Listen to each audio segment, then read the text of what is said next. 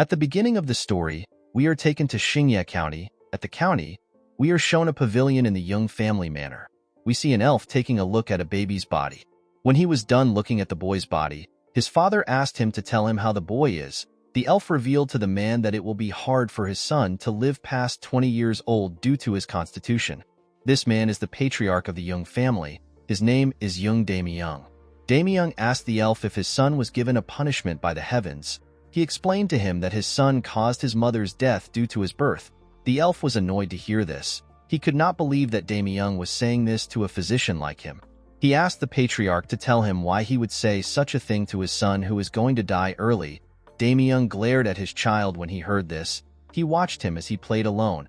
According to the elf, the boy has something similar to the 9 severed meridians. The elf had never seen anyone with their Baihui acupoint open to such an extreme. Damyung asked the elf if the Baihui acupoint is the acupoint on top of the head. The physician told him that he is correct. He explained to the patriarch that a person will die if their Baihui acupoint is too open. Most people call this the deity ascension. Damyung reminded the elf that deity ascension is something very powerful Taoists do when they depart for the heavenly realm. The physician was surprised to hear this. He asked the patriarch if he truly believes in such nonsense. He placed his hand on his head and asked the man if he has heard about absolute martial masters using the upper meridians of their heads. The masters are actually using the Baihui acupoint. According to the elf, the so-called deity ascension is when someone gets too drunk on the energy of the great nature that came from the heavens and earth and dies because they cannot withstand it. Damyung stood up after he heard this. He turned to the elf and told him that he was correct about his son receiving a punishment from the heavens. The physician was shocked to hear this. He asked the man to tell him why he would call himself a father. The patriarch told the elf that it is now time for him to leave. He assured him that the chief steward will give him his pay. The elf told the man that he does not need the pay. He stood up and left the pavilion out of anger. As he walked away, the elf wondered how our protagonist's life could have been different if he was born in a different place. If the boy was born in the demonic cult, he could have become the heavenly demon. If he had grown up in the Shaolin Temple, he would have been able to use the 72 elite training methods of the temple 2 times over. Unfortunately for the boy, he was born as a hated child in this place. The physician believed that the boy will die in the countryside at a young age with no way of surviving. The only chance this baby has is for him to achieve enlightenment on his own. Decades later, we see a group of people having a family meeting at the Young Manor. Damyung stood up and told everyone that his deceased father founded their clan. According to him, his father was a disciple of the Zhongnan sect. His name is Xianjiamja. Damyung told the people that he has dedicated his life to the revival of their clan. He explained to them that he could not close down their clan because if they become famous throughout the world, he will inherit the ultimate technique of the Zhongnan sect. The patriarch told his family that he is very happy that one of his sons followed in his father's footsteps and managed to join the Zhongnan sect. With a smile on their faces, the other family members congratulated their brother on his achievement. The eldest child told his brother that he is quite incredible to be able to join the sect. Damyung asked his children to raise their cups with him. While everyone was enjoying themselves, the eldest sibling noticed that someone was missing. He turned to his father and told him that Yinshin is not there. Damyung's expression became serious when he heard this. He revealed to his son that he asked Yinshin to stay on the training ground. The man was shocked to hear this. Damyung told his son that it is better for our boy to not be there on such a joyous occasion. He told him that Yinshin would bring them bad luck. The man could not believe that his father actually said this. The scene shifts and we see our boy gathering his energy on the training ground. He carefully circulated his energy throughout his body. Immediately he did this. He opened his eyes and released his energy. After he was done, Yinshin took a look at his palm. He realized that he had now completely mastered the Young clan's movement art. With this movement art, Yinshin can stimulate his muscles with energy and then compress it. He realized that his body could no longer get stronger than this. Yinshin wondered if he will have a longer lifespan now that he has a stronger body. While thinking, our boy remembered his brother's reaction when he told him that he created a martial arts technique. Yinshin explained to his brother that he did not create the technique from scratch. Instead, he redeveloped their clan's exclusive martial arts. The man let out a sigh when he heard this. He asked his younger brother to not be offended with what he wants to say. He asked Yinshin to not tell anyone about what he has done. Our boy was surprised to hear this. The scene shifts and we see Yinshin telling his brother to use the martial arts he created. The boy was annoyed to hear this. He asked Yinshin if he will take responsibility if he experiences energy deviation and dies. Our boy felt bad when he heard this. When he informed his father about what he had done, the man scolded him for messing with their clan's exclusive martial arts. He asked his son if he believes that he is the clan's founder. Yinshin could not believe that his own father simply dismissed him. While sitting on a chair, our boy thinks about what it means to be a clan founder. A clan founder is someone who creates martial arts and the founder of a martial group. Our boy never believed that he was someone that was so great. He did not think it was incredible to create a martial arts. He simply wanted to become healthy and live with everyone. While he was thinking, Yinshin sees some servants rushing somewhere. He wondered about where they were going. He quickly remembered that today was the day the martial masters of the Zhongnan sect will arrive. The Zhongnan sect is one of the 9 great sects. They are one of the twin walls that are known as the strongest groups in Shaanxi alongside the Manhwa sect. Yinshin remembered that the Zhongnan sect is a place where the sword deities reside. Our boy also wanted to meet the martial masters too. The moment he thought of this, he remembered what the chief steward said to him. Yinshin asked the man if the reason he can't show his face to the clan's important guests is because he caused his mother's death. The steward informed our boy that the order came from his father. Yinshin asked the man if he is certain. The steward apologized to our boy. Yinshin could not still believe that his father gave out such an order. He decided to follow the servants and watch from afar. He was certain that he will be able to learn something from the skilled masters. At the entrance of the manor, the servants wondered about who was coming to meet them. They were certain that the Sky Sword Dragon would not come. They believed that an elder might come to the manor. One of the servants said that it will be a blessing for their clan if an elder comes there. While the servants were talking, Damyung and his family stepped outside. Immediately they did this. Someone screamed that the martial masters have arrived. Immediately the person said this. We see an elf and 2 other men enter the compound. The members of the clan and Damyung's children were shocked to see the elf. One of the servants referred to the elf as a noble race. Yinshin was also shocked to see the elf. The noble race are known to be a mysterious race that can live on forever. Humans think of them as deities. Our boy and his family noticed the unique energy the elf was exuding. Yinshin noticed that the core energy condensed in her body is being exuded by her naturally. Damyung quickly regained his composure and welcomed the elf to his clan. He told her that he is honored that she would visit their clan. He and his son bowed their heads to greet the martial masters. He told them that he is the patriarch of the clan. The woman thanked the man for his hospitality. She introduced herself as Yeo Il Shin. She revealed to Damyung that she is an elder of the Zhongnan sect. Damyung was shocked to hear this. He could not believe that the woman is a noble race elder of the Zhongnan sect. He immediately begged Il Shin to forgive him for not recognizing her as a deity. The woman asked the patriarch to raise his head. She told him that she did not come to boast of her status. Damyung apologized to Il Shin for his disrespect. He could not believe that he kept the sword deities of the Zhongnan sect waiting outside. He asked her to follow him in. Yinshin was surprised to hear that the woman was an elder when she was already from the noble race.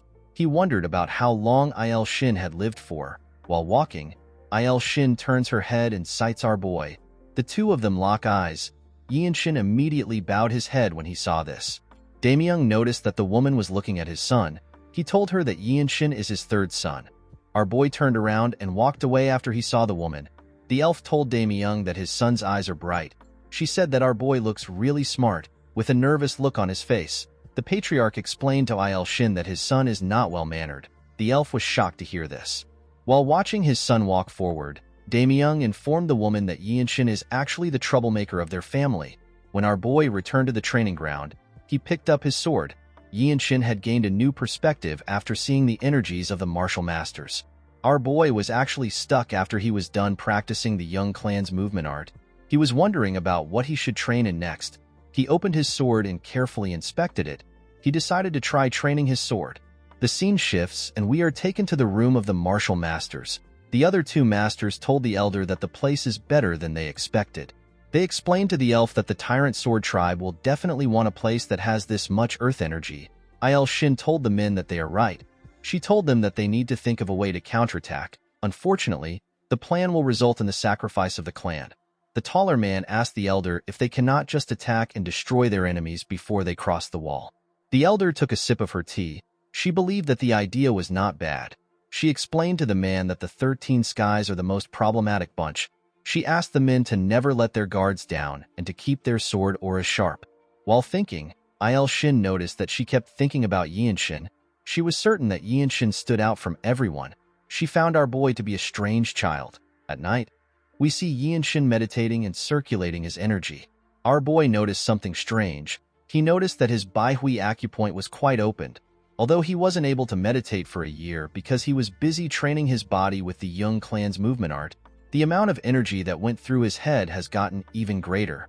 Yian-shin realized that he has less than 5 years before he loses consciousness. If this happens, our boy will end up dying. Yian-shin quickly opened his eyes. He could not believe that he had only 5 years left to live. Our boy was scared to see this. He stepped out of his room and looked at the moon in the sky. He could not believe that he was not able to change his fate even after he learnt the Young Clan's movement art. While thinking, Yian-shin sensed something. He quickly turned to the side. He could sense an ominous energy coming from the main building.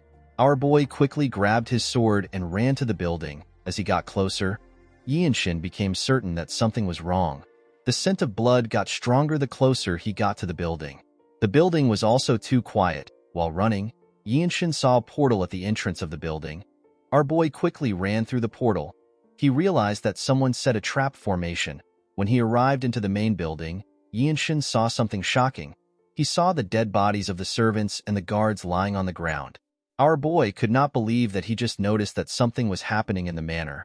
He realized that this might have happened because of the trap formation.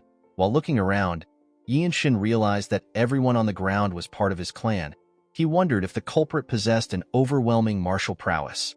While he was looking at the bodies, someone asked him about why he is still alive. When Yian-shin looked up, he saw some men carrying the dead bodies of the servants. A huge bald man walked up to him, with a scary look on his face. The man told our boy that he should have hidden if he managed to survive. One of the man's colleagues asked him to send Yian-shin to the afterlife. Yian-shin glared at the man when he heard this. The bald man asked our boy to not blame him. He told him that he is simply following orders. He gathered his energy in his hand and rushed to attack Yian-shin. Our boy grabbed the man's wrist and used his hand to crush it. The bald man screamed out in pain. He fell to the ground and began to tremble. The man's colleagues were shocked to see what our boy did to his hand. They quickly grabbed their swords. The man who asked the bald man to kill Yian-shin asked him for his identity. Our boy released his energy and raised his sword. With a serious look on his face, he told the man that he is the third son of the clan. The moment Yian-shin stepped forward, the bald man stood up. He called our boy a bastard. He gathered his energy and got ready to attack. Before he could take a step, Yian-shin used his sword to cut off his head at a crazy speed. The bald man did not know what happened. All he knew was that he could no longer clearly see our boy. Yian-shin rushed to attack the other men. The men were startled when they saw this. Our boy got close to them and used a technique known as scripture origin ability to cut off the head of the man closest to him. Before the other man next to him could react, Yian-shin tore his body apart. The other 2 men were terrified to see our boy coming towards them. Before they could even attack, Yian-shin cut off the wrist of one of the men and beheaded the other man. Immediately he did this, he turned around and stabbed the man whose wrist he cut in the chest. The man screamed out in pain. Yian-shin was annoyed to see this. He pulled out his sword from the man's body. Our boy watched the men as they fell in front of him. He let out a sigh. This was his first time using his delightful sword. Fortunately, Yian-shin was able to understand how it works. While he was looking at his sword, someone commended him on his sword art. Our boy quickly turned to the side. He saw another group of mysterious men. A man wearing a headband tells Yian-shin that the idiots lost because they let their guard down. Although the man said this, he was actually surprised by how good our boy was. He never expected someone so young to be so skilled. He asked Yian-shin if he is trained in the delightful sword his whole life. Our boy asked the man if he is from the Blood Flame cult. The man revealed to him that the men on the ground are the ones from the cult. He explained to him that they are from the Tyrant Sword Tribe. Yian-shin was surprised to hear this. He could not believe that the Tyrant Sword Tribe and the Blood Flame cult were in the same place. The 13 Skies are said to be the most cruel and powerful group in the Murim. Yian-shin could not believe that the Tyrant Sword Tribe and the Blood Flame cult, which are both part of the 13 Skies, were in his manor. He asked the man to tell him the type of business that their 2 groups have with the manor. The man told our boy that it is not his business. Yian-shin smiled when he heard this. Due to the fact that the man was answering his question instead of attacking him, our boy asked the man if he knows about him. The man was surprised to hear this. He did not understand what Yinshin was talking about. Our boy realized that the man did not understand the question. He decided to simplify the question. He asked the man if he knows that his family is part of the Desolate Fortress, which is the best branch sect in the Murim. He told the man that it will be a pain for him if he kills him, even if he is part of the Tyrant Sword tribe. The moment he said this, someone destroys a huge wall next to them. A person was sent flying from the other side of the wall. The person crashed on the ground. Yinshin was shocked to see the person. He was certain that this man is one of the Zhongnan sect's martial masters. The man spat out some blood when he tried to stand up. Immediately the man did this. Another person was sent flying into our boy's part of the manor. This person turns out to be Il Shin. The elder landed on the ground and used her sword to hold herself. Yinshin could not believe what he was seeing. He knew that the elder is known as the deity of the sword, and yet she was struggling against someone. Our boy wondered about who Il Shin was fighting. Immediately he thought of this. Yinshin sensed something horrifying. The elder raised her head up when she sensed it too. A man flew into the yard. Our boy wondered about who he was looking at. This man had a black robe, black hair, and a golden sword. He was exuding an ominous aura. The man turned his head and glared at Yinshin. Our boy immediately took a stance when he looked into the man's eyes. His head felt light just from the simple eye contact. The man with the headband moved close to the mysterious man and went on his knees. He referred to him as tribe leader. Yinshin was surprised to hear this. The other men also went on their knees. Our boy could not believe that he was looking at the Tyrant Sword tribe leader, the man who reigns over the Tyrant Sword tribe, which is part of the unorthodox 13 skies. The man is a harbinger of disasters in the Jianghu. Yinshin could not comprehend why a man who is equal to the patriarch of one of the 9 great sect would be in a place like this. Our boy looked around. He noticed that Il Shin and the other man were injured. Yinshin realized that everyone there is dead.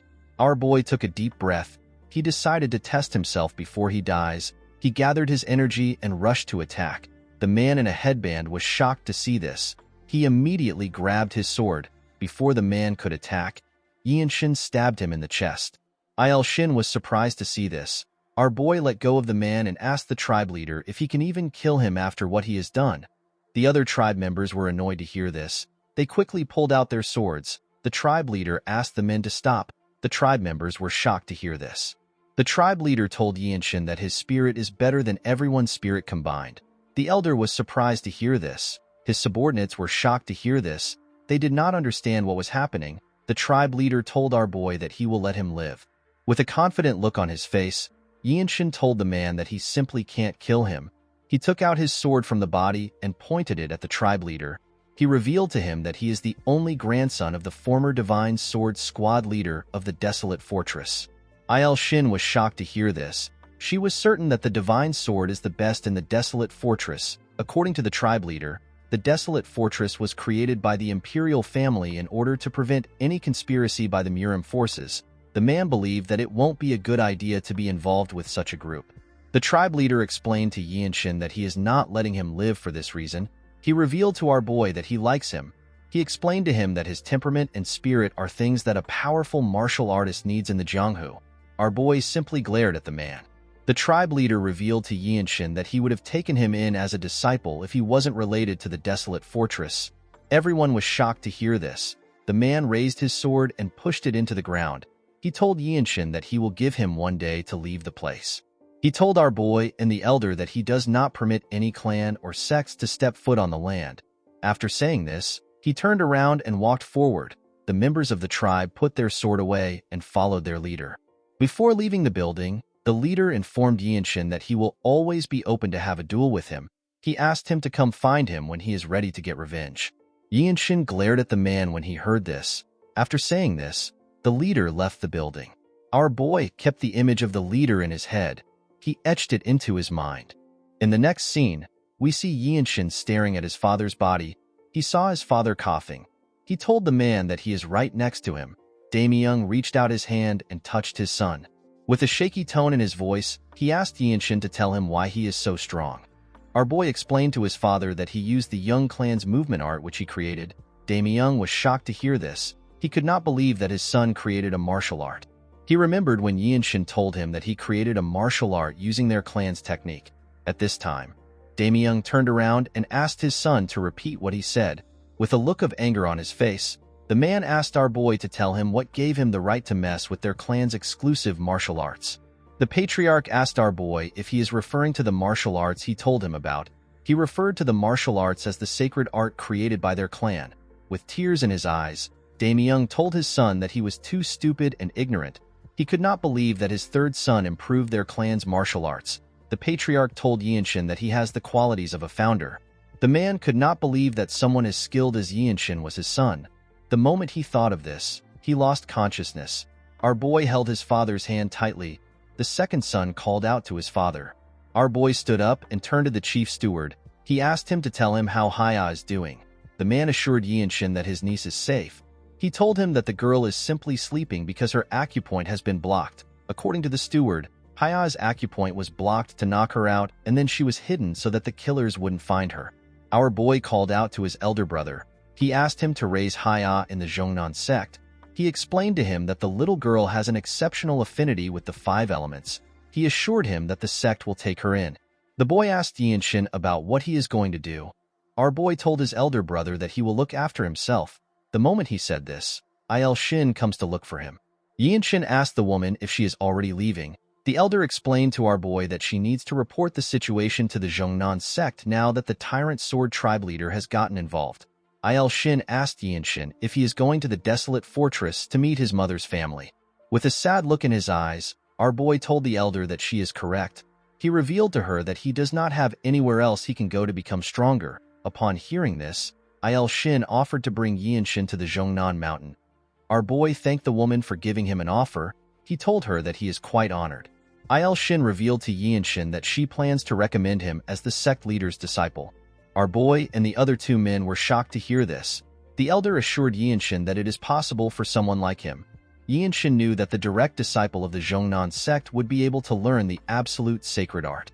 The best part is that the Zhongnan sect leader is one of the few martial artists that is among the top 10 swordsmen in the world. Even though our boy knew this fact, he still declined the offer. He apologized to the elder. Il-shin smiled when she heard this. She told our boy that she simply wanted someone as talented as him. Yinshin asked her to forgive him. The elder assured him that it is fine.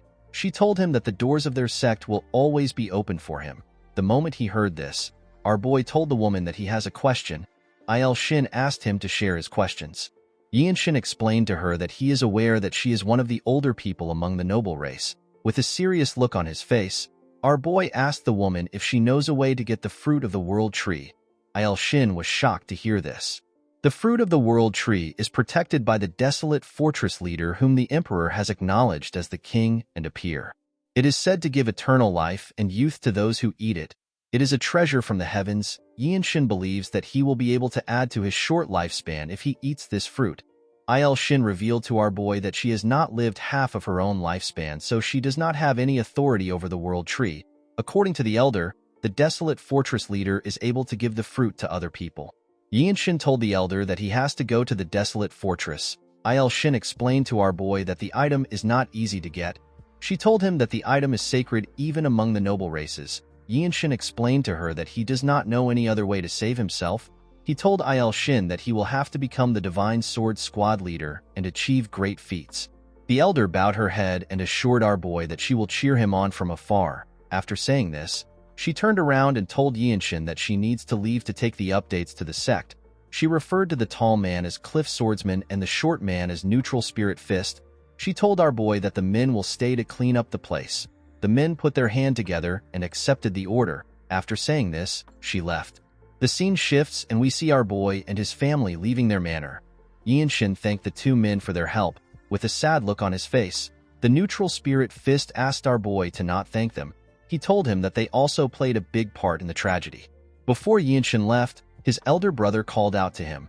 While holding Haya, the man told his little brother that an apology is not enough to console him for everything that has happened to him within the clan.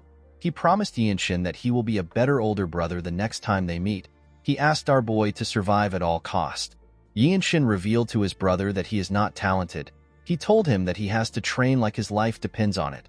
The man assured our boy that he will do his best. Paya raised her head up to see our boy. She referred to him as uncle. Yinshin asked his elder brother to protect their niece.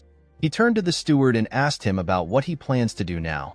The steward revealed to Yinshin that there are smaller branches of their family all over Nanyang. He told him that he will look after the remaining assets since the bloodline of the family is still alive. Our boy told the man that he is heading to the desolate fortress. He told him that he hopes they can meet from time to time.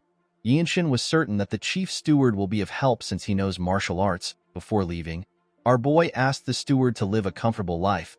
He asked the man to take care of himself. The steward was surprised to hear this. After saying this, Yinshin walked forward. The steward watched as our boy walked away. He could not believe that Yinshin asked him to leave a comfortable life. The man realized that no other descendant of the Jung clan has ever said this to him after he was taken in by the previous patriarch. The man bowed his head at Yinshin. In the next scene, we are taken to Xiangyang. It was a beautiful and vibrant city. Yinshin went into a bar and followed an attendant to the top floor. He placed his bag on the table and looked at the city from the top floor. He was relieved to see that he had finally arrived. While he was looking around, he hears some people talk about how amazing the desolate fortress is. A chubby man tells his friends that people all over the Central Plains gather there with big dreams because of the desolate fortress. According to the man, the owner of the bar told him that he is out of liquor. The man's friend told him that it is really chaotic in restaurants these days. This is because the martial artists who came to take the entrance test are always drunk. Yinshin was shocked to hear that there is an entrance test in the desolate fortress. The moment he thought of this, someone asked him if he is also there to take the entrance test. Our boy quickly raised his head up when he heard this. He saw a martial artist in front of him. The boy's name is Hien Wenchang. Yinshin asked the boy to tell him why he is here. Wenchang apologized to Yinshin for rushing into things. He told him that he was simply fascinated to see a challenger that is younger than him. He introduced himself to our boy and told him that he came from Shangxi. He called the place a really far place. Our boy also introduced himself to Wenchang. He told him that he is from Xingye County. Wenchang was surprised to hear this. He could not believe that our boy came from somewhere nearby. He told Yinshin that his journey must have been easy. He revealed to our boy that he had to fight the Green Forest bandits and swim against the pirates of the Pirates' Fortress. He told Yinshin that the water martial arts of the pirates was really vicious.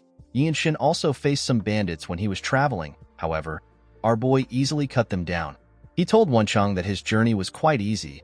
The boy looked around to see if there is anyone close to him. He moved close to our boy and told him that they can become friends and share any information about the test with each other. Yinshin asked Wenchang if there is really a test. The boy was shocked to hear this. He raised his voice and told our boy that the test is known as the Desolate Fortress Trial. According to Wenchang, the Desolate Fortress is quite different from the usual martial arts group. Just as those who want to become government officials need to be well-versed in martial arts and literature, there is a test just for joining the Desolate Fortress. Yinshin asked the boy if that is why many people are gathered here. Wenchang explained to our boy that it does not matter if he has any foundations. The moment he joins the organization, opportunities and teachings will be provided to him. Due to this, every martial artist comes to try their luck. There are countless people who have learnt various martial arts just to pass the test. The Desolate Fortress is the strongest martial arts group in the world. It is also a place of martial arts that causes everyone's hearts to race. Most people would say that if you want to take on the world with just one weapon, you need to go to the Desolate Fortress, since the imperial family that rules over the Central Plains would make their move in order to control the martial arts groups. All the elixirs and advanced martial arts gathered from all over the world are waiting in the fortress. Wenchang explained to Yinshin that some people believe that the great sects with traditions are better than the Desolate Fortress. With a smile on his face, the boy said that these people do not know what they are saying. He said that martial arts groups created by commoners can never be stronger than the Desolate Fortress. Our boy took a sip of his drink and told the boy that he understands. Wenchang revealed to Yinshin that most people are not able to pass the test in one try. Yinshin simply told the boy that he understands. Wenchang explained to him that the people that usually pass are the next generation leaders of reputable martial arts clans that are rising in the world and trying to gain fame. With a smile on his face, Wenchang asked our boy if he will take the test with him tomorrow. Without making a single reaction, Yinshin told the boy that he accepts his offer. Wenchang became nervous when he heard this. He did not understand why our boy would not even react to what he has been saying. Wenchang told Yinshin that he is quite easygoing. As he continued talking, our boy stopped listening. Yinshin was happy to hear that he can join the group as long as he can pass the test. He did not want to ask his mother's family for help because he did not know where they live or what they look like. The next day, we see Yinshin and Wenchang walking into the fortress to take their test. The participants were given a tag containing a number. Our boy was given number 13. After accepting his tag, Yinshin looked around. He was in a ring with other participants and 2 examiners. According to Wenchang, the participants will pass the exam if the supervisor accepts their plaque. However, if he tells you to return it to the reception, you will fail. The second exam is a tournament. Our boy asked Wenchang if there is a third exam. The boy told Yinshin that the third exam is an interview with the Lord of the Desolate Fortress. Yinshin was shocked to hear this. He asked his friend if he is certain. There are several martial artists who come to Xiangyang just for this chance. To have a conversation with an absolute master like the Lord is an incredible opportunity. This martial artist hoped to receive some kind of profound understanding. Yinshin told the boy that he understands. Immediately he said this. The supervisor announced that the first exam is about swift sword arts. According to him, the participants are to demonstrate one swing with the fastest technique they have. The supervisor will watch and judge the technique by himself. Wenchang raised his hand and offered to go first. The supervisor accepted his request. The idiot actually volunteered because he was nervous. Yinshin believed that the test was simple since they simply needed to show a fast sword technique to pass. Wenchang took off his robe. The moment he placed his hand on his sword, Yinshin and the people watching the event took a close look at him. Yinshin noticed that Wenchang had a well-polished spirit. He could tell that the boy is strong. He was even stronger than some of the bandits our boy saw on his way here. Wenchang took a stance and released his energy. He took a deep breath and swung his sword. The audience were shocked to see the boy's demonstration. One of them said that the boy feels different. He said that he only saw an apparition. Wenchang stared at the supervisor in fear of his response. The man told him that his technique was not bad. He asked Wenchang to give him his plaque. The boy was happy to hear this. He thanked the man. The supervisor asked the next examinee to step forward. Wenchang walked past Yinshin and wished him good luck. Our boy put himself together and walked forward. The audience were surprised to see this. They never expected such a young kid to actually be an examinee. One of them said that Yinshin has a lot of guts. Wenchang smiled when he heard this. Another man said that Yinshin must be from another province, and he is trying to use this opportunity to show his swordsmanship in front of a martial artist of the Desolate Fortress. This is because a single piece of advice is precious. Yinshin took a stance and placed his hand on his sword. He nodded at the man to tell him that he is ready. The supervisor nodded back at him. He asked Yinshin to begin. The moment he said this, Yinshin took out his sword. No one knew when he swung his sword. All they could feel was the wind pressure. The supervisor was shocked to see this. Every single person in that place was shocked. They did not know what they just experienced. Wenchang's mouth was left open. He did not expect such a young boy to be this skilled. The audience did not even know when our boy swung his sword. As he watched Yinshin put his sword back into his sheath, the supervisor said that the future of the Desolate Fortress has arrived. Everyone was shocked to hear this. The man asked Yinshin to hand over his plaque. He took a careful look at our boy's number. He asked him to be on his way. Yinshin bowed his head and turned around.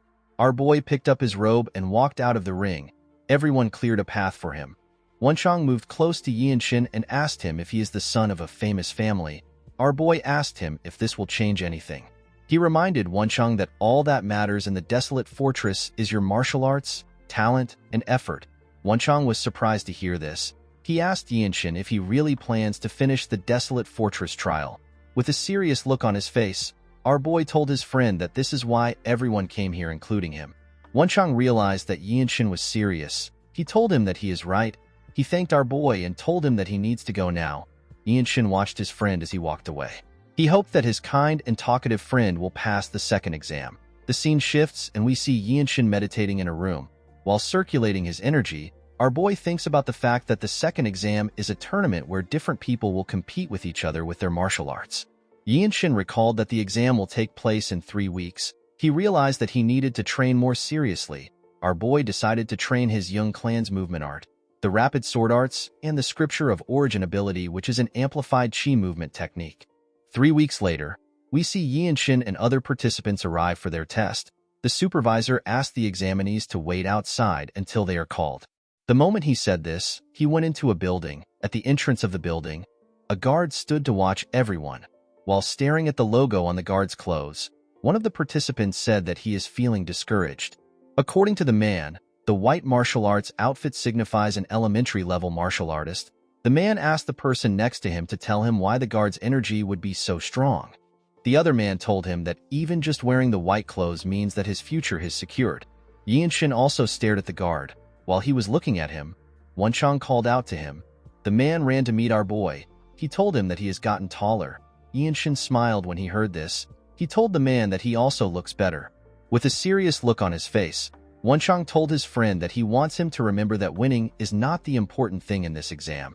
He explained to him that it is enough to have only one fight in the 2 rounds. He told him that a single round is enough to catch the eyes of the desolate fortress masters who will be watching. With tears in his eyes, Wenchang told our boy that catching the eyes of the masters is actually the hardest part.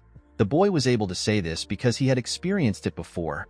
Yinshin asked his friend if a person can win a match and still fail the exam. The boy told him that he is correct. While biting his nails, Wenchang told our boy that the problem they have is that the supervisors are going to have a higher standards today. Yinshin was surprised to hear this. He asked the boy for the reason. Wenchang revealed to him that the White Qilin is competing in today's tournament. Our boy was shocked to hear this. He asked his friend if he is referring to the White Qilin from the Namgung family. The White Qilin wiped out a notorious group of bandits before he was even 15. He also beheaded the Shrouded Assassin, a swordmaster of the unorthodox faction. According to Wenchang, there are rumors that the White Qilin defeated all the up and rising fighters at the 8 Great Family Dragon and Phoenix tournament when he was 18.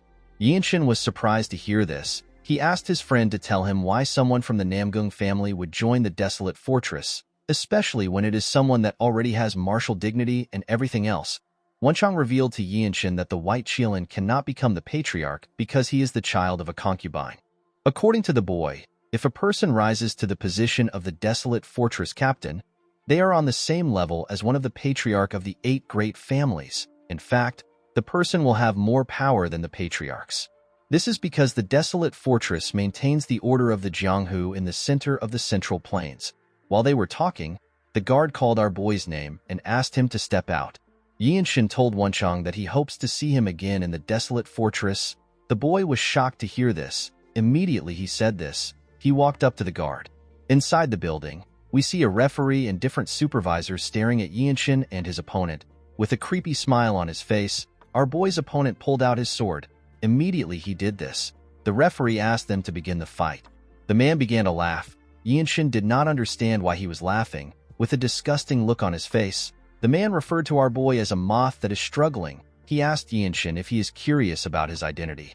Before the man could introduce himself, Yinshin attacked him and gave him a huge scar on his face. Our boy attacked the idiot with his sword sheath, and yet he managed to knock him out. The man was dragged away after Yinshin knocked him out. A young man smiled when he saw how our boy defeated the man. He stepped out and told Yinshin that he will be his next opponent. Our boy turned around to see the handsome young man with light blue hair. The supervisors from different squads were excited to see the fight. Among the supervisors, we see 2 men wearing blue clothes. The man with black hair told his colleague that he is curious to see who will take the handsome man. He told him that the squad leaders will fight over the handsome man. His colleague told him that the man is stronger than them. He said that he does not expect anything less from a Namgung. Yinshin was shocked to hear this. He immediately realized that he was looking at the White Qilin whose true name is Namgung Washin. The supervisors wondered if they were going to witness the Boundless Heaven technique today. Our boy was able to tell that the White Qilin is about 5 years older than him. Although the man was strong, Yinshin did not believe that he was at a level which he could not reach. Thanks to his family's martial arts, our boy was more physically fit than Washin. However, he was below him in other aspects. Washin bowed his head and introduced himself to Yinshin. He told our boy that he mainly trained in the Boundless Heaven martial arts and the Infinite Steps. Immediately he said this, he drew out his sword.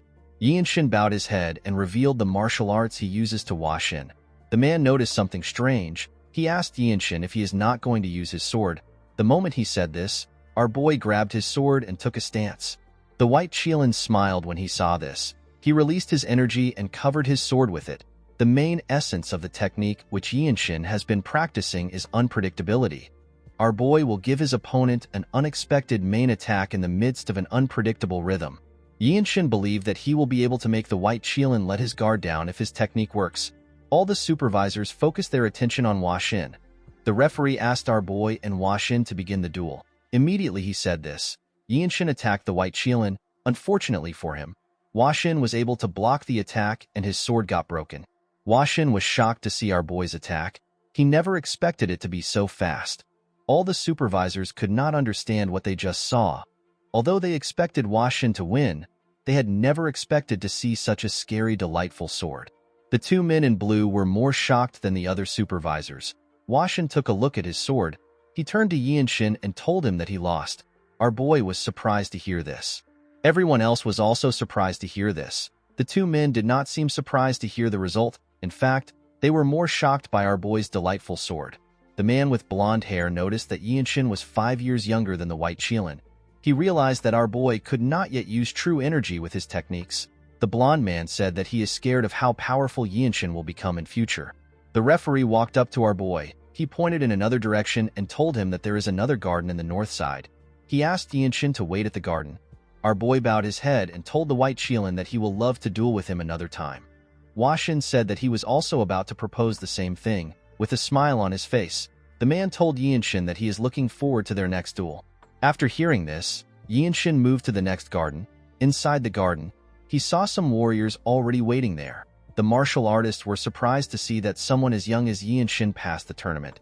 They believed that the white Qilin would have been the next to step into the garden. As he walked forward, Yinshin thought about his fight with the white Qilin. Our boy knew that he had no chance of winning the fight if it was dragged on. This is why he used the most extreme form of delightful sword as soon as the duel began. However, because Hua Xin had imbued his sword with his true energy, our boy's sword broke. Yinshin believed that it was a failure on his end for rashly using delightful sword. Although he believed that this was true, Yinshin never expected the white Qilin to admit defeat.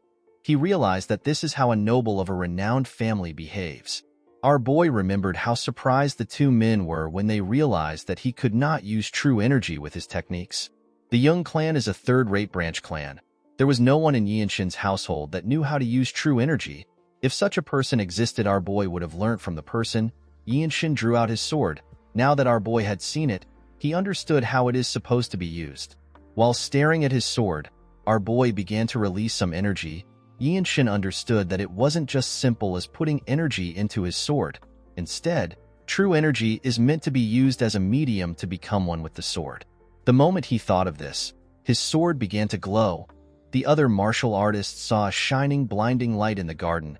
When they turned, they saw something shocking.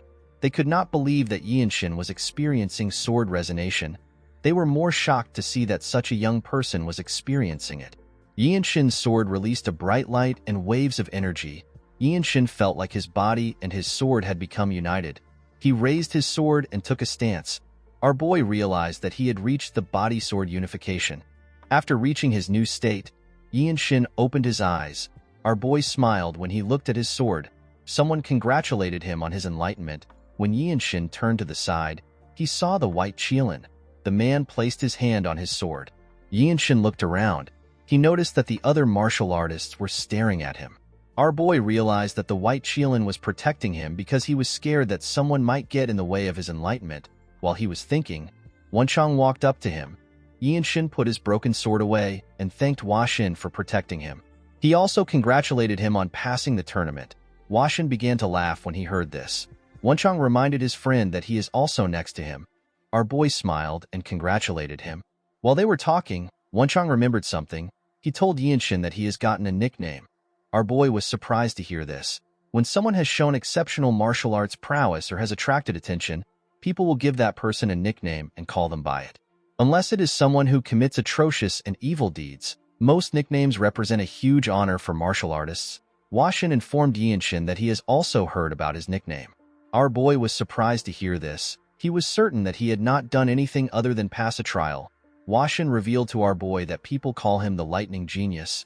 Yinshin was surprised to hear this. He could not believe that he was now known as the Lightning Genius. According to the white Qilin, people are saying that he has the talent of lightning. The man told Yinshin that this is his new name in the Jianghu since even the desolate fortress martial artists are calling him by this name. Our boy laughed when he heard his new name.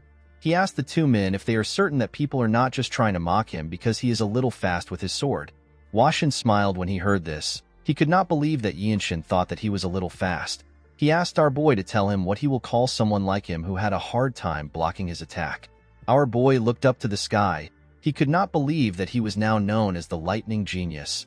This was a title that he could not even dream of when he was doing the horse stance in the young manner.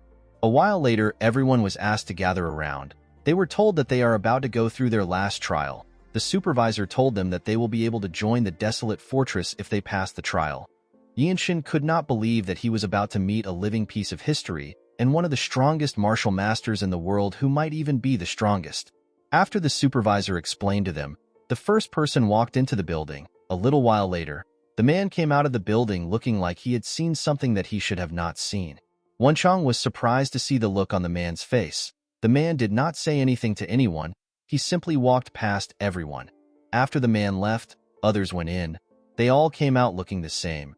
Due to the fact that everyone came out quickly, Wenchang asked his friend if the leader is simply looking at faces. After a while, Yinshin was asked to step in. Our boy was asked to keep going until he gets to the top floor. When Yinshin arrived at the top, he saw a huge golden door. The door opened and our boy stepped inside. Immediately, he stepped inside. Yinshin noticed that there were some vines tied to a pillar. When he looked up, our boy saw someone sitting on a throne that was surrounded by trees. The person that sat on the throne was a woman who was a member of the noble race. This elf is the leader of the desolate fortress. Yinshin greeted the elf and introduced himself to her. She turned her head to see our boy. Yinshin was surprised to see the elven woman. The leader was a beautiful elven woman with green hair and green eyes. The leader told our boy that he is part of a certain bloodline. With a serious look on his face, Yinshin asked the leader about the bloodline she speaks of. Our boy wondered if the leader knew about his mother's family. The elf glared at Yinshin. She could tell that our boy already knew what she was talking about. She told him that he is quite bold. Upon hearing this, Yinshin admitted to her that he is the grandson of the former Divine Sword Squad leader. The leader revealed to our boy that his grandfather is about to join the Elder Council. She told him that he is a very obstinate man. While looking at Yinshin, the elf told our boy that he has an injury. Yinshin was surprised to hear this. He told her that she does not need to concern herself with it. He assured her that they are nothing but trivial issues. The elf explained to our boy that the issues are not trivial. She told him that he simply covered the wound with his trained body. She told him that he has only lived for 15 years. She apologized to Yinshin for commenting on his issue. She told him that an outsider like herself should not be getting involved in such things. The leader smiled and stood up from her chair. She told Yinshin that she likes him. She explained to him that she finds it interesting that he doesn't bow to anyone even though he came here because he has something he wants. Yinshin was surprised to hear this. He did not know how the leader was able to find out that he wants something. He wondered if she has found out that his Baihui acupoint is abnormally wide open. Yinshin decided to ask her his question. He asked the leader if he will live if he eats the fruit of the world tree. The woman told our boy that it is possible for him to get what he wants. Yinshin asked the leader if he can actually get it. The elf explained to him that it depends on what he does. Yinshin was relieved to hear this. He told her that this is enough for him. He thanked the leader for her response. The moment he bowed his head, our boy remembered something. He asked the leader if he is now a martial artist of the desolate fortress. The elf smiled when she heard this. She told our boy that he is. She told him that he can leave now. She referred to him as the next Divine Sword Squad leader. Yinshin was surprised to hear this. As he walked back downstairs, our boy remembered her words. He wondered if the leader was trying to tease him or if she really sees potential in him. Yinshin realized that the leader might also be telling him that he will be able to get the fruit of the world tree if he becomes the next Divine Sword Squad leader. The scene shifts and we see Yinshin, Wenchang, the White Qilin, and another man. These four were the only people that managed to pass the test. The four of them were being escorted by a staff. While walking, the man asked the group if they know the kind of work that the desolate fortress does. With a confident smile on his face, Wenchang told the man that the desolate fortress stops martial masters from overthrowing the imperial family. The man told Wenchang that he is partly correct. He explained to him that this is actually one of the major things that they do. He revealed to him that they have something else they also take care of. He told him that they prevent a certain size of conflict from happening in the Murim. The group was surprised to hear this. According to the staff, no one knows what would happen when a fight breaks out in the Murim. The man revealed to them that a blood storm swept across the central plains on the day that rumors that the heavenly demon's grave was discovered. Things would have been fine if the fight was between those who coveted manuals of ultimate martial arts or elixirs. Unfortunately, the martial artists did not care. They committed heinous crimes against commoners and other martial artists. The man told them that they will not recognize the Murim after they witness this hellish sight. Wenchang was annoyed to hear this. He recalled the incident which the man was talking about as the disaster of the heavenly demon's grave. The staff told the group that it has been 17 years since the incident took place. He explained to them that the unorthodox sects and the demonic faction are not the only problems they have. All orthodox groups, including the 9 great sects and the 8 great clans, are also a problem. The man told them that the people will suffer if they allow these powers to do as they wish. In other words, if there is unrest among the people and taxes are not paid on time, the reign of the empire will have problems. The staff explained to them that this is the reason why the imperial family provides them with huge amounts of money, elixirs, manuals, and martial masters. The man stopped walking and turned around. With a serious look on his face, he told them that their job is to sever the heads of any martial artist that disrupts the lives of normal people. These words resonated with the group. They each repeated it to themselves. After saying this, the man moved to the side and showed them a building. He told the group that they will be staying there for now. He explained to them that they will later be assigned to a place and be moved to the accommodations of that place. The man wished the group the best of luck. In the next scene, we see our boy on his bed. Yinshin realized that he had now spent a week in this place. He never expected it to take so much time for him to be assigned to a place. While our boy was thinking, someone knocks on his door and asks him if he can enter. Yinshin asked the person to step in. The person turns out to be Wenchang. The boy seemed to be happy. Yinshin asked him to tell him what happened. Wenchang revealed to our boy that the place they are going has been decided. He told him that they are going to the Radiant Demon Squad, which is a combat squad. Our boy was surprised to hear this. Wenchang sat on his bed and asked him if he has heard about the rumors. Yinshin asked him to share the rumors with him. According to the boy, the 17 combat squad captains under the Divine Sword Squad fought each other in order to take in new warriors. Yinshin was surprised to hear this. He remembered that the combat squad captains are the martial masters that represent the desolate fortress. He asked his friend if the captains really sparred with each other. Wenchang revealed to him that they fought in order to recruit the White Qilin and the Lightning Genius. The next day, we are taken to the arena of the Radiant Demon Squad. We see our boy and Wenchang wearing their brand new uniform. Wenchang seemed to be in love with his clothes. Next to the arena were other squad members wearing the same uniforms as them. Some of them also wore a blue uniform. In front of the two boys was the captain of the Radiant Demon Squad. His name is Ma Jin. The man wore a black uniform.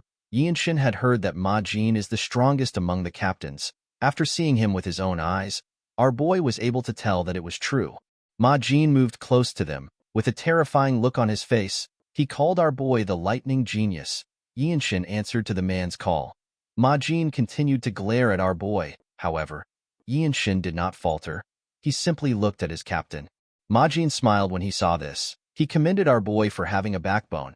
He told him that people like him do not die easily. According to the captain, the combat squad under the Divine Sword Squad is basically like one of the sects in the Central Plains. He told the boys that they will both learn the martial arts of the Radiant Squad and execute missions. He pointed his hand to the back and told them that the people behind him are their seniors. Wenchang raised his hand and told the captain that he has a question. The captain asked him to speak. Wenchang thanked him for allowing him to ask a question. The boy asked Ma Jin if learning the martial arts of the Radiant Demon Squad means that everyone will be sharing their martial arts with each other. The captain assured the boy that the martial arts they learned belongs to them. He told him that only the Radiant Squad martial arts will be taught. Wenchang was relieved to hear this. He was excited to learn the famous Radiant Demon arts. Ma Jin told the boy that he needs to work hard at learning the martial arts if he wants to survive. Yinshin remembered that he had heard about the Radiant Demon arts. The Radiant Demon Squad is one of the more famous squads amongst the 17 squads. This is because they were able to fight the Plum Blossom Swordsmen. These are the 24 elite swordsmen of the Manhwa sect. The Radiant Demon Squad fought this people without any casualties. This incident gave more credibility to the gossip mongers, saying that the desolate fortress is the strongest in the world. The captain explained to the boys that although the desolate fortress is affiliated with the imperial family, it is not treason for a martial artist of a desolate fortress to be attacked. He told them that this is the reason why they must learn whatever they can in the squad and continue to grow stronger. Yinshin asked the man to tell him why it is not treason for them to be attacked by other martial artists. The captain explained to him that there are eccentric people in the Murim. A lot of these people have lost their minds because they learned demonic arts. Some martial artists are exceptionally skilled in mobility arts, and they could mess with government officials before escaping to the high mountains and deep valleys. This is why the dignity of the imperial family isn't applied to them since they are not government workers. Instead, they actually have to fight martial artists. The captain told the boys that they will die if they do not become stronger. He turned around and pointed at a squad member. He told Yinshin that the guy who got slashed by the Namgung's strongest swordsman will be able to give him a better explanation. With a smile on his face, the guy in a blue uniform said that the King-style sword arts was actually quite scary. Our boy remembered that the King-style sword arts is known to be one of the strongest style of swordsmanship in the world. It is a supreme martial art only learned by the main descendants of the Namgung clan. Ma Jian was annoyed to see the guy sitting on the ground. The man was scared to see the look on his captain's face. He quickly stood up. Yinshin remembered that the Namgung's strongest swordsman is said to be the strongest swordsman in China. He could not believe that his senior came back alive after fighting someone so strong. The man told our boy that he wants to start with him. He said that he wanted to see Yinshin's swift sword art, which is said to be exceptional. Yinshin moved to the side and placed his hand on his sword. Everyone was surprised to see this. They were surprised to see the amount of energy Yinshin was exuding. The man smiled when he saw this. He took out his sword. He took a stance and introduced himself as Cheng Myung. He told our boy that he was born and raised in Xiangyang. Our boy also took a stance and introduced himself. Myung told him that he has never heard of his town. Myung explained to Yinshin that anyone can feel wind being produced even if it is by a 10-year-old that is using a tri-sword technique. This is how you can find out how a person swings their sword while fighting. Our boy did not understand what the man was saying.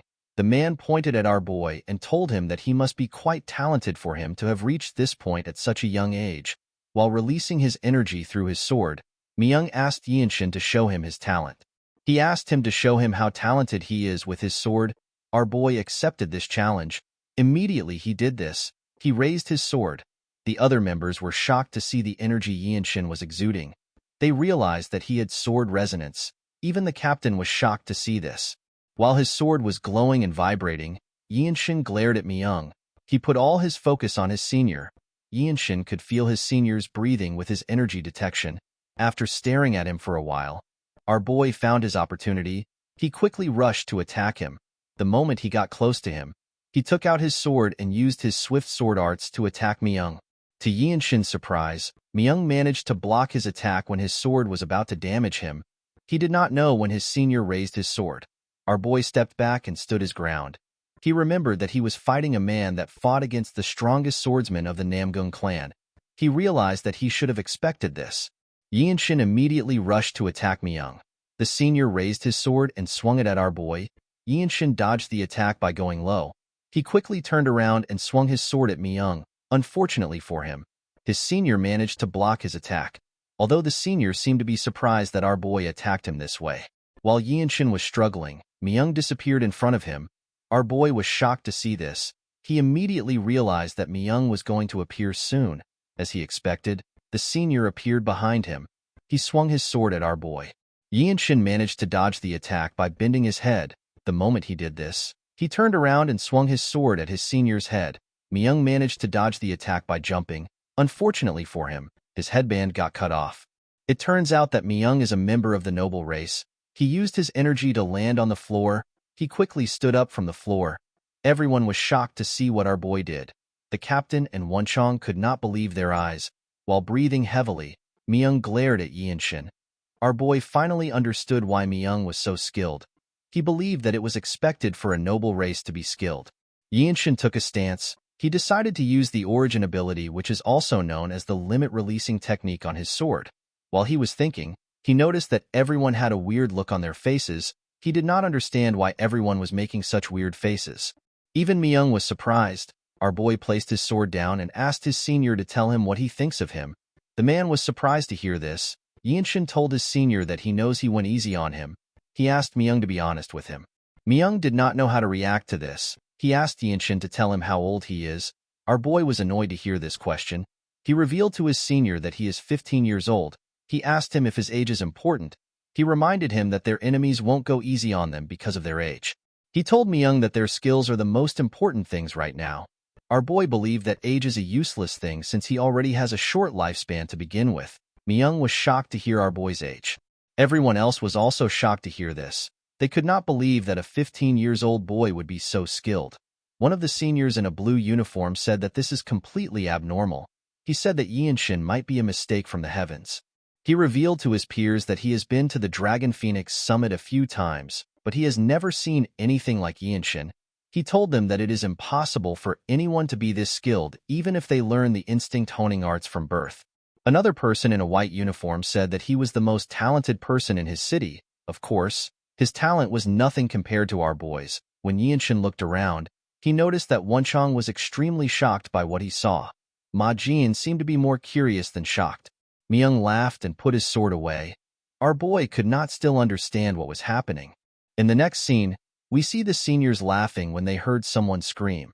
It turns out that the captain had punched Wonchong with his hand, which he had covered with his energy. The poor boy was struggling to breathe. Ma Jian told Wonchong that it is actually a bit impressive that he is still standing rather than sprawled on the ground. He asked the boy to go back and solidify what he has learned. Wonchong accepted the order. The captain turned to the side. He saw our boy circulating his energy while his eyes were closed. When Yinshin opened his eyes, the captain asked him if he has understood the crux of the steps. Our boy told the man that it is to think and act in a seamless manner. Ma Jin told Yinshin that he is correct. According to the captain, there is always a way for a person to move, regardless of the situation. The true crux of the Radiant Demon Arts is to move seamlessly without disrupting the path of your attacks. Ma Jin told our boy that he must now understand the deeper meaning of the path of attacks. Yinshin was surprised to hear this. The captain realized that it will be much better and faster if he shows it to Yinshin. He moved close to a sculpture and placed his hand on it. He asked the two boys to look carefully. Ma Jin released a small portion of his energy. He took a deep breath. After doing this, he took away his energy. Yinshin was surprised to see this. He noticed that his captain was completely relaxed. The captain raised his other hand. He clenched his fist and used it to destroy the sculpture in one strike. The seniors seemed to be impressed with their captain. Yinshin and Wonchong were shocked to see what he did. Ma Jin explained to the boys that using the strongest attack at the perfect time is the path of attack. He told them that if they follow a path of an attack, the most powerful attack will be unleashed. Yinshin realized that their captain was telling them that they need to grasp the timing of unleashing their strength. The captain told the boys that he does not expect them to be able to do it immediately even though he just showed it to them. He told them that it is not something a person can master after just seeing it once. He revealed to them that this is a technique that they have to learn throughout their lives. Yinshin was surprised to hear this. He asked his captain if he is certain. His captain's words did not make sense to him because he felt like he could do it right now. Our boy decided to try it out. He walked past his captain.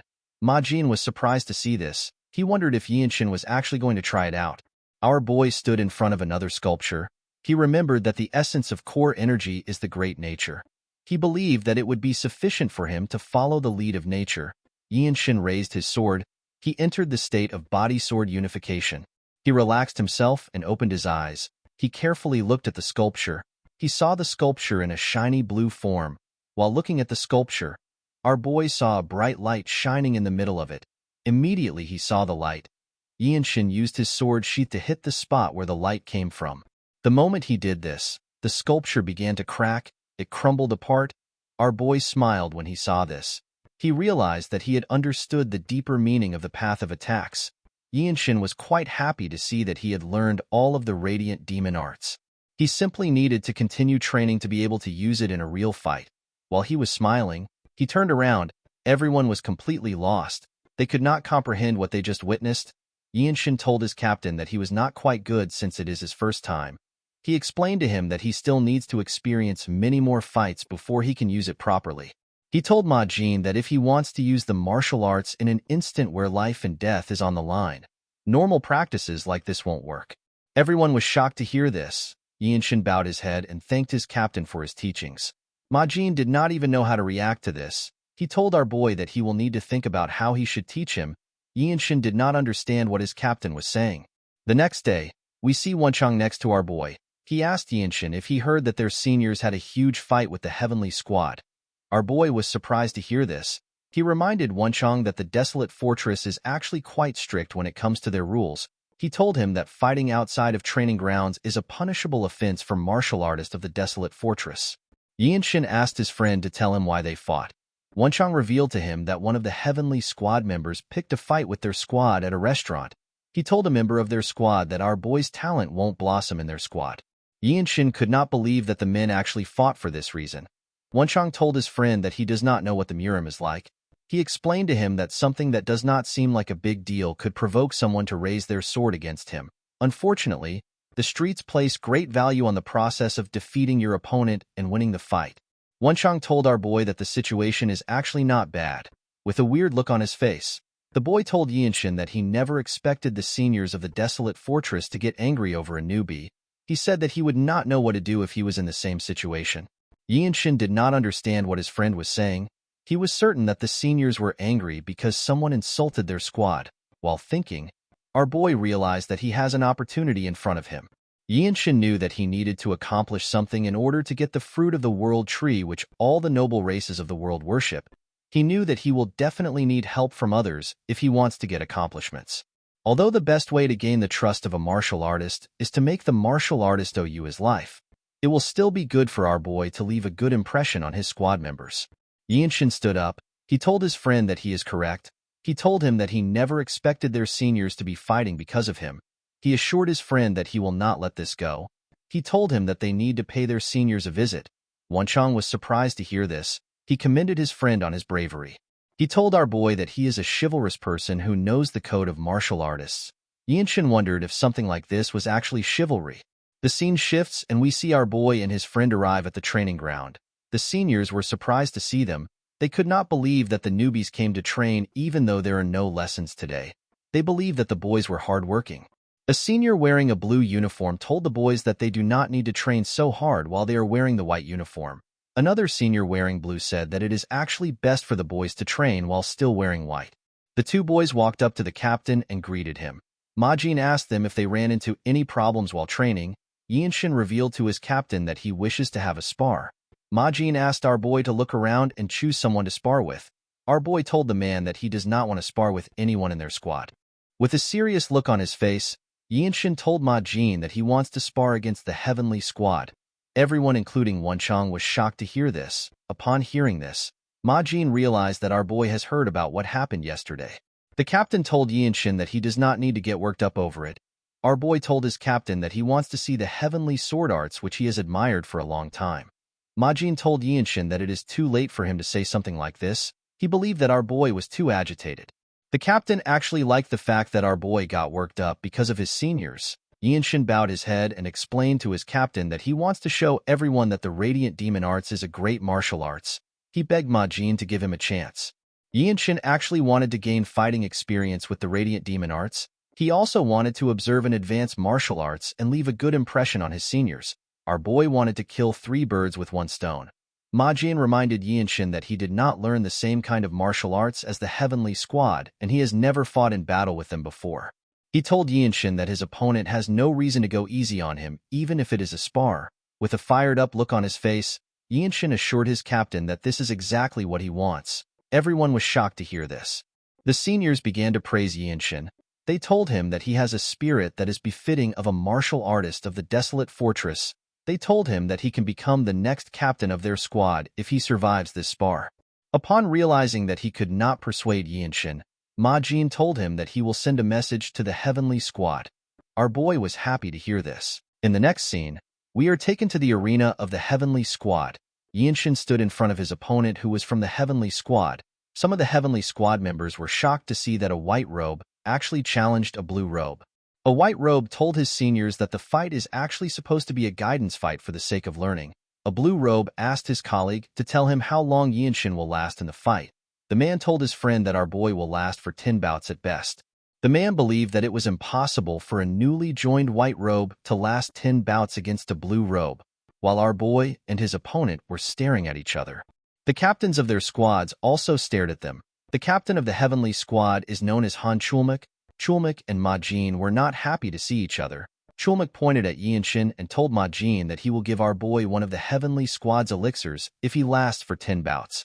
Majin was surprised to hear this. He told the man that an elixir might be too much to bet with. Chulmak asked the captain if he is scared that he will lose. Ma Jin asked the man to not provoke him. He reminded him that the desolate fortress's elixirs are valuable and they are not something that should be used frivolously. Chulmak was annoyed to hear this. He explained to Ma Jin that the honor of their squads is on the line. He asked him if this is not important to him. Ma Jin let out a sigh. He decided to accept the deal. Chulmak happily sat down when he heard this. He told Ma Jin that they need to trust their own people as leaders of the group. Ma Jin smiled when he heard this. Yinshin's opponent moved close to him and asked him if he just joined the organization. Our boy bowed his head and introduced himself to the man. In the desolate fortress, people start as white-robe warriors before advancing to a blue-robe warrior. However, not everyone becomes a blue-robe warrior. There are some people who take more than 10 years to become blue-robe warriors. The blue-robe warriors are people who won't lose to even the pinnacle martial masters who represent major sects. The man revealed to Yinshin that he has trained in the heavenly sword arts for 20 years. He told our boy that although swords are said to have no eyes, the sword of masters do have eyes. With a serious look on his face, the man told Yinshin that this does not mean anything to him. He assured our boy that he will not show him any mercy. Yinshin told the man that he has no problem with this. The man was surprised to see how calmly he spoke. He drew out his sword. He then released his energy. Everyone focused their attention on the man. Yinshin smiled when he saw this. He was curious about the kind of sword style that a blue robe of the heavenly squad uses. Our boy quickly removed this thought from his head. He believed that he did not need any of this unnecessary thoughts. He told himself that the sword style the man used is irrelevant. He said that he will simply use his own style of martial arts. The man covered his sword with his energy. He told our boy that he will let him have the first attack. He asked him to come at him. Yinshin activated the limit-releasing technique. He quickly rushed to attack the man. He swung his sword at him when he got close to him. The man managed to block the attack. He realized that our boy was quite fast. Yinshin raised his sword and began to attack the man fiercely. The man could only block our boy's attacks. The captain of the heavenly squad and his squad members could not comprehend what they were seeing. Chulmak could not believe that a white robe was this fast. Ma Jin smiled when he saw the look on his face. He knew that anyone would be shocked to see this level of skill from such a young boy. Although he knew that Yinshin is skilled, Ma Jin knew that it will be impossible for our boy to win if he doesn't make use of this opportunity. While fiercely attacking him, Yinshin moved closer to the man. The man was startled when he saw this. Before he could react, our boy continued his rain of attacks. The man could barely keep up with the attacks. Yinshin realized that he has gotten stronger after entering the desolate fortress. His body was now on a different level. It was trained with the Jung clan's movement art and the principles of martial arts. Our boy carefully moved to the side. The more inclined the sword trajectory is, the more back muscles it uses. When taking a step forward and turning with core energy, a rotational force is created. With this rotational force and his well-trained body, Yinshin used his sword to land a heavy hit on the man from the side. Everyone was shocked to see this. Before the man could regain his stance, Yinshin moved closer to him. He used the rotational force to knock the man's weapon out of his hand. Our boy could not believe that he had learned a new move. Yinshin put his sword to the man's neck. The man realized that he had lost. Our boy took a deep breath and glared at the man. The heavenly squad members could not comprehend what they just saw. Chulmak was quite annoyed. Ma Jin was happy to see the look on his face. The referee announced that our boy won the fight. The Radiant Demon Squad began to cheer when they heard this. While the man was doing his best to fix his hand, Yinshin put his sword into his sheath. Our boy knew that he was lucky. He only won because he had an overwhelming momentum due to the fact that he took the man by surprise. Our boy was certain that the results would definitely be different if he fought the man again. Yinshin bowed his head and thanked the man for giving him the opportunity to observe such a high-level swordsmanship. The man smiled when he heard this. He turned around and went to pick up his sword. He revealed to Yinshin that he was surprised by his sword trajectory and his rotational force. He told our boy that he possesses a martial prowess that is beyond his years. He explained to Yinshin that he has an incredible talent for swords. The man now understood why our boy is called the Lightning Genius. He could not believe that Yinshin actually possessed a martial prowess that is unfathomable even though he is so young. He told our boy that he is envious that the Radiant Squad found a treasure. The other people in the arena could not still believe their eyes. Ma Jin stretched out his hand to Chulmak. The man was annoyed to see this. Yinshin decided to name his new technique as the Energy Accumulation Discharge. While he was looking around, his captain walked up to him. With a smile on his face, Ma Jin threw a box to our boy. When he opened the box, he was shocked to see what was inside. Ma Jin told our boy that he is holding an elixir of the Heavenly Squad. The elixir was a small golden pill. He revealed to Yinshin that the elixir now belongs to him. The scene shifts and we see members of the Radiant Squad surround a particular building. At the entrance of the building, we see the noble race man and a woman looking around. This woman is known as the Zen Demon Sword. Her name is Beck Mirio. Mirio told the man that Yinshin is a monster. She never expected him to defeat a skilled swordsman like Gukikwan, someone who is a blue robe of the Heavenly Squad. Mirio revealed to her colleague that our boy is actually quite hardworking, humble, and polite. She told him that Yinshin is also good at seeing through martial arts. The man explained to her that they have never seen someone as talented as Yinshin. According to Mirio, when she uses a technique while sparring, our boy is somehow able to apply the same principle in a different posture. The way he executes the technique is even more precise than normal. Mirio revealed to her colleague that she would hate to use exclusive martial arts in front of Yinshin. She explained to him that our boy has some sort of innate talent for reinterpreting martial arts. The man agreed with his colleague. He told her that it is as if our boy learned the martial arts a long time ago. He believed that Yinshin is a true monster. The scene shifts and we are taken inside the building. We see Yinshin on the floor and Ma Jin next to him. The captain told our boy that he does not know the amount of energy he will be able to draw out of the elixir. People usually absorb about 60 to 70% of the elixir, but depending on the situation, it could be lesser than that. Ma Jin explained to our boy that he will damage his energy core or blood vessels if he acts recklessly because he feels like he is absorbing less. He asked him to not be too obsessed with absorbing it. Our boy assured him that he understood. According to the captain, the way to consume an elixir is to allow it flow into your core energy and to circulate that energy endlessly until it has completely melted. Ma Jin assured our boy that he will step in and help if his energy circulation becomes unstable. He asked him not to get surprised and to act accordingly. After hearing this, Yinshin put the elixir into his mouth and swallowed it. The moment he did this, he closed his eyes. Yinshin could feel his energy increasing immediately. The elixir entered his body. A bright golden light shined from our boy's chest. Yinshin began to gather energy around him. The moment he did this, Mirio and her colleague turned around. They could feel his energy. They realized that our boy had started to absorb the elixir. Mirio wondered about how strong Yinshin will become after he absorbs the elixir. The elixir shined like the sun in our boy's body. Yinshin carefully circulated its energy around his body. Ma Jin was surprised to see what was happening. He was certain that this was Yinshin's first time absorbing an elixir. He did not understand why the circulation of his energy was extremely natural. The captain could tell that there was no need for him to help our boy. After circulating his energy for a while, the energy around him dissipated. He opened his eyes and looked at his hands. He felt the new energy in his body. With a nervous look on his face, the captain congratulated Yinshin. He told him that he has completely absorbed the elixir. While looking at his hand, our boy revealed to his captain that his new core energy is quite strong. Ma Jin never expected him to completely absorb the elixir. He was more surprised by the fact that our boy did this without his help. While looking at his body, our boy sensed something. Now that Yinshin had more energy, he could detect the presences that he was not able to detect before.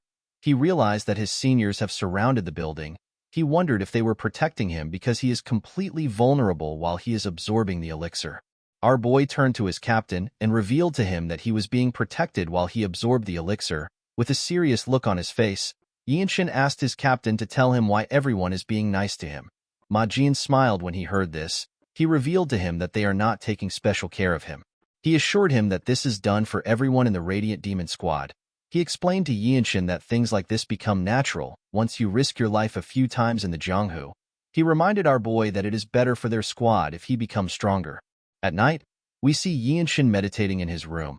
Our boy realized that the amount of energy he had before cannot be compared to what he has now. Yinshin decided to go to the training ground. He wanted to see how much stronger his martial arts had become. While he was walking to the training ground, the Zen Sword Demon called out to him. Our boy was surprised to see the woman. Mirio asked him if he came out because he could not wait to test himself. Yinshin told her that he did. The Zen Sword Demon revealed to our boy that she realized something after seeing his fight. Yinshin was surprised to hear this. He congratulated her for learning something. The woman told him that she only learned a small move. She apologized for interrupting his plan to train. She asked him if he would like to spar with her. Yinshin bowed his head and told Mirio that he can always train alone anytime. He told her that it is a rare opportunity for him to be able to spar with the Zen Sword Demon's palm strike technique. The woman put her hand together and asked Yinshin to simply call her Mirio. After greeting each other, the two put some gap between themselves. Yinshin pulled out his sword and said that he will be making the first move. With a smile on her face, Mirio took a stance. Our boy quickly rushed to attack her. He tried to pierce her with his sword. Mirio dodged the attack and grabbed Yinshin's hand. She covered her hand with her energy and used it to hit our boy in his stomach. The attack pushed Yinshin back. Before he could regain his balance, Mirio moved close to him. She covered her other hand with her energy. Upon seeing this, Yinshin also did the same. When Mirio attacked him, he used his hand to block the attack. Unfortunately for our boy, he was not strong enough to completely block the attack. He got pushed back. Mirio told Yinshin that he is quite scary. While looking at his hand, our boy asked his senior if she trained to use the one-inch strike. The woman told him that she did. According to Mirio, a swordsman that has learnt the Radiant Demon art can't only use a sword. The one-inch strike is very useful in close combat. In order to deal with the energies mixed in the body, a person needs to first destroy the enhanced protection energy with the one-inch strike. The Zen Sword Demon explained to Yinshin that after using core energy in the burst discharge to increase tension, the one-inch strike becomes really efficient. Our boy glared at his senior when he heard this. He asked her if he is allowed to say something. Mirio asked him to speak freely. He revealed to her that he has been more sensitive to detecting energy ever since he was young. He told Mirio that the way she used her core energy attracted his attention. The woman was surprised to hear this. She asked Yinshin if he was really able to see the movement of her core energy. Yinshin told his senior that he can't see her core energy. Mirio asked him to tell her how he was able to know the movement of her core energy. He explained to her that he was simply able to see the flow of the burst discharge and the waves of core energy that were generated outside. Mirio found this hard to believe. She explained to our boy that even purple robe martial masters do not have energy detection skills that is on this level. In the Desolate Fortress, there are white, blue, black, and purple robes. Purple robe martial masters are at the top of the hierarchy. The Zen Sword Demon realized that she was talking to a genius. She decided to take Yinshin's advice. Our boy revealed to her that her palm strike is more suited for puncturing technique rather than the one-inch strike. While remembering the fight, Yinshin told her that the technique may seem more suited for the one-inch strike. He told Mirio that her technique will be more powerful if she was to use it with the puncturing technique. Mirio seemed to be offended when she heard this. She asked him if she looks like an idiot that can't use something as simple as a puncturing technique. She asked him if he believes that this was the reason why she did not use the technique. Yinshin realized that she was angry. He apologized to her for saying something that upset her. To his surprise, the Zen Sword Demon turned around and apologized to him. She also thanked him. Yinshin watched her as she left the training ground. The scene shifts and we see Mirio in her captain's office. She revealed to him that Yinshin has figured out her martial arts. She asked him if he has ever told our boy about the origin of her martial arts. Majin asked the woman to stop spouting nonsense. He told her that he can never share something so important. The Zen Sword Demon was surprised to hear this. She wondered about how Yinshin understood her martial arts. Majin asked his subordinate if our boy figured out that she tweaked the Heavenly Demon Sacred Art, which is a lost martial arts. Mirio told him that Yinshin probably found out about it. Majin smiled when he heard this. He stood up and told his subordinate that Yinshin is special. He assured her that it would be hard to find anyone like him in the Jianghu. He explained to her that people like our boy occasionally appear in the world. They become pinnacle martial masters who are considered the strongest in the world alongside the noble race and the iron race. Mirio asked her captain if Yinshin is truly so special. The man assured her that he is. He told her that our boy is the future of the Desolate Fortress. Majin advised his subordinate to not underestimate his advice and to not think about it as trivial. The Zen Sword Demon asked her captain if he is telling her to discuss the Heavenly Demon Sacred Arts with our boy. Majin explained to her that there are limits to learning the martial arts alone. He told her that he does not have enough time to help her. He assured her that the best thing to do right now would be to seek Yinshin's help. He revealed to her that our boy possesses the qualities of a martial arts founder who can adapt any martial art to one's body. Mirio was shocked to hear this. Ma Jin asked her to not be bothered by this. He took out a scroll and revealed to her that a small mission just came in. Ma Jin ordered Mirio to team up with Yinshin and observe how he overcomes life and death situations. He asked her to see if Yinshin is truly special.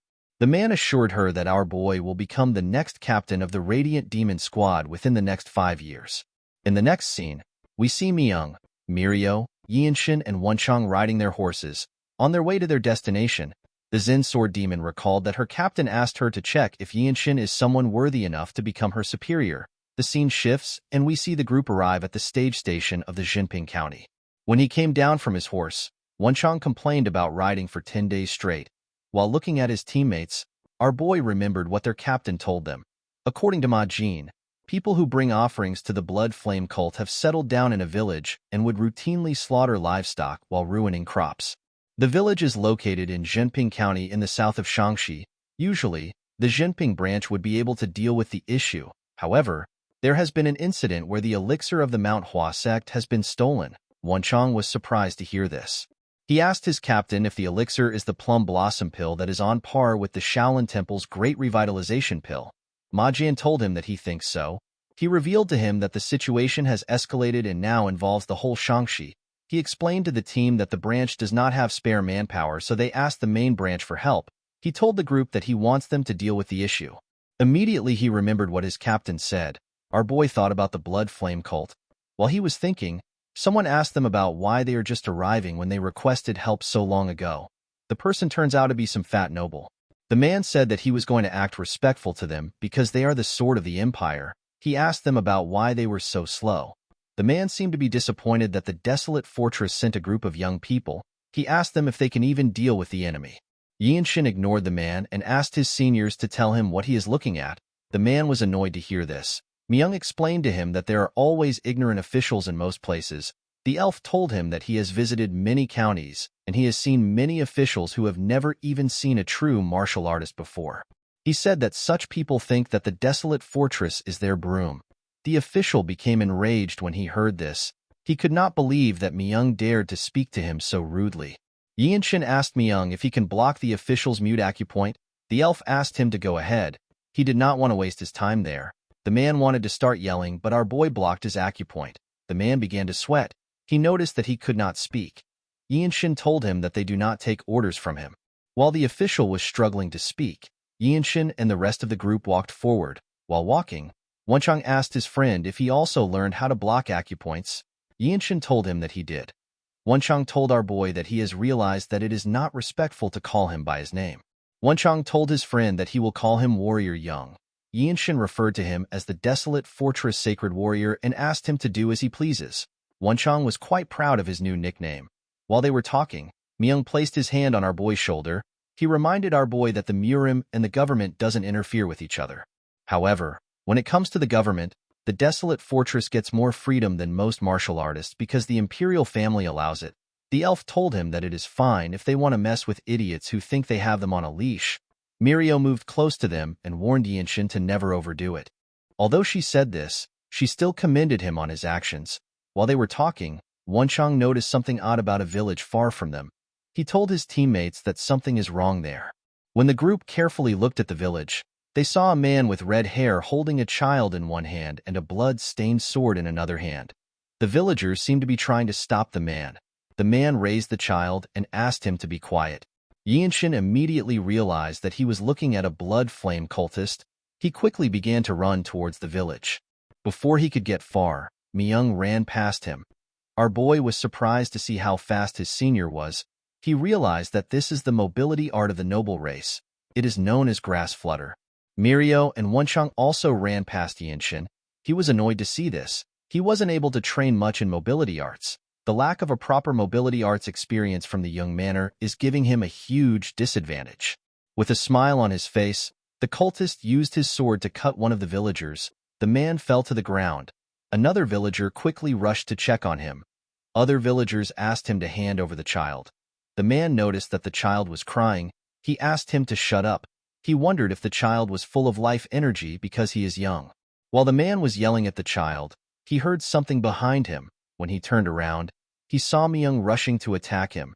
The The cultist managed to block the elf's attack. He quickly took a defensive position. The moment he took a stance, he noticed that the child was no longer with him. It turns out that Myung took the child when he attacked him. The man took a look at the symbol on Myung's clothes. He realized that he was from the desolate fortress. He was quite shocked to see that he was a blue-robe martial master. When the cultist turned to the side, he saw Mirio. He could not believe that there were two blue-robe martial masters next to him. The man grit his teeth out of anger. He began to release a large amount of energy. Myung and Mirio immediately took a stance. To their surprise, the man jumped away after gathering his energy. The two of them did not understand what was happening. They assumed that the cultist was going to fight them. Due to how fast he was, Mirio was able to deduce that he sacrifices his own lifespan in exchange for speed. She said that the blood flame cultists are the worst. When she turned to the side, she noticed that her juniors were just arriving. The scene shifts and we are taken to an inn. Mirio told Wonchang that his overall martial arts is alright for a white robe, but his stamina is lacking. She asked him to train to improve his stamina from now on. He bowed his head and said that he will do his best. The woman turned to Yinshin and told him that his basics are surprisingly well trained. She said that it is rare to find someone like him even amongst the 9 great sects and the 8 great clans. She revealed to him that she was able to notice this when she saw him running without any techniques. The Zen Sword Demon told our boy that there is probably no one in the Radiant Demon Squad that holds a candle to him when it comes to physical abilities. She pointed at Myung and said that someone like him could never be his match in terms of physical abilities. Myung laughed when he heard this. He told Yinshin that it is actually true. He asked him not to be disappointed about not knowing any mobility arts. He took a look at our boy. He noticed that he was a bit sad. The elf stood up and asked him if he wants to learn mobility arts from him. Yinshin was shocked to hear this. He asked him if he is certain. Myung explained to our boy that he cannot teach him the martial arts of his household, even if he wants to teach him mobility arts. He told him that this mobility arts is how the noble race moves. According to Myung, people are not able to use it even if they know how it works. The elf told our boy that he thinks he might have a shot at it. Yinshin could not believe that he can learn how the noble race moves. Myung asked him not to be too happy. He revealed to him that no one in the Radiant Demon Squad was able to learn it. With a nervous look on her face, the Zen Sword Demon told her juniors that Myung has actually taught those in the squad who wanted to learn. However, no one successfully learned it. Myung gathered energy at the tip of his feet. With a smile on his face, the elf explained to him that this mobility art does not rely on anything physical. Yinshin was surprised to see how his senior gathered energy at the tip of his feet. He was certain that there were no sudden movements in his core energy. Myung revealed to him that this is simply how the noble race walks and runs. The elf began to walk on a tree. Yinshin noticed that his footsteps were quite light and he couldn't sense his presence. Our boy could tell that his senior was not using core energy. Instead, it was something similar to core energy that was supporting his body. After looking around, Myung carefully jumped down from the tree. Even when he was coming down, he looked like a leaf falling from a tree. With a smile on his face, Myung asked his junior if he understood the technique. Our boy explained to him that he is thinking of what he can do to use core energy to create wind. He told him that he does not have authority like the noble races. Myung was shocked to hear this. He asked Yinshin if he was able to tell that it is the energy of nature just by watching it once. Our boy asked his senior if this wasn't the reason he showed him the technique. The others did not even know how they were supposed to react to this. Yinshin thanked his senior for providing him with some good ideas. Our boy began to think of ways to recreate this mobility art. Mirio and Myung were shocked to see this. Wonchang realized that this was going to take a lot of time. He turned around and said that he will get them a place to stay. Later in the night, we see Yinshin meditating. He was thinking about the energy of nature. After thinking for a while, Yinshin released some energy. Outside the inn, we see Myung sleeping on a sleeping bag which he attached to the tree. While sleeping, the elf hears someone open the door. When he looked down, he saw our boy. He stepped out and stood in the middle of the place. He looked down and gathered energy at the tip of his feet. Myung was shocked to see our boy using the mobility art of the noble race. In the next scene, we see Wonchang training outside. He seemed to be sad. He could not believe that Yinshin had only been there for a month, and he had already learnt the noble race's mobility art. Myung explained to him that our boy has the qualities of a martial arts founder. He revealed to him that even their captain could not learn the mobility art. He eventually chose to focus on his own mobility art. Mirio remembered what her captain said to her when she heard this. She remembered that Ma Jin asked her to see if Yinshin is qualified to be her superior. While she was thinking, Wenchang asked her if it is alright for them to send our boy out alone. Mirio reminded him that the cultists are people who got scared and hid for a month. She told him that it is simply a reconnaissance mission. She believed that Yinshin is enough for the mission. The scene shifts and we are taken to the mountains. We see Yinshin running with his mobility art. He noticed that his body was much lighter. The proportion of speed and the amount of effort he is using cannot be compared to what it was previously. His body felt amazing. While searching the mountains, our boy finds a cabin. After discovering the hideout of the cultists, Yinshin decided to return back to the inn in order to inform the others. Before he could leave, he saw something horrifying. He saw a cultist drinking a child's blood. The man was sucking the boy's blood through his neck. Our boy became extremely mad when he saw this. He watched the man sink his teeth into the child's skin. While he was drinking the boy's blood, the cultist noticed something odd. He saw someone standing in front of him. The person turns out to be our boy. The man placed the child down and grabbed his sword.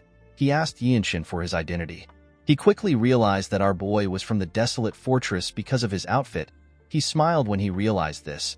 He grabbed his sword hilt and asked our boy if he is alone. Yinshin did not respond to him. The man assumed that he was correct. He called our boy a fool. He could not believe that he came alone even though he is a white robe.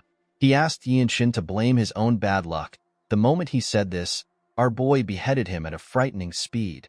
The man did not even know when his head got cut off. It flew up and fell to the ground. After taking care of the man, Yinshin turned to the child on the ground. He remembered how his own family was slaughtered. He covered his sword with his energy. He decided to get rid of all the cultists. He asked the child to wait for a little while. He promised to bury him once everything is over. Immediately he said this, he took a stance. He used the radiant demon art to find the weak parts of the building. The moment he found it, he used another technique of the radiant demon art called swift sword style. His attack tore the cabin apart. The cultists inside were shocked to see what was happening. Some of them got torn apart by the strike. While the last cultist was trying to understand what was happening, Yinshin rushed to attack him. He stabbed him in the chest. He pinned the man to the ground. Yinshin reminded the cultists that their cult believes that the weak are prey to the strong. He asked him to tell him how it feels to be killed by someone stronger. He took out his sword after saying this. When he raised his head up, he saw a huge cave. The cave was hidden behind the cabin. Yinshin could feel a lot of energy coming from the cave. He realized that this was not just the hideout of the Blood Flame cultists, it was also the branch of the cult. Before he could enter the cave, he sensed something. He saw more cultists rushing to attack him. The men could not believe that he would attack their branch carelessly. One of them said that he was going to kill him for the blood he spilled. The poor bastards did not know that they were about to fight an overpowered protagonist. Yinshin noticed that the bastard who said he was going to kill him was the cultist they met when they first arrived. The cultist also recognized our boy. He promised to make him pay with his blood. The moment he heard this, Yinshin rushed to attack the men. He went into their midst. He used his sword to attack them at a speed which they could not react to. The cultists did not even know what happened to them. They all got torn apart without any resistance. Our boy watched their blood splash all over the place. Immediately, he took care of the men. A much more sinister energy was released from the cave. Someone said that he never expected a white robe to cause a ruckus in a place like this. Yinshin noticed that a man was coming out of the cave. He could tell that the cultists on the ground do not have such a dreary energy. Our boy was surprised to feel the energy the man was releasing. He could tell that this man was on a completely different level compared to those he had fought so far. This man was quite huge, and he had blood-red eyes. Yinshin had heard that when a part of a person's body returns to what it used to be, it means that the person has reached the level of being able to refine their core energy. Our boy realized that this is the strongest person that is in charge of this place. He is the branch leader. People like him are called Blood Master Swordsmen in the Blood Flame cult. The cultist took out his blade. With a creepy smile on his face, he told Yinshin that he will use his pain to strengthen his blood. Our boy became nervous when he heard this. Blood Master Swordsman is the title given to the Blood Flame cult's branch leaders, to the normal person or to their subordinates. This people are almost like death gods, and there aren't many martial masters who possess the prowess to kill them. Yinshin and the man glared at each other. Our boy covered his sword with his energy. He decided to go all out before the man gets close. Our boy realized that he was able to win in the past because he launched a barrage of attacks before his opponent could respond. He quickly took a stance. The man smiled when he saw this. He told him that the title of the desolate fortress has made him too arrogant. Immediately he did this. Yinshin activated the limit releasing technique.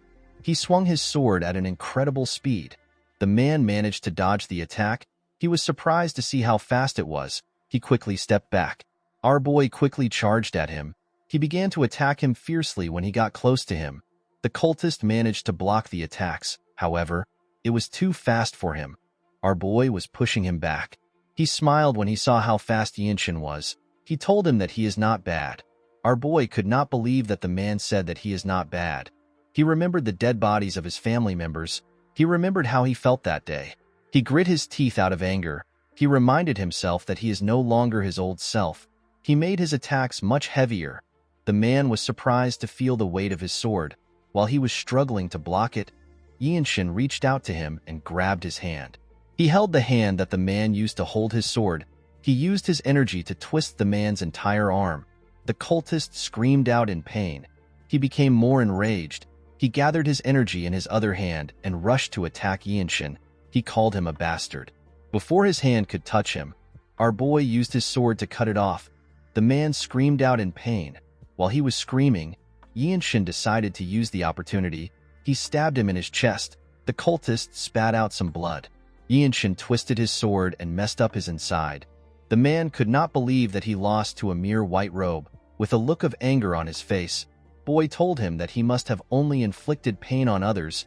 He told him that he must have never received it before. The moment he said this, he took out his sword. The cultist fell to the ground and released some dreary energy. While breathing heavily, Yinshin looked around. He saw a large hole next to him. He put his sword away and moved close to the hole. He found the bodies of the villagers in this hole. These bodies had been drained of their blood. Yinshin felt sentimental when he looked at their faces. He prayed that they would all go to paradise. At night, we see Yinshin return to the inn. Everyone was shocked to see him. He was covered in blood and he was carrying a child on his back. The group stood up when they saw him. Our boy handed the child to Wonchong. The boy was surprised to see that the child was not dead yet. Mirio could tell that her junior fought. She asked him if he is all right. Yinshin realized that she was confused because of the blood. He assured her that he is fine. He revealed to her that the blood doesn't belong to him. He told her that he discovered the blood flame cult branch. Mirio was glad to hear that he is safe. The moment she thought of this, she realized that our boy said that he found the cultist's branch. She and the other members asked him if he is serious. Yinshin revealed to them that they were 8 red-haired cultists. The blood flame cultist that caused trouble in the county was there. He was with a strong cultist that had red and black hair. Mirio and Myung were shocked to hear this. The Zen sword demon told him that the cultist with red and black hair is a blood master swordsman. She realized that our boy truly found the branch of the cult. She could not believe that there was a branch of the blood flame cult that has planted its roots there and is feeding off the people in the county. Myung picked up his sword. He explained to them that the blood flame cult is a target of the desolate fortress that needs to be destroyed. He told his teammates that they will need to raid the branch. The elf commended Yinshin on his accomplishments. He asked him to get some rest. Mirio tapped his shoulder and told him that she will follow Myung to clean up the branch. Our boy explained to them that they do not need to go anywhere. He told them that they simply need to get the government troops to do the rest. He said that the troops need to help the victims. Mirio and Myung were surprised to hear this. Wonchong could not understand why they would need the government troops. Mirio turned around and asked Yinshin if he defeated all the cultists and the blood master swordsman. Our boy told them that he killed them all. The group could not believe what they were hearing. Myung asked him if he really destroyed a branch of the blood flame cult on his own. Yinshin told him that the mobility art he taught him really helped a lot. The seniors did not know how to react to this. The Zen sword demon revealed to him that the blood master swordsmen have strange regeneration abilities. She asked him if the fight was dangerous. Yinshin was surprised to hear about regeneration abilities. He did not experience anything like that. According to Mirio, there were some martial artists who drove them to the brink of death. However, they got stabbed in the back and died because they did not know about the blood master swordsman ability to regenerate. Yinshin picked up something and placed it on the table. The thing turns out to be the head of the blood master swordsman. Everyone was shocked to see the head. Our boy realized that things would have been bad if he did not cut off the cultist's head.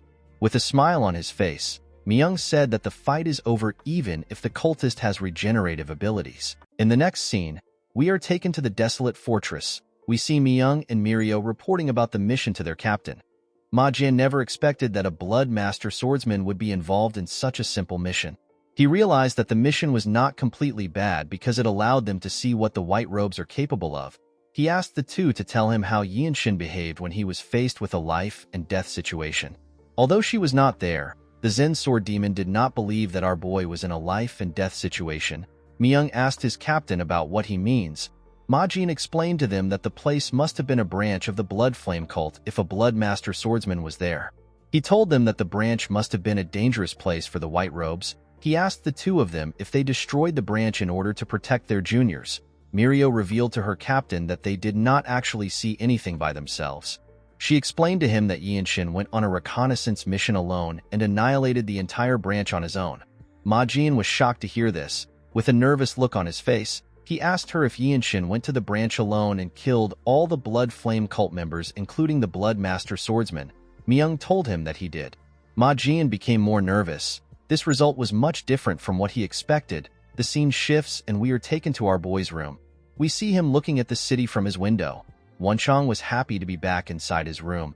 He never knew that he had grown attached to the place. He turned to Yinshin and asked him if he noticed that the atmosphere was a little electric when they returned. Our boy realized that he was right. He told his friend that the people were having a festival. Wonchong told him that he is wrong. He revealed to him that the city is a little rowdy because the former Divine Sword Squad captain has returned. He said that the man has returned to fight for the position of Elder Council Leader. Yinshin was surprised to hear this. According to Wonchong, the former Divine Sword Squad captain brought a boy back with him. The boy is said to be the adopted son of the famed Desolate Ma clan. He is rumored to be extremely talented. Our boy clenched his fist out of anger when he heard this. He remembered that the Desolate Ma clan is his mother's clan. The clan never came to Xingye County before. Not even when his mother got married, even after she gave birth to him. They did not reach out once. Yinshin smiled when he thought of this. He realized that this kind of story is something a person would hear in the villages. It was as if the clan cut off all ties with their daughter who married into a household that would make them seem like they were of a lower class. The next day, we see Yinshin in his captain's office. He asked the man if he called for him. Ma Jin stared at our boy. He noticed that his energy was different. He found it amazing that his energy had changed again. He could tell that Yinshin did not annihilate an entire branch of the Blood Flame cult by luck. Our boy did not understand why his captain was just staring at him. Ma Jin stood up. He revealed to him that the fortress master wants to see the two of them. Our boy was surprised to hear that she wanted to see him. He quickly followed his captain. He asked him if there has been any instances where she would ask to meet white robe warriors after their enlistment meeting. Ma Jin told him that it has never happened before. Yinshin did not know how to react to this. When they stepped outside, we see several blue robe warriors greeting Ma Jin. The blue robes noticed that the lightning genius was with Ma Jin. They had heard about how he killed a blood master swordsman.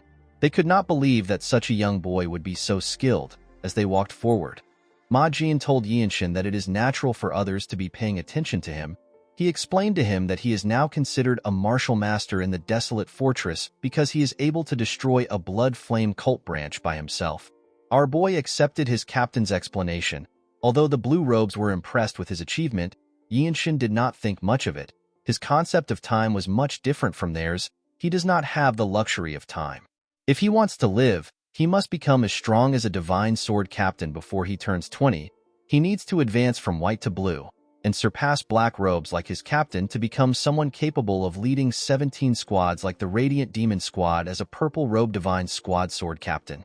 The scene shifts and we see Yinshin and Ma Jin arrive at the door of the fortress master. Before his captain knocked on the door, our boy hears the fortress master tell someone that she heard he has a grandchild. The person said that the blood of a lowly place cannot flow far. Ma Jin knocked the door when he heard this.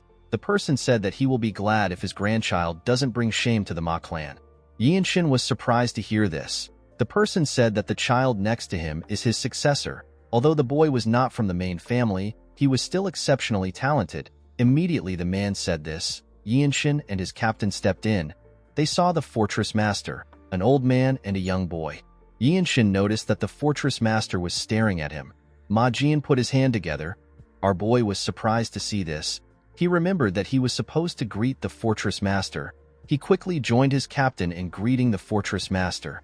Our boy realized that this man was the former Divine Sword Squad captain. He is a purple-robe martial master that is stronger than Ma Jin. The old man turned to him and asked him if he is the lightning genius from the Radiant Demon Squad. He introduced himself as Ma Yanjiak. He said that he used to lead the Divine Sword Squad.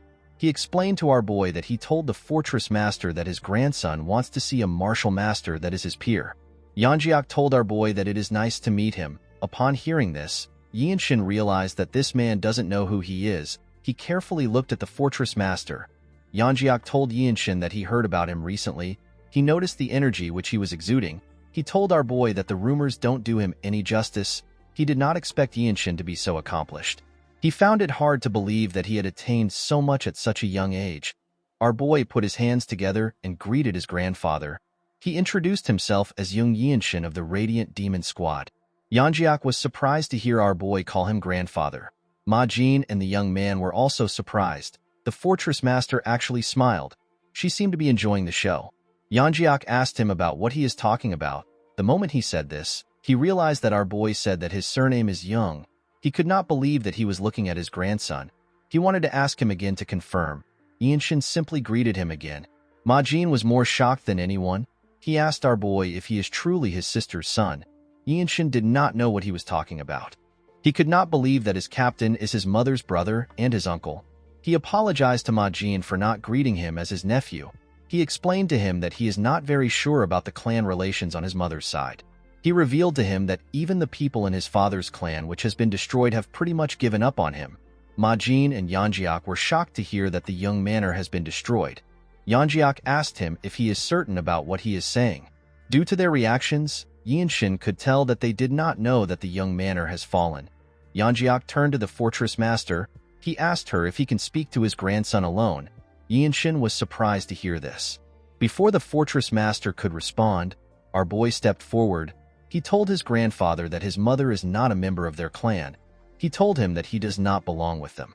He explained to him that he respects his accomplishments as a warrior of the desolate fortress.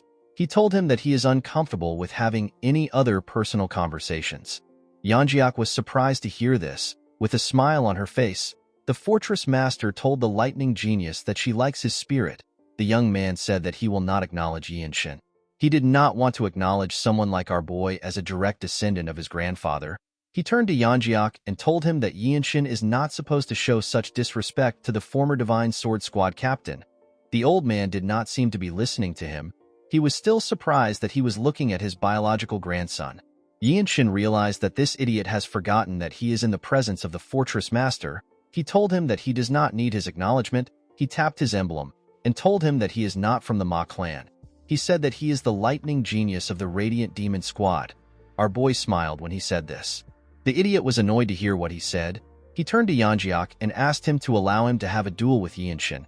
He said that he will prove that our boy is not worthy of being his blood relative. With a cold gaze in his eyes, Yinshin told him that he has no reason to agree to a duel. He explained to him that if he requests a duel for learning, he will accede to it. He said that he has no need to prove his value to their clan. The idiot was annoyed to hear this. Yinshin noticed that the idiot has 2 gauntlets tied to his clothes. He realized that the boy learnt the fist strikes of the Ma clan. The fortress master asked them to stop talking. She said that Yanjiak is an old-time friend who journeyed with her for a long time and Yinshin is a promising subordinate. She told them that any conflict between the two of them will put her in a tough spot. She asked them to settle the issue like martial artists. She asked them to bet what they want from each other. The fortress master knew that the duel was of no benefit to the lightning genius. She promised to grant him a request no matter the outcome of the duel. Our boy was surprised to hear this. He asked her if she will even grant him the item he wants. She told him that it is not possible for now. She explained to him that even his grandfather cannot get the item because he has already received a different reward for his contribution as the Divine Sword Squad captain.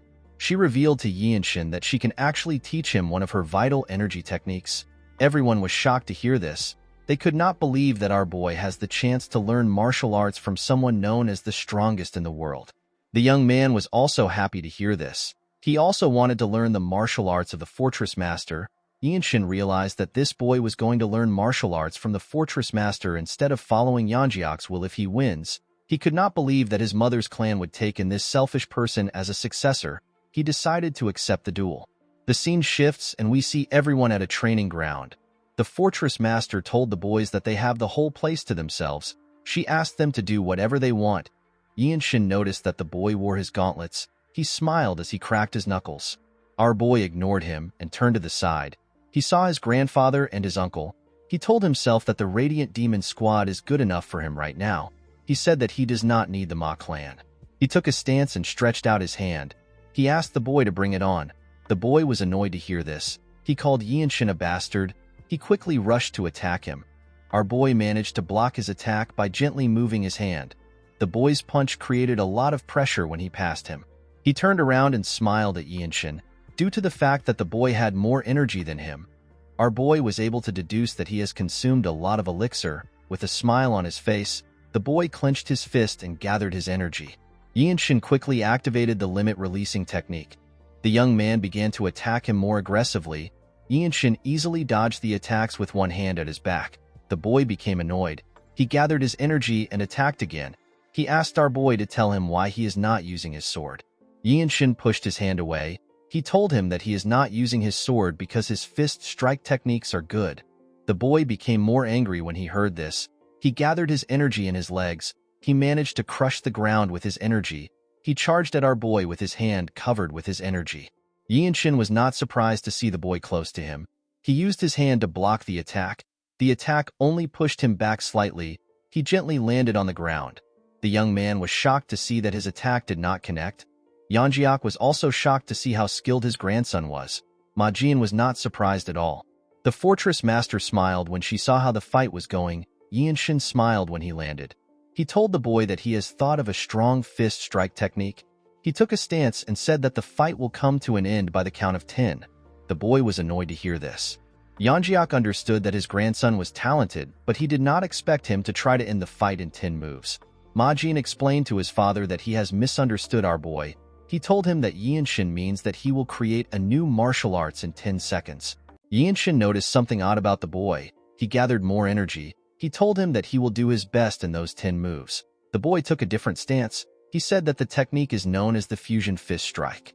Yinshin was relieved to see this. Instead of getting riled up by what he said, the boy actually calmed himself. From the waves of the core energy he was feeling, our boy could tell that his grandfather, who is respected by the world, did not teach the young man in a slidshod manner. Yinshin asked the boy to use whatever strike he wants. He told him that he is also allowed to use a palm strike if he wishes. He asked him to simply do his best. He told him that he will be able to show him plenty things regardless of the strike he uses. The boy became angrier. He charged at Yinshin. The moment our boy saw his fist coming closer, he clenched his own fist. He and the boy attacked each other with their fists. Yinshin used a technique known as the energy accumulation discharge. His fist pushed the boy back. The young man was shocked to feel Yinshin's strength. Our boy did not stop. He charged at the boy. Ma Jin noticed something odd about Yinshin. He noticed that our boy accumulated more energy after the first attack. He was expected to have lost a little since he discharged his energy. When Yinshin got close to the boy, he attacked him with his hand, which was covered in his energy. The attack was known as the accumulated energy second strike. The young man put his hand together to block the attack. Unfortunately for him, Yinshin's fist broke through his defense. Ma Jin realized that our boy got an inspiration for this attack from the fusion fist strike. The young man could not believe that he was pushed back. He could not believe that Yinshin was actually getting stronger. He grit his teeth out of anger. He turned to his master to see the look on his face. Yeonjiak was not impressed or disappointed. The young man gathered more energy in his fist. Yinshin told him that he is doing well. He asked him to show him more. He told him that he can do anything he wants. The boy was annoyed to see that our boy was treating the duel as a lesson.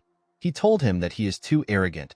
He charged at him with a palm technique that was quite fast. Yinshin used the accumulated energy third strike. The attack pushed the boy's palm away. Before he could fall to the ground, Yinshin grabbed his clothes. The boy was shocked to see this. Our boy gathered his energy in his palm. He found palm strikes to be interesting. The young man could not believe that Yinshin was about to use a palm strike. Our boy pulled him closer and used the accumulated energy fourth strike.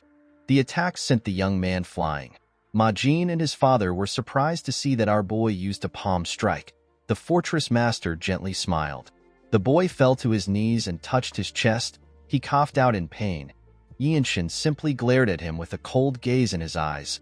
The young man became scared when he understood how powerful our boy is. Ma Jin and Yanjiak realized that our boy created a fist art that gets stronger the longer the fight lasts. They could not believe that Yinshin actually created a martial art like this in such a short time. Our boy gently circulated his energy around his body. He looked at his hands. He did not expect to create a martial art that can be called a famed ultimate technique. The fortress master told him that the fight was really good. She did not think that she would witness someone creating a martial art. Yinshin said that he is embarrassed. He asked her if he did not waste her time. The fortress master told him that he is being too humble. She asked him if he has decided on a name for his new technique. Yinshin revealed to her that the new martial art will be called the Infinite Blossom Fist Strike. The fortress master smiled when she heard the name. She realized that our boy was trying to say that the martial arts is a fist strike that blooms endlessly. She told him that it is a perfect name. Ma Jin congratulated his subordinate on his achievement. He told him that he created an incredible martial art. Yinshin looked at his hands and said that he only managed to work out the framework.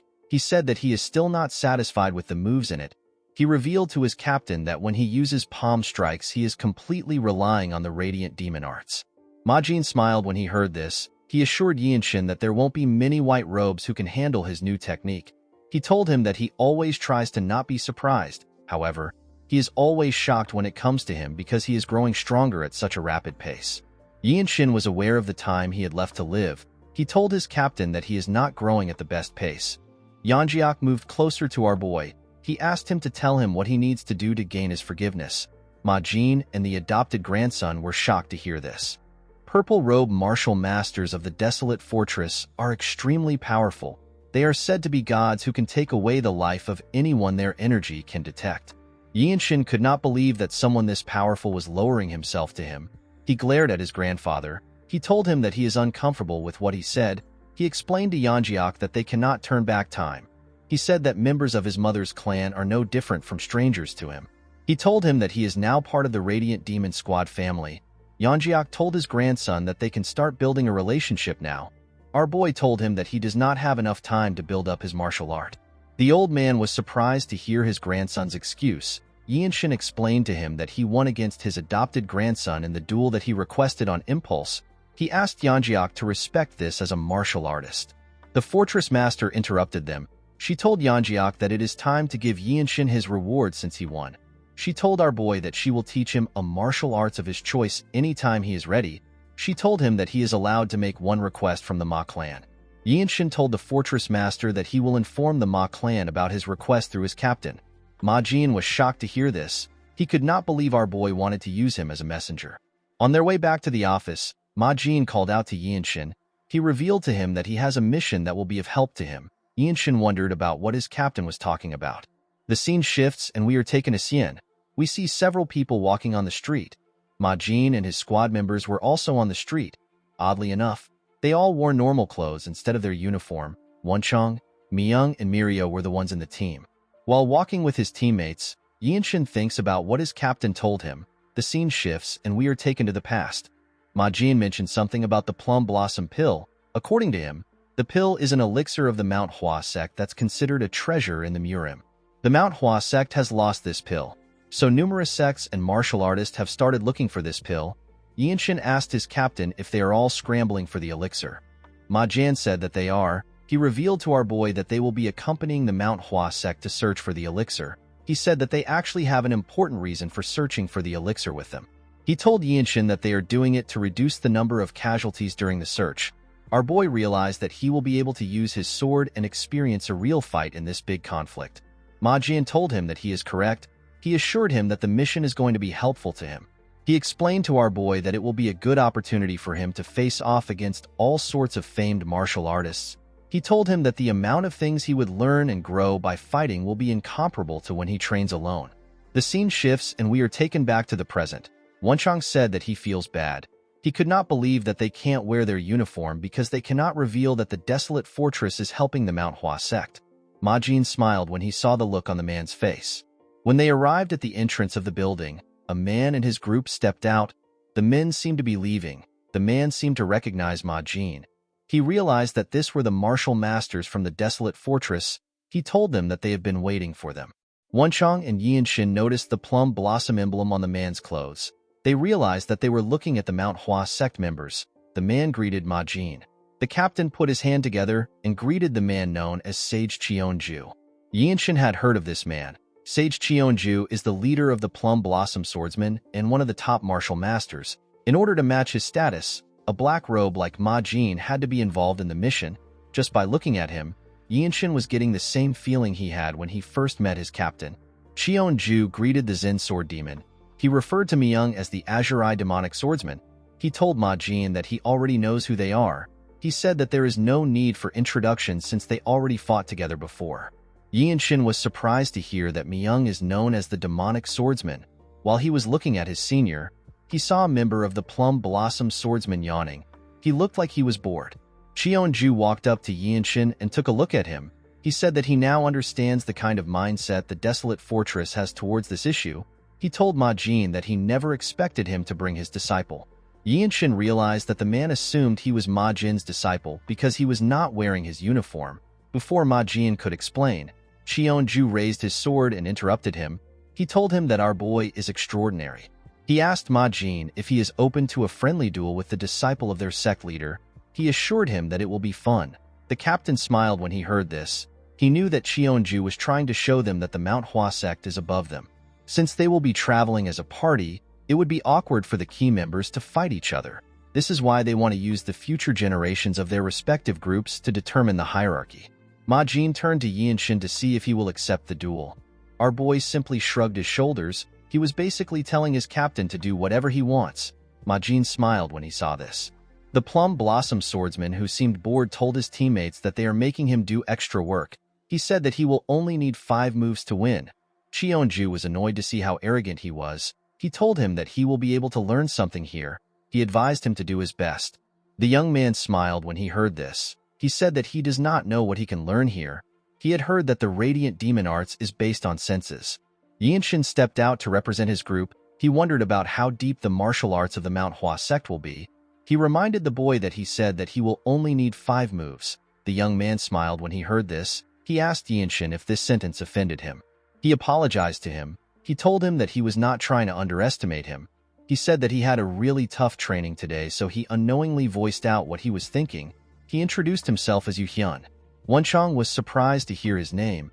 He could not believe that he was looking at the Mount Hua sect sword dragon. He heard that Hyun was the best disciple of the sect leader. Mirio revealed to him that Hyun is known as the future of the Mount Hua sect. There are rumors saying that he has already started learning the Violet Dawn sacred art. Wenchang could not believe that Yinshin was supposed to win someone this powerful. Our boy dropped his bag on the ground. He carefully moved his wrist. With a smile on his face, he introduced himself as young Yinshin. Hyun smiled at Yinshin. He activated a technique known as Invisible Wind Stride and charged at Yinshin. He attacked him with a palm technique. The technique contained a variety of moves. Our boy realized that this was the Falling Blossom Palm Strike. Hyun attacked him with a confident smile on his face. Yinshin activated the first strike of the Infinite Blossom Fist. The technique is known as Vortex. He was able to disrupt Hyun's flow with his technique. Hyun had to bend his head to dodge the attack. He was shocked to see what just happened.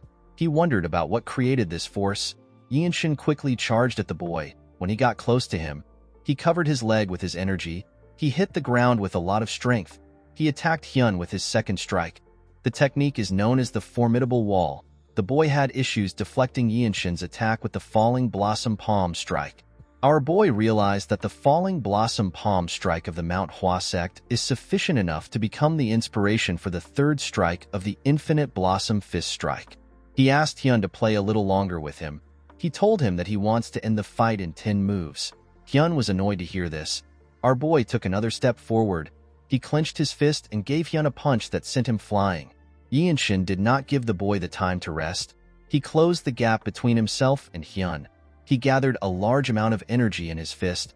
His energy looked like a flower that was about to blossom. He landed multiple punches all over Hyun's body. The boy screamed out in pain. He fell to the ground and rolled over. The the members of the Manhwa sect were shocked to see what happened. Yinshin took a look at his fist. He realized that he can use the last attack as his third strike. He decided to name the third strike the Flower Strike. Yinshin noticed that everywhere was quiet. When he looked up, he saw everyone staring at him. They were all shocked by what they just witnessed.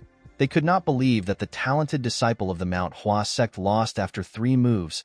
They wondered about who our boy was. Cheonju was annoyed to hear what they were saying. He ordered one of his sect members to get Hyun. A huge man stepped out and carried the boy on his shoulder. Cheonju turned to Ma Jin. He told him that the desolate fortress has been raising a dragon. He asked him if the desolate fortress still wants to gain more control of the Murim. The captain said that he is overreacting. He told him that the desolate fortress won't do anything as long as no harm comes to the people of the country. Cheonju asked him to stop using excuses that make sense. He turned to our boy and called out to him. He told him that he had a good martial arts performance. Although Yinshin's last attack was similar to the Falling Blossom Palm Strike, Cheonju could tell that it was completely different. He knew that there was no way Yinshin had learned any martial arts of his sect. He told our boy that he never expected that there would be a martial arts similar to theirs. He said that the duel will provide enough motivation for their sect leader's disciple who has gotten lazy in his training. He told Yinshin that the Manhwa sect will welcome him as a guest if something causes him to leave the desolate fortress. Ma Jin and the rest of his group were shocked to hear this. Ma Jin turned to the sage. He told him that he has crossed the line. Cheonju raised his hand to show that he understands. He admitted that he got ahead of himself due to his greed. He apologized to Ma Jin. He told him that he couldn't help himself because there is a brilliant talent in front of him. Someone called out to Yinshin through telepathy. Our boy was surprised to hear a voice in his head. The person turned out to be Mirio. The Zen sword demon told him that he looks like he is having trouble standing. Yinshin smiled when he heard this. He revealed to her that he used up all his core energy in his last attack. The Infinite Blossom Fist Strike uses burst discharge in all its stances. This is why it consumes a large amount of inner energy. Our boy realized that he still needs to use a sword when fighting for real. The scene shifts and we are taken to an inn. After Yinshin explained the situation to his seniors, Myung told him that he needs to open up his center energy core quickly. Our boy was surprised to hear this. Myung explained to him that he needs to make up for his lack of inner energy with stamina. Yinshin asked him about how this was related to his center energy core. Mirio realized that he did not know that this was the function of the center energy core. According to the Zen sword demon, the center energy core possesses an efficacy that even the upper dantian, which is said to house the divine in the mind, cannot bestow. She told Yinshin that it will give him a more robust inner energy. Our boy found this weird. Mirio explained to him that it simply means that there is higher efficacy. She asked him if he has heard of martial masters who don't get tired even after fighting for 7 days and nights. Yinshin told her that he has. Mirio explained to him that the masters are able to do this because they train their center energy core. It stabilizes the core energy and allows them to use energy-draining skills multiple times. Even if they are hit by a powerful attack, their energy flow will not get disrupted most of the time. She revealed to Yinshin that Myung was able to fight against the Namgung's strongest swordsman because of his center energy core. Yinshin asked the Zen sword demon to tell him how he can open up his center energy core. The woman told him that it will naturally open as he trains his lower energy core over a period of time. She advised him to circulate energy revolving around his upper body. Yinshin referred to her as senior and asked her if there is a faster way of getting the center energy core. Mirio was shocked to hear this. She gently smiled. She could not believe that our boy called her his senior. Yinshin did not understand why she was smiling. In the next scene, we are taken to a restaurant. We see everyone turn to Mirio when she screamed the name of the battle maniac. Even Wenchang wondered why she was overreacting. Ma Jin told his squad that the battle maniac is the culprit of this incident. He is a notorious thief based north of the Yangtze River. Ma Jin said that the battle maniac was also the one who stole his martial arts manual. He said that this case actually worked out great for him. Wenchang asked the Zen sword demon if a thief stole their martial arts manual, with a serious look on her face. Mirio said that they had a situation in the past. Ma Jin announced to his squad that they will start destroying all the unorthodox factions signboard within Shangxi with any connections to the battle maniac. Wenchang asked his captain about what the Manhwa sect will be doing while they are doing this. Ma Jin explained to him that while they draw the attention of the unorthodox factions, the Manhwa sect will secretly infiltrate them and check out their location. Wenchang was surprised to hear the plan. Yinshin asked his captain if they have any justification to destroy the signboards of the unorthodox factions. Myung smiled when he heard this. He realized that his junior did not know much about unorthodox martial artists. He explained to him that the Empire does not recognize the existence of the unorthodox factions. These factions even dare to collect taxes in the Empire's territory. The Empire determines whether a group is orthodox or unorthodox through a very simple method. They base it on whether the people offer money to the factions willingly or if their money is getting stolen with a blade pointed to their face. Ma Jin said that the unorthodox factions are vermin who leech off the country. The only reason they are left alone is because a new group of them will appear even if they destroy the current group. The captain told Yinshin that there is no need for justification when attacking people like them. Our boy asked him about the amount of factions they are going to attack. Ma Jin said that they will start with 6. He told them that he will take 2 factions. Yinshin said that he will also go by himself. Ma Jin asked him if he is trying to claim all the credits for himself. He told him that it is too dangerous. Our boy assured his captain that he will be able to take care of it. Ma Jin explained to him that it is a different matter altogether for him to take on an entire organization. While fighting against a group, there are way too many variables to consider. It can't even be compared to a one-on-one fight. Yinshin told his captain that he will need to experience these things by himself. Ma Jin knew that our boy was right. He told him that he will assign him a mission in the town. He revealed to him that his target will be the Mantis sect that is in a part of Xian known as Lianhu. He told him that the group is quite atrocious. They won't hesitate even when kidnapping women and children. Ma Jin told our boy that his mission is to destroy the sect alone. In the next scene, we see Yinshin walking in the forest. There was a man walking behind him. The man was guiding him to Lianhu. The man told Yinshin that he never expected him to be going alone. He asked our boy to reconsider his decision. He said that the Mantis sect is not to be trifled with. According to the man, the sect has more than 10 men who are well-versed in martial arts. It is said that even a single lower-rank member is enough to defeat a whole alley in Lianhu. Yinshin asked the man to tell him more about the sect. The man revealed to him that the sect took over the streets of Lianhu 3 years ago. They dragged at least a dozen women away to serve them as maids. They are very vicious. They were able to skillfully manipulate the local magistrate. Yinshin asked the man if there is anyone who has seen the sect members use martial arts. The man told him that he heard they use all sorts of weapons. He said that he saw the sect members a few times from afar. They had a few weird curved swords and normal swords. He said that the sect members were so fast that it was hard for people to see everything they were doing. They were able to cut off 2 heads with a single slash. Yinshin realized that these people have learned some martial arts, even though they don't have a developed dantian. He turned around and asked the man about what the government is doing if so many people have been captured. The man revealed to him that the local magistrate makes sure the Mantis sect don't run into any problems since they are in cahoots. When Yinshin arrived at the county, he saw some people gathered somewhere. When he looked in front of them, he saw some young girls tied up. The young girls were being harassed by some men with swords. Yinshin was annoyed to see this. He said that he now understands why the desolate fortress had to come. The men turned to the side when they heard his voice. Our boy stepped out and asked the men if they are government troops. He asked them if these girls are criminals that they tied up. A bald man holding a dagger threw it at Yinshin's head. Our boy caught the dagger. He activated the swift sword style of the radiant demon art. He threw the dagger back at the man. It stabbed him in his head. The man's friends were surprised to see this. They believed that Yinshin was some child who knew martial arts. One of them asked him about where he learned from. He told Yinshin that the way he threw the dagger was weird. He asked him if he learned how to throw it properly. A man in green clothes stepped out. He said that Yinshin was really fast. He asked him for the name of the martial arts he just used. Our boy drew his sword. He told the man that there is no need for him to name such a trivial trick. The man was happy to see Yinshin's sword. He believed that he would get a reward from their sect leader if he was to present the sword to him. The moment he thought of this, Yinshin used his sword to split his head apart. The man's teammates were shocked to see this. Our boy charged at them. He tore all of them apart before they could even draw their swords. Everyone, including the man who brought him there, was shocked to see how he easily took care of them. The men on the other side quickly ran to the girls. They thanked Yinshin for saving the girls. The man who brought our boy was still quite shocked by what he witnessed. Yinshin turned to him and asked him about where the Mantis sect is. The man quickly pointed to a building. Our boy walked towards the building. When he arrived at the gates, he saw the signboard of the Mantis sect. He kicked the gates open with a lot of force. The men in the building were surprised to see a young boy barge into the building. The leader of the sect was surprised to hear that a young boy like Yinshin killed their sect members. Our boy noticed that the man was oddly dressed. He wore a dragon robe, which should only be worn by the emperor.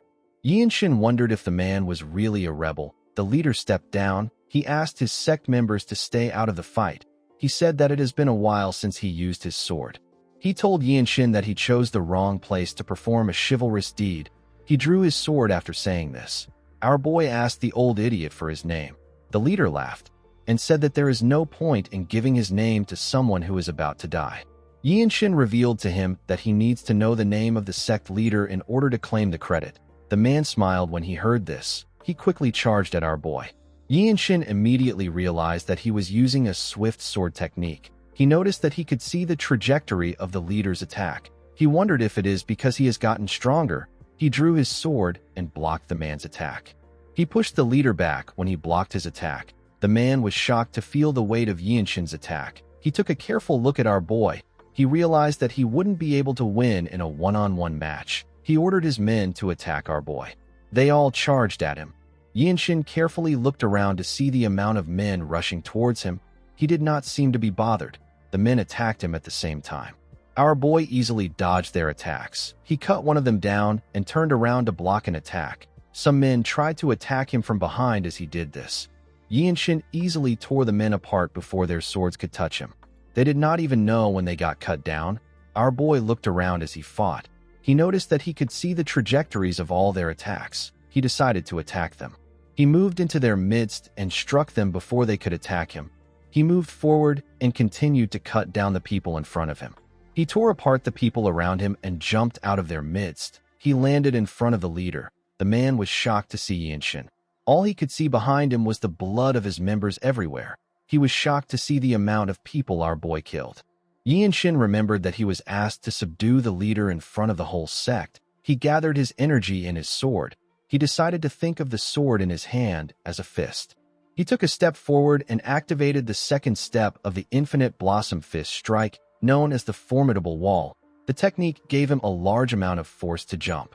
The sect leader did not know when Yinshin got above him. Before he could make a move, our boy swung his sword and cut him down. His sword literally cut through the man. It split his body apart. The poor bastard fell to the ground. Yinshin announced that he will destroy the Mantis sect signboard. He turned around and glared at the sect members after saying this. The men were horrified to see the look in his eyes. One of them asked his teammate to get the master swordsman. Yinshin was surprised to hear this. He asked the man if he is referring to a blood master swordsman. He asked him if the Blood Flame cult is the one behind them. The men did not know what to say. Our boy grabbed the man who asked his teammate to call the master swordsman by his neck. He pushed him down and asked him to speak. The man revealed to him that the master swordsman is probably sleeping in the side building. Yinshin found this weird. He knew that a real blood master swordsman would have detected a fight on this scale. While he was thinking, someone threw a sword covered in energy at him. Our boy managed to block the sword. The sword got shoved into the ground. Someone jumped above Yinshin and landed next to the sword. He picked his sword. He told our boy that he is really skilled. He told him that he never expected him to sense his attack. Upon seeing the black and red hair which the man possessed, Yinshin realized that he is a blood master swordsman. The scene shifts, and we are taken to the past. We see our boy talking to his captain. He asked his captain to tell him what he needs to do to become a blue robe warrior. Ma Jin smiled when he heard this. He revealed to Yinshin that he needs 5 of something. He told him that he needs to slay about 5 blood master swordsmen to go up in the ranks. He told him that he can become a blue robe warrior regardless of his age. Yinshin could not believe that another master swordsman was in front of him. He told the man that he is lucky. The cultist did not understand what he was talking about. With a condescending look in his eyes, our boy said that he has 3 left to go. The cultist noticed that Yinshin released his energy. He quickly took a stance. Our boy gathered his energy around his leg. He crushed the ground with his leg. He charged at the man at a crazy speed. The cultist managed to block the attack, but it pushed him back a bit. Yinshin knew that he had to end the fight now. He knew that this cultist was the center of the Mantis core. If he lets the fight drag on, his chances of winning will drop. The master swordsman gathered some energy in his hand. He asked Yinshin to die. Before his hand could touch our boy, He activated a technique of the infinite blossom fist strike known as Vortex. A large amount of energy gathered around his sword. The energy was spinning fast. Our boy stabbed the master swordsman in his chest. The master swordsman was annoyed to see this. He tried to move his hand. Yinshin took out his sword from his chest. He told the cultist that he won't be listening to his last words. The moment he said this, he beheaded him with a clean strike. The Blood Master swordsman did not stand a chance. The rest of the sect members were shocked to see what just happened. They quickly realized that the sect was done for. Yinshin released his energy. He advised them to not try to run away. He glared at them intensely. The men were horrified to see the look in his eyes. In the next scene, we see the people of the town thanking Yinshin. They could not believe that he got revenge for them. The man who guided him to the town was holding a child in his arms. With tears in his eyes, he thanked our boy for his efforts. He told him that he has brought peace to his dead daughter. Yinshin did not expect to see the man holding his dead child. He asked the man about how things got this bad. He said that Xian is the Zhongnan sect's territory. The man put himself together. He explained to our boy that the Zhongnan sect is currently fighting the Tyrant Sword tribe. Our boy was surprised to hear this information. The man revealed to him that all the martial arts schools under the Zhongnan sect have gone up to Mount Zhongnan. In the next scene, we see Yinshin walking back to the inn. He was holding a sack. While walking, he thought about what his guide said. He realized that the Zhongnan sect will need to risk their lives if they are up against the Tyrant Sword tribe. It is not a fight that will end with 1 or 2 martial masters dying. Yinshin thought about his niece and his elder brother who are at the sect. He realized that he needs to go to Zhongnan. The 13 Skies is an unorthodox group that rules over the unorthodox faction. The interference of the Desolate Fortress is a necessity. Our boy told himself that he can get a lot of credits by taking the heads of the martial masters of the Tyrant Sword tribe. He believed that his captain would allow him to go there. While he was thinking, Yinshin stopped walking. He asked someone if they have found traces of the battle maniac. The moment he asked this question, 2 people raised their heads out of the bush. They ran to our boy. The people turned out to be Cheonju and Hyun. Cheonju said that the battle maniac wasn't at the Mantis sect. Yinshin said that it is a pity. Cheonju commended him on his fight. He told him that it was a splendid display of martial arts. He told our boy that he is the future Radiant Demon Squad leader. He disregarded this statement. He told Yinshin that he can even become the Divine Sword Squad leader. He turned to Hyun and said that this will widen their sect's horizon of knowledge. The boy knew that the man was trying to tell him to work harder. He told Yinshin that he feels restless anytime. He remembers that he said that he needed 5 moves to defeat him. He asked our boy if he will like to become his friend. He asked him if he is interested in the Manhwa sect's martial arts. He told Yinshin that the Desolate Fortress isn't very far from the Manhwa sect. Our boy was not very interested in what Hyun was saying. He told the boy that he does not have any matters to attend to at the Manhwa sect. Hyun was shocked to hear our boy's response. Yinshin assured him that he won't refuse to see him if he comes to visit him at the Desolate Fortress. He told him that he must learn a new martial arts before coming each time. Hyun was shocked to hear this. The scene shifts, and we are taken to the inn. The group noticed when Yinshin stepped inside. Myung said that the energy around our boy is a little different. Mirio moved close to him to inspect him. She told him that he received a cut on his back. She asked him to sit down. She told him that she will help him apply some balm. Ma Jin asked Yinshin about how the mission went. Our boy placed the sack on the table. The group was surprised to see what was inside the sack. They could not believe that they were looking at the head of a Blood Master swordsman. Ma Jin never expected the Blood Flame cult to have something to do with the issue. He could not believe that they left a Blood Master swordsman in charge. Myung pat Yinshin on the head. He told him that this proves that what happened at Jinping County wasn't a fluke. The captain could not understand the move of the Blood Flame cult. He did not know why they were placing Blood Master swordsmen in places where they are not usually seen. The Zen Sword Demon said that this is not normal. Ma Jin commended Yinshin on accomplishing a great feat. He told him that problems might be following him around. He could not believe that our boy resolved all his problems and returned with information that could be of aid to the Murim. Yinshin told his captain that he has something to say. Ma Jin asked him to tell him. Our boy revealed to him that he wants to go up to Mount Zhongnan. He explained to his captain that he is worried about his niece. Ma Jin told him that they were also just informed about the situation. he told our boy that Mount Zhongnan is currently very dangerous. He explained to Yinshin that the Tyrant Sword tribe is completely different from the Blood Flame cult. They are not a normal, unorthodox group. Mirio told our boy that the Tyrant Sword tribe uses both traditional martial arts and sorcery. She asked him to think of them as people who have gone crazy about getting stronger. Ma Jin said that Mirio is right. He told Yinshin that they have not received any missions there. He said that they simply need to focus on what they have been tasked with. Myung decided to interfere. He reminded his captain that captains are allowed to give orders for a mission if they deem it necessary. Ma Jin and Mirio could not believe that Myung decided to speak up now. Ma Jin decided to be honest with our boy. He explained to him that he does not want to send him to Mount Zhongnan without knowing if he will be able to make it back. Yinshin was surprised to hear this. His captain explained to him that anyone in the desolate fortress who knows how talented he is will worry about this fact. Myung told our boy that it is natural that people want to recruit him. He reminded him about the incident where he was invited by the Manhwa sect. Both Mirio and Wonchong knew that Myung was right. Yinshin asked his captain to tell him why he is incapable of separating personal and business matters. He asked his teammates if this is the level of trust he has built in their squad. He reminded them that he has shown them what he is capable of. He begged his captain to let him go. He asked him to record the mission as a solo mission. Upon seeing the look on Yinshin's face, Myung told his captain that our boy has made a checkmate move. Mirio hit him in the back when she heard this. After thinking about it, Ma Jin told our boy that he is right. He decided to give Yinshin a condition that would grant him the right to leave. He asked our boy to take on one of his attacks. Mirio and Myung were shocked to hear this. Ma Jin told our boy that it is simply one attack. He told him that he can dodge or block the attack if he wants. He assured him that he will let him go if he is able to do this. The Zen Sword Demon believed that this was a bit too much. She called out to her captain. Ma Jin told her that one must be at least this competent in order to stand at the top of the martial arts world. He promised to give Yinshin a separate reward if he is able to handle one of his attacks. Our boy accepted his offer. The scene shifts, and we are taken outside the inn.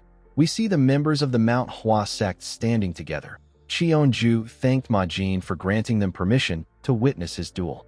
After thanking him, he moved close to his team. He told Hyun that it is a precious opportunity to see the technique of the Radiant Demon Squad captain. Hyun found this to be weird. He reminded Cheonju that a black robe warrior of the desolate fortress should be on the same level as him. Cheonju told him that he is right. He explained to him that Ma Jin is very strong when it comes to close combat. He told him that the captain is even stronger than him. Hyun was shocked to hear this. Cheonju told him that Ma Jin's nickname is Hell Slaughterer. It means that he completely rules the battlefield. According to Cheonju, there is a large amount of reputable clan elders who were killed by Ma Jin after committing hypocritical atrocities. For someone as skilled as the captain, even a slight movement in his hand has great meaning, because that single attack could end a life instantly. Hyun could not believe what he was hearing. Unlike the martial artists of the 9 sects who seek the ultimate principle of swordsmanship, Ma Jin's martial arts were trained for the sake of fighting. Cheonju admitted that even our boy will have a hard time in this fight. He said that no one around his age can take on an attack from a master like Ma Jin. Yinshin glared at his captain. He asked him if he can give him some time. Ma Jin asked him to take as much time as he needs, because he was going to be using a move that a white robe warrior can't handle. Ma Jin advised Yinshin to sharpen his senses as much as possible. There are less than 30 black robe martial masters in the desolate fortress. However, our boy believed that he did not need to be nervous. He closed his eyes and took a deep breath. He released his energy and placed his hand on his sword. He told himself that he simply needs to show what he has learned. When he opened his eyes, we see that it is covered with his energy. Our boy was able to see the energy around his captain. He told Ma Jin that he will let him have the first move. The man smiled when he heard this. When he simply raised his hand, a large amount of energy gathered around it. Yinshin was able to tell that this was a ridiculously powerful palm strike. A palm strike of this level can easily break through most fortress walls. Our boy realized that he could not block such an attack. He needed to dodge it. He quickly let go of his sword. The moment he let go of his sword, Ma Jin charged at him like a lion going after its prey. He swung his palm at him when he got close to him. Immediately our boy saw his palm. He realized that he couldn't get away with any of the mobility arts he has learned so far. The moment he thought of this, an idea came to his head. He realized that he could take a single step. He focused his eyes on Ma Jin's palm. While looking at his palm, Yinshin carefully took a step and got behind his captain. Ma Jin's attack destroyed the ground. Everyone was shocked to see that our boy actually dodged the attack. Ma Jin was not fazed. He asked Yinshin about the mobility art he just used. Our boy revealed to his captain that he simply walked because he saw a way to survive. He told Ma Jin that he will name the technique the evading swift step. Ma Jin smiled when he heard this. He stood up straight and announced that he will permit Yinshin to travel to Mount Zhongnan. In the next scene, we are taken to a forest. We see Yinshin wearing a blue robe over his white robe. He was walking with Wenchang. As they walked through the forest, our boy remembered what happened at the inn. Myung took off his robe and gave it to him.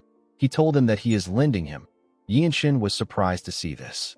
He told him that he does not understand what the robe means. The Zen Sword demon explained to him that by putting the robe on top of his white robe, Myung is putting his honor on the line to tell everyone that Yinshin is a rising star of the desolate fortress.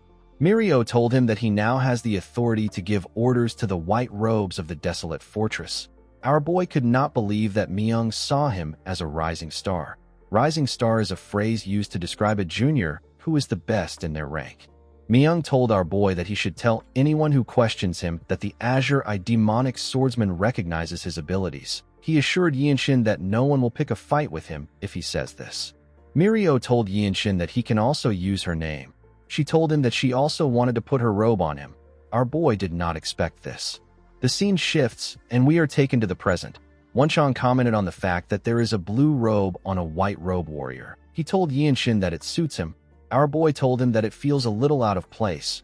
Wenchang assured him that he will get used to it soon. Our boy thanked him for encouraging him. Wenchang did not know why he was thanking him. He told Yinshin that he was actually sincerely complimenting him. In the next scene, we see the boys arrive at the entrance of Mount Zhongnan. Some martial artists were guarding the entrance. Wenchang realized that the rumor about them fighting with the Tyrant Sword Tribe was true. He never expected to meet martial artists at this point of the mountain. He believed that they would be at the entrance of the sect. He and Yinshin moved close to the men. They were asked to stop. One of them asked them about where they are from, their names, and the reason why they are there. Wenchang showed them the logo on his shoulders. He told them that they are from the desolate fortress. The man glared at him. Our boy decided to introduce himself. He told them his name. He said that he is from the Radiant Demon Squad. Wenchang also introduced himself to them. The man asked them if they intend to verify their identity only with their clothes. Wenchang put his hand into his pocket and brought out a tag of the desolate fortress. The man said that no one will believe that the desolate fortress allowed two young martial artists to come there alone. Wenchang did not know what to say. Someone asked the man to stop acting rude. The men turned around when they heard this. They saw a man resting on a pillar. The man was also a disciple of the sect. The man told Yinshin and Wenchang that their sect is in the middle of a war. He said that they can't accept people with identities that they can't verify with certainty. Wenchang became angry when he heard this. He released his energy and made the ground shake. The men became nervous. They asked him if he is really from the desolate fortress. Wenchang smiled confidently when he heard this. When he took away his energy, the men accused him of threatening disciples of the Zhongnan sect on Mount Zhongnan. Wenchang was surprised to hear this. Due to the way they were acting, Yinshin could tell that their battle against the Tyrant Sword Tribe was not going well. Their pride as one of the Great Nine sect is getting damaged, and now two young martial artists who boldly claim to be from the desolate fortress have appeared. It was natural that they would feel offended. One of the men told them that he cannot believe that they are actually from the desolate fortress. He told them that the situation here has been really bad these days. The man resting on the pillar told them that they will have a problem if they are actually from the desolate fortress. He said that they cannot trust them enough to let them into their great sect. He told them that the glory days of the desolate fortress are well in the past. Wenchang and our boy were shocked to hear this. Yinshin glared at the arrogant bastard. He placed his hand on his sword. He told the man that he did not expect him to speak rudely to martial artists from other groups for no good reason.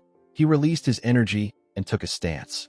With a serious look on his face, Yinshin told the man that he ought to think twice before speaking. The disciples of the Zhongnan sect were shocked to feel our boy's energy. The man became angry when he heard this. He drew his sword. and asked Yinshin not to threaten them. The other men also drew their swords. The moment our boy saw this, he swung his sword. He released an attack that was quite fast. The attack was aimed at the man next to the pillar. He knocked the man's sword out of his hand. The man was shocked to see this. He could not even react to the attack. Wenchang was happy to see the looks on their faces. Yinshin put his sword back into his sheath. Immediately he did this, someone asked the disciples to stop. A woman jumped out of the forest. Our boy sensed her presence the moment she came out. The woman landed in their midst. Wenchang seemed to be shocked to see her. The disciples referred to the woman as their senior. Yinshin did not know her, but he could tell that she is strong. He judged that the woman was on par with the blue-robe martial artists of the desolate fortress. The beautiful woman turned to her sect members. She said that she is disappointed. She could not believe that disciples of the Zhongnan sect would act and speak in such a rude manner. She told the men that they will have a longer conversation about this issue when they return to the sect. The men quickly apologized. They said that they were ashamed of themselves. The woman turned to Yinshin and Wenchang. She apologized to them for how the men behaved. Our boy noticed that Wenchang was not speaking. He was still lost in shock. He decided to introduce himself to the woman. He told her that he is a member of the Radiant Demon Squad. Wenchang also introduced himself. He said that he is part of the same squad as Yinshin. With a smile on her face, the lady introduced herself as Weiji Manhwa. Wenchang was surprised to hear her name. He quickly realized that she is the Cloud Sword Dragon. The Cloud Sword Dragon is a martial master who is said to have descended from the heavens by mistake because of how great a genius she is. Her reputation has already spread across the world. Wenchang said that it is an honor for him to meet a sword dragon who is famed throughout the world. Yinshin said that he acted rudely by drawing out his sword in their territory. He apologized to her for his behavior. Manhwa told our boy that she saw her juniors ready to attack him first. She apologized on behalf of her juniors. She said that they have kept them waiting for too long. She told them that she will take them to the main sect's location. She said that she will hear the details of their visit when they get there. While she was talking, a disciple walked down the stairs. The person called out to Yinshin. Our boy quickly raised his head up. He saw his elder brother. The boy was shocked to see Yinshin. Manhwa did not understand what was going on. In the next scene, we see Yinshin's niece run to him. She was very happy to see her uncle. She quickly hugged him. Our boy asked Haya if she has been well. The girl could not believe that her uncle was in front of her. She hugged him tightly. Wenchang had to look away because he did not want the atmosphere to be awkward. An old man and Manhwa moved close to our boy. Yinshin let go of his niece and stood up. The Cloud Sword Dragon explained to him that the sect leader and the Supreme Elder have gone out to deal with the leader of the Tyrant Sword Tribe. Because Yinshin and Wenchang were guests from the desolate fortress, Manhwa had to bring the person with the highest seniority in place of the sect leader. Our boy and Wenchang put their hands together and introduced themselves to the man. The man introduced himself as Zhang Yoel. Wenchang was shocked to hear the man's name. He could not believe that he was looking at the Zhongnan Sword Immortal. He bowed his head to pay his respects to the Sword Immortal. Yinshin could tell that this old man was stronger than Elder Yoel Shin. He believed that the elder might even be stronger than his grandfather. The Sword Immortal asked him for his age. Our boy told him that he is 16 years old. Yoel seemed to have noticed something about Yinshin. He asked our boy to take a look at something. When Yinshin turned, he saw a cliff. There were some sword marks on the cliff. Our boy carefully looked at it. Manhwa asked the elder to tell her what he wants an outsider to do about the sword marks. She reminded him that it has been the long-time wish of their sect to restore the lost martial arts known as the Eclipse of the Nine Suns. Yoel revealed to her that the Sword Ancestor wasn't from their sect. He said that the Sword Ancestor was invited as a guest by the Ancestral Grandmaster to stay there with them after they became friends. In his old age, the Sword Ancestor carved the steps of his own martial arts onto Mount Zhongnan. The Sword Immortal said that they cannot call the Eclipse of the Nine Suns the ultimate martial arts of the Zhongnan sect. He told the woman that his days are numbered. He said that he will do anything to see the sword arts of his benefactor again. He told Manhwa that she is the only one talented enough with a chance of restoring the Eclipse of the Nine Suns. He told her that he does not want to burden her with his last lingering regret. Manhwa reminded Yoel that even she was not able to understand the sword arts. She asked the elder to tell her what he sees in Yinshin when he just met him. Yoil turned to our boy. He asked Manhwa to take a good look at him. Yinshin was not hearing anything they were saying. He was completely focused on the cliff. Manhwa was surprised to see that our boy has gone into a transcendent trance. She did not expect him to fall into this state after looking at the slashes on the cliff. A small blue circle appeared above Yinshin's head. He had entered his state of comprehension, although he did not know about the sword ancestor. Yinshin was able to immediately tell that the slashes on the cliff were sword slashes. He was certain that the multiple traces carved into the cliff are the remnants of sword strikes. He didn't believe that this was a technique performed by a human. Wenchang and the others moved close to Yinshin. Yoil revealed to Wenchang that the sword ancestor who passed away 50 years ago carved the strikes onto the cliff. Wenchang remembered that the sword ancestor is Ouyang Qian. The sword immortal revealed to Wenchang that the sword ancestor was a disciple of the tyrant sword tribe. He was later expelled from the group. He told Wenchang that this sword strikes contained the very essence of all the tyrant sword tribe sword technique. He said that the only person who can match this is the fortress master of the desolate fortress. Wenchang could not believe that Ouyang Qian could be compared with the fortress master. Yoil revealed to him that he was an orphan dying of starvation and begging on the streets. However, the sword ancestor carried him on his back and raised him on Mount Zhongnan. Wenchang found this odd.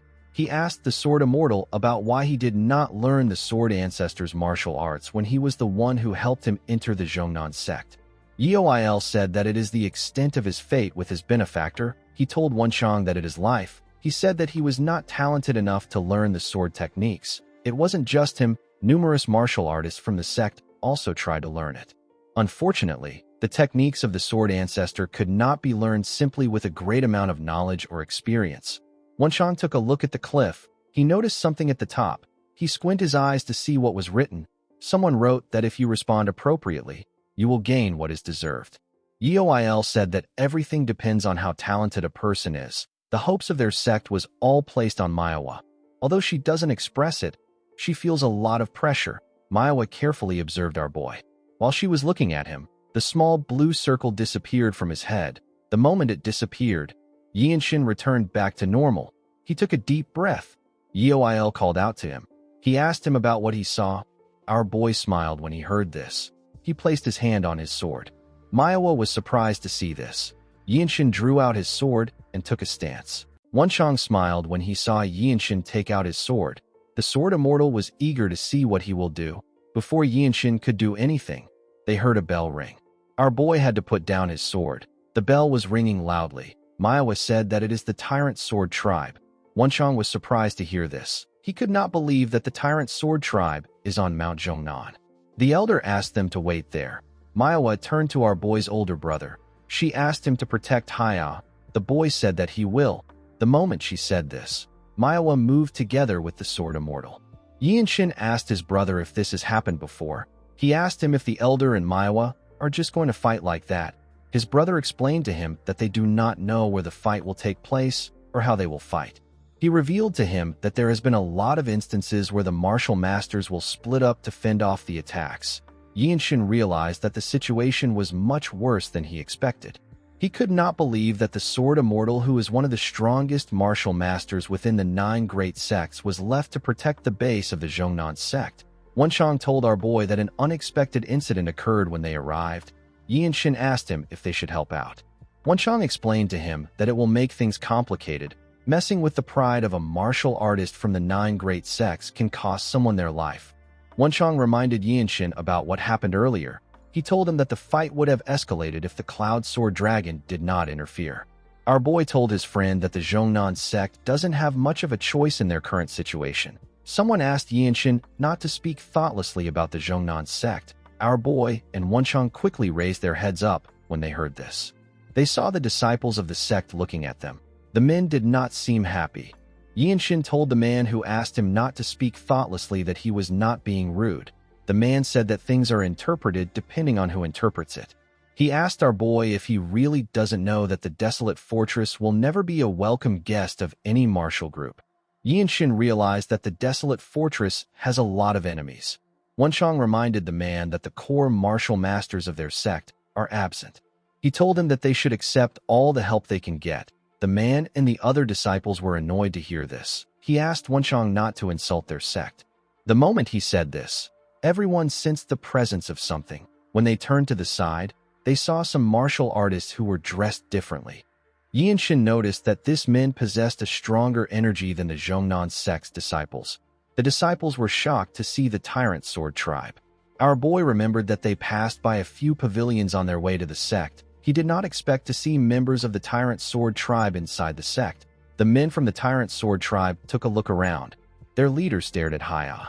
He quickly ordered his men to kill the girl. He said that she inherited the teachings of the Sword Immortal. The men quickly charged at the girl. The disciples of the Zhongnan sect drew their swords and stopped the men in their tracks. Since his men were preoccupied, the leader walked past them. He went to meet the girl. Our boy and Wenchang stood in front of Haya. The man was surprised to see people from the desolate fortress. He asked them about what they are doing in one of the 9 great sects. With a smile on his face, he asked the boys if they are here to try and balance things out now that the Tyrant Sword tribe has the upper hand. Yinshin did not expect these men to start a fight to create an opening to harm his niece. He turned around and asked Wenchang to assist him. With a smile on his face, Wenchang assured Yinshin that he has his back. Our boy became confident when he heard this. He moved forward a little bit. The man smiled when he saw him moving closer to him. Yinshin took a stance and charged at him at a crazy speed. The man managed to block his attack, but he was pushed back. The martial artists who were fighting could feel the weight of Yinshin's pressure. The man did not expect our boy's attack to be so heavy. His subordinates quickly ran to help him. They wanted to attack our boy from the side. Unfortunately for them, they didn't know that another martial artist was guiding that part. Wenchang moved past Yinshin and drew his sword to attack one of them. The person managed to block the attack, but he left himself open. Wenchang was able to stab him in his chest. Before the other person could attack him from behind, he turned around. Yinshin continued attacking the man with heavy hits. It was hard for the leader to block his attacks. His attacks were also very fast. When our boy made a huge swing, the man dodged it and tried to attack him from the side. He asked Yinshin to die. Our boy dodged the attack with the evading swift steps and managed to get behind the man. He was ridiculously fast. He stabbed the leader from behind. The man screamed out. His subordinates and the disciples of the Zhongnan sect were surprised to hear him scream. The leader could not believe that a sword was in his chest. He never expected to lose to some brat. Our boy took out his sword and glared at him. After taking care of the leader, Yinshin joined hands with Wenchang to take care of the rest of the enemies. The disciples of the Zhongnan sect were shocked to see this. It was barely even a challenge for the two boys. The man who spoke rudely to Yinshin saw what he did for them. He saw our boy hug his niece. The man and his fellow disciples apologized for how they reacted. They apologized for their rudeness. The moment they apologized, the Sword Immortal and the Cloud Sword Dragon arrived. Manhwa noticed the bodies of the members of the Tyrant Sword tribe on the ground. Yoil told our boy that the Zhongnan sect is in his debt. Yinshin told him that he was just protecting his family members. The elder revealed to him that his niece will one day take over from Manhwa to become the pillar of the Zhongnan sect in the future. He told him that the fact that their sect owes him a debt still stands. Yinshin thanked him for saying this. He placed his niece down and asked Yoil if he can train for a little while in this place. Manhwa and the elder glared at him. Yinshin told them that there is no need for any of them to leave. He said that he simply doesn't wish to lose the thoughts that he is right now. Yoil asked him if he achieved some form of realization. He asked the others to step back. Yinshin took a look at the sword marks. He slowly drew his sword. He was able to solidify the realization he achieved thanks to the fight he had with the Tyrant Sword tribe. Manhwa focused all her attention on Yinshin. Our boy's sword released a small golden light. He carefully took a stance. The elder was surprised to see this. When Yinshin made a single move, the energy disappeared. He let out a sigh. He realized that he couldn't gather core energy the way he wanted to. He told Yoil that he won't take away the legacy of the sword ancestor. He explained to him that the sword marks are trying to tell those who see it to keep an open mind. He said that this is his own opinion. The elder said that the traces left behind by the sword ancestor must contain courage. This means that this sword marks surpass the boundaries of martial and mystic arts. He believed that the sword ancestor must have had the same thought as Yinshin. He told our boy that his belief must have gotten through to him. He told him that he is blessed by the heavens with both luck and talent. Yinshin got an idea when he heard this. He reminded the elder that he said that Ouyang Qion came to the Zhongnan sect in his later years. Yoil said that he did. Our boy said that the sword ancestor must have been friends with the martial masters of the Zhongnan sect. Since the sword techniques of the sect has very distinct traits, it wasn't suitable for him. Even if he learned the sword techniques, the efficiency would be very low. Manhwa did not understand what he was saying. She asked him if he can elaborate more on it. He explained to the Cloud Sword Dragon that the restoration of the eclipse of the 9 suns is completely dependent on her. He told her that he can help her a little. Manhwa was surprised to hear this. She did not expect him to help her restore the sword technique. She asked him about what he means. Yinshin asked her to give him a second. He said that his training is not yet over. He moved close to the cliff. He slowly drew his sword. Yinshin had a strange experience when he looked at the sword traces on the cliff. It was an illusion that seemed to combine everything in the heavens and on earth into one ray. Everything served as an inspiration for him. When he raised his sword, it released the golden light again. He took a stance and began to swing his sword in a skillful manner. He realized that all he needs to do is to extend his sword faster than his opponent. Yinshin now understood the reason why martial arts like the Taiji Enlightened Sword Arts and the Plum Blossom Sword Arts are seen as the top martial arts. He swung his sword around himself and created a small golden ring around himself. Unlike swordsmanship that relies solely on wielding a single sword, the profound intent contained within the secret techniques merges with the inner energy and swordplay. This creates an unprecedented harmony that is unseen in the world. Manhwa could not believe what she was witnessing. She had never seen any sword techniques like this until now. Tears gushed down the elder's eyes as he watched Yinshin. He felt like he was watching the sword ancestor. The swordplay was very beautiful. At sunset, Yinshin was done with the display of the techniques. He took away his energy. Someone asked him if he has decided on a name for this sword technique. When our boy turned to the side, he saw Wenchang. He took a look at his sword and told his friend that he has decided to call it the Radiant Sword Arts. Wenchang smiled when he heard this. He believed that the name was perfect. It referred to how the radiance of the sun and the moon that fills the world does not disappear. Yinshin hoped that this is how his life will be as well. In the next scene, we are taken to a room. We see our boy and Wenchang resting in the room. Yinshin realized that he had obtained a lot from this place. He was able to save his niece and create his very own sword technique. When Wenchang had a sip of the tea, he was amazed. He said that he wants to get some of the golden tea on their way back. He told Yinshin that they are able to enjoy such a good treatment from the Zhongnan sect thanks to him. The moment he heard this, our boy remembered how Wenchang charged at the members of the Tyrant Sword tribe. He remembered the scary look on his face. He decided to not ask his friend any questions. He believed that everyone has their own stories. While he was thinking, someone knocked on the door and called for him. Wenchang immediately recognized the person's voice. When our boy opened the door, he saw Manhwa. She told him that she came to listen to the rest of what he was about to say earlier. Yinshin asked her if she is referring to the sword traces of the sword ancestor.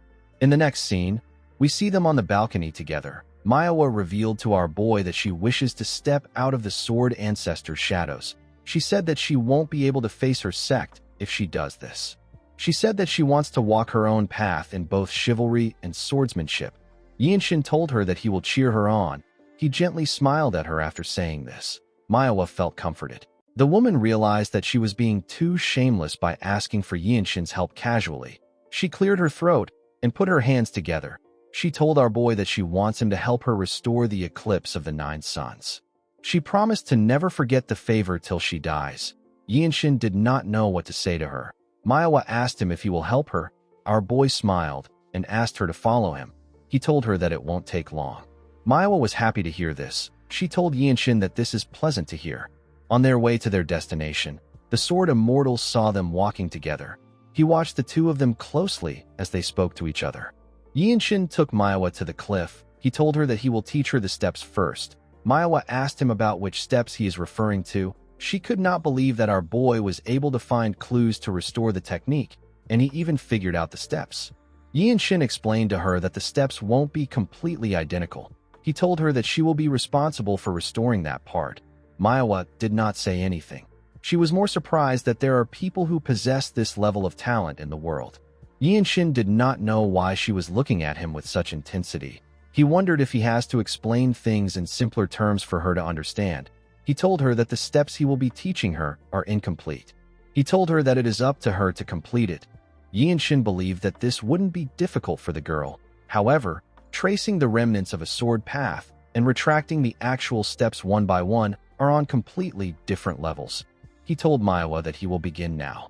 The next day, Yeoil revealed to Yinshin that Manhwa fell to her inner demons after hearing the steps from him. Our boy was surprised to hear this.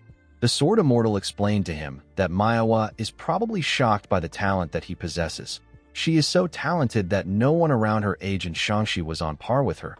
People around constantly told her that she possesses the greatest martial art talent. However, for the first time in her life, she felt like her talent was nothing after witnessing true talent. She was completely blown away. Yinshin said that this is meaningless. He told the elder that her skill level is significantly higher than his. Yeoil said that the heavens have made a grave mistake. He told our boy that they did not just give him exceptional talent, they also gave him a heart that craves improvement. Yinshin said that he is embarrassed to hear this. While they were talking, someone called out to them. The person turned out to be Manhwa. The girl bowed her head to the elder. The Sword Immortal told her that he knew that she would get over her inner demons quickly. Yinshin also greeted the Cloud Sword Dragon. The girl put herself together and asked our boy if he can also use the sword technique.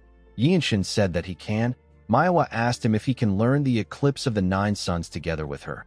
She explained to him that if they learn together and help each other in the parts they are lacking, he will be able to grow stronger faster than when he is training alone. Yinshin apologized to her and declined her offer. He told her that he doesn't even have enough time to practice his own sword techniques. Manhwa was surprised to hear him decline her offer. Our boy told her that his sword techniques and Eclipse of the Nine Suns are similar. He told her that they can watch each other practice their techniques. He told her that she can stay and watch him practice the radiant sword arts. Manhwa was shocked to hear this. She asked Yinshin if he will really allow her to watch him train. Yinshin told her that she can also practice the Eclipse of the Nine Suns. Manhwa could not believe that he was going to let her watch him while he practices the radiant sword art. She told our boy that he is the better martial artist here. The Sword Immortal told him that a person shouldn't be overly generous. He said that this is how the world works. Yinshin wondered why they were acting weird. The moment he thought of this, he remembered someone telling him that he must not watch someone else when they are practicing their martial arts. Yinshin realized that he has forgotten this fact because they are always watching each other train in the Radiant Demon Squad. He asked the person for the reason why he shouldn't watch someone else while they are training. Myung explained to him that watching someone else train might cause them to fight him to death. Yinshin reminded him that their squad leader showed them his own martial arts to teach them, and they also trained together. Mirio explained to him that it is a different thing when the martial arts can be shown without consequence. She told him that the training of a person's personal martial arts should not be shown. She advised him not to try to look at other people's training. She told him that it is an unspoken rule in the Murim that no one should watch someone else when they are training. Yinshin noticed that the Sword Immortal and Manhwa were looking at him like a saint. He realized that he created a misunderstanding. When our boy took out his sword, Manhwa also did the same thing. She copied his steps and made the same moves as him. The way the core energy is used in the Radiant Sword Art and the Infinite Blossom Fist Strike are different. Unlike the Infinite Blossom Fist Strike that aims to destroy everything in one attack, the Radiant Sword Art is about seamless flow. There is no hesitation when wielding the sword, and everything felt through the blade seems to be connected to the body. Yinshin smiled as he skillfully swung his sword. He said that this is possible because he is the creator of the technique. He told himself that he is the creator of the Radiant Sword Art. Manhwa watched Yinshin as his sword shined brilliantly. At first she was making progress in the Eclipse of the Nine Suns, but she slowly got caught up in our boy's technique. Although his sword technique seemed simple, Yinshin was able to catch up to her in terms of proficiency. They both learned something new at the same time, yet their progress was on completely different levels. While she was watching him, Yinshin swung his sword at a crazy speed. Manhwa noticed this. She noticed that his speed has changed. Yinshin swung his sword multiple times with a simple stance. The girl watched as each of his attacks shined brightly. Our boy decided to mix in the swift sword style with the radiant sword art. As Manhwa watched this, she realized something. She realized that she is not the dragon that holds the magic pearl. It is actually Yinshin. In the next scene, we see our boy standing in front of Elder Il Shin and another man from the noble race. The elder believed that fate works in strange ways. She did not expect the child which she saw at the bloodbath in the young manor to restore her husband's technique. The black-haired man in front of Yinshin is the Western Heaven Sword Supreme. His name is Ouyang Shin.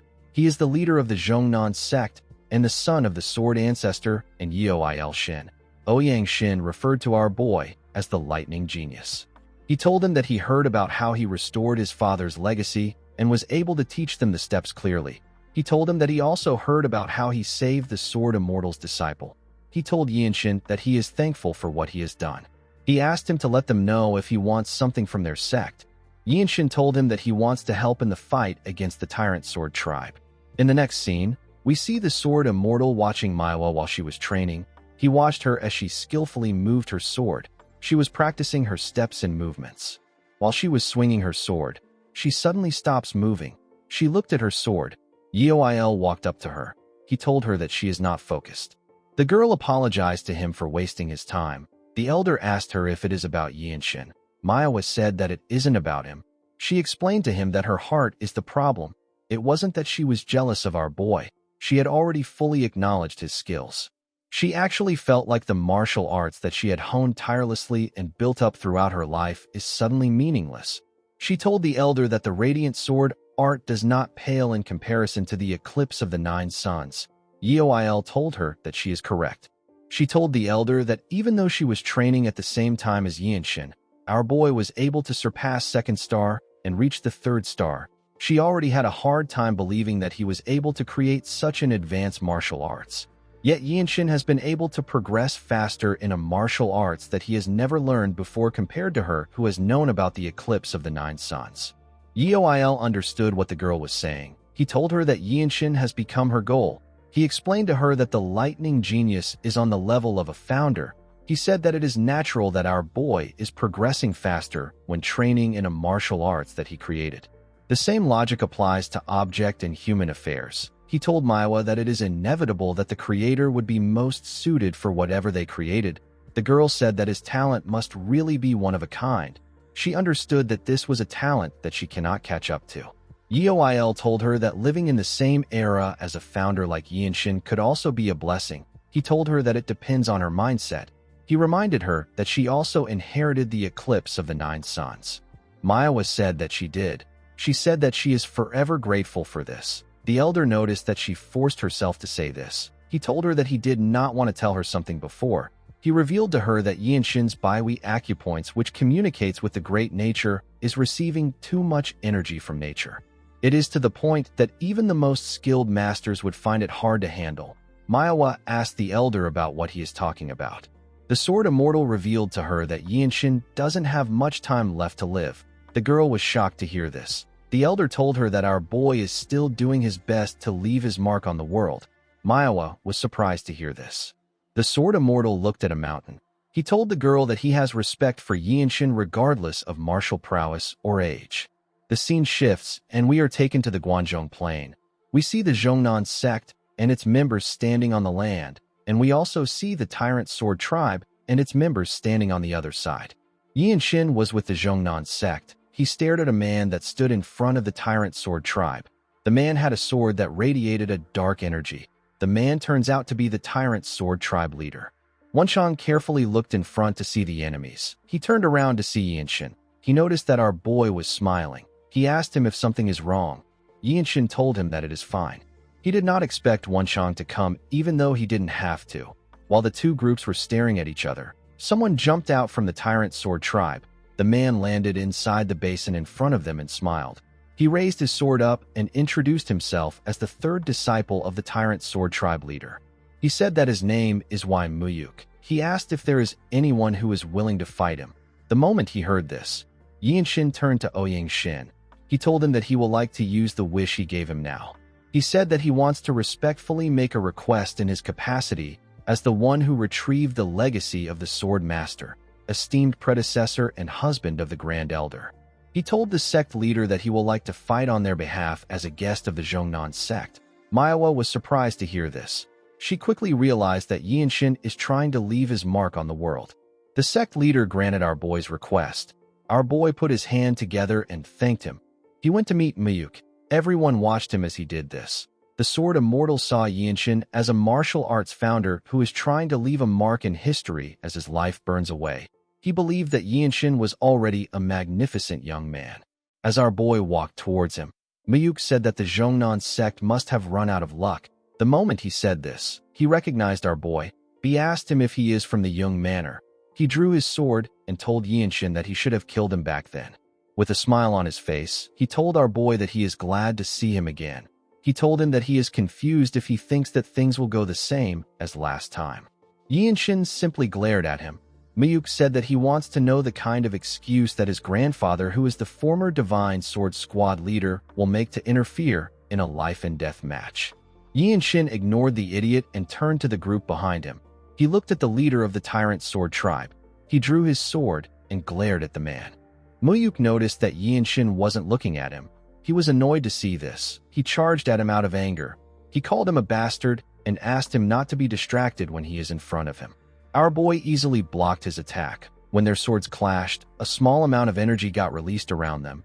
Yinshin held his ground and didn't get pushed back. Miyuk told him that he is not too bad. Yinshin did not care for his compliment. He told him that someone from the noble race once told him that he can tell the disposition of another person by the wind that their sword technique produces. Now that he had learned proper sword technique, our boy understood what the person was talking about. Miyuk was annoyed to hear this. Yinshin decided to use the Radiant Sword art. His sword shined brightly. He pushed Miyuk back and charged at him. Miyuk managed to gain some balance. Before he could attack our boy again, he charged at him at a crazy speed and made a clean cut on his neck. Manhwa and the sect leader were surprised to see this. Miyuk turned around to see Yinshin. He did not know when his head got cut off. He simply fell to the ground. Yinshin raised his head up to see the Tyrant Sword Tribe leader. He pointed his sword at him and told him that he will take one of his arms. The leader simply smiled when he heard this. The Zhongnan disciples began to scream when they heard this. Their morale got boosted by the death of Miyuk. They told Yinshin that he deserves the title of Lightning Genius. They were all amazed by the Radiant Sword art. It was as beautiful and mysterious as they had heard. The members of the Tyrant Sword Tribe were shocked to see what happened. They couldn't believe that Miyuk was defeated without any resistance. While they were in shock, their leader ordered them to kill everyone. The members quickly charged at the Zhongnan disciples. Wenchang and the disciples also charged at them. They all went into the basin.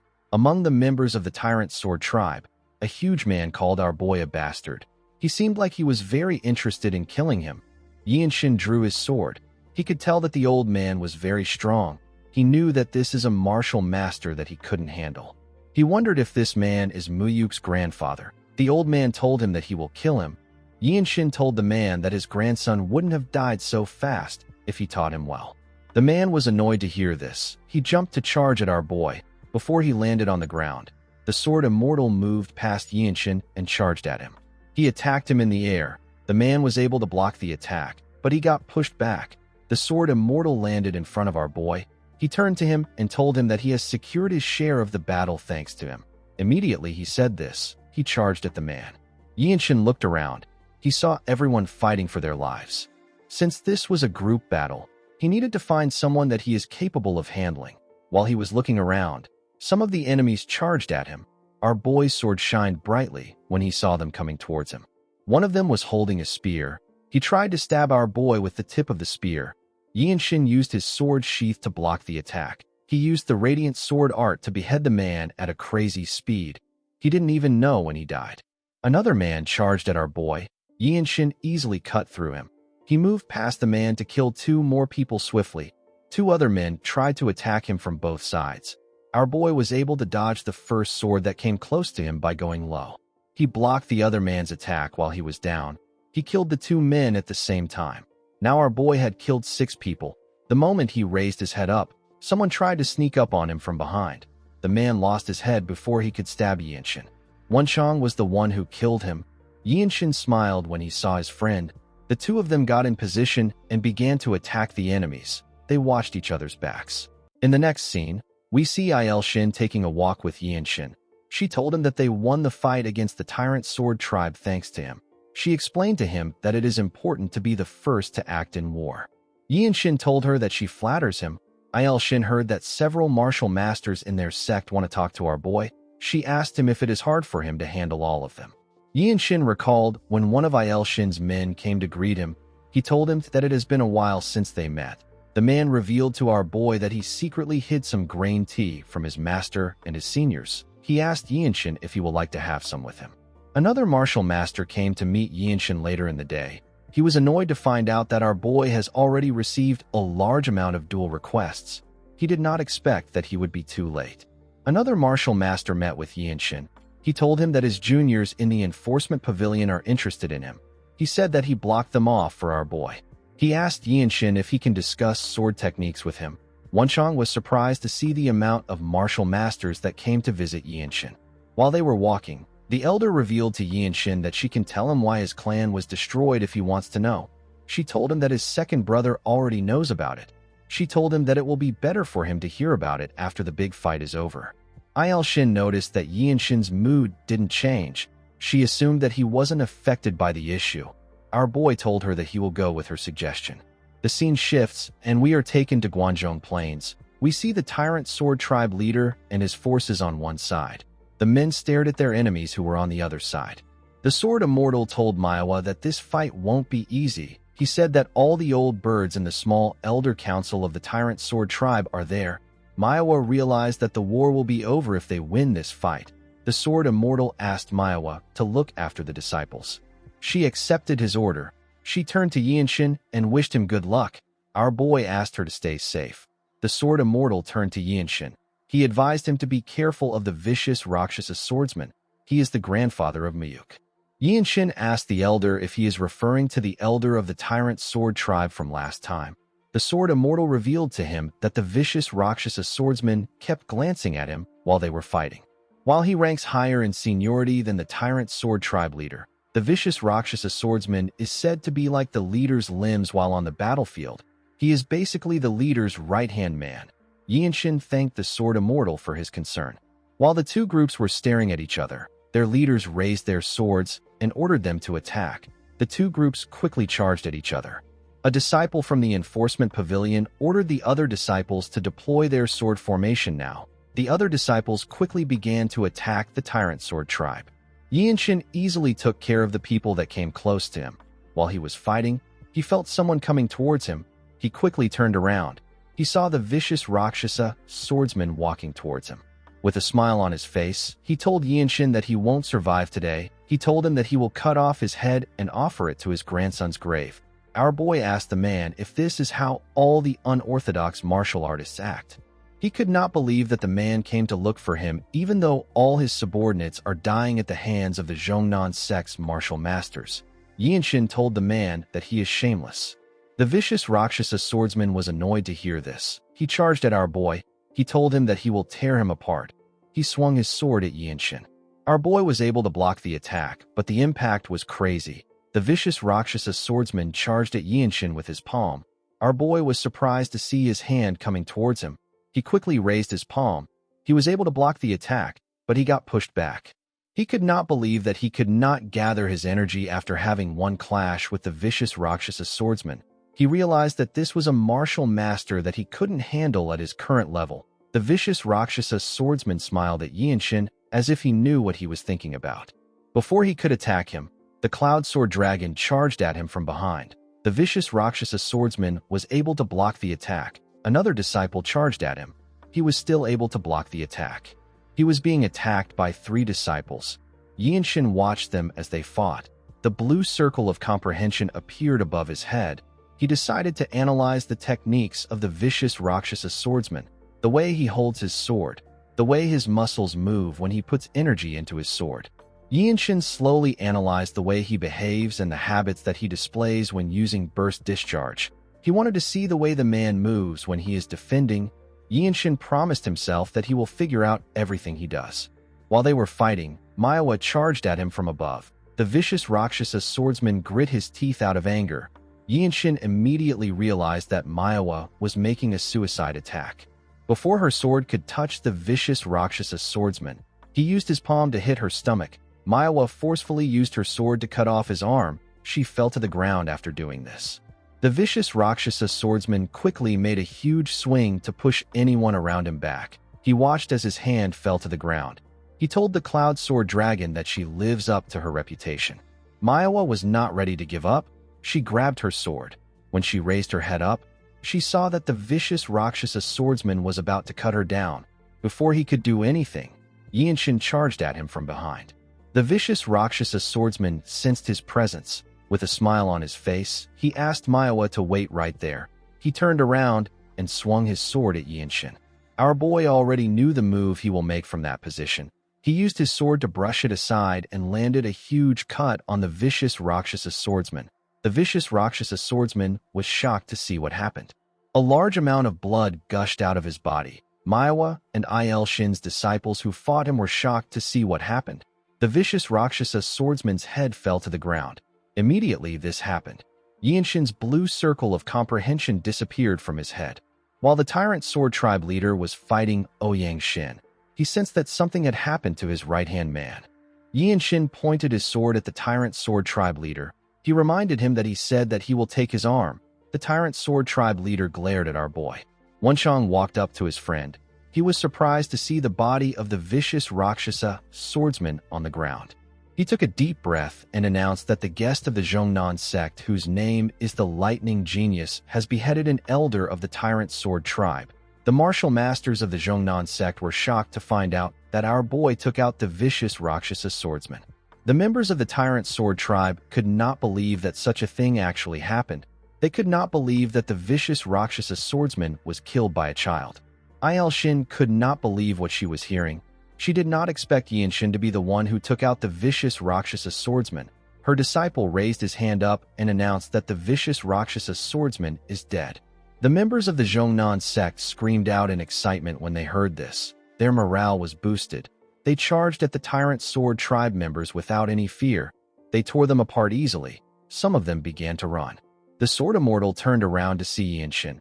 He did not expect our boy to kill the enemy that he warned him about. He watched as his sect members charged at the Tyrant Sword Tribe members. Shin pushed the leader of the Tyrant Sword Tribe back with his sword. The moment he did this, one of the members of the tribe charged at him and pushed him back. The man told the tribe leader that the momentum of the Zhongnan sect is no joke. He informed him that the situation is dangerous. He said that they must retreat for now and prepare for what's to come. The tribe leader did not like this at all. While the man was struggling to hold Shin back, he called out to his tribe leader. The tribe leader turned around to see Yinshin.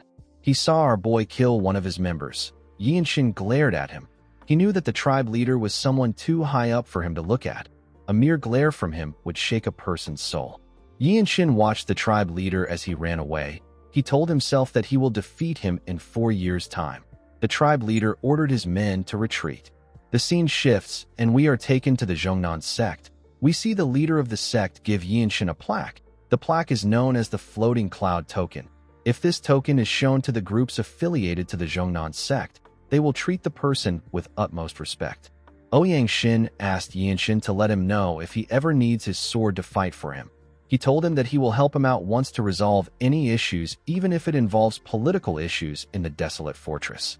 Yinshin put away the token and thanked the sect leader. He told Shin that it is time she told him why his clan was wiped out. Shin revealed to our boy that everything began with the World Tree. Yinshin did not know what the World Tree had to do with this. The elder explained to him that it is a divine tree that sustains the world. All the laws of creations and existence are firmly anchored by the mystical energy of the World Tree. The land of the Jung clan was extremely fertile. The World Tree's roots spread far enough to stretch beneath the Jung estate. There is even a saying that the formidable martial power of the desolate fortress leader is maintained because she consumes the fruits of the World Tree. Yinshin asked the elder to tell him the reason why the Jung clan was annihilated. She explained to him that the Tyrant Sword Tribe and the Blood Flame cult are both factions that are completely opposed to the desolate fortress. For them, wiping out a small clan like the Jung clan was more than justified. Coincidentally, Il Shin and her disciples were nearby when they received a letter from the desolate fortress lord. They got a request to protect the Jung clan. Unfortunately, they ended up failing. Now, Xingye County had become a wasteland at the hands of the two groups. Il Shin told our boy that she feels immense guilt towards him, his brother and his niece. Our boy did not know what to say. The scene shifts, and we see Yinshin and Wenchang outside with everyone. Our boy pat his niece on her head. The girl began to cry. Yinshin asked her to grow stronger and come find him. He told her that she will be able to visit the desolate fortress when she becomes a martial master. Manhwa asked our boy if she is also allowed to visit him. Yinshin told her that she can come if she is not on a mission. He told her that he would also like to learn martial arts with her. The Sword Immortal said that the downstream water of the Yangtze River has finally come together. He said that this is heartening. He told Yinshin that this brings joy to an old man like him who should be thinking about retirement. Our boy told the man that he looks like he will live for another 100 years. The elder told Yinshin that he hopes his wishes come true. Our boy gently smiled when he heard this. He and Wenchang bowed together. They said their goodbyes and began their journey. The scene shifts and we are taken to an inn.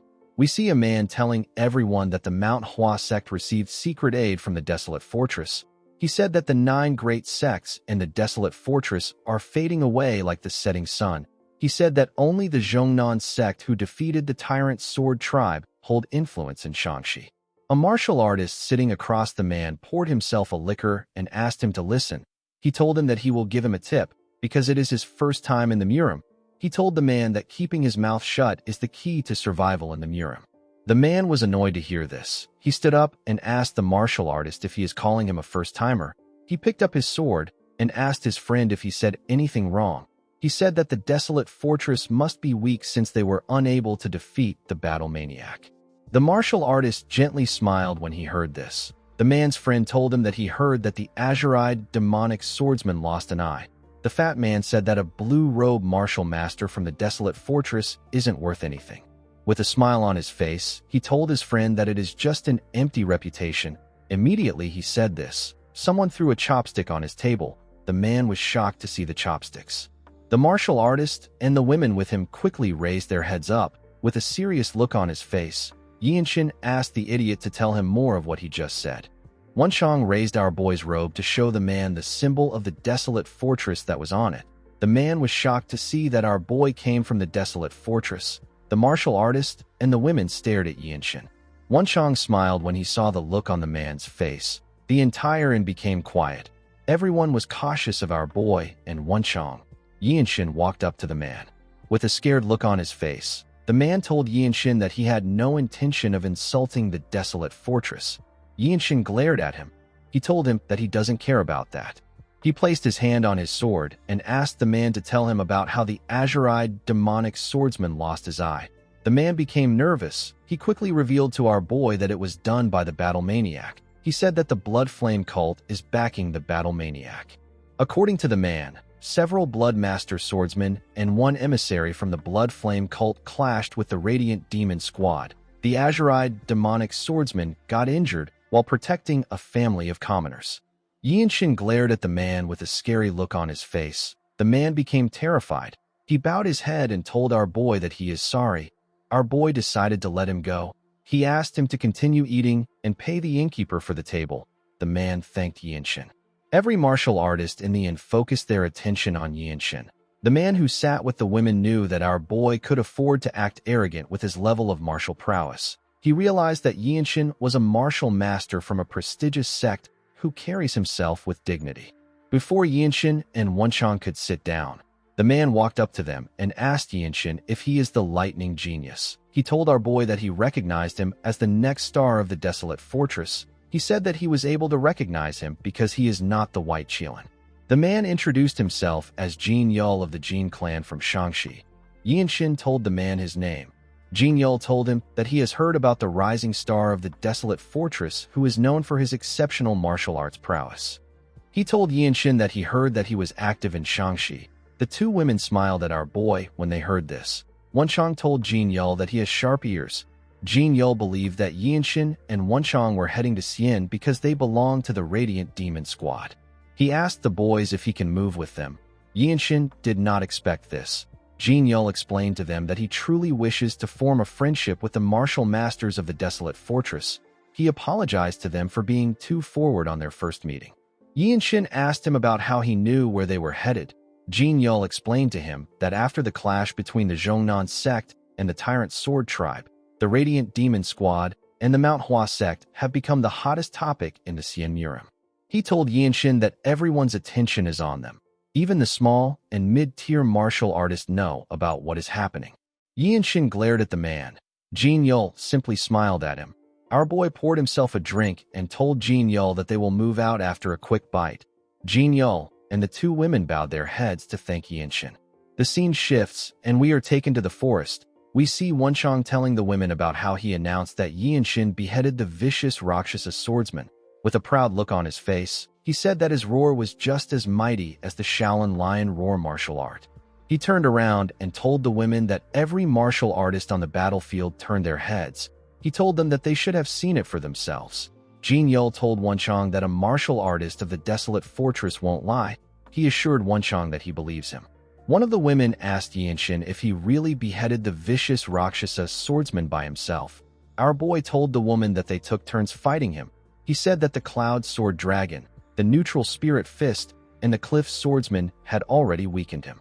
Wenchang told the woman that he took care of the other warriors. He said that the finishing strike was done by Yin Shin's dazzling blade. Jin Yul and the women laughed when they heard this. While they were walking, Yin Shin suggested that they take a short break next to a lake.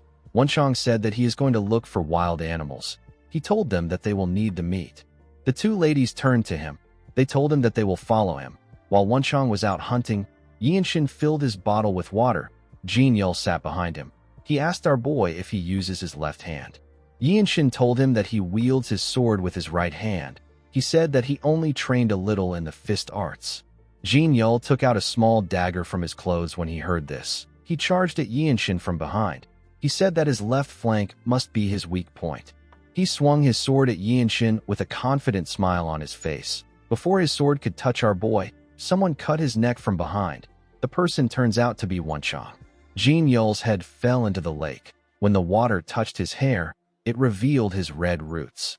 Wenchang and Yin Shin did not seem shocked to see this. Wenchang said that he already expected the man to be an assassin from the Blood Flame cult. Yin Shin asked him about Jin Yul's companions. Wenchang revealed to him that the girls are the daughters of an official. He said that they must have already arrived at the afterlife by now. Wenchang slit both their throats. He told our boy that they will arrive at their destination in half a day. The scene shifts, and we are taken to Xian.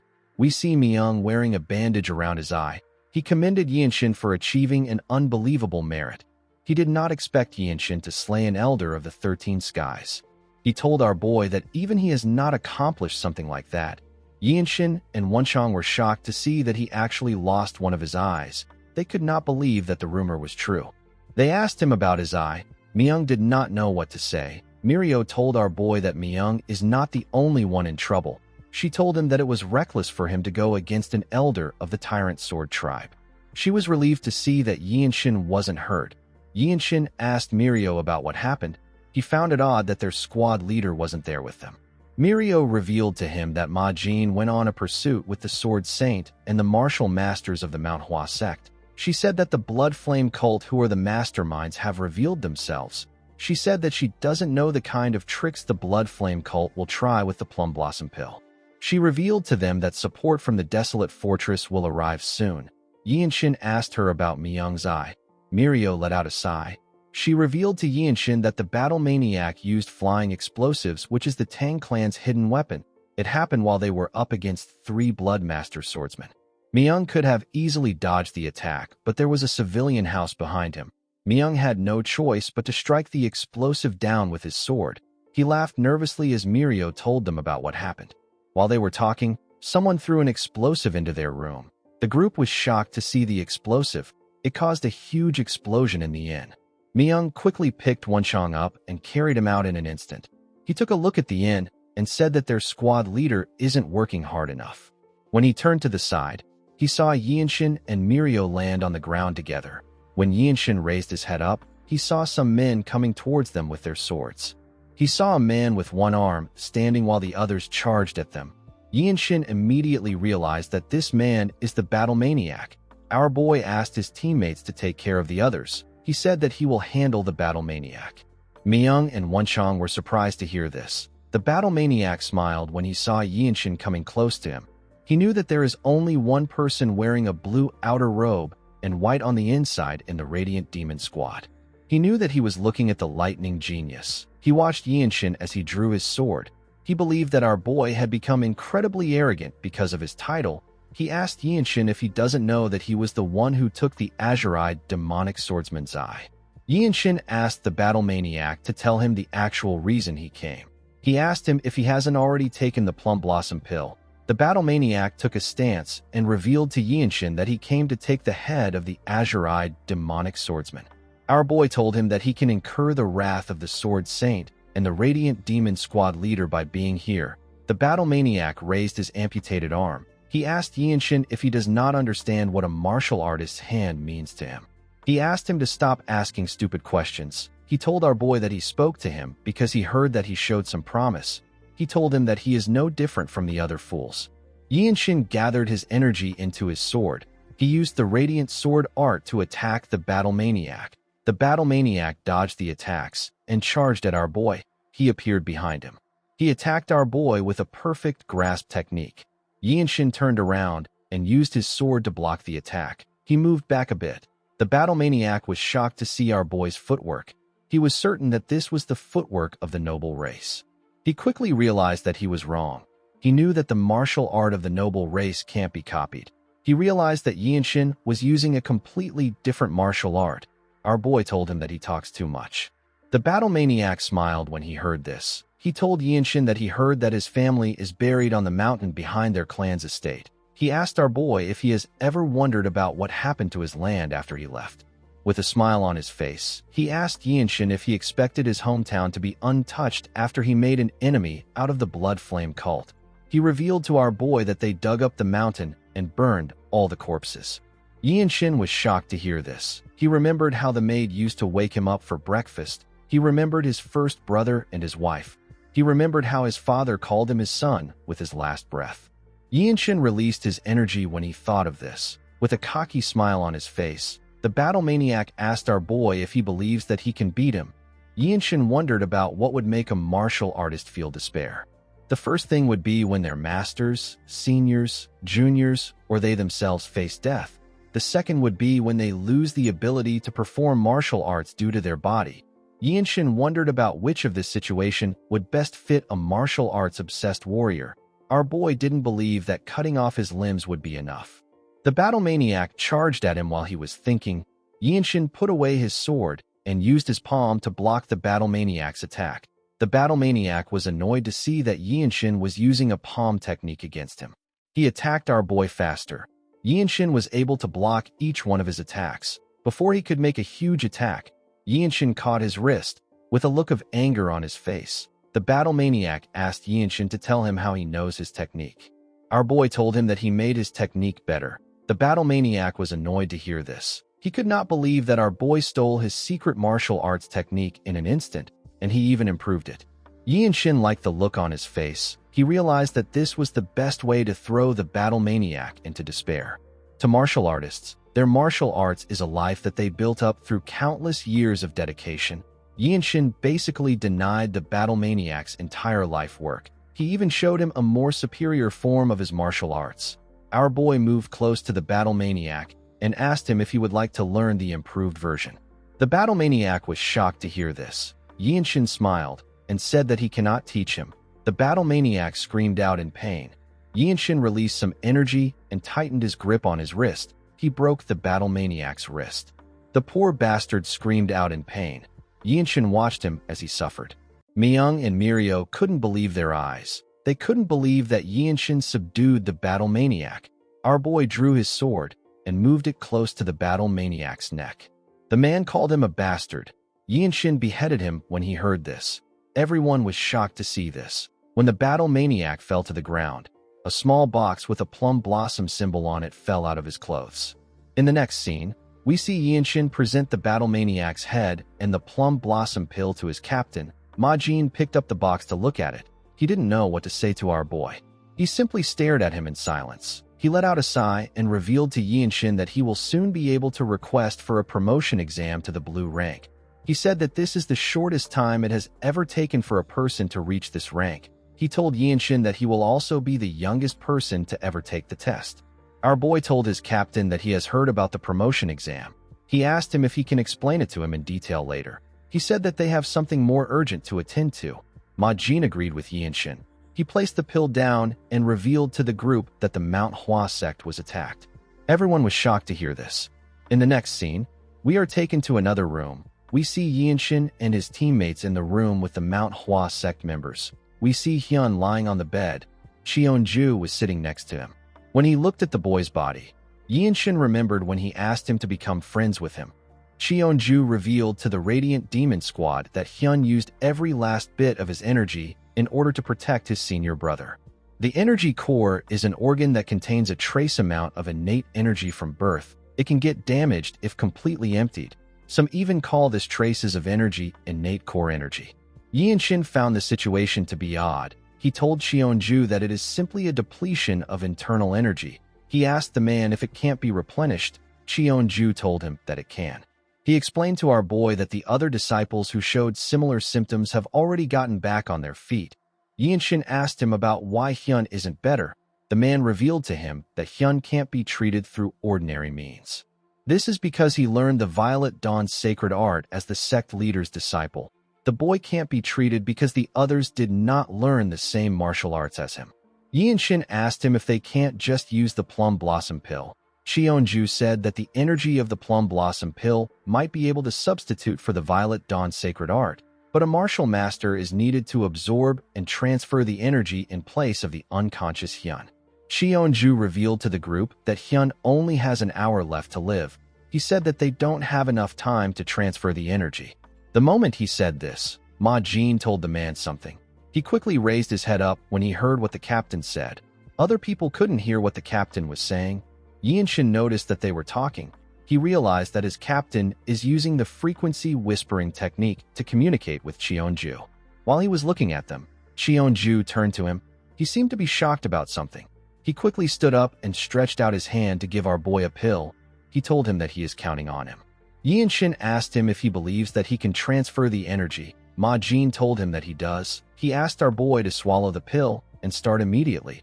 He told him that the pill will also strengthen him. While watching Yinshin circulate his energy, Ma Jin recalled that our boy had previously absorbed an elixir incredibly fast and perfectly integrated it. Yinshin absorbed it before he could help him. With our boy's talent, Ma Jin believes that it will be possible to quickly dissolve the plum blossom pill's energy and transfer it to Hyun within the time limit. After preparing himself, Yinshin collected the pill and swallowed it. Hyun sat in front of him in a lotus position. The moment our boy swallowed it, he felt something within. The plum blossom pill is a special elixir tailored to a specific way of manipulating internal energy. For someone like Yinshin who hasn't learned the internal arts of the Mount Hua sect, it would take a whole year to fully settle the plum blossom pill's true energy in his body.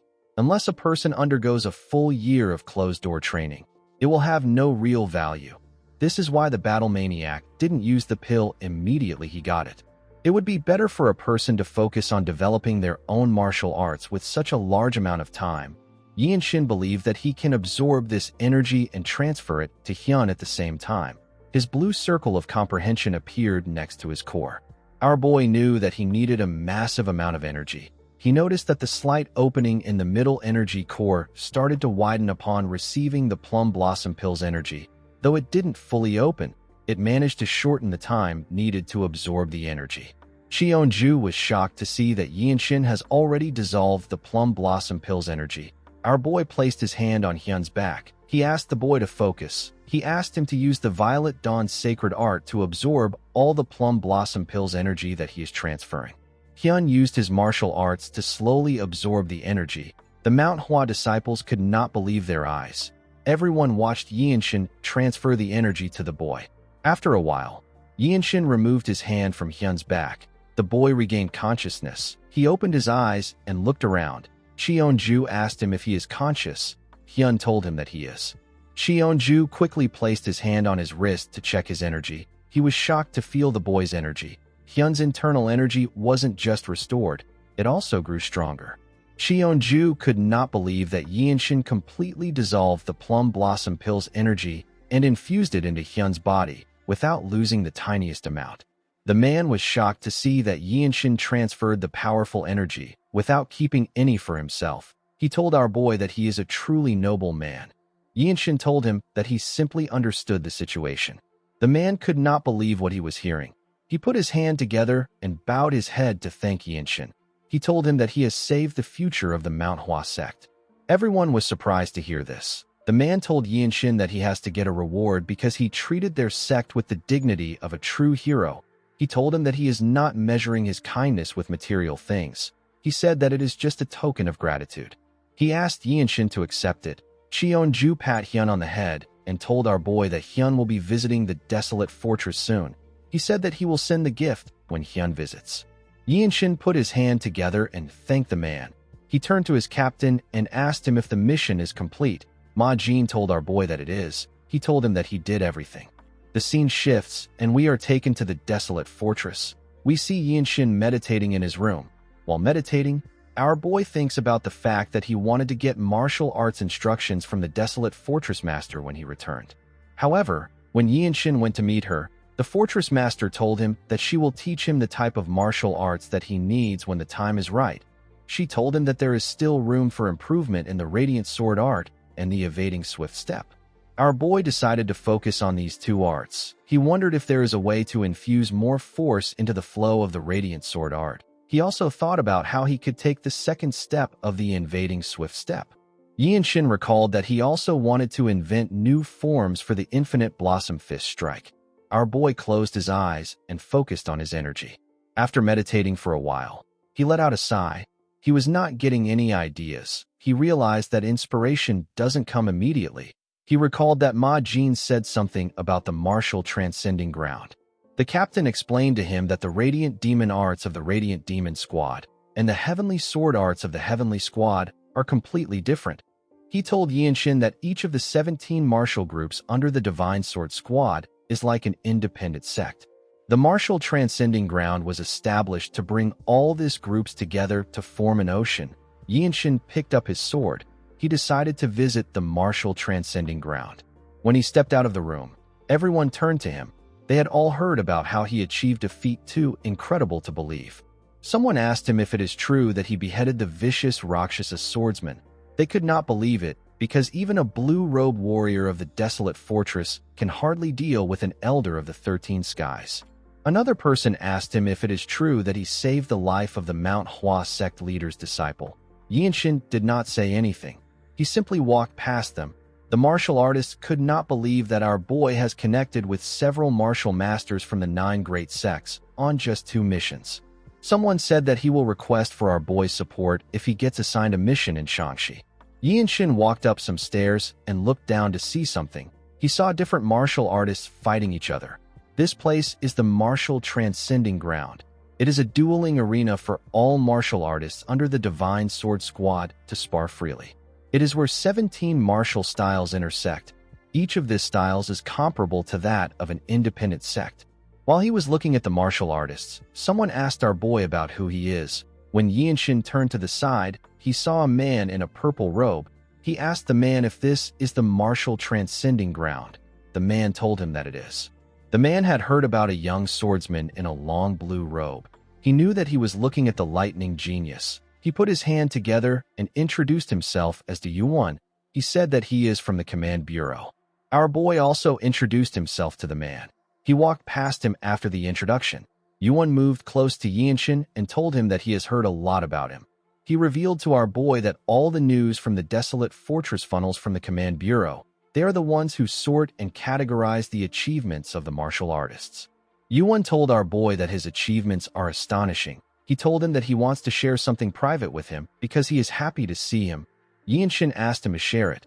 Yuan revealed to Yinshin that he will be promoted to the blue robe rank even if he completes a simple small mission. Our boy did not expect to hear this. The man congratulated him in advance. He said that he finally feels that his duty managing the martial transcending ground has a meaning today. He pointed at someone and said that the successor of the Ma clan is training today. When Yinshin turned to the side, he saw the successor using his fist to overpower his opponent. The boy was easily pushing his opponent back. Yuan revealed to Yinshin that the boy has earned a lot of praise under the name of the Ma clan. He has been defeating white robe warriors on the martial transcending ground. This is quite impressive because it hasn't even been a month since he passed the Desolate Fortress trial. Yuan said that the area around the main fortress has been lively thanks to the boy. Yinshin did not seem to really care. He watched the boy as he gathered his energy and used it to send his opponent flying. Immediately, he took care of his opponent. The boy spotted Yinshin. He walked up to our boy and asked him if he will join him in a sparring match. Yinshin asked the boy about who he is. The boy felt embarrassed. He told Yinshin that they weren't able to exchange names the last time they met. He introduced himself as Ma Sane. Yinshin recalled that Yuan said that Sane has been defeating white robe warriors. He did not expect the boy to be humble. Sane told our boy that he learned and gained a lot of things from their duel. He asked Yinshin to grant him another opportunity. Our boy recalled that Sane helped him create his energy accumulation discharge. He wondered if this duel will also benefit the Radiant Sword art. While Yinshin was talking, Myung walked up to Sane and asked him if he is a rookie. He asked the boy to spar with him instead. Sane was shocked to see the azure-eyed demonic swordsman. Myung told him that he now has one eye. He asked Yinshin if it is okay for him to duel the boy. Our boy asked him if he visits the martial transcending ground often. Myung stretched his arms and said that he will fall behind if he doesn't come there. He told our boy that this is a sect full of monstrous martial masters. Yinshin asked him if he is doing this because of his eye. Myung told him that he is right. He said that he needs to gradually recover his senses because his vision as a swordsman has been cut in half. He walked forward with Sane. The boy was quite excited. Yuan said that this is strange. He revealed to Yinshin that the azure-eyed demonic swordsman evaluates people based on their aptitude. Yinshin asked him if he is talking about his senior. Yuan took a look at Myung and said that he is a truly cold-hearted person.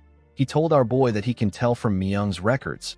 According to Yuan, Myung applies a ruthless standard to martial artists. Both aptitude and character matters to him. It is not unusual for him to just dismiss people. There have been times when leaders of orthodox sects lost their lives to him for their hypocrisy. This is why he is called the demonic swordsman. Yuan said that Myung's standards are quite harsh. Our boy said that he doesn't understand this. Yuan told him that he has never experienced anything because his aptitude is exceptionally outstanding.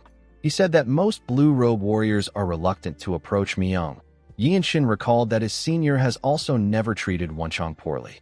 While he was talking, Yuan saw something. He saw Myung give Sane a heavy punch in his chest. With a smile on his face, he said that Sane picked the wrong opponent.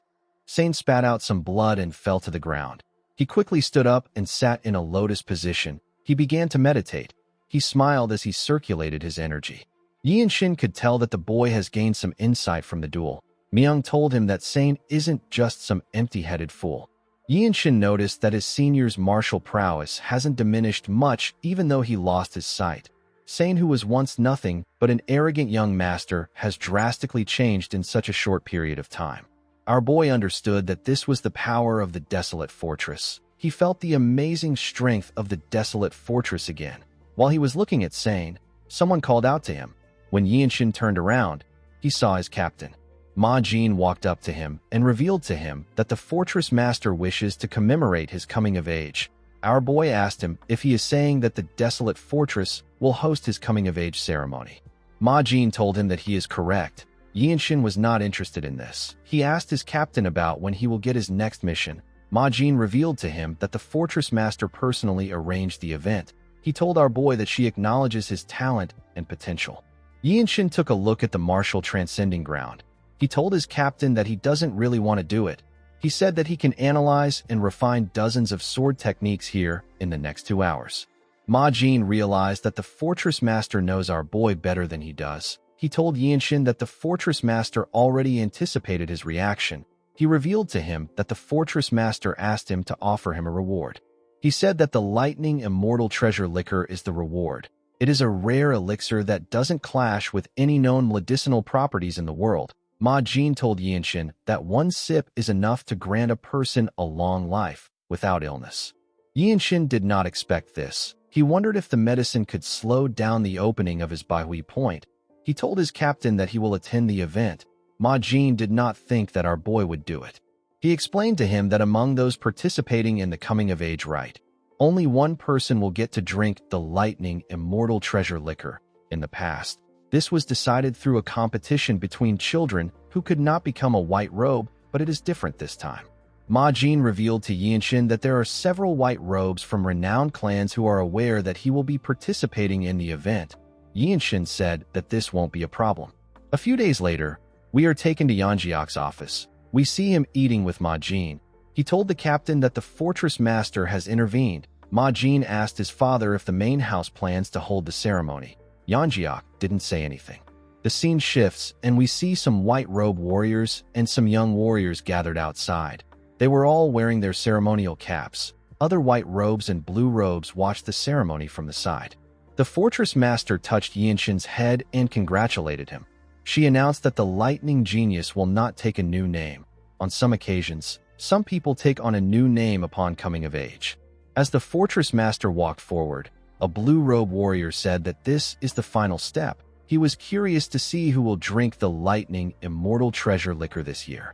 He said that no white robe can compare to Yinshin if they go by achievements. Even Namgung Washin has only just completed his first major mission.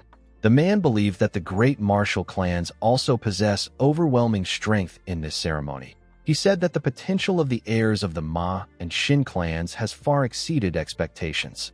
The fortress master took out a blue bottle and poured the liquor into a cup. Everyone watched her as she poured the lightning immortal treasure liquor. The fortress master raised her hand and told them that this is a small gift for them. She said that it will belong to whoever takes it first. She released her energy and asked the young warriors to take it if they can. Her energy pushed the warriors back. Most of them were sent flying. Yinshin and the heirs were the only ones pushing back. Sane quickly fell to the ground. The heir of the Shin clan couldn't move forward. While trying to hold on, Yinshin's blue circle of comprehension appeared above his head. He used the evading swift step to push himself forward. Everyone was surprised to see this. This was a footwork that brings about harmony with nature. The fortress master smiled as she watched Yinshin push forward. Our boy used the evading swift steps to charge in with a force that cuts through the crowd. His cap got blown away, but he still kept pushing forward. He was able to reach the fortress master. Everyone couldn't believe their eyes. Sane couldn't accept what he was seeing. The fortress master presented the cup to our boy. She asked him to savor it. Yinshin accepted the cup. Before Yinshin could drink the liquor, Sane told him that many warriors dream of standing in the same position as him. He said that the Jianghu is simply not fair. He asked Yinshin if he knows why people establish sects, build clans, and form alliances. He asked him to aim for the position of the Ma clan's patriarch. Yinshin asked him about what he means. Sane asked him to set a date and duel him. He told Yinshin that he wants him to fight him in a fair match for the position of the future patriarch of the Ma clan. He told him that he will take his place if he defeats him. Everyone was shocked to hear this. Most people were not aware of the fact that Yinshin is related to the Ma clan. The fortress master simply stared at Sane. Sane explained to Yinshin that the position of the clan patriarch and the leader of a prestigious martial clan takes precedence over all things. He told him that the position is much more valuable than the lightning immortal treasure liquor. He clenched his fist and told our boy that fighting is the law of the Jianghu. Yinshin wasn't really interested in the boy's offer.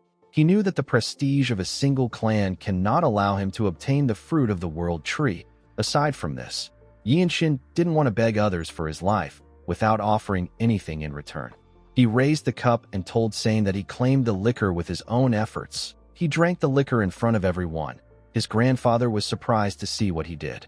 With a cold gaze in his eyes, Yinshin told the boy that this is the Jianghu. Everyone understood what he meant. They knew that our boy wanted to stand above everyone as a sovereign martial artist of the Jianghu.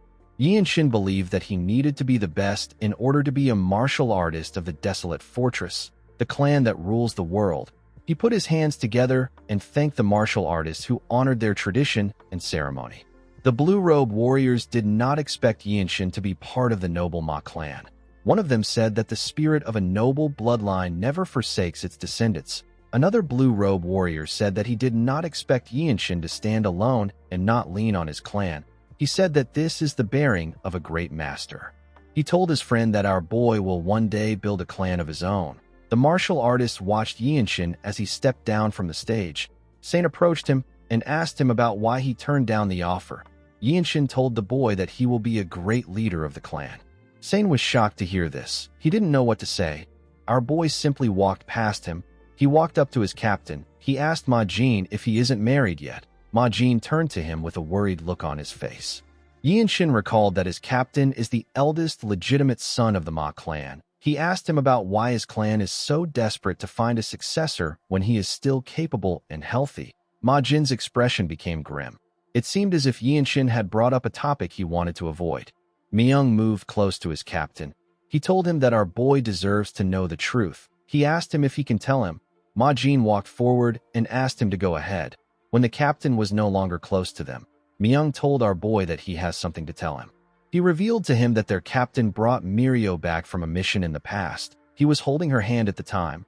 Our boy asked him if he is talking about his senior. Myung assured him that he is talking about the same Mirio. He told him that she was much younger at that time. Ma Jin took Mirio from a secretive sect and said that she is destined to become a pillar in the desolate fortress. However, Mirio wasn't the issue in this story. The story is about the mission that Ma Jin took. The mission took place in Mount Tian Shan. It is a battleground swarming with the remnants of the demonic cult. Myung told our boy that it is a perilous place. He said that their captain completed the mission, but he got in a fight with a martial master of the demonic path. With a scary look on his face, Myung revealed to Yinshin that their captain was struck in a vital point by a piercing art that damages internal organs. Yinshin was horrified by what he heard. After the incident, their captain has not been able to perform fully as a man. Even the Heavenly Squad captain, who Ma Jin often argues with, never brings up this incident. Yinshin didn't know what to say. Myung asked him if he now understands the situation. Our boy assured him that he does. In the next scene, we see Yinshin in Ma Jin's office. The two of them looked each other in the eye. Our boy asked his captain about when the next mission will take place. Ma Jin explained to our boy that he can go for a month's break now that he has completed the customary ceremony. Yinshin told him that the break is not important to him. He told him that he wants to take a mission immediately. Ma Jin couldn't understand why our boy was in such a hurry. He stood up and told Yinshin that they have to do a purge. He explained to him that they are cutting off one of the Blood Flame cult's arms. Our boy did not expect to hear this. His captain revealed to him that he fought another cult apostle while he was fighting the battle maniac.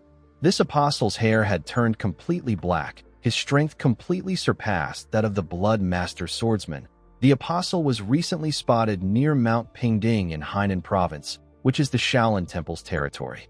Yinshin recalled that the Shaolin is located on Mount Song in Zhengzhou. He knew that Mount Song was extremely far from Hainan. He asked his captain to tell him how Hainan is considered the Shaolin's territory. Ma Jin told him that the Shaolin is the top orthodox sect. He said that there are a few sects in the Central Plains that are untouched by the Shaolin teachings. The Shaolin has too many outer sects. The entirety of Hainan province basically falls under the Shaolin's influence. Upon hearing this, Yinshin wondered about the kind of inspiration the Shaolin's martial arts can offer him. Ma Jin told our boy that the first and second Radiant Demon units will follow him. After completing the Plum Blossom Pill mission in Shaanxi, Ma Jin created the first Radiant Demon unit. Yinshin, Wenchang, Myung, and Mirio were the members of the team. Yinshin told his captain that he is fine with the mission, but the other unit members need to rest. Ma Jin smiled and told him that everyone is like him.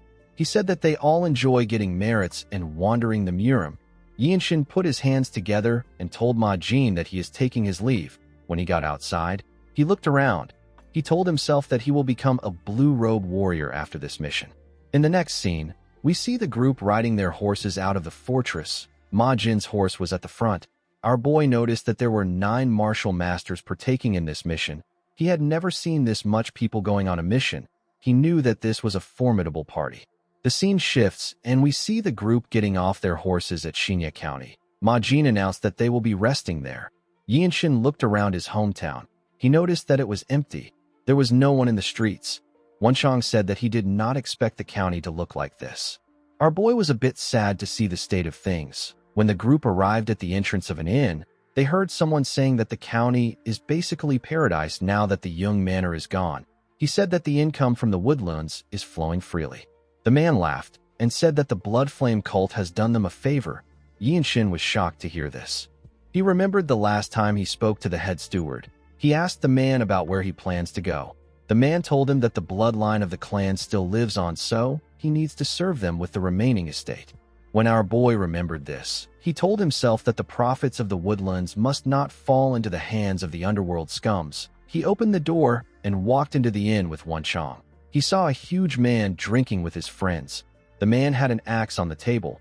Yinshin asked the men to explain the matter concerning the land of the young manor. The men did not expect to get a question like this. They all stared at our boy. Yinshin looked them in the eyes. One of them stood up and called our boy a brat. He quickly became scared when he saw Wanchong holding up Yinshin's clothes to show him the logo of the desolate fortress. The men became nervous. They couldn't believe that our boy was from the desolate fortress. The huge man among them wasn't convinced that Yinshin was from the desolate fortress. He grabbed his axe and said that our boy isn't from the desolate fortress. He quickly threw his axe at Yinshin. Our boy drew his sword and blocked his attack with a clean swing. The man was shocked to see this. He couldn't believe his eyes. Before he could do anything, Ma Jin and the other squad members stepped into the inn. Ma Jin asked if something is going on there.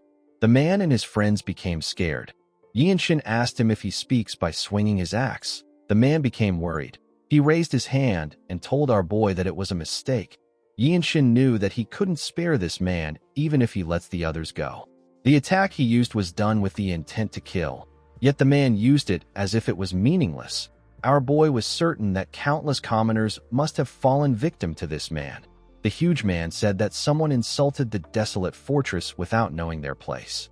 The moment he said this, Yinshin beheaded him with a clean swing. The other men were shocked to see this. The members of Yinshin's squad didn't even flinch. Our boy told the men that he is going to give them another chance. He asked them to tell him about the situation of the Young clan. With a nervous look on their faces, the men said that they will tell him everything they know. They went on their knees and explained the situation to Yinshin. Our boy clenched his fist out of anger when he heard what they said. A storm of blood was said to have swept through the marketplace after the Young manor was wiped out. Amidst this chaos, the head steward of the clan created a merchant group and grew it with astonishing skills. He wanted to leave the county, but the woodlands and assets from the destroyed Young manor became the merchant group's foundation. Due to this, the underworld martial artists targeted them. A group called the Shinya White Martial Sect used their vast wealth to blind the local magistrate and raid the merchant group. They tore the group apart. Wanchong slammed his fist on the table. He called the men rotten bastards. Yinshin could not believe that the magistrate simply watched this happen even though he is in charge of the county. Myung moved close to our boy and told him that he will gladly help if he says the word. Yinshin raised his head up and looked behind him. He saw that the entire group was ready to help him. He thanked them for their offer. They all smiled at him. He asked his captain if he is allowed to punish the magistrate himself. Ma Jin told him that he can't do this. He said that he will investigate the magistrate himself when he returns. Yinshin asked him about what they should do about the Shinya White Martial Sect. His captain told him that an underworld sect like that shouldn't be too difficult for him to handle alone. He asked him if he needs any assistance. Yinshin said that he doesn't. Wanchong moved close to him and told his captain that he will follow Yinshin. With a smile on his face, he told his captain that they can't allow a young martial artist who isn't of age to act alone. He said that the name of the desolate fortress would be tarnished. Yinshin told Wanchong that this isn't about justice. Wanchong raised his hand and stopped him from saying anything else. He told our boy that he is taking out an underworld gang.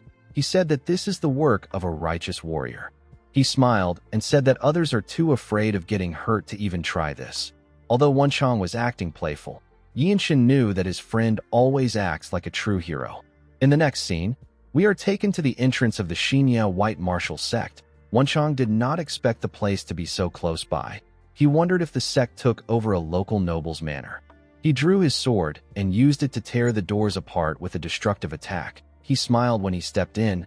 He saw the sect members standing outside with their weapons. He asked them if they were waiting for them. He asked them if they overheard their conversation at the inn. The sect leader smiled and called the boys fools. He told them that they have no fear. He didn't expect that only 2 of them would come there. He told them that he will turn their corpses into fertilizers for the woodlands. Yinshin ignored the man and drew his sword. He had heard that small and mid-sized sects are often out of touch with recent news. The larger sects are the ones that hesitate to provoke the desolate fortress. The sect leader smiled and ordered his men to kill the boys. His men quickly charged at them. When they got close to Yinshin, they got torn apart before they could even swing their swords. Our boy cut off their heads easily. Wenchang supported him from behind. He helped him kill the people around him. Yinshin glared at the leader after taking care of the people in front of him. The man became scared.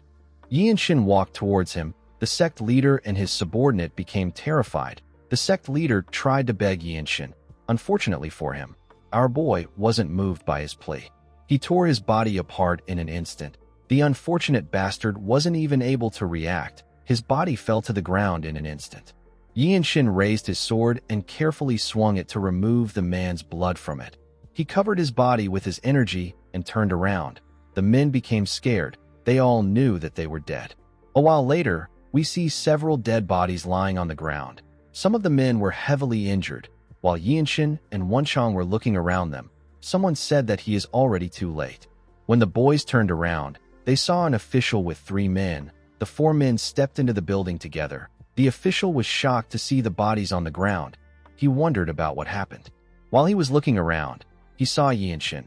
He recalled that our boy was a child of the Young Manor. He asked him about what he is doing there. Immediately the man said this. He saw the desolate fortress logo on Yinshin's clothes. He could not believe that Yinshin was in the desolate fortress. One of the men ran past the official and called out to our boy. Yinshin was surprised to see the head steward. The man couldn't believe that our boy became a martial artist of the desolate fortress. He was very proud of him. He told Yinshin that this feels like a dream. Our boy told the steward that he heard that things haven't been going well for him. The man gently rubbed his head and said that things were bad for him because he is weak. Yinshin noticed that the energy emanating from the man's body was much different from before. It was now more refined and grounded. Our boy knew that a change like this is basically impossible without having formal martial arts training. He asked the steward if he joined an orthodox sect. The steward smiled and said that he was able to become an outer disciple of the Shaolin through great luck. Our boy did not expect to hear this. The steward pointed at the old bald man behind him. He introduced him as his master. The old monk introduced himself as Wenchang. Yinshin put his hand together and greeted the man. He introduced himself to him. The moment he greeted him, the third man told him that his techniques are astonishing. The man who turns out to be a member of the noble race turned around to see Yinshin. He introduced himself as Gakyung. Gakyung is also known as the Little Divine Monk. He is one of the 18 arhats of the Great Shaolin Temple and a master of the Shaolin Fist Strike. Wenchang turned to Yinshin and asked him if he had some prior connection to their temple. Our boy told him that this is his first time meeting martial masters of the Shaolin. Wenchang told our boy that his physique is really interesting. He said that his body looks like it has been well tempered through the muscle transformation art. The Shaolin's 72 supreme arts are said to begin and end with the Dharma muscle transformation art. It is a very important art to the temple. It is basically a foundation for them. Wenchang told Yinshin that he doesn't suspect that he stole their temple's techniques because this would be impossible. Gakyung called out to Yinshin and told him that his actions are reasonable by worldly standards. However, from the point of view of someone who has lived only for martial arts and the Dharma in the mountains, it seems a bit excessive. Gakyung told Yinshin that he is worried because he will definitely become a top martial master. Our boy asked the monk to tell him what he is trying to say. Gakyung said that a true martial artist speaks through martial arts. He clenched his fist and suggested that they cross fists. He said that a favor will be granted to the one who prevails. He took out a small bottle and told Yinshin that he will give it to him if he wins. He revealed to him that there is a meridian purification pill inside the bottle. He told him that it is a secret pill of his clan that is produced at the temple's medicinal hall. Wenchang was surprised to see the bottle. He asked Gakyung if he is talking about the pill that the Shaolin uses to instantly restore their energy. The monk told him that he is correct. Yinshin could not believe that he was already offering this rare and valuable pill without telling him what he wants. He couldn't see through Gakyung's intentions. He decided to accept the duel. He said that he will give it his all. The monk laughed and thanked our boy for allowing him to meddle in his affairs. He told him that he can take the pill if something happens. Yinshin asked him about what his request is. The monk smiled and told our boy that he wants him to listen to an hour of his Dharma lecture. Our boy and Wenchang were surprised to hear this. Gak-young laughed when he saw their reaction. He asked Yinshin if he believed that he was going to ask him to shave his head and join the Shaolin as an official disciple. Our boy realized that he was witnessing the famed fairness of the Shaolin monks. Yinshin and Gak-young put some distance between themselves and took a stance. Now that he was facing him, our boy could see the gap between them. He knew that he would be no match for Gak-young if they faced each other with internal energy. However, when it comes to their physique, Yinshin might stand a chance. The monk charged at our boy and swung his fist at him. Yinshin blocked his attack and got pushed back a little. Gak-young turned around and attacked him with a kick. Yinshin blocked his attack. The monk made his fist faster and attacked our boy with more speed. Yinshin matched his pace and blocked his attacks with a single hand. Gak-young jumped and tried to kick our boy. Yinshin carefully bent his back to dodge the attack. Gak-young moved back and took a stance. He attacked our boy with the dragon fist strike. He used the technique to hit Yinshin's body with a large amount of force. A bright light got released from the attack. When Gak-young stepped back, he saw something odd. Our boy was still standing. It was as if he wasn't even hurt. Wenchang was impressed by Yinshin. He realized that our boy is standing in the exact same position as when the match began. With a cold gaze in his eyes, Yinshin asked the monk if he is done. Gak-young did not expect to hear this.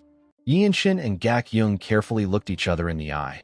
Our boy took a step forward and charged at the monk. He easily got close to him and thrust his fist at him.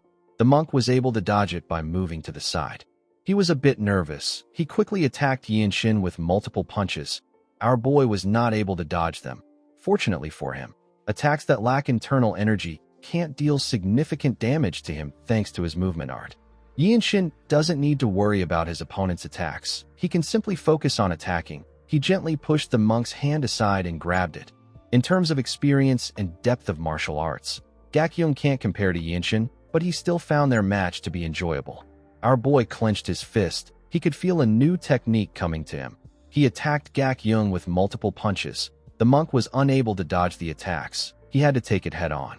Wenchang was surprised to see our boy's attack. He wondered if he copied the Shaolin's 5 fist strikes. He took a careful look at Yinshin's style. He realized that he was wrong. The styles were only similar. Our boy's own was actually much better. While fighting Gak-young, Yinshin's eyes had a blue glow in them. It seemed like he was understanding and creating a new martial art. He made his fist strikes faster. Gak-young was still able to keep up. The old monk noticed that Yinshin's mastery and range of application of energy emission techniques have improved significantly. He couldn't believe that our boy was getting better the more he fought. He realized that Yinshin was in the process of creating an entirely new martial art. Gak-young took a deep breath and thrust his fist at Yinshin. Our boy easily dodged it. He gave the monk a punch on his shoulder. Wenchang was surprised to see this. He realized that Yinshin's physique has already surpassed that of the little divine monk. Our boy and Gak-young continued throwing hands at each other at a crazy speed. They eventually blocked each other's fists. The two of them quickly moved back to create some distance between themselves. Gak-young began to breathe heavily. Yinshin wasn't even tired. The monk smiled and said that one of them will have to take the meridian purification pill if they continue. The two of them put their fist down and stared at each other. Everyone was shocked to see this. They couldn't believe that it was a draw. The official could not believe his eyes. Wenchang told him that those who know Yinshin know the truth. He revealed to him that our boy possesses monstrous strength even among members of the Radiant Demon Squad. The official gently turned to him when he heard this. Wenchang told him that something actually once happened in the desolate fortress. When our boy was taking a bath, the handmaidens who helped manage the bathhouse snuck out. They later returned to secretly spy on him. Wenchang found the women to be bold and fearless. He didn't think that they would do something like that. The official became nervous. Before Wenchang could tell him what happened next, the man turned to the side and said that he is not particularly interested. He ran towards the exit. Wenchang found this odd. Most people are usually interested in hearing the rest. Yinshin put his hand together and thanked the monk for the duel. He told him that he will listen to his doctrine. Gak-young did not expect to hear this. He laughed and called our boy a sincere person. He told him that he would have loved it if he was his disciple. He knew that he couldn't take our boy because he didn't win the duel. he revealed to Yinshin that he was actually afraid. He didn't expect him to gradually break through his basic techniques. He placed his hand on his chest and said that he lost. He told our boy that he will listen to what he has to say whenever he gets the chance if he listens to his doctrine. Yinshin gently smiled when he heard this. He told the monk that this will be nice. Later in the evening, we see the two of them sitting in a pavilion. Gak-yeong began his explanation by talking about the Bodhidharma, the first grandmaster and the founder of Buddhism in the Central Plains. While he was talking, Yinshin realized that Buddhism does not rely on words and letters, it goes beyond its scriptures. A new understanding of the world was opened to our boy. Until now, his mind was being sharpened like a sword from endless bloodshed. Alongside his terminal fate, the will to survive engulfed him. Of course, a person's doctrine does not magically erase the fear of a terminal condition. However, our boy was now able to understand the essence embedded in the martial arts of Buddhism. While Gak-yeong was explaining things to Yinshin, Wonjong carefully looked at them. The next day, we see the group walking out of the compound. The old monk said that destroy evil and uphold the righteousness isn't some abstract doctrine. He said that it has real tangible power. He told the group that it is a spiritual force that annihilates the corrupt power amassed by cults like the Blood Flame cult. Gak-yeong turned to him when he heard this. Wonjong said that martial arts and spells were originally together. Spells are the mysterious arts of immortals. It was divided from martial art and labeled differently by people. Gak-yeong smiled and turned to the old monk. He reminded him that he is creating a martial art meant to kill the Blood Flame cult leader. He reminded him that he is someone who devoted himself to Buddhism. Wonjong was annoyed to hear this. He asked Gak-yeong to tell him what is wrong with what he is doing. He said that it must be done for the sake of the people. Gak-yeong actually agreed with him. While they were talking, Yinshin sensed something. He saw his captain jump into the compound. Ma Jin landed in front of him. He told our boy that he has been searching for them. He did not expect to see the Shaolin monks with them. He told them that he doesn't have the luxury of greeting them properly because they are currently surrounded. The moment he said this, the other members of the group came into the compound. Yinshin did not expect to hear this. He asked his captain about what is going on. Ma Jin revealed to him that the Blood Flame cult is there. He said that word must have gotten to the cult. He revealed to him that the Hao faction betrayed them. He said that they must escape and survive. He asked his squad members to rendezvous at the Heavenly Sword clan at Pingding Mountain if they fall out of formation. Yinshin could tell from Ma Jin's tone that he wasn't very composed. He couldn't believe that a black-robe warrior would be this way. While he was looking at his captain, he sensed something. He quickly turned to the door. The other members turned to the door when they sensed it too. The moment they did this, the door exploded. Everyone quickly got ready. A young woman with black hair stepped into the compound with a dagger in her hand. The woman with red eyes gently greeted them. The woman had an eerie dark energy around her. Yinshin could tell that she was in a different league from the Blood Master swordsman. He recalled that the hair of a Blood Flame cultist becomes blacker the more they grow stronger. While he was looking at the woman, Ma Jin revealed to his team that she is the seventh apostle. Everyone knew that the seventh apostle is a powerful warrior with exceptional martial prowess and a vicious temperament. The woman turned to Yinshin. She asked him if he is the lightning genius. She described him as the future of the desolate fortress. She gently licked her lips and told Yinshin that his nape looks really pretty. Ma Jin raised his sword in front of our boy when he heard this. He asked the seventh apostle to look at him. The woman gently smiled. Immediately she did this. Members of her cult appeared on the walls. They surrounded the group from every angle. The cultists were quite much. The seventh said that this is where she will kill both the present and the future of the Radiant Demon Squad. The moment she said this, she threw her dagger at Yinshin. Her dagger was quite fast. It went past Ma Jin in an instant. Before it could touch our boy, he grabbed the hilt and pushed the blade back. He made sure that his hand didn't touch the blade itself.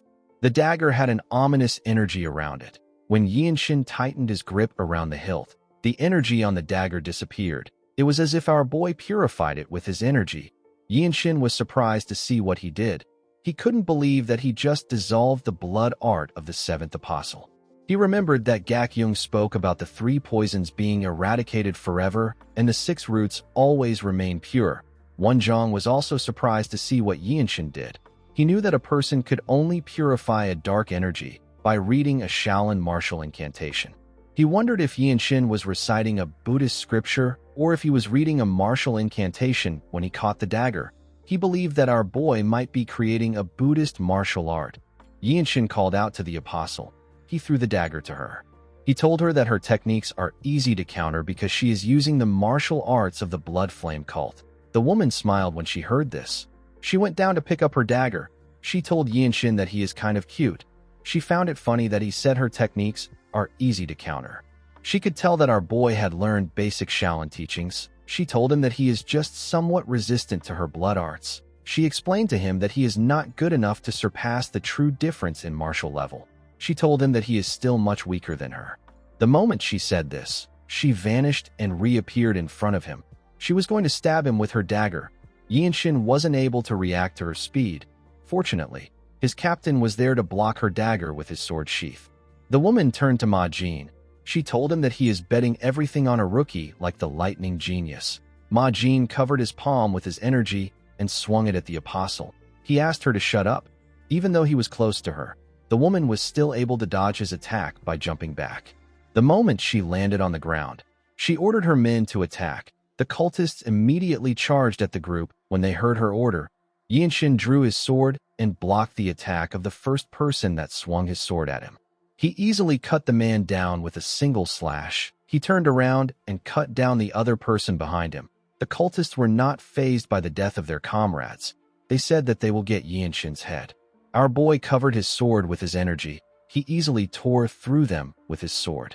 While fighting, Yinshin noticed that his captain was restrained by the seventh apostle.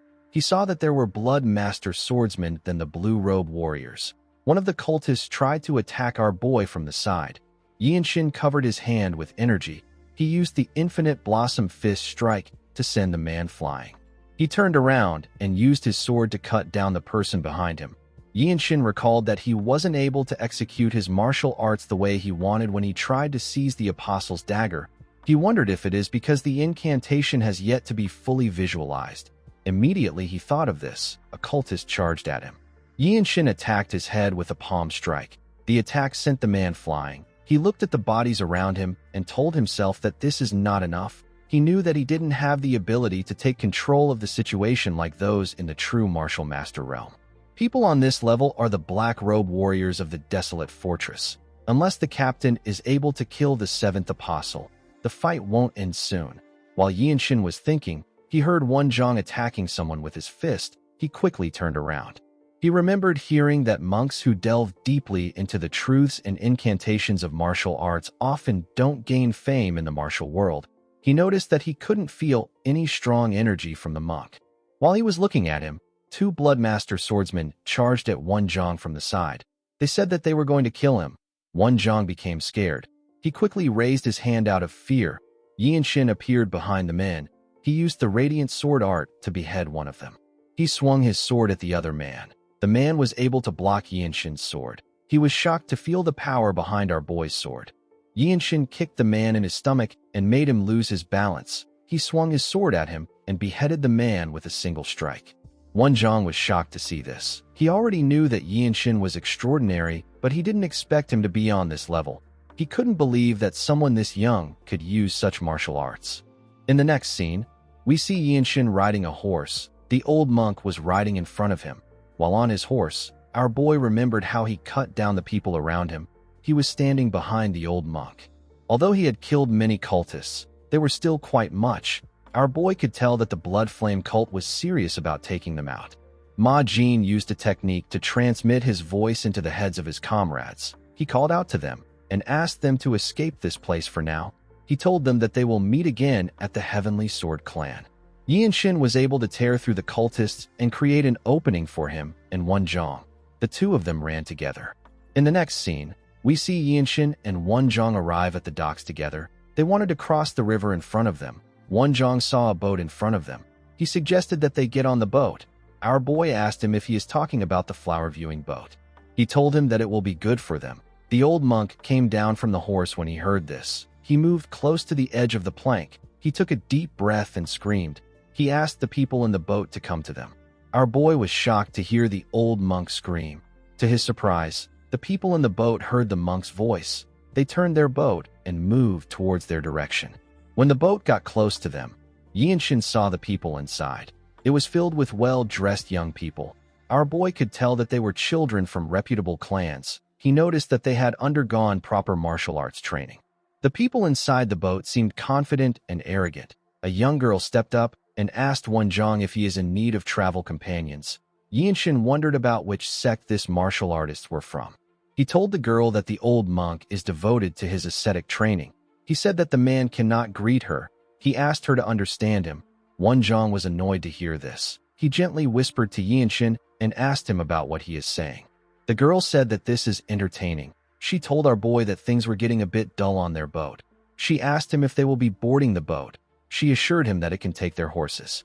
After Yinshin and the monk got on the boat, they moved away from the docks. Our boy stared at the girl on the boat. He seemed suspicious of her. The girl introduced herself as Hodam. She said that she is a rising talent from the Martial Alliance. She said that people call her Sword Flower. Our boy knew that the Martial Alliance is part of the 13 Skies, just like the Blood Flame cult and the Tyrant Sword tribe. He realized that this was a gathering of young elites from the unorthodox sects. One of them noticed the symbol on Yinshin's clothes. He asked him if he is a martial artist of the Desolate Fortress. He asked him about why he is in such a hurry to cross the river.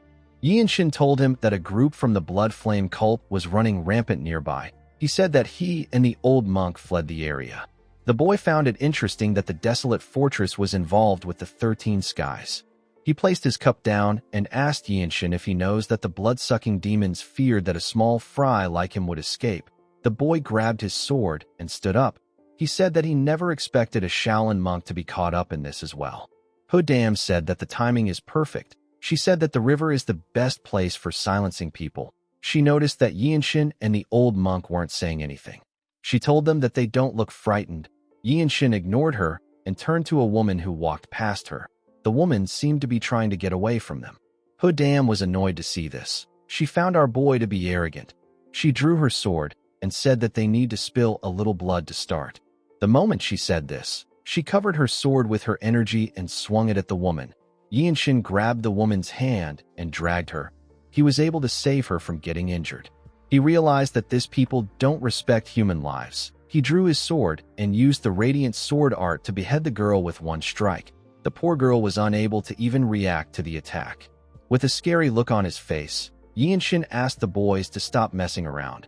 The boys became scared. They couldn't believe that someone like Yinshin used such a powerful sword strike. The boy who spoke earlier revealed to Yinshin that Hodam is the treasured daughter of the Martial Alliance Sung Manor. He asked our boy if he is not afraid of the consequences. Yinshin swung his sword to remove her blood off it. He reminded the boys that they were the ones who tried to kill them. He advised them to be worried about retaliation from the Desolate Fortress. He said that this boat will head north for now. He told them that he will decide what to do to them when the time comes. He told the boys that they will be the ones to row the boat now. The boy with the headband asked Yinshin if he didn't hear what he said. He said that the girl is the Sword Flower of the Sung Manor. He asked our boy if he doesn't know who she is. Yinshin turned to the idiot and smiled. He realized that he hasn't formally introduced himself to the boys. He sat on a box and revealed to them that he is the lightning genius of the Radiant Demon Squad. The boy became scared when he heard Yinshin's title. He realized that he is talking to the top young talent of the Desolate Fortress and the person who cut down an elder of the Tyrant Sword tribe. Later in the day, we see everyone standing behind Yinshin. Our boy was meditating.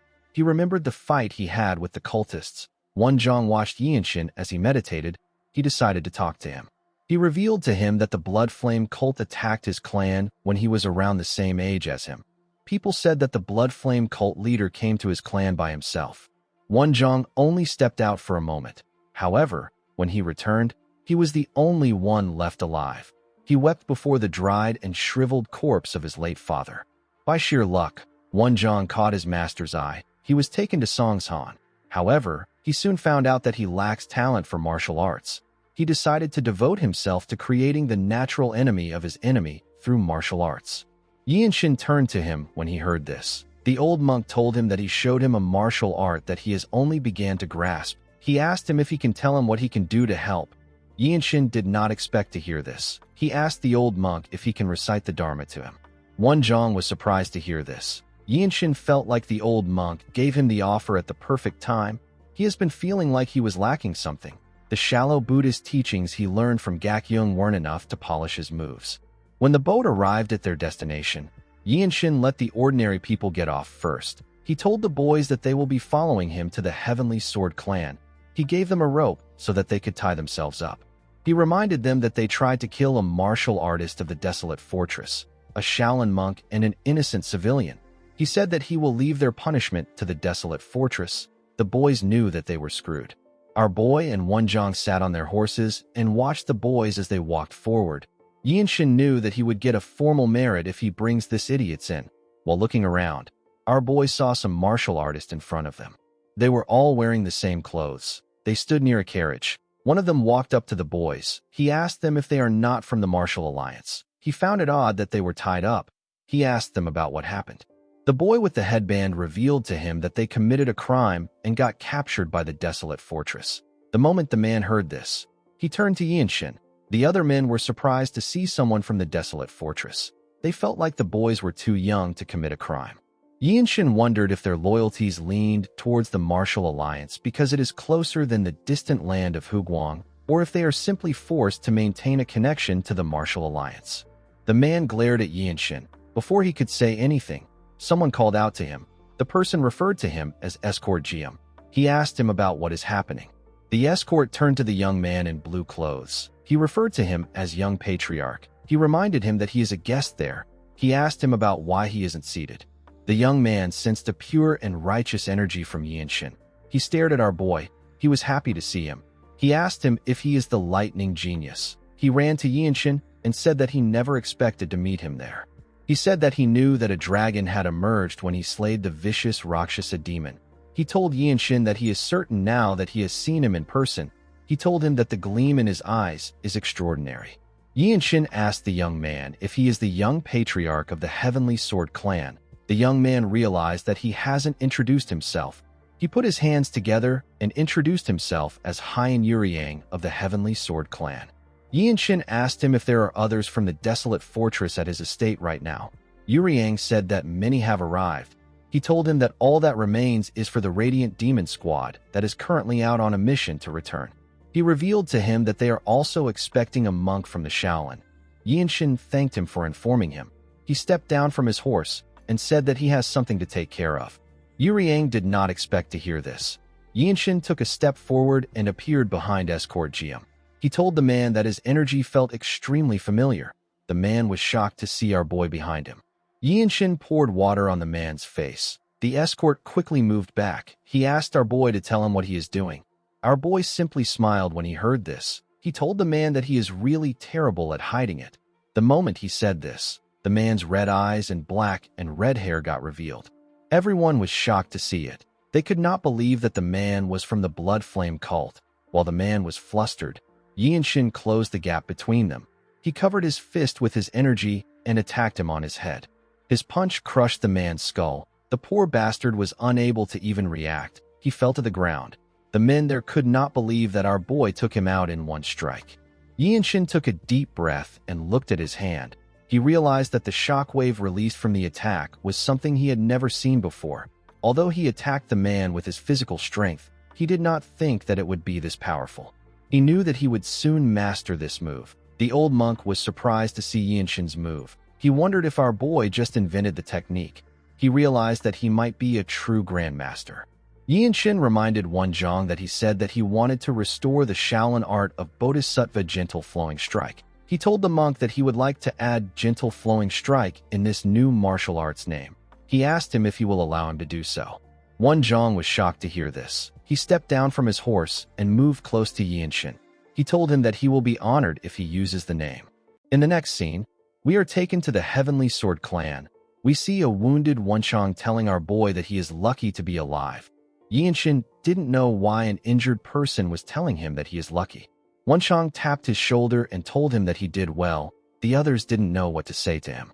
Ma Jin found it amazing that Yinshin was able to achieve something even though he was on the run. Our boy asked his captain if he took out the seventh apostle. With a nervous look on his face, Ma Jin revealed to Yinshin that the apostle's martial arts is a bad match for him. He said that Myung might have been able to take her out if he was on the same level as him. Myung moved close to his captain and asked him if he is making an excuse. Mirio moved close to our boy and touched his shoulders. She told him that he looks quite healthy. She noticed that his energy was transforming again. She looked into his eyes and told him that people around his age usually focus on building their foundation. She told him that he has been improving too fast. Yinshin looked away from her. He turned to his captain and asked him about what they will do about the Blood Flame cult. He said that the 7th Apostle seems to have intel on their squad. Ma Jin told him that they will wait. He revealed to him that they are planning to respond by coordinating with the Heavenly Sword clan. He told his squad that the cultists have received orders to eliminate them, although it seems like a small fight between the Desolate Fortress and the Blood Flame cult. It is actually an all-out war for the Radiant Demon squad.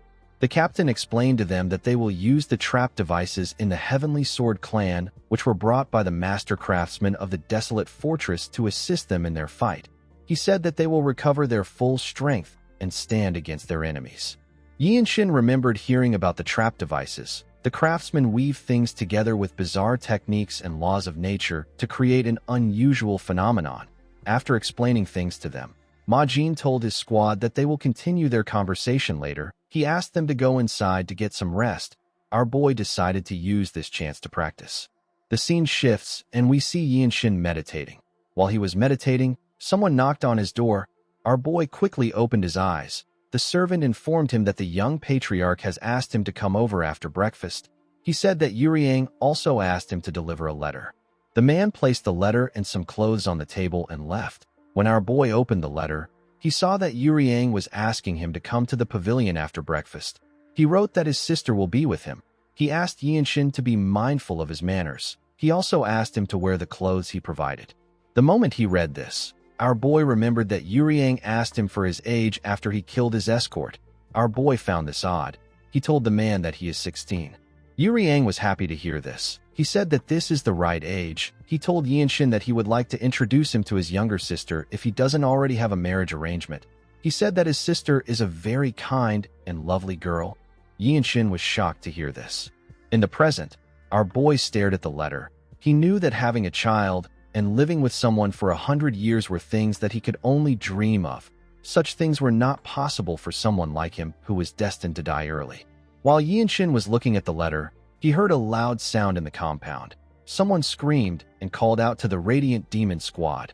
Yinshin and the other members of the squad heard this person's voice. They all knew that this was their captain's emergency call. Our boy grabbed his sword and ran out of the room. He realized that they were being ambushed. When he got outside, he saw his captain and some guards. He also saw a building on fire. Ma Jin revealed to him that there was an explosion at the south gate. He said that he believes that their trap formation has been completely obliterated by the explosion. Yinshin could not believe that the cultists made use of bombs without permission from the Imperial Palace.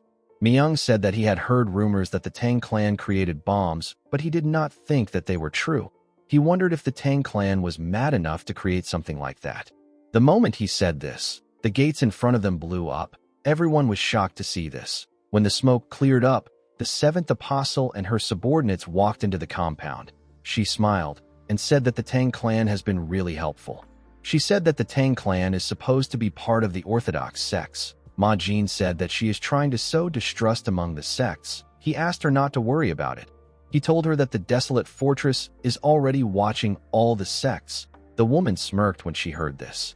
She told the captain that the martial sects, the noble houses, and the Desolate Fortress are all hypocrites who hold the world in their hands and refuse to let it go. Ma Jin drew his sword when he heard this. The apostle glared at him and said that her cult will cleanse this world. She told Ma Jin that she will usher the birth of a blood-soaked world even if she loses her life. The moment she said this, the two groups charged at each other. Ma Jin and the apostle released their energies and swung their blades at each other. The Radiant Demon squad and the martial artists of the Heavenly Sword clan swung their blades at the cultists. Mirio attacked and cut down the cultist that was fighting Wenchong. Yinshin quickly drew his sword. He saw that a martial artist of the Heavenly Sword clan was fighting a cultist. He assisted the man by cutting the cultist's hand. Our boy knew that this was a life-and-death battle. He knew that there was no such thing as fairness in group combat like this. A martial artist needed to use every opportunity he got. Yinshin easily tore through the cultists that attacked him. When he turned around, he saw his captain fighting the seventh apostle and two other cultists. Yinshin put himself together and walked towards his captain. Several cultists charged at him. Our boy easily dodged their attacks. He swung his sword at a crazy speed and cut them down before they could even raise their swords again. He walked towards his captain. Ma Jin sensed his presence when he got close to him. He saw that Yinshin was behind the seventh apostle. The apostle did not expect to see Yinshin behind her. She licked her lips and told him that he doesn't know his place. The moment she said this, she raised her palm and charged at our boy. Ma Jin asked her to stop. When Yinshin saw her coming at him, he remembered the Buddhist teachings he received from Gakyung and Wonjong. Yinshin covered his palm with a different kind of pure energy. His blue circle of comprehension appeared above his head. Our boy attacked the apostle with a technique known as the demon-slaying gentle flowing strike. His attack released a bright light. It heavily damaged the apostle. The woman was shocked to see blood dripping from her eyes. She screamed out in pain. Everyone in the compound turned to her when they heard her voice. The apostle placed her hand on her right eye. She could not believe that Yinshin took out her eye. Our boy removed his pure energy. He told the apostle that she will only be able to see half of the blood-soaked world. This made the woman angrier. While everyone was staring at her and Yinshin, Ma Jin charged at the men who were fighting him from behind. He easily beheaded them with one strike. He moved close to Yinshin and asked him about the technique he just used. Our boy revealed to his captain that it is known as the demon-slaying gentle flowing strike. He said that it is a martial art designed to crack open the skulls of blood demons. The apostle put herself together and smiled. She used her hair to cover her eye. She could tell that this martial art was created with the destruction of her cult in mind. She asked our boy about where he acquired such a divine martial art. She knew that imbuing a small amount of divine energy into the technique would make it exponentially harder to master. She couldn't believe that Yinshin was already able to master it at such a young age. She told our boy that a person must be a once-in-a-thousand-year prodigy to master this technique. Yinshin wasn't moved by her praise. The apostle laughed and asked our boy if he believes that the Shaolin would have allowed them to roam freely if they could easily take care of them. She let out her tongue and told Yinshin that he is intriguing. She told him that his nape looks even more beautiful. Ma Jin was annoyed to hear this. He asked the apostle to shut up. He moved close to her and swung his sword. The apostle easily dodged the attack. Ma Jin swung his sword at her again. The apostle quickly jumped back. She turned to Yinshin and told him that they will meet again.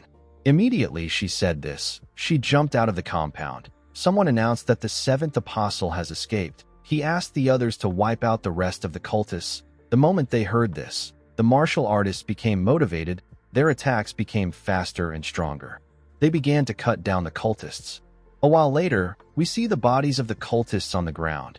After taking care of their enemies, Yinshin told his captain that he didn't fulfill his role well. Ma Jin told him that he knows. Our boy informed his captain that he was a level above the apostle. Ma Jin was annoyed to hear this. He couldn't believe that our boy was lecturing him on things he already knows. Yinshin turned around and asked his captain if the problem lies with his clan's mobility arts. Ma Jin looked away from him and said that he is well trained in the mobility arts of his clan. Yinshin didn't say anything to him. When he turned to the side, he saw the old monk next to him. Wonjong told him that he has shown him that martial arts can be backed by divine power. Yinshin told the man that he discovered it thanks to him. Wonjong said that he will never forget the divine impact wave and the sacred surge that blinded the seventh apostle. He told Yinshin that he is not just a true genius, but he is also a virtuous person. He asked our boy to visit the Shaolin one day. He promised to personally serve him tea. Gakyung told our boy that he has never met someone like him before. He was amazed that our boy created such a unique martial art. He told him that he is worthy of being the Shaolin's honored guest. Yinshin told him that he will forever remember his explanations and teachings. Gakyung laughed when he heard this. He asked our boy to try to visit Songshan once. He assured him that his master will welcome him warmly. Yinshin said that a day will come when he will have to climb Songshan. He told the old monk that he will be counting on his kindness. The next day, we see the Radiant Demon Squad and the monks standing outside the Heavenly Sword clan. The patriarch and his son were also outside with them. The patriarch asked everyone to return safely. Ma Jin put his hand together and thanked him for allowing them to stay in his clan. He assured him that the desolate fortress will never forget the aid his clan provided them. Yuryang turned to Yinshin. He informed him that they will set a date and send a formal envoy to the desolate fortress. He asked our boy to think about his offer. The moment he said this, Yinshin saw someone inside the compound. It was a beautiful girl with a veil on her face. This girl is Yuryang's sister. Yinshin let out a sigh and put his hand together. He thanked Yuryang for hosting his squad. The patriarch wished our boy the best. On their way back to the river, we see Wenchang wearing an arm sling due to an injury. He told Yinshin that it will be amazing if he could marry into the Heavenly Sword clan. He said it would be an extraordinary union. Myung told him that their union could match that of the 8 great clans. He told Wenchang that it is good as long as Yinshin is not marrying into the 13 skies. Everyone laughed when they heard this. Our boy wished that they would mind their own business. After they got far from the Heavenly Sword clan, the monks told Yinshin that it is time for them to part ways. Wenchang asked him to try to visit the Shaolin. Gakyung told our boy that he still had countless things he wanted to teach him. Yinshin assured him that he has heard more than enough. He thanked the man for his offer. Gakyung told him that he is a top-tier talent. He told Yinshin that he can even represent the desolate fortress at the Dragon Phoenix Summit. He said that he will also attend the summit if he has the time. He told Yinshin that they can continue their unfinished conversation when they meet. Our boy asked him about what the Dragon Phoenix Summit is. The monk was surprised to see that our boy didn't know about it. He explained to him that it is a gathering to allow rising stars of orthodox sects and respected clans to interact. Countless promising young martial artists gather to test their skills and build connections. In the next scene, we see the group arrive at the desolate fortress. The moment they stepped into the fortress, Yinshin realized that this was his first failed mission. He used to believe that he could reach his goal faster than anyone with enough effort and perseverance. However, he now understood that just being good is not enough. The Jianghu is not something that can be understood. While Yinshin was thinking, he saw someone in front of him. This person is Du Yuan. The man informed him that he has been waiting for him. He said that the martial artists of the fortress are more eager to see him because they heard about a white-robed warrior that took the eye of an apostle. Yuan informed him that they heard about how they survived an ambush from the Blood Flame cult and how they defeated a cultist squad capable of facing a black-robe warrior. The man revealed to Yinshin that a list was released for the Blue Robe promotion exam on the day they fought the cultists. Our boy was surprised to hear this. Yuan told the group that they will be going to a place where all white robes with sufficient merits may challenge each other. He said that the members of the Radiant Demon Squad were ordered to come to the place immediately they entered Xianyang. Mirio asked him if they are not allowed to rest. Yuan revealed to her that it was the fortress master that gave the order. Yinshin told Mirio that he is fine. He was actually relieved that the fortress master allowed him to participate immediately he came back. When Yinshin arrived at the center, he saw several blue-robe warriors standing. The warriors released their energies and pushed it on our boy. Yinshin gently smiled. He knew that they were trying to pressure him. He realized that this is how the desolate fortress treats its people. Due to the presence of many experienced seniors, our boy said that the future of the desolate fortress is bright. He covered himself in his energy and walked towards them. The warriors were shocked to see this. Yinshin could feel it. He could feel that he had entered the domain of blue-robe warriors. In the next scene, we see the fortress master arrive at the center. As she walked to the stage, she turned to see the white-robe warriors. She saw that Yinshin was among them. She announced to the warriors that she will test them to see if they are worthy of the blue robe. The warriors began to cheer when they heard this. In the next scene, we see Yinshin sitting in front of a table. He had a paper in front of him. The other white robes also sat down in front of a table. The captain of the Annihilation Squad, whose name is Mook Shingun, stood in front of the warriors. He explained to them that there are 2 parts to this exam. The warriors' discernment and combat abilities will be tested. The other categories are substituted by records of merits. Due to the unique origins of the desolate fortress, the exam resembles a traditional civil service exam. Several rocks were placed on the stage. Shingun asked the warriors to identify the martial arts techniques that left the damage marks on each item. Our boy was surprised to hear this. He remembered Myung telling him that it would be easy. A while later, we see Yinshin finish the exam. He went to meet his squad members. Myung revealed to him that he has to get more than 10 questions out of the 20 questions if he wants to pass. Our boy was annoyed to hear this. He didn't know what to do. Ma Jin asked him not to think about it. He reminded him that the average warrior needs to get over 10 years of accumulated insight to become a blue robe warrior. He told Yinshin that there has never been a case like his before. Wanshan tapped our boy on his shoulder. He asked him to push forward. He told him that he will catch up to him shortly. The moment he said this, someone informed Yinshin that his opponent has been chosen. The person turned out to be a girl. The girl told him that his opponent is Hong Jujium of the Annihilation Squad. She said that this is bad for our boy. Yinshin recalled that this girl is Shin Sobin. He remembered that she was around his age. She is the younger sibling of the heir to the Shin clan of the Desolate Fortress. Yinshin told the girl that he has never heard of anyone called Jujium. Sobin was not surprised to hear that our boy did not know the man. For someone like her who has practically lived her entire life in this fortress, Jujium was a popular name to her. He has been a white robe warrior for 20 years. He has mastered all sorts of unorthodox techniques, and he has even perfected the lazy donkey roll into a deadly art. Sobin told our boy that even someone like him has to be careful. Yinshin thanked her for her advice. He was able to figure out the man's fighting style from the information Sobin gave him. He understood that Jujium is the kind of person who would endure humiliation and roll on the ground if that is what it takes to win. This means that the man doesn't care about pride or appearance. Yinshin wasn't really surprised to hear this because he knew that a person can face different kinds of situations when they are out on a mission.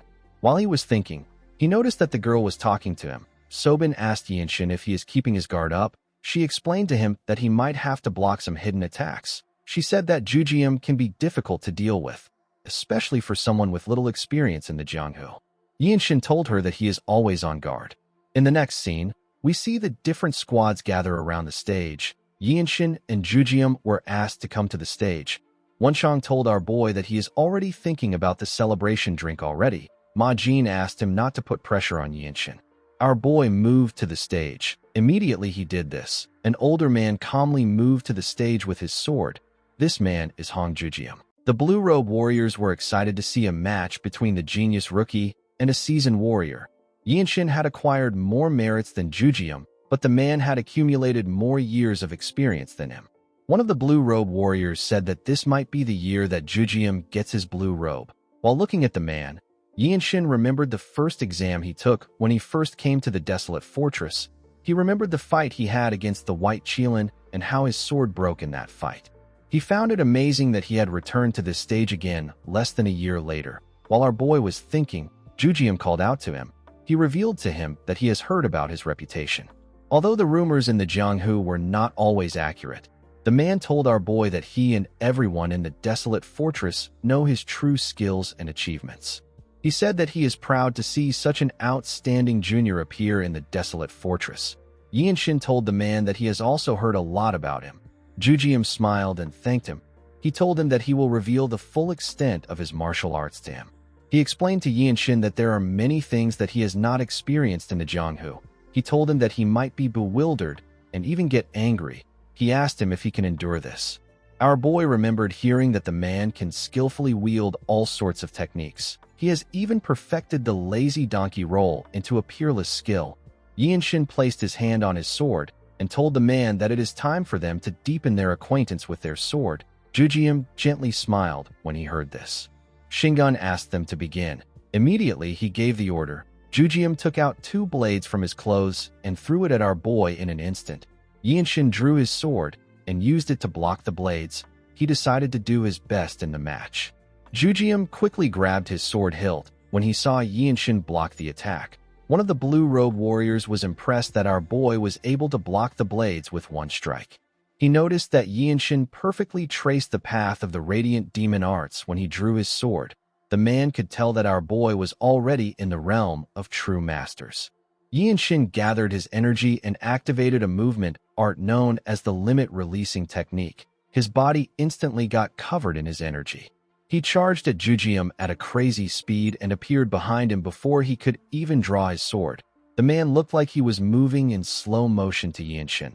The man was shocked to see our boy behind him. Shingun was surprised to see the technique Yinshin used. He knew that the footwork he just saw was beyond the limits of martial arts. Our boy covered his sword with his energy and used the radiant sword art to attack the man. Everyone was surprised to see this. Our boy used his attack to push the man's hand away and send his sword flying. He quickly pointed his blade at Jujium's neck before he could do anything. Jujium was shocked to see that Yianshin got him. The warriors around the stage were also shocked to see that Yianshin won so quickly. Ma Jin and his team were not shocked by this, because they already knew that Yianshin was built different. Shingun realized that Yianshin was born with a natural talent for martial arts. He knew that no martial artist of equal rank could face our boy. He wondered if Yianshin is a fortune to the desolate fortress. The man envied Ma Jin for acquiring such a talented warrior. While thinking, the man saw that our boy was looking at him. He quickly realized that he made a mistake. He announced that Yianshin has won his duel. He told him that there will not be any other duels for him in this test. He told our boy that he got a full mark in this promotion test. Yianshin thanked the man for the marks. Shingun turned to Jujium and asked him to prepare for his second match. The man told him that he understands.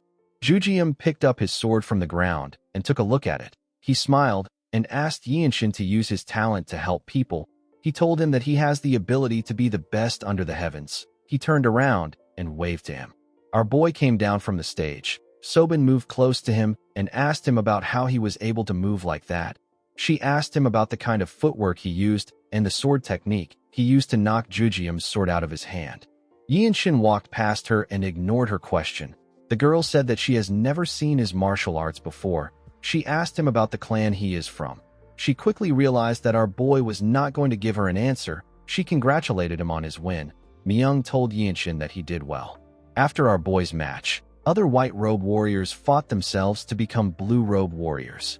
A while later, we see some musicians playing their instruments. Some beautiful women in red clothes danced for these musicians. The warriors of the fortress sat down and ate the food in front of them to celebrate the event. While they were celebrating, we see the fortress master wearing a blue robe for Yianshin.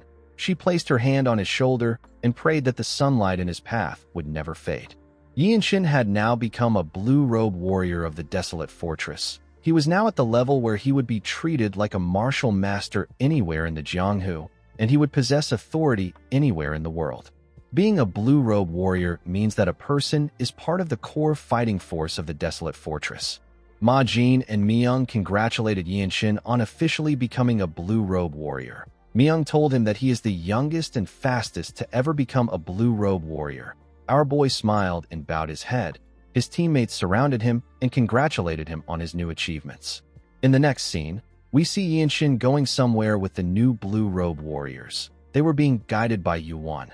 The man turned to the warriors and told them that someone has been in a bad mood recently. He advised them to be careful with the way they behave. The warriors became nervous when they heard this. Yianshin recalled that the person the man is talking about is the crown prince. He remembered his captain telling him that the crown prince has summoned the newly promoted warriors. He said that this doesn't happen often. Our boy was surprised to hear that the crown prince called for them. Ma Jin explained to him that the crown prince is currently staying in the desolate fortress to train his martial arts. He advised Yianshin to be very careful. Our boy didn't know why he said this. His captain revealed to him that he heard rumors that the prince's mood has been bad lately. He said that it is because the fortress master has shown too much interest in our boy recently. As he walked towards the prince's room, Yianshin wondered about what his captain meant. He quickly realized that the situation was not good for him. He knew that the prince's envy could lead him to death in this martial world. In the next scene, we see Yianshin and the other warriors bowing their heads to a man from the noble race. The man sat on a throne that had a dragon design. This man introduced himself as the crown prince of the nation. His name is Ju Yunmyong. Yianshin carefully looked at the prince. He knew that this meeting wasn't benefiting him in any way, and the prince wasn't gaining merits on his behalf. He didn't really care about the meeting. He was more interested in the meeting he was going to have with the fortress master. He wondered if he should ask her to give him a cultivation technique. Yumyong got up from his throne and moved close to the warriors. He looked Yianshin in his eyes and told him that he is the one. He said that it is quite rare for something that belongs to him to be taken away, especially when that thing is attention. He told our boy that he heard the fortress master has taken interest in him. Yianshin didn't know what to say. The prince said that he noticed something had changed about his master because he is her student.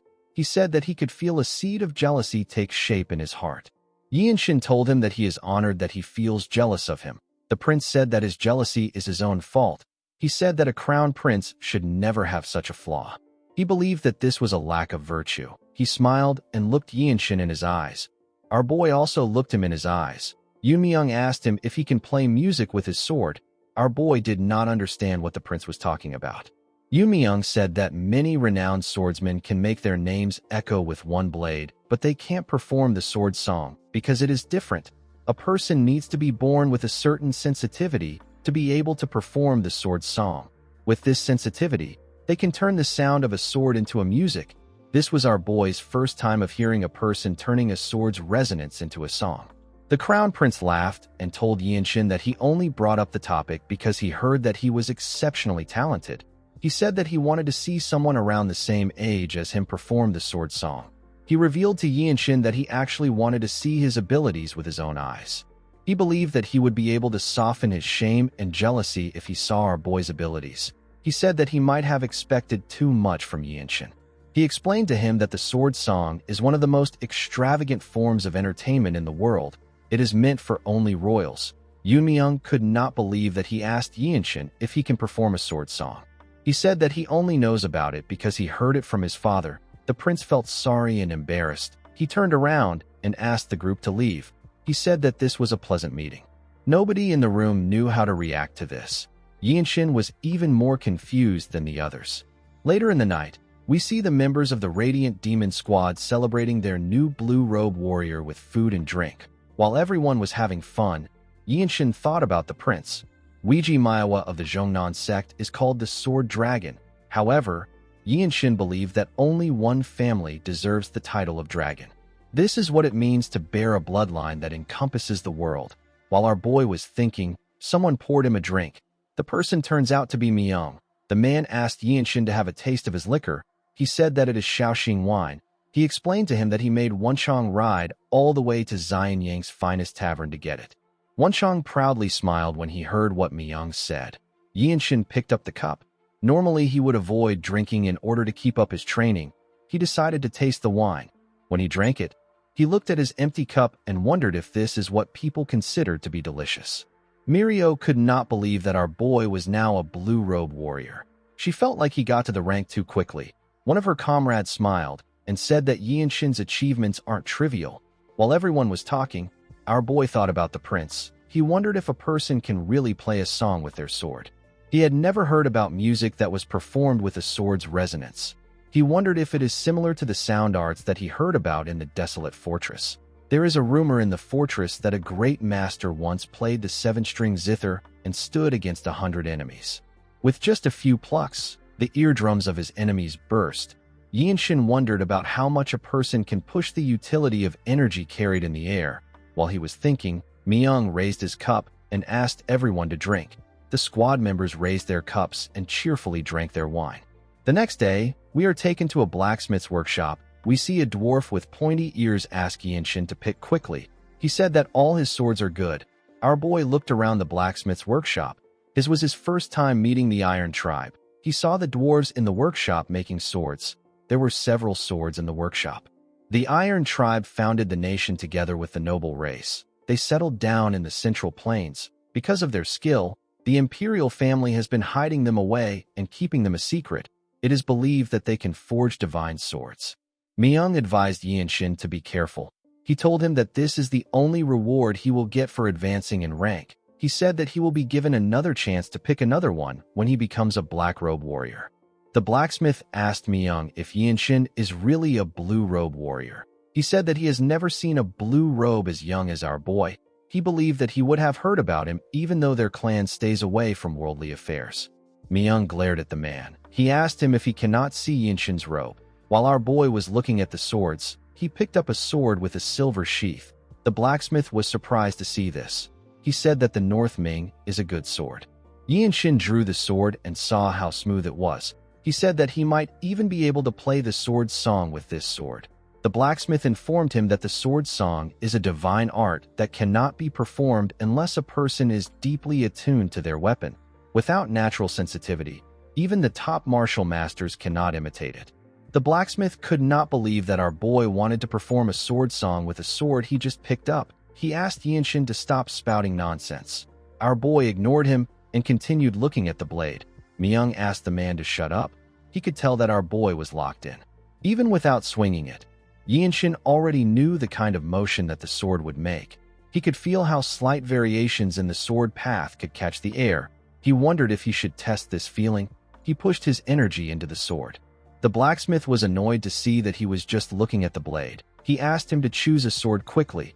Immediately he said this. He saw something shocking. The sword began to release some energy in the air. It played a song in the workshop. The blacksmiths in the workshop were shocked to see this. Myung could not believe what he was hearing. The current empire rose from the union of the founding emperor and the empress of the noble race. The noble race was revered as a family of immortals. Due to the union of the two races, a bloodline that gave its descendants eternal life was created. The imperial throne changed hands only through wars and assassinations. Thanks to the support of the desolate fortress, the current emperor stayed in power without any mishaps. No peerless martial master could ever covet the imperial throne or the imperial family's power. As the years went by, the emperor slowly became complacent, but the crown prince remained the crown prince for decades. His son, who is the imperial grandson, had to watch him gradually lose his vigor. Whenever his father calmed his heart, he would always perform a certain martial art with his sword. This martial arts was known as the sword song. However, at some point, Yoon Myung could no longer see his father perform. His father had lost his will to live. The scene shifts, and we are taken to the present. We see Yoon Myung stop moving when he heard the sword song. The boy instantly knew that this wasn't a sword resonance. He quickly rushed to where the sound was coming from. When he stepped into the workshop, he saw something shocking. He saw Yinshin playing the sword song. He remembered that our boy was called the Lightning Genius. He knew that Yinshin is a swordsman whose every move is reported daily to the fortress master. The prince wondered if there has ever been anyone who could make him want to be their rival. The moment he thought of this, the other swords in the workshop began to shake. Myung and the blacksmith were surprised to see this. Our boy continued staring at the blade. It was as if he was entranced by its music. In this moment, the foundation of a martial skill capable of bearing the weight of a whole faction was being created. After a while, Yinshin stopped looking at the blade. He turned to the side and saw the crown prince. He quickly bowed his head to him. Yoon Myung smiled and told him that he would like them to meet more often. He walked past him and went to meet the blacksmith. Yinshin did not understand why the prince wanted to meet him more often. He wondered if this was Yoon Myung's way of asking him not to die too soon. In the next scene, we see Yinshin knock on the fortress master's door. The door opened for him. Our boy realized that the woman used the phantom reach. She was at a level where she could touch all things without laying a hand on them. Yinshin could now feel a small amount of the woman's power. She uses a earth-shattering martial art that is said to have single-handedly annihilated an entire royal household. As he walked towards the fortress master, Yinshin thought about increasing his inner energy. He believed that it will be incredibly useful for him if he can use the infinite blossom fist strike and control his sword without touching it when he becomes the Divine Sword Squad captain. While he was thinking, the fortress master told him that he has become confident to the point where he can think about other matters in front of her. Yinshin quickly looked at her. He apologized to her. The woman asked him if he has made his choice. Our boy told her that he has. He told the fortress master that he wants to use the favor to ask for a cultivation method where the circulation of energy is swift. The fortress master understood why he made such a request. She believed that the amount of core energy a person has is also important. She said that a vessel must be filled with water once it is cleansed. She told Yinshin that she has something for him. She asked him to move closer. Our boy climbed up the stairs and stood in front of her. The woman asked him about what he is doing. Yinshin told her that she asked him to move closer. The fortress master asked him to still move closer. Our boy didn't expect to hear this. The fortress master smiled and stood up. She realized that this was Yinshin's first time receiving proper instructions in energy circulation. She moved close to him and explained to him that there would be no need for teachers if training from manuals were enough. She told him it is inefficient for him to merely recite the steps. She sat on the floor and asked Yinshin to sit in front of her. She told him that she will guide his core energy. She explained to him that cultivation methods like this must be learned in a single try. Yinshin told her that he understands. He said that he has to do something first. He went on his knees and bowed his head to the fortress master. Since the woman was about to give him a cultivation technique that will remain in history for ages to come, our boy decided to bow and to accept her as his master. He carefully took a look at the fortress master. He noticed that she wasn't rejecting him. He realized that she accepted him as her disciple. Our boy stood up and sat in front of her. The fortress master smirked and asked him to turn his back to her. She revealed to him that the cultivation method is called the Moon Spirit Harmonization Art. She said that it is her own secret martial art. Immediately she said this, she placed her hand on his back. She began to send her energy into his body. Yinshin noticed that her energy was warm. It was as if the energy of nature itself was being pushed into his body. It was pure and serene. The fortress master asked him to focus on the energy. She began to recite some chants for him. Yinshin focused on her words. When he opened his eyes, he saw himself in a forest at night. The moon was in the sky. Our boy could feel the energy of nature flowing through him. The fortress master told him that he is doing well. An hour later, we see Yinshin looking at his hand. He could feel himself controlling his energy. The fortress master stood up and asked him to come to her whenever he gets stuck in his cultivation. Yinshin quickly stood up and put his hand together. He told the fortress master that he is grateful for the reward. The woman gently smiled at him. In the next scene, we see Yinshin circulating his energy. He noticed that the Moon Spirit Harmonization art uses core energy differently from the various other orthodox sword and fist strike techniques. He could feel the power of nature. He couldn't believe that such a transcendent martial arts exists, a martial art that allows him to draw the energy of nature and contain it in his body. He understood that the world of martial knowledge is quite vast. He noticed that the cultivation technique does not reject the energy of the Jung clan's sacred art. The cultivation technique felt like the aura of the fortress master who embraces all things. While Yinshin was circulating his energy, someone knocked on his door and asked him if he is inside. The person turned out to be Wenchang. Our boy opened his eyes to see his friend. Wenchang apologized to him for disturbing his training. He informed him that the captain has summoned him. Our boy said that he understands. He stood up from his bed. Before he could step out, Yuan ran into his room with a box. The man said that he has perfect timing. He smiled at Yinshin. Wenchang and our boy didn't know why he was smiling. Yinshin asked if he needs something. The man explained to him that he has to change into a new blue robe, even though he just received one the other day. Yinshin took out the robe from the box. Wenchang was surprised to see the gold design on the robe. Yuan said that this is something to celebrate. He said that the fortress master has chosen another direct disciple. Yinshin was shocked to hear this. Wenchang was more shocked than him.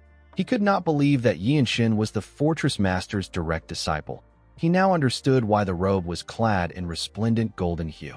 Yuan explained to Yinshin that those who have inherited the fortress master's martial teachings carry symbolism that transcends the color of their robes. He said that it is necessary for Yinshin to undergo the formal initiation of their fortress.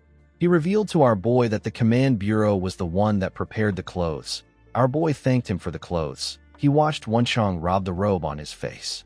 In the next scene, we see Ma Jin staring at something with a worried look on his face. Sobin and Myung were also staring at the same thing. They were looking at Yinshin's new robe. Our boy told his captain that he heard he summoned him. Ma Jin put himself together and said that he did. He stood up and announced that Wenchang and Sobin will take a new mission under the leadership of Yinshin. He said that the mission requires youthful faces. Our boy realized that this is his first mission as a blue robe warrior. Ma Jin said that many people know the Wangbo clan as a martial clan, but they are actually something different. He said that the Heavenly Squad uncovered their secret recently. The clan has been conscripting commoners to build their estates without providing any compensation to them, and they have been preventing them from tending to their livelihoods. Wenchang was annoyed to hear that they have been forcing labor on the people without an imperial decree. Sobin said that such things are not uncommon. Ma Jin revealed to the group that the clan has over 1,000 forced laborers. He said that the issue is quite sensitive. He told the group that there is a limit to how much they can tolerate local martial aristocrats. He said that punishing an orthodox sect requires utmost precision because they need the public sentiments to stand behind the desolate fortress. According to the captain, the Wangbo clan has taken complete control over the Jinan land of Shandong, and they even treat themselves like royalty. Due to this, it is very difficult to expose their deeds. Ma Jin explained to our boy that he and the two white robes will disguise themselves and infiltrate the Dragon Phoenix summit. The moment he said this, Yinshin remembered the little divine monk telling him about the event. Ma Jin said that the event is hosted by the Namgung clan this year, and the Wangbo's young clan heir will attend. He told Yinshin that his role is to provoke him. He asked him to aggravate the boy until he loses control and mobilizes his clan against him. He explained to him that he needs to force the Wangbo clan to take large-scale actions. If he is able to do this, cracks will appear in their control over Jinan. Through this cracks, the desolate fortress will extract credible witness and evidence. Our boy asked his captain about what will happen after they get their evidence. Ma Jin revealed to him that 3 units of the Divine Sword Squad will convene. The Radiant Demon Squad, the Heavenly Squad, and the Annihilation Squad will attack the Wangbo clan with their full force. Everyone was surprised to hear this. Yinshin knew that the 3 units would be invincible if they fought together. He realized that the desolate fortress plans to wipe out one of the 8 great Orthodox clans. He asked his captain if he can kill the Wangbo clan heir if his behavior becomes intolerable. Ma Jin smiled and told him that this decision can be taken at his own discretion. He told him that he has the authority to do this with his rank. Mirio explained to our boy that this mission is extremely dangerous. She advised him not to overdo things. Myung told him that the young heir was fated to die naturally. He said that the boy has amazing talent, but he was born with a weak constitution. He revealed to Yinshin that the boy is the genius of the solar divine meridians. He said that the young heir is very strong. The next day, we see Wenchang panicking when he found out that they had to cover the logo of the desolate fortress. He told his captain that this is all he and Yinshin have. Yinshin carefully moved away from him. He didn't want to get involved. Wenchang asked his captain to give them the logo of the Mount Hua. He said that he doesn't like this. He told Ma Jin that he will soon be recognized in the desolate fortress. His captain completely ignored him. Sobin felt nervous when she saw how Wenchang was acting. She said that she doesn't know if this covert operation will go smoothly.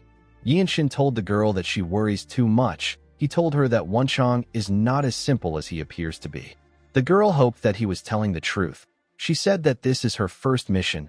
She told Yinshin that she will do her best to match his pace. She said that she was only able to see a glimpse of his martial arts during the promotion exam. She told him that she wants to see if his skills match his reputation. Yinshin didn't really care about this. He was more focused on the fact that he couldn't fail this mission. He remembered how he failed to subdue the apostles of the Blood Flame cult last time. He didn't want to experience such failures again. He didn't care if the young heir of the Wangbo clan possesses the solar divine meridians. To him, the boy was nothing more than a point that can be added to his merit. After Wenchang was done throwing his tantrum, Yinshin told his captain that he will see him later. Ma Jin told our boy that he will clash with the Wangbo clan the moment he completes his mission. In the next scene, we are taken to an area near Huizhou. We see Yinshin looking at his sword. He noticed that he is now able to slightly understand the sword's song after honing it on his way here for 20 days. It has become much easier for him to amplify the sword's resonance. While sitting in a lotus position, Yinshin used his limit-releasing technique to release his qi. He pushed his qi into the sword. Wenchang and Sobin turned to him when they felt his energy. They could hear Yinshin's sword song. Our boy noticed that he could now control the pitch of the sword song. He realized that he will be able to create a sound art if he joins the resonating music with a dispersing inner energy. Sobin noticed that there were other people around them. She told Yinshin that his sword song really draws attention. Yinshin saw that the people in the area were looking at them. He apologized to his teammates and put his sword away. Wenchang told him that it was pleasant to the ear. While eating a snack, the man said that the sword song carries a refined taste. The moment he said this, 2 people wearing the same attire asked the group if they are attending the Dragon Phoenix Summit. One of them told our boy that his conduct is arrogant beyond measure. The boy and the girl walked up to the group. The boy asked Yinshin if he is trying to flaunt his shallow martial skill by wringing out his sword resonance in broad daylight without even fighting. Yinshin carefully looked at the boy and girl. He took a look at their swords and attires. He saw their subordinates behind them. He could tell that these people were from a great martial clan of the Orthodox world. Wenchang didn't understand why the boy and girl were spouting nonsense. Before he could say anything, Yinshin stood up. Our boy put his hand together and bowed his head to the boy. He told him that he was reckless. He said that his words have struck him deep in his heart. The boy did not expect to hear this. Wenchang and Sobin were surprised to see Yinshin apologizing. The boy liked the fact that Yinshin admitted his mistake. He said that it is nice to see someone admitting their mistake. The girl next to him said that our boy must have been startled because they revealed their irritation with killing intent. The young master asked Yinshin for his name and sect. Yinshin carefully looked at him.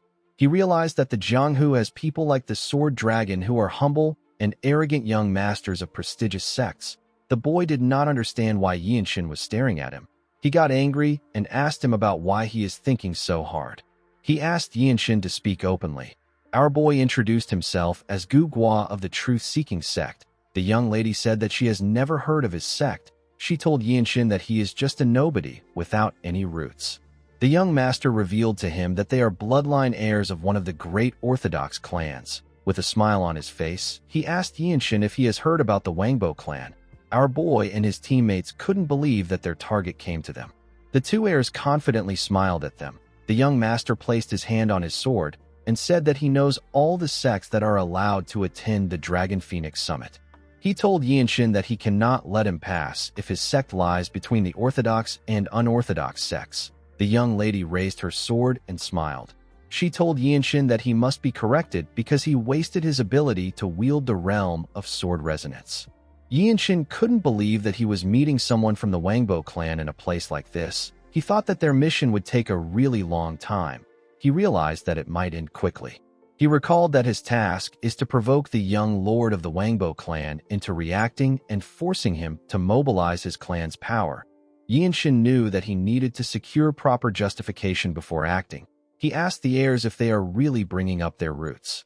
He placed his hand on his face to show his disappointment. He told them that their clan's name might be highly renowned, but it still doesn't change the fact that their conduct is rude even after hearing his sect's name. The young master was surprised to hear this. With a serious look on his face, Yinshin asked him if this is the etiquette of the Jianghu. He told the young master that his insult has tainted the honor of his sect. The young master was shocked to hear this. Yinshin reminded him that he greeted him with courtesy and admitted his fault, and he even revealed his name and the name of his sect. He placed his hand on his sword hilt and told the boy that he insulted him by bringing up the Wangbo clan and calling his roots shallow. He challenged the young master to a duel. Wenchang smiled when he heard this. He understood our boy's intention. Sobin seemed a bit confused. The martial artists of the Wangbo clan were surprised to hear what Yinshin said. The young master smiled and told our boy that his words are as smooth as the flowing water. He accepted his challenge and told him that he has always disliked the idea of inviting sects that stay between the Orthodox and the unorthodox to the Dragon Phoenix Summit. The young master said that he will share his nickname with our boy before they start the duel. Yinshin told him that he is not interested in hearing it. He raised his finger and asked the boy to come at him. The young master was annoyed to hear this. Yinshin knew that this situation is different from the time he beheaded someone from the Martial Alliance's rising generation. This place is the Orthodox territory. Our boy can't kill him here, even if he wants to. The young master grit his teeth out of anger. He couldn't believe that Yinshin was not interested in his nickname. He called him a rootless wretch. He believed that our boy was arrogant. Yinshin glared at him and advised him to know his place. He said that his nickname is Small Under Heaven. He told the boy that he is insignificant. This made the young master angrier. He told Yinshin that he is insane. He released his energy and walked towards our boy. Although his steps looked random, Yinshin could sense a structure within them. He noticed that the rhythm of advanced footwork is hidden in each stride. He smiled when he saw this. He liked his current situation. He wanted to compare his skill with the martial arts of the Wangbo clan, which is one of the 8 great clans. The young master gathered his energy and drew his sword. He thrust it at Yinshin. Our boy blocked his blade with his fist. The blade didn't even scratch him. The young master was shocked to see this. Yinshin gathered his energy in his palm and activated the Infinite Blossom Fist Strike. He used his palm to hit the boy's elbow. The young master grit his teeth to endure the pain. Before he could put his arm down, our boy appeared in front of him. He gave him a heavy punch in his chest. The attack sent the idiot flying. He screamed out in pain as he fell to the ground. Sobin was surprised to see what Yinshin did. Wenchang was not really surprised. The young lady couldn't believe that her brother was on the ground. The martial artists of their clan were quite shocked to see what happened to the idiot. Yinshin wasn't impressed with the boy's skill. He put away his energy. He told the martial artists that the Wangbo clan's martial arts may seem deep, but it is nothing special. The young lady couldn't comprehend what was happening. She didn't understand how her brother lost to a rootless man. Yinshin didn't care about what she said. He told her that he didn't kill the boy. He said that their clan should have some strange medicines that they can use to treat him. The young lady was annoyed to hear this. She told Yinshin that she will remember this. She said that her name is Wangbo Myungren. She helped her brother up and promised to never forget what the truth-seeking sect has done. Yinshin told her that there is no need for her to drag things out. He told her that he still has enough strength to accept her strikes. Myungren did not expect to hear this. Our boy asked her if she wants to continue the duel. The young lady became nervous. He said that a martial clan would never just send the young ones out. He asked her if there are elders with them. The martial artists of the Wangbo clan quickly placed their hands on their swords and stepped forward. Before Yinshin could do anything, Sobin called out to him. The girl asked him if he isn't going overboard with his provocations. She suggested that they survey the nearby terrain. She told him that the situation will turn into a pursuit if the Wangbo clan swarms in. Yinshin did not understand what the girl meant by provocations. To him, he has not even started provoking them yet. He wondered about what he should do. He recalled that they are disguised as the truth-seeking sect, a sect living in the Jianghu for profit and fame. Yinshin knew that they must imitate a true orthodox sect. He released his energy and took a step forward. He appeared in front of the young lady in an instant. Her guards were unable to even sense his presence. They couldn't believe that he got past them. Yinshin glared at Myungren. The young lady became scared. With a serious look on his face, our boy told the girl that he would like to challenge her to a duel. Myungren was shocked to hear this. Unfortunately for her, our boy was in a hurry. He grabbed her clothes and pulled her up. Before he could do anything, someone asked him to wait. He said that there is no need for them to go this far. Yinshin and Myungren quickly turned to the man. The young man had a bottle of liquor in his hand and a leaf in his mouth. He told Yinshin that his siblings might have made some inappropriate comments, but he is going overboard. The moment our boy heard this, he knew the identity of the man in front of him. This guy is the owner of the Solar Divine Meridians and the young patriarch of the Wangbo clan. Myungren noticed that Yinshin was looking at her older brother. She gathered her energy in her palm and tried to attack our boy's head. Unfortunately for the young lady, she didn't know that Yinshin didn't care about gender. Our boy gave her a heavy punch on her head before her hand could reach him. The girl spat out some blood. Sobin and the martial artists of the Wangbo clan were surprised to see this. The young patriarch simply smiled. Unfortunately for the girl, our boy wasn't done. He clenched his fist and gave her several punches on her face. The young lady spat out more blood. She eventually lost consciousness. The young patriarch said that he is already worried about how the elders will react. He threw the leaf and the bottle of liquor away. He appeared next to Yinshin. He covered his fist with his hot energy and thrust it at our boy at a crazy speed. He wanted to grab Yinshin's hand. Yinshin let go of his sister when he saw multiple hands coming at him. He was able to block the man's attack. The young patriarch pulled his sister aside and continued attacking Yinshin. It was hard for our boy to distinguish between his actual attacks and his feints. Of course, Yinshin was still able to match his speed. He noticed that the inner energy contained in the man's hand was incredibly heavy and hot. He realized that this was a supreme advanced martial art. Each time he blocked the man's attack, a small explosion takes place. Yinshin felt like he was crossing hands with a more experienced version of himself. The young patriarch was impressed with Yinshin. He could not believe that there was another person like him. He increased the speed of his attacks. He found the fight to be entertaining. Yinshin noticed he was getting pushed back by the man's strength. He decided to change his attacks. He gathered his energy in his palm and activated the Infinite Blossom Fist Strike. He used a technique known as Vortex to attack the young patriarch. A bright light was released when their fist clashed. Yinshin got pushed back when their palms touched. The young patriarch was still standing in the same position. He smiled and told Yinshin that he will become a sight to behold after accumulating more years of experience. He told him that this is only possible if he continues to polish his skills. Yinshin glared at him. He noticed that the man did not retreat at all. The young patriarch took out a leaf and placed it in his mouth. He told Yinshin that he will not be able to see the day he improves. He asked our boy to forgive his siblings. He glared at his sister and told Yinshin that they won't be able to look him in the eyes in the next 10 years. Myungrin became nervous when she saw her older brother glaring at her. The young patriarch and his group gathered their things and moved past our boy. The man told Yinshin that he will see him later. Yinshin turned around and watched them move forward. He believed that it would have been better for the young patriarch to enter the desolate fortress and aim for the fruit of the world tree. While thinking, he remembered how their fight went. He remembered how the man used his fist. Yinshin did not think that he could use his senses like that. He realized that he needed to learn how not to be stuck in the direction of an attack. While he was reflecting, Wenshang called out to him. He asked Yinshin if he is alright. He told him that he was going to step in, but he didn't do anything because our boy looked like he was enjoying himself. He told Yinshin that he is the best at provoking a person. Our boy agreed that he was enjoying himself. He told his friend that he saw right through him. He said that he doesn't understand what he means when he says that he is good at provoking others. Wenshang and Sobin were surprised to hear this. They realized that our boy was just acting like himself. Wenshang said that the young patriarch of the Wangbo clan is a formidable opponent. There are rumors of people calling him a spoiled brat who struts on the clouds. Wenshang said that his martial skill and his temperament matched the rumors. Sobin moved close to Yinshin and said that she is impressed by the fact that he was only pushed back a single step.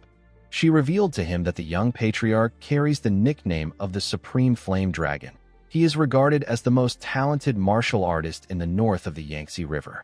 He dominated the Dragon Phoenix Summit at age 20. 5 years have passed since that time. Yinshin was shocked to hear this. Sobin said that the Supreme Flame Dragon was arrogant enough to say that he enjoyed watching the antics of the White Qilin, who was the previous champion of the event. Yinshin asked the girl if the young patriarch has really lived 5 years after age 20. Sobin said that he has. She told Yinshin that she actually thought that he and the young patriarch are the same age. She asked him if he will be 20 in 5 years' time. Yinshin didn't respond to her. Wenshang and Sobin didn't know what was wrong. Our boy put himself together and told the girl that she is correct. In the next scene, we are taken to Huizhou. We see Yinshin and his teammates greet 2 guards. One of the guards asked them if they have come for the Dragon Phoenix Summit. Yinshin put his hand together and introduced himself as Gugua. He told them that he is from the truth-seeking sect. Wenshang was not happy to hear the name of the sect. The guards took a look at a list. The guard with beards turned to Yinshin and apologized to him. He said that the Dragon Phoenix Summit will not be held at their clan's estate this year. He explained to him that a grave issue has occurred at the main estate, so the venue has been changed. He asked our boy for his understanding on the matter. Wenshang couldn't believe that the event was no longer held at the clan's estate. The man walked past them and said that he is going to guide them to the Lotus Pavilion in the north of Huizhou. Yinshin found the situation to be strange. He could tell that this people treat the Dragon Phoenix Summit as an important event. He realized that something might have happened at the Namgung clan. He wondered if they were attacked by the 13 Skies. After guiding them to their destination, the guard informed them that nearby inns will accept them once they mention the Namgung clan name. He asked them to make good connections. After saying this, he left. Immediately the man left. Yinshin and his group heard a loud sound come from the pavilion. They quickly turned around. They went into the pavilion. They saw different martial artists inside. 2 martial artists were fighting on the stage. Yinshin realized that this is the next generation of martial masters. 2 martial artists spoke about how Yu Hyun, who is a disciple of the Mount Hua, has profound martial skill. One of them said that the boy ate the plum blossom pill. His friend said that it is still dangerous. He said that the Supreme Flame Dragon's eyes have gone wild.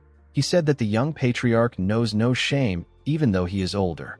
The Supreme Flame Dragon thrust his blade at Hyun at a crazy speed. He called him an incompetent fellow and asked him if this is all he can do. Hyun was able to block his attacks, but he was getting pushed back. The other martial artists felt like the Supreme Flame Dragon was going too far. They wondered about what they should do. One of them said that someone has gone to get the officials. Yinshin stepped out and jumped over the pond, separating him from the stage. He landed next to the fighters. The young patriarch turned to him when he sensed his presence. Yinshin glared at him. Hyun was shocked to see our boy. The Supreme Flame Dragon referred to Yinshin as an insignificant brat and asked him about what he is doing there. He swung his blade at Hyun with a large amount of force. The boy was unable to block the attack. It sent him flying. He crashed on the ground. The Supreme Flame Dragon gathered his energy in his hand and thrust it at Yinshin. Our boy carefully pushed his hand aside and grabbed his arm. Although he did not have the same amount of energy as the young patriarch, Yinshin was able to deduce that he could fight him if he is able to read the direction of his attack. He used the limit releasing technique to release his energy. He gathered his energy in his palm and used it to tighten his grip on the young patriarch's arm. The Supreme Flame Dragon was shocked to see this. He was able to break away from our boy's grip, but he got heavily injured. Yinshin told the man that he is not like him. He looked at his palm and told the young patriarch that he is a little slow-witted. A young martial artist wondered about what was happening. His friend told him that the Supreme Flame Dragon's pressure points have been blocked. The man said that he has never seen a technique like the one Yinshin used. He told his friend that our boy's grasp technique and pressure points blocking was perfect. The man felt like he was looking at an elder of a noble clan. He wondered about the sect Yinshin came from and how he was able to do this to the Supreme Flame Dragon in their brief clash. The young patriarch took a look at his hand. He couldn't believe that Yinshin actually told him that he is slow-witted. Yinshin took a look at his hand and told the man that he is nothing special if he can't sense this. The moment he said this, Yinshin took a look at the young patriarch's hand. He remembered hearing that the energy of heat can easily disperse the inner energy of others when it enters the body. This means that the Supreme Flame Dragon will be able to release his acupoints if he circulates his energy and breathes. Immediately, our boy thought of this. The Supreme Flame Dragon circulated his energy and released fire from his hand. Yinshin found this fascinating. He wondered about how it was possible to use core energy to evoke the property of flame. The Supreme Flame Dragon turned to Yinshin after he was done circulating his energy and told him that he doesn't seem interested in him. His complexion looked bad. He asked our boy if he is really from the truth-seeking sect. He told our boy that he could sense his potential from their brief exchange. He put his sword away and told Yinshin that someone like him will be able to leave a name behind for a long time. He told our boy that people will still talk about him even decades after his death. Yinshin asked him if there is anything wrong with this. The young patriarch glared at him when he heard this. He asked Yinshin if he knows the feeling of his own feet moving towards the abyss on their own. Our boy didn't understand why the man brought this up. The Supreme Flame Dragon told Yinshin that he possesses everything. He told him that his complexion is excellent. He asked Yinshin to tell him how it feels to have everything without ever having to pay a price.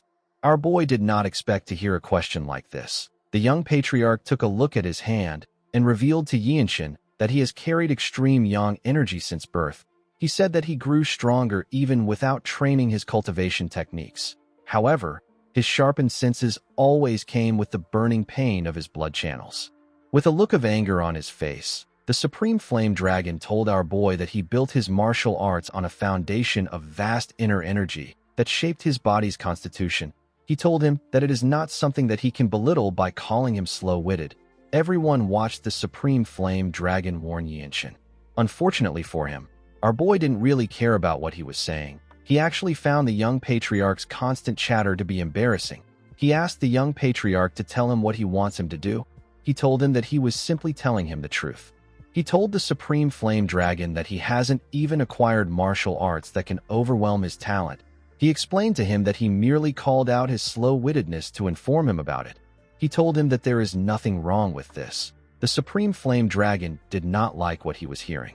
Our boy explained to him that he is the only one who knows his suffering. No one else can understand. The Supreme Flame Dragon was shocked to hear this. He told Yinshin that he has never heard this before. He said that everyone always told him that they understand. He said that even Hyun told him the same thing. The young patriarch found it interesting that someone who understands his attack trajectory didn't understand him.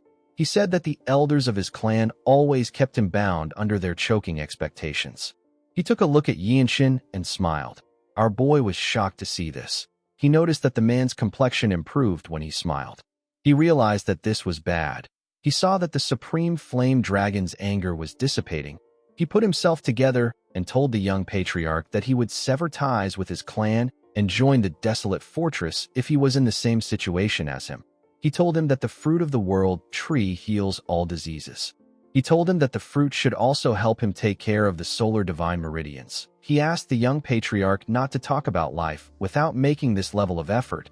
He said that it doesn't make sense. He told the man that it won't matter if he lives for a few more years.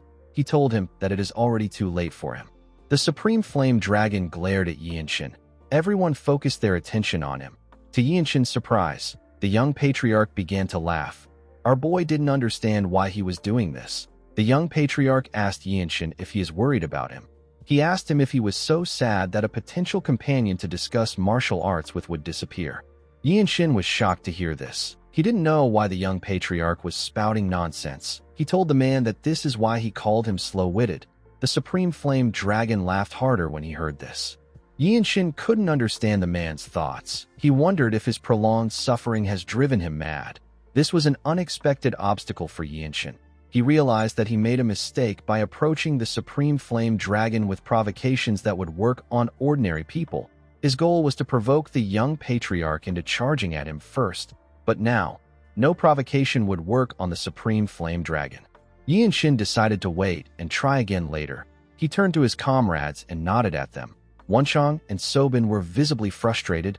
They didn't understand why the young patriarch was happy now. Yinshin walked past the Supreme Flame Dragon.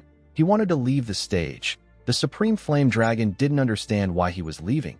He asked Yinshin about where he is going. He asked him to spar with him. He told him that he wants to fight with him. He promised Yinshin that he will treat him to a special aged Shaoxing wine. Our boy told him that his insignificant talent will spoil its taste. He said that he doesn't like to sit with trivial people. The young patriarch laughed when he heard this. Yinshin became convinced that he had gone mad. The moment he thought of this, he saw someone in front of him. The person turned out to be Hyun. The boy waved his hand at Yinshin and thanked him for his help. He referred to him as Gugwa. Our boy was amazed to see that Hyun understood the situation. The boy told Yinshin that he has grown stronger than he can imagine. He told him that his cultivation level feels completely different. Immediately he said this, Hyun noticed that Yinshin was wearing a blue robe. He realized that our boy had become a martial master of the desolate fortress. He had reached a rank that was just below the 9 great sect leaders and elders. His status was now equivalent to the finest elite warriors. Hyun couldn't believe that Yinshin had become so skilled in such a short period of time. One of the young martial artists walked up to Yinshin and told him that this is his first time seeing someone hurl insults at the Supreme Flame Dragon. The man introduced himself as Wai Muriong of the Zhongbai sect. His friend introduced himself to Yinshin as Un Rimiong of the White Blade sect. He said that he is from South Jili. He told Yinshin that his martial arts is highly creative. He asked him about how he learned it. He said that the truth-seeking sect will soon soar to prominence since they have a disciple of his caliber. Yinshin noticed that the young martial artists were emitting pure energy. He had recently been attempting to establish a new cultivation technique, a technique that allows him to receive and harmonize energy. Yinshin believed that all forms of energy and breathing methods will serve as an inspiration for him. While he was focused on the energies around him, Yinshin turned to the side. He noticed that Myungren was glaring at him. The girl called him a filthy mongrel. The moment she said this, everyone heard a loud sound. They quickly turned to the gates. They saw the warriors of the Namgung clan lying on the ground. They also saw some men entering the building. Muriong and Rimiong quickly drew their swords. Rimiong said that the Dragon Phoenix Summit always attracts the unorthodox factions every time it takes place. Muriong smiled and said that the same thing happened yesterday. He told his friend that different flies started buzzing around after the Namgung clan closed its doors yesterday. Muriong said that he expected this because the event is conducted openly. Also, the Namgung clan has no shortage of enemies. He asked the leader of the men to come at them so that they can end things quickly. The man smiled and told the young martial artist that he likes their reaction. He told them that things like this are common in the Murim. The moment he said this, more men ran into the building. These men had blood-red hair. The martial artists were shocked to see this. They couldn't believe that they were looking at the martial artists of the Blood Flame cult. There were several Blood Master swordsmen among the cultists. The martial artists realized that the cultists intend to kill them all.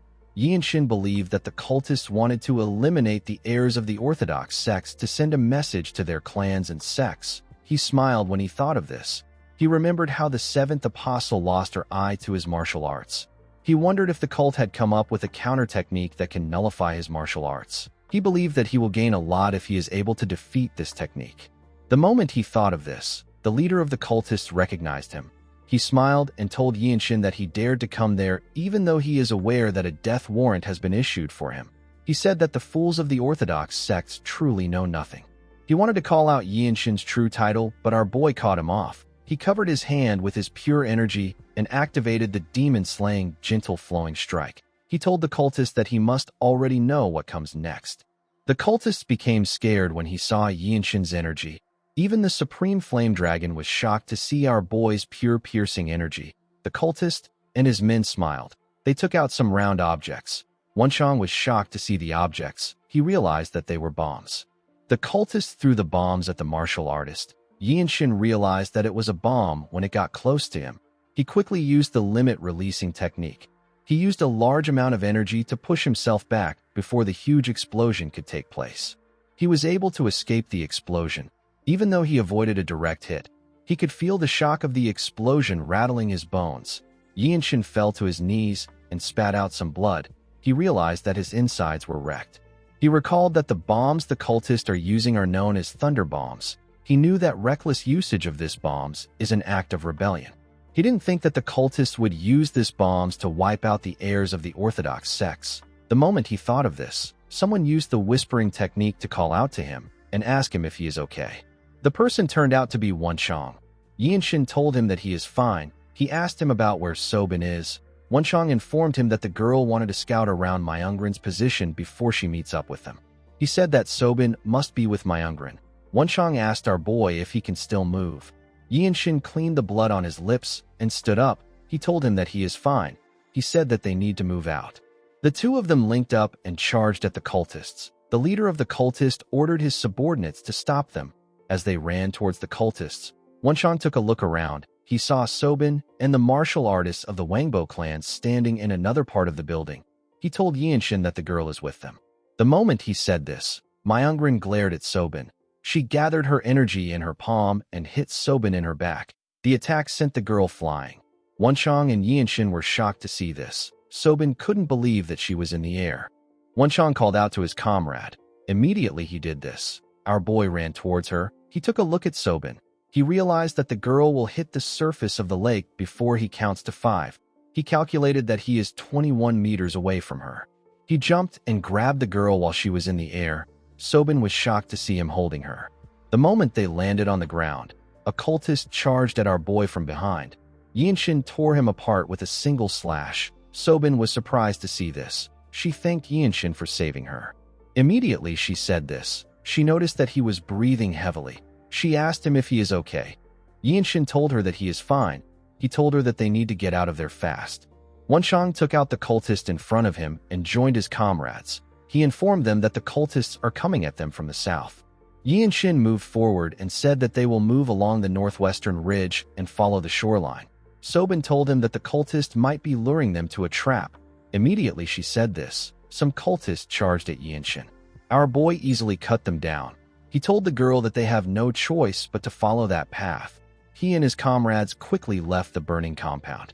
As they ran towards the shoreline, Wenshang told his comrades that the cultists were quite focused on killing the heirs of the Orthodox sects. He asked them if they are also feeling guilty for the death of those martial artists. Sobin told him that the cultists are the ones killing them.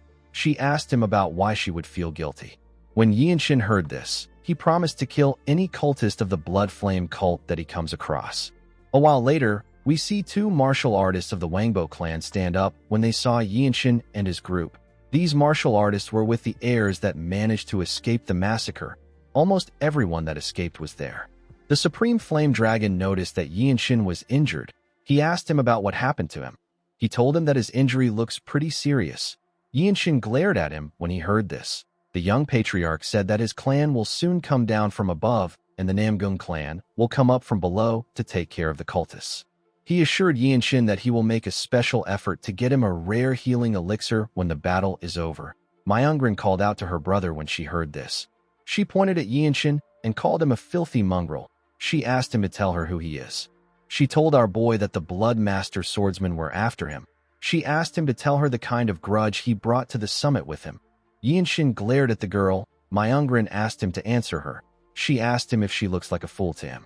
Yinshin looked around. He realized that all the children of the great clans were there. The heirs of the mid-tier sects were either killed or scattered. Myungrin asked him not to say another word. She asked him to not bluff with her. She told Yinshin that she can see right through his injury. She asked him if he can still flaunt his little martial prowess in his pathetic state. Sobin and Wenchang wanted to interfere when they heard this. Yinshin raised his hand to ask them to stop. He turned to Myungrin and asked her if she tried to use his junior sister as bait at the Lotus Pavilion. Everyone turned to the girl when they heard this. Myungrin smiled and told Yinshin that he must have been seeing things. She asked him if he is trying to slander her. She told him that a rootless mongrel shouldn't be spouting nonsense. The moment she said this, someone told her that she is the one without roots. Yinshin quickly turned to Wenchang when he heard this. The man told the girl that using words like mongrel isn't something an educated person would do. Myungrin was shocked to hear this. With a look of anger on his face, Wenchang asked the girl if this is how her clan teaches the code of Confucian order. He said that the Wangbo clan might not be as prestigious as he heard. Myungrin was annoyed to hear this. She called him a bastard. Wenchang walked forward and told the girl that her words are truly classless. He told her that there are 2 witnesses to her atrocity, and yet she still denies it. He turned to the heirs of the great clans and asked them if they have ever heard of a noble from the Shandong Murim that is as lowly as Myungrin. The heirs avoided eye contact with him. They didn't want to get involved in the matter. The young patriarch didn't say anything.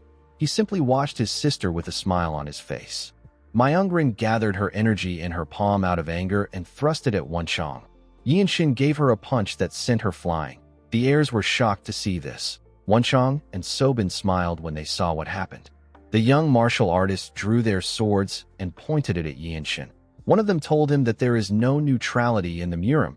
He said that a person can only side with the one they share ties with when they don't know the truth. Wenchang was surprised to hear this. Our boy wasn't really shocked. He remembered hearing that it is difficult to find true martial artists outside the mountain sects. Even those with formidable martial skills are not always true martial artists. However, Yinshin also heard that there are still some who take joy in performing chivalrous deeds. Since the Supreme Flame Dragon wasn't taking his bait, Yinshin decided to use his stupid sister to complete his mission. For the next 20 days, the group moved as the Supreme Flame Dragon suggested.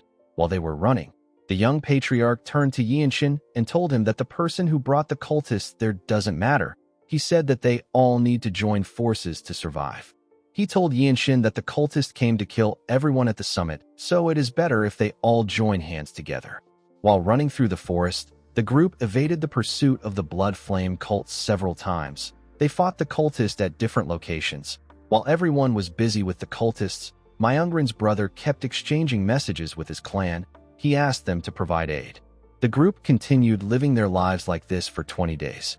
One day, we see Myungrin allow a messenger pigeon land on her hand. She took out the letter attached to the pigeon. With a smile on her face, she announced that the escort unit of her clan is nearby. She said that their struggles are over now. She told the other heirs that the cultists won't be able to chase them anymore. Immediately she said this, she turned to the side and glared at Yinshin and his teammates. The next day, we see the entire group walking somewhere. Myungrin quickly noticed that she could see someone from afar. She realized that the reinforcements have arrived. The leader of the escort team called out to Myungrin when he saw her. He quickly appeared in front of her. Yinshin found the man's mobility arts to be quite astonishing. Myungrin quickly hugged her uncle. She referred to him as Supreme Sword. The huge man pat his niece on her head.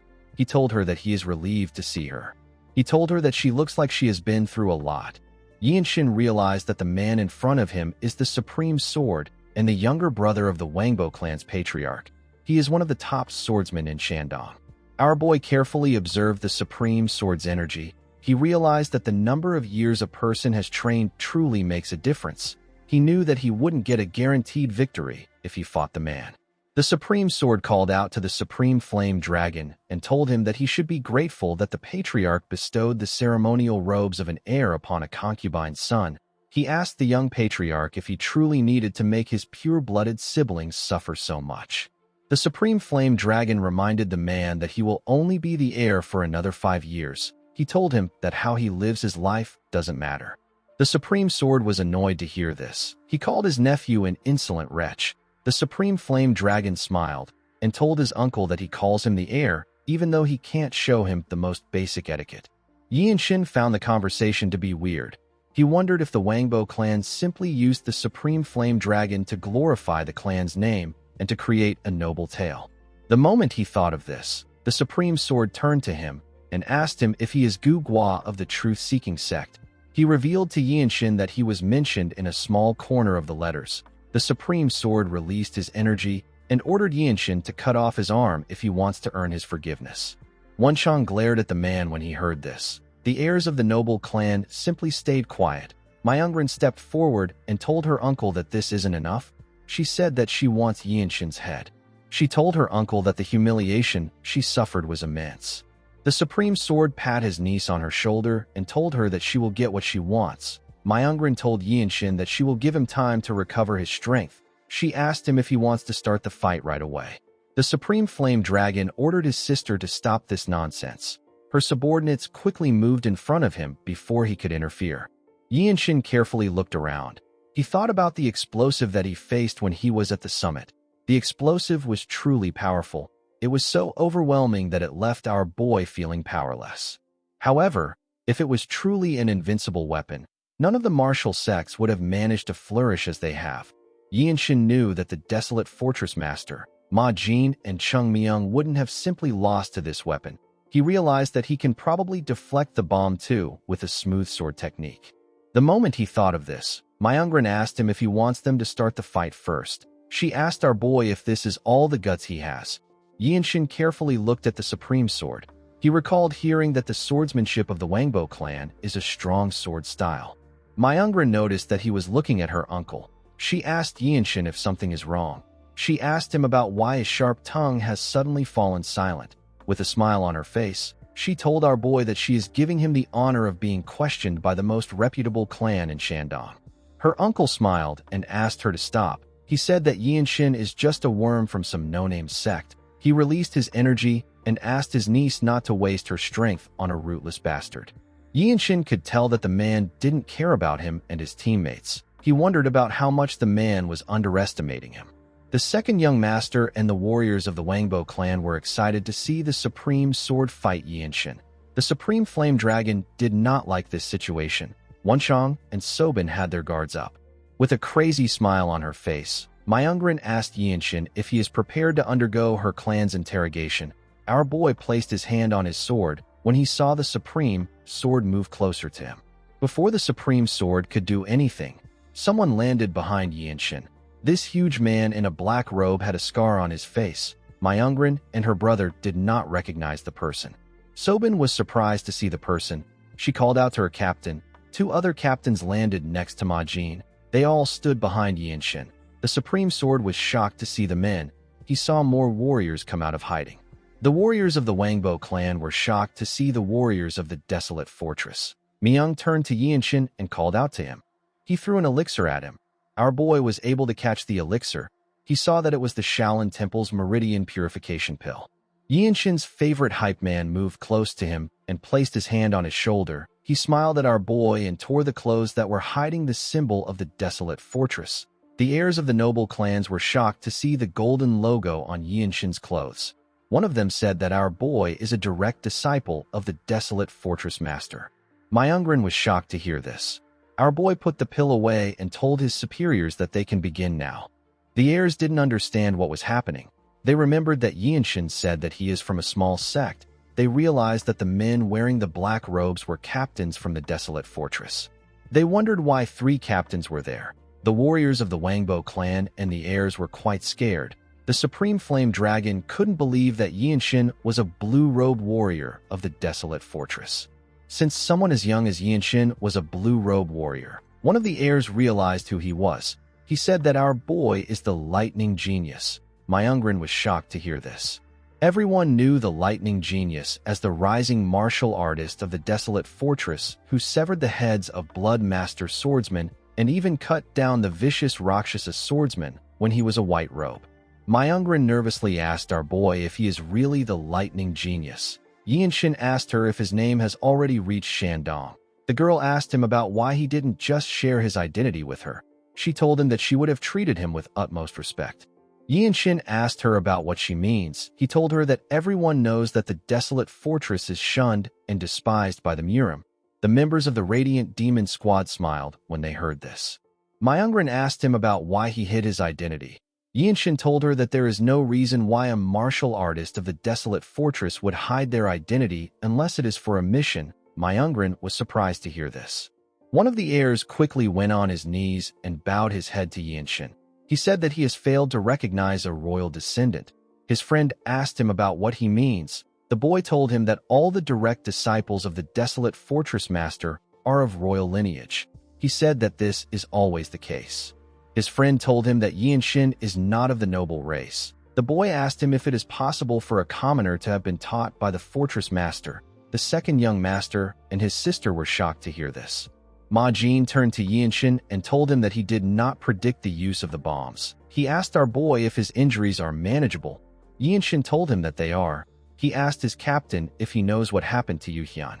Ma Jin revealed to him that the Namgung clan immediately took measures to protect Hyun. He said that Hyun has already destroyed a few branches of the Blood Flame cult along with the Plum Blossom Sword Masters. He told Yinshin that the Mount Hua sect has left Huizhou since. Due to how Ma Jin spoke to our boy, the Supreme Sword said that Yinshin is not of royal blood. Immediately he said this. Ma Jin glared at him with a terrifying look in his eyes. The Supreme Sword became scared. He quickly put his hand together and bowed his head to Ma Jin and Yinshin. He told Ma Jin that he has long heard of his great name. The man whose name is Wang Bojun said that he failed to recognize the direct disciple of the desolate fortress master and spoke carelessly. The Supreme Sword asked Ma Jin for his forgiveness. Ma Jin asked Jun to tell him his careless words. The heirs and Myungrin became scared when they heard this. Someone told Ma Jin that the Supreme Sword called Yinshin a wretch, a lowborn with no roots. The person who said this was Sobin. The girl told her captain that the Supreme Sword was basically insulting him since Yinshin comes from the Ma clan of the desolate fortress. Myungrin couldn't believe what she was hearing. None of them expected this. The heirs and the warriors couldn't believe that they offended the lightning genius who is the direct disciple of the desolate fortress master and a member of the desolate fortress Ma clan. Myungrin knew that she was screwed. Ma Jin cleared his throat and told the warriors of the Wangbo clan that their family of petty nobles has committed a grave sin by forcing commoners into labor. The number of commoners working for them has nearly reached 1,000. Jun was shocked to see that the desolate fortress knew about their actions. Ma Jin revealed to him that the mission assigned to Yinshin was to create a justification for the annihilation of their clan by exposing the tyrannical rule of the Wangbo nobles who dominate Jinan through force. He told the Supreme Sword that they made sure to secure the justification for the extermination of their clan. Jun nervously asked Ma Jin about what he means. Yinshin turned around and bowed his head. He told the captains that he would like to announce the start of the battle with their permission.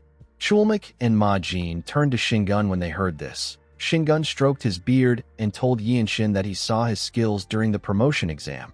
He told him that he left quite an impression. The moment he said this, Yinshin could feel the incredible amount of energy the captain was exuding. He realized that this man is not like the fortress master who completely controls her energy. While he was thinking, Shingun granted him his permission. Yinshin thanked him for this. He turned around and swallowed the elixir. The moment he did this, his body released some energy. Our boy could feel a refreshing current of energy rising from all the meridians in his body. The energy was healing his wounds. He didn't expect this to be the effects of the Shaolin Temple's Meridian Purification Pill. The pill doesn't even require energy circulation to be activated. Yinshin walked past the Supreme Sword. The man was shocked to see this. Even the Supreme Flame Dragon expected him to attack his uncle. Our boy originally wanted to take the head of the strongest, but it wouldn't make sense for him to cross swords with the Supreme Sword in front of the captains. If he were to do something like that, he would earn the disrespect of the captains. Yi and Shin decided to face the most annoying person there. He told Myungrin that they need to settle their grudge. The girl nervously asked him about what he means. Yi and Shin told her that she can respond however she likes. He told her that he will simply speak his truth. He reminded her that her uncle asked him to offer his arm, and she asked him to offer his head. He told her that she did another stupid thing like this at the Dragon Phoenix Summit. He told Myungrin that Sobin could have died. He said that she would have definitely died if he hadn't intervened. Myungrin couldn't say anything. Everyone was focused on her. The girl put herself together and told Yi and Shin that she acknowledges the famed reputation of the blue robe martial artists. She told him that she understands his arrogance since he is the direct disciple of the Desolate Fortress Master. She placed her hand on her chest and told our boy that she cannot stand and allow him to fabricate such lies. She said that she has nothing to hide. She told him that she has never acted in an unorthodox way. Yi and Shin was not surprised to see that she would deny her actions. He told Myungrin that it doesn't even matter. The girl did not understand what he meant. Yi and Shin revealed to her that his final mission is the annihilation of the Wangbo clan. He told her that nothing will change no matter what she says. Myungrin was shocked to hear this. Yi and Shin drew his sword and used the swift sword style to behead Myungrin with a single strike. The last thing Myungrin saw as her head fell to the ground was Yi and Shin's face. After taking care of the girl, our boy put his sword away. The Supreme Flame Dragon and the warriors of his clan were shocked to see what happened. The warriors of the Desolate Fortress weren't even bothered. The Supreme Sword was shocked to see what happened to his niece. He called out to her and ran towards Yi and Shin. Before he could get far, Shingun appeared above him. He slammed Jun's head to the ground. The Supreme Sword couldn't even move his body. The warriors of the Wangbo clan and the second son charged at Yi and Shin. Before the poor bastards could reach Yi and Shin, Ma Jin and Chulmik appeared above them. They tore the warriors apart with a single swing of their swords. Even the second son lost his life. When the Supreme Sword raised his head up, he saw the captains tearing his clansmen apart. He quickly placed his hand on his sword. With a horrifying look on his face, Ma Jin asked him if he has lost his mind. He charged at the man and appeared next to him. He swung his sword at Jun's head. He cut off the man's head before he could even draw his sword. The last thing the Supreme Sword saw was Ma Jin's terrifying face. The Supreme Flame Dragon and his clansmen were shocked to see this. Even Yi and Shin was shocked to see how his captain took out the man. He was scared to feel the murderous energy around his captain. The warriors of the Wangbo clan realized that the Desolate Fortress was serious about exterminating them. One of them asked the others to run so that they can report the situation to the clan. Immediately he said this. Ma Jin appeared next to him. He beheaded the man and his comrades with a single swing. Chulmik and Shingun began to suppress the other warriors. It didn't even seem like they were struggling. Yi and Shin, Wunshang, and Sobin were shocked to see how their captains fought. One of the blue robe warriors said that the captains won't allow them to fight unless the scale of the battle is enormous. He said that their captains will probably be the only ones to earn merit for this. The man told his friend that he is envious of Yi and Shin because he has already done something significant. While they were talking, someone asked the warriors of the Desolate Fortress to arrest him. The person turned out to be the young patriarch. The Supreme Flame Dragon introduced himself as the infamous degenerate young master of the Wangbo clan. The moment he said this, he noticed that one of the blue robe martial artists took the bag containing his medicine. The Supreme Flame Dragon asked the man to return his poppy. He did this to make them arrest him. They made him kneel before them. Myung found it odd that the Supreme Flame Dragon wasn't even resisting. The young patriarch smiled and said that the Desolate Fortress would wipe out his entire clan if they knew everything. He smiled at Yi and Shin and told him that he never expected him to be a blue robe warrior. Yi and Shin could tell that this guy wasn't really bothered, even though his half-sister just got beheaded and his clansmen are dying. He believed that the Supreme Flame Dragon was completely out of his mind. He wondered if he was like this because the solar divine meridians are tearing apart his blood vessels. He wondered if the pain was truly beyond one's imagination. The Supreme Flame Dragon asked Yi and Shin about the type of sword technique he used to behead his sister. He said that he has never seen or heard of such a technique. With a crazy look in his eyes, he asked Yi and Shin to tell him the cultivation method he learned. Our boy reminded him that he just sent his sister to the afterlife. The Supreme Flame Dragon told him that fools don't matter to him. He said that his sister has always lived in a completely different world from him. He revealed to Yinshin that Myungrin never saw herself as his sister, and he also never looked at her like that. He said that there is no point in worrying about his clan when it is about to collapse. With a smile on his face, the young patriarch told our boy that he wants to know about his martial arts. Yinshin realized that this guy was obsessed with martial arts and pain. He turned around and walked away. He thought about creating a sword technique that can deflect the bombs and a circulation technique with fast energy circulation. He also thought about creating a sword style that is useful against multiple opponents. A while later, we see the heirs of the other clans tied up. Most of the martial artists of the Wangbo clan were dead. One of the blue-robe martial artists pat Sobin on the head and told her that she worked hard. He said that he will be able to finish an old mission thanks to her. The girl gently blushed when she heard this. While she was talking to her seniors, Yinshin was talking to Myungrin and Mirio. Mirio told our boy that a blue-robe warrior should be able to handle fire pellets. She explained to him that he can use the techniques of the Harmony Realm to wrap his sword or fist with an inner energy barrier. This will allow a person to deflect the fire pellets. She told Yinshin that she can demonstrate it to him once the situation is resolved. She told him that he can learn from her until he masters it. Yinshin looked at his palm and said that he is reminded of something. He revealed to his seniors that there are few applied techniques that he is curious about. He said that he feels as if he is about to understand these techniques. He told his seniors that he would like them to take a look at these techniques. Myung and Mirio couldn't believe that our boy was learning more techniques.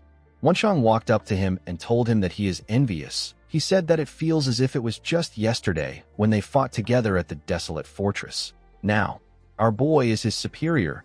Yinshin turned to him and told him that he has something to say as a blue-robe martial artist. He told Wanshang that he didn't have to help him tear the clothes that hid his symbol.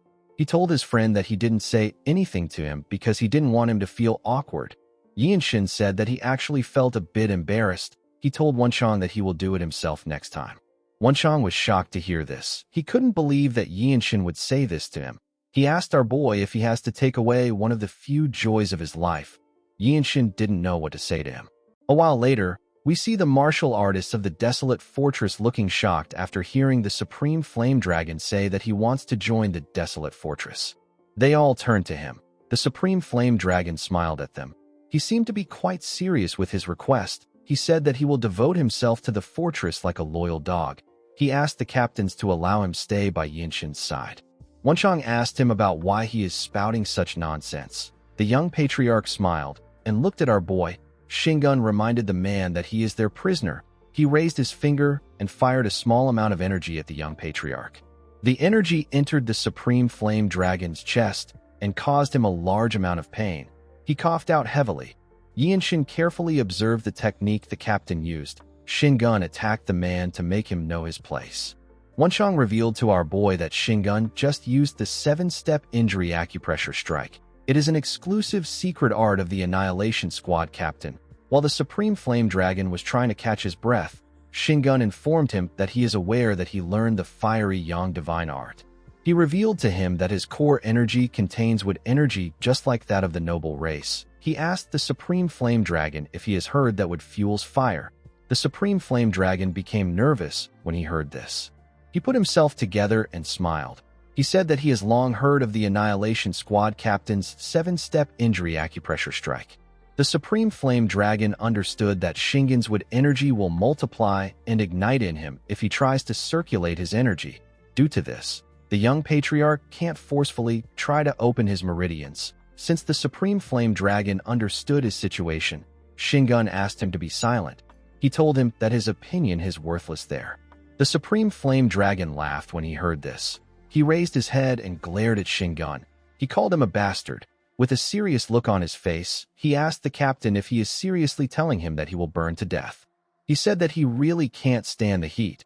He said that he has met another rotten bastard today. The blue robe and the white robe warriors were shocked to see how the young patriarch spoke to the captain. They were all scared for him.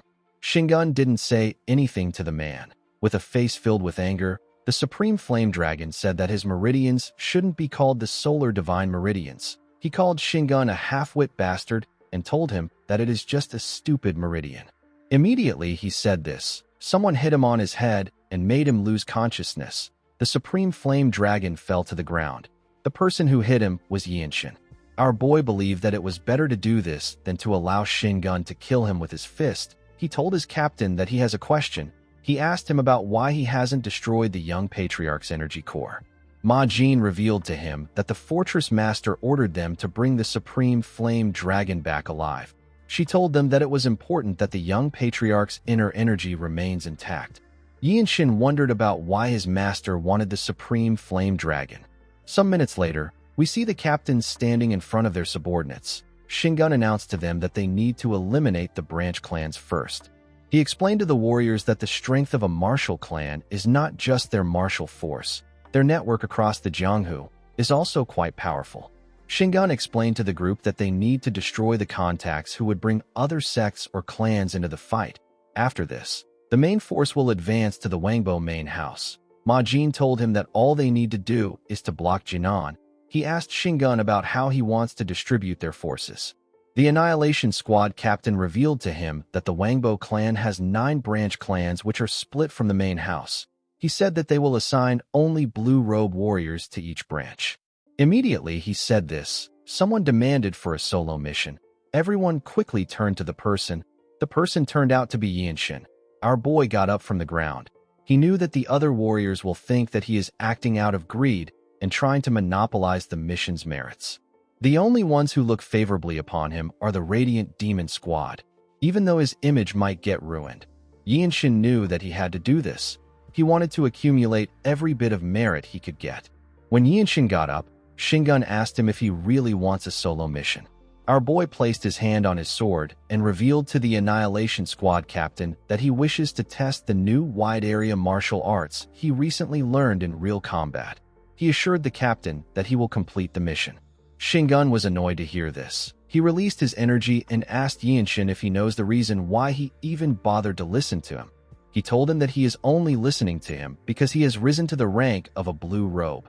Ma Jin and the other blue robe warriors nervously stared at Shingun. They could tell that he was angry. Yinshin didn't even flinch.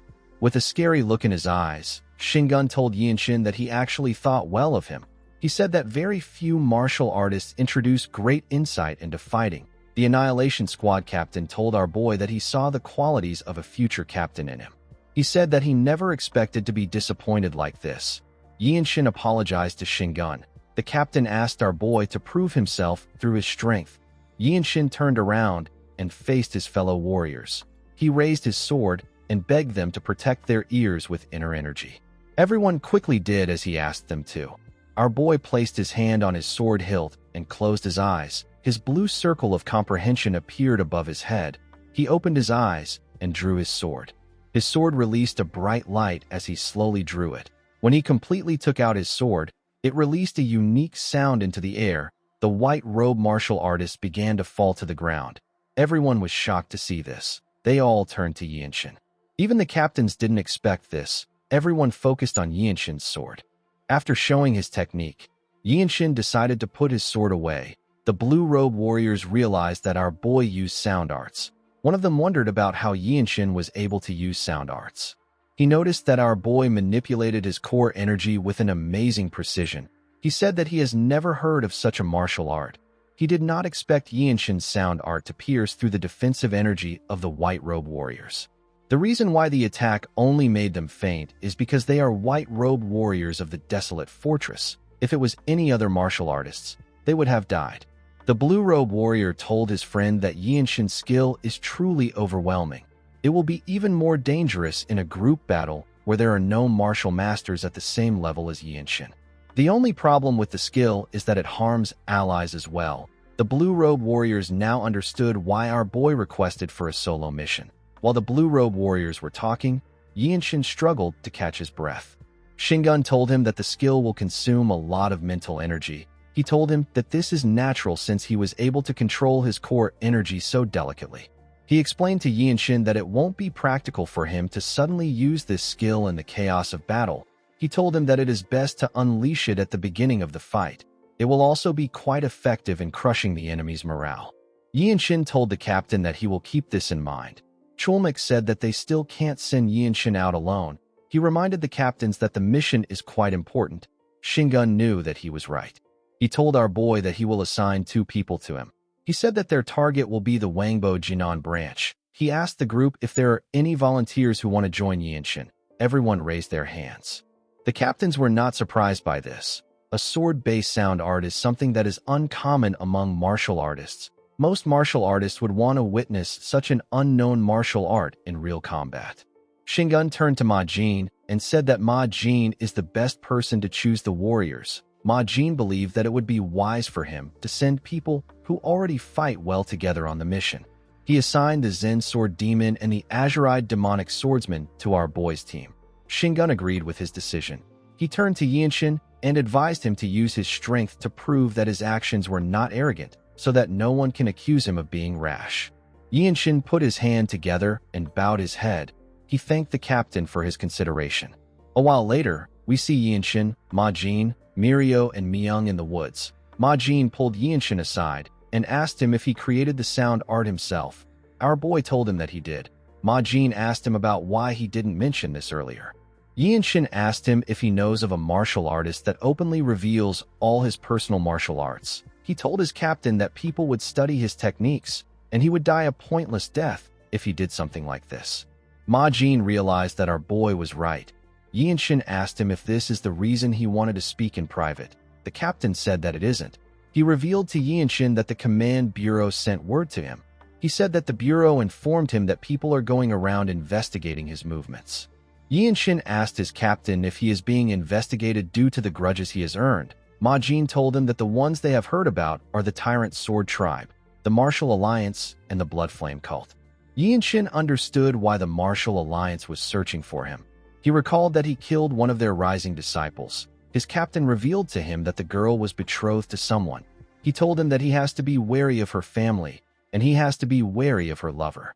He said that the most troublesome group is the Blood Flame Cult. Until now, there has never been a martial art similar to Yinshin's demon-slaying gentle flowing strike. It is only natural that our boy became the cult's target. Ma Jin explained to Yinshin that he could have encountered one of the 7 apostles at the Dragon Phoenix Summit. Yinshin agreed with him.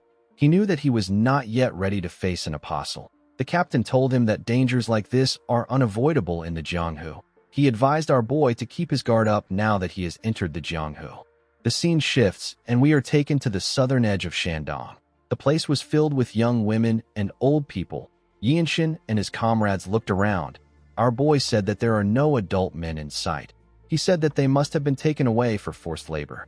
Mirio told him that the Heavenly Squad and the Command Bureau confirmed this multiple times. She said that there is no possibility of error. Myung explained to Yinshin that the Imperial Army would have taken the Wangbo clan out if they weren't a Murim clan. However, if the army marches here, the common people would also suffer. Yinshin stood up and grabbed his sword. He said that they need to visit the Wangbo branch clan and question them. Mirio and Myung grabbed their swords and stood up when they heard this. They ran towards the clan building. When they arrived at the entrance, Yinshin used a technique of the Infinite Blossom Fist strike known as Formidable Wall. He covered his fist with his energy and swung it at the gate. He destroyed the gate with a single strike. He went inside with his comrades. They saw a pavilion when they got inside. As they walked towards the pavilion, they looked at the paved ground and stone sculptures in the compound. When Yinshin and his comrades got close to the pavilion, a man said that another batch of Jinan's heroes have appeared. When someone poured him a drink, the man said that he doesn't get it. He said that he cannot understand what gives the lowlifes the confidence to challenge the Wangbo clan. He said that it would be better to run away from Shandong and go somewhere like the Desolate Fortress. The man who was speaking was a member of the noble race. The man was surrounded by women who were serving him. Yinshin glared at the man and the women. The symbol of the Desolate Fortress was in gold on both sides of his shoulder, and yet these drunken fools couldn't even recognize who they were looking at. Our boy asked the man if he is Ji Haiyan, the magistrate of Pinyin County. The man smiled and told Yinshin that he should have recognized him immediately. He said that he is well known around there. Yinshin told him that he knows his first wife is the head of the Wangbo Pinyin branch. He asked Ji Haiyan to go get his wife. Ji Haiyan told our boy that he lacks courtesy. He asked him if he has never learned Confucian teachings. He asked him if his parents taught him to behave like this. Yianshin reminded the man that he is having a love affair with someone from a Murim clan. He told him that this is not how a gentleman conducts himself. He asked Ji Hyan to tell him the kind of respect he expects from him. Ji Hyan smiled when he heard this question. A woman in red clothes stepped out and introduced herself as the lawful wife of Jiam Rang. Her name is Wangbo Mimi. She is also known as the artisan swords maiden. Mimi explained to Yianshin that he was originally supposed to lose an arm, but now he will lose his head for his rude behavior. The moment she said this, several martial artists of the Wangbo clan came out of hiding. They surrounded our boy and his comrades. Yianshin and his teammates looked around to see the martial artists. Mimi reminded our boy that he will be losing his head. Yianshin told her that she talks about arms and heads the same way Myungren does. The woman smiled and asked him if he has heard about Myungren. She believed that this was natural since Myungren was skilled enough to attend the Dragon Phoenix Summit. She asked Yianshin if he thinks that she will overlook his actions just because he acts as if he knows someone from the direct line. She told him that this won't happen. Our boy revealed to her that he came from the marketplace. He told her that her clan truly forced the common people into labor for their private use. He told Mimi that her clan used its authority over the Murim to affect the livelihood of the citizens. He asked Mimi if she doesn't find this shameful as someone of the Jianghu. The magistrate and everyone in the pavilion laughed when they heard this.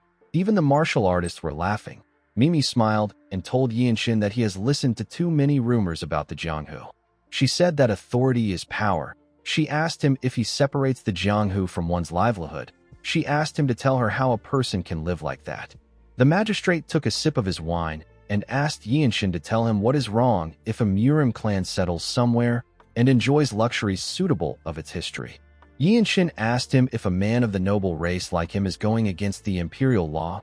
He pointed at Mimi and told the magistrate that his first wife will lose her head today. Mimi and Ji Hyan were shocked to hear this. The magistrate told our boy that he lacks refinement.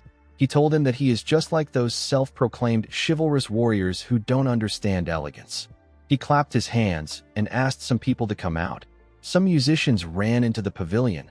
They sat down and began to play their instruments. The magistrate raised his cup and said that this is good. His wives laughed when they saw this. Mimi refilled his cup while the other women stared at Yianshin and his teammates. They were eager to see the fight.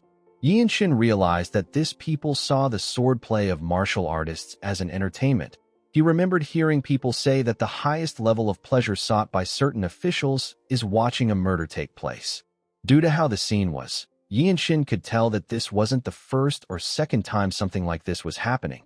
He said that he can't listen to this music anymore. He told his teammates that they really need to reconsider calling these people a member of the 8 great clans. He said that they are no different from unorthodox riffraffs. Immediately he said this, Yianshin released his energy. The martial artists of the Wangbo clan were shocked to feel Yianshin's energy. Our boy drew his sword and disappeared in front of the martial artists. He appeared above them and used the radiant sword art to tear some of them apart. The magistrate was surprised to see this. Yianshin turned and pointed his sword at Ji Hyan. He told him that the radiant demon squad of the desolate fortress will punish him. The man and his wife were shocked to hear this. The martial artists of the Wangbo clan were also shocked to hear this. Ji Hyan quickly stood up and announced that he has committed a grave offense. He begged Yianshin and his teammates to forget everything he just said. He reminded them that he is a person of the noble race. He said that he could never disrupt the imperial order. The moment he said this, Ji Hyan noticed the golden-colored symbol on Yianshin's clothes. He saw that Myung and Mirio were blue-robe warriors. He realized that none of his excuses will work. He decided to use another method. He told the group that his wife was carrying out the orders of her main house, and he couldn't go against her as a magistrate stationed in Jinan. He said that he couldn't go against the authority of the Wangbo clan. Mirio asked him if this is what he calls an explanation. She asked him if he is not even ashamed of trying to take back what he said. Ji Hyan begged them to be lenient. He reminded them that they are not allowed to kill imperial officials. With a twisted smile on his face, he told the group that they won't leave there unarmed if he attacks them together with the branch clan. The moment he said this, Ji Hyan released his energy. Mirio didn't expect him to threaten them. Myung smiled and said that the man's audacity is astonishing. With his glowing red eyes, Ji Hyan smiled and told them that they must already know everything if they are from the desolate fortress. He asked them to understand that he has no choice. The moment he said this, Mimi snapped her fingers. Several martial artists ran into the pavilion. They completely surrounded Yinshin and his teammates from all directions. Ji Hyan smiled and advised our boy to back down. Yinshin carefully looked around. He reminded the man that he spoke of elegance earlier. He said that he has also polished a tune of his own recently. The magistrate didn't understand what our boy was talking about. Yinshin raised his shining sword and released his sound into the air. The moment the martial artists heard his unique sound, blood gushed out of their mouths. They began to fall to the ground. The magistrate couldn't believe his eyes. He watched the warriors fall to the ground and bleed out of their eyes. They all lost their lives. Ji Hyan was horrified by what he just witnessed. He saw the bodies of his other wives on the ground. He didn't understand how everyone died in an instant. Yinshin referred to him as unorthodox trash and told him that he knows elegance. He told Ji Hyan that he looks as if his performance moved him deeply. The magistrate and Mimi became scared when they heard this. They looked around to see the countless bodies on the ground. Mimi knew that a sound art is a martial art that exists only in a handful of places around the world. She couldn't believe that someone this young was able to use it. While he was glaring at them, sweat filled our boy's face. He knew that he couldn't use this technique again. He didn't think that it would be this hard to use the technique even once. He noticed that his biwei acupoint has widened. He put himself together and moved close to the couple. He asked them about why they are not talking. Mimi was annoyed to hear his voice. She came down from the rock and picked up a sword. Since Yinshin's clothes were stitched with a golden silk thread, the woman was able to deduce that he was a disciple of the desolate fortress master. She released her energy when she said this. Mirio and Myung stepped forward when they saw this. Yinshin used his frequency whispering technique to tell them that he will face the woman alone. Mirio and Myung decided to honor his request. Our boy knew that he needed to gain experience in unleashing his martial arts in chaotic times in order for him to advance from a black robe to a purple robe. He told the artisan swords maiden that he remembers what she said. Mimi asked him to shut his mouth. She told him that he does not automatically become a noble just because he belongs to the desolate fortress. She pointed her blade at him and told him that he has no right to speak to her. Yinshin reminded her that she said that she was going to take his arms. He released his energy and called her an unorthodox scum.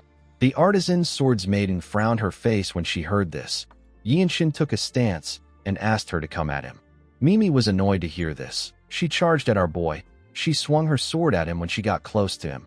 Yinshin raised his sword and made Mimi's sword brush past his own sword. He quickly turned around to see the woman. He realized that the swordsmanship of the Wangbo clan is really heavy. He almost dropped his sword when their swords clashed. He and Mimi quickly faced each other. They swung their swords at each other. Mimi's hand got pushed back when her sword touched Yinshin's own. Mimi was shocked to see this. She didn't understand what just happened.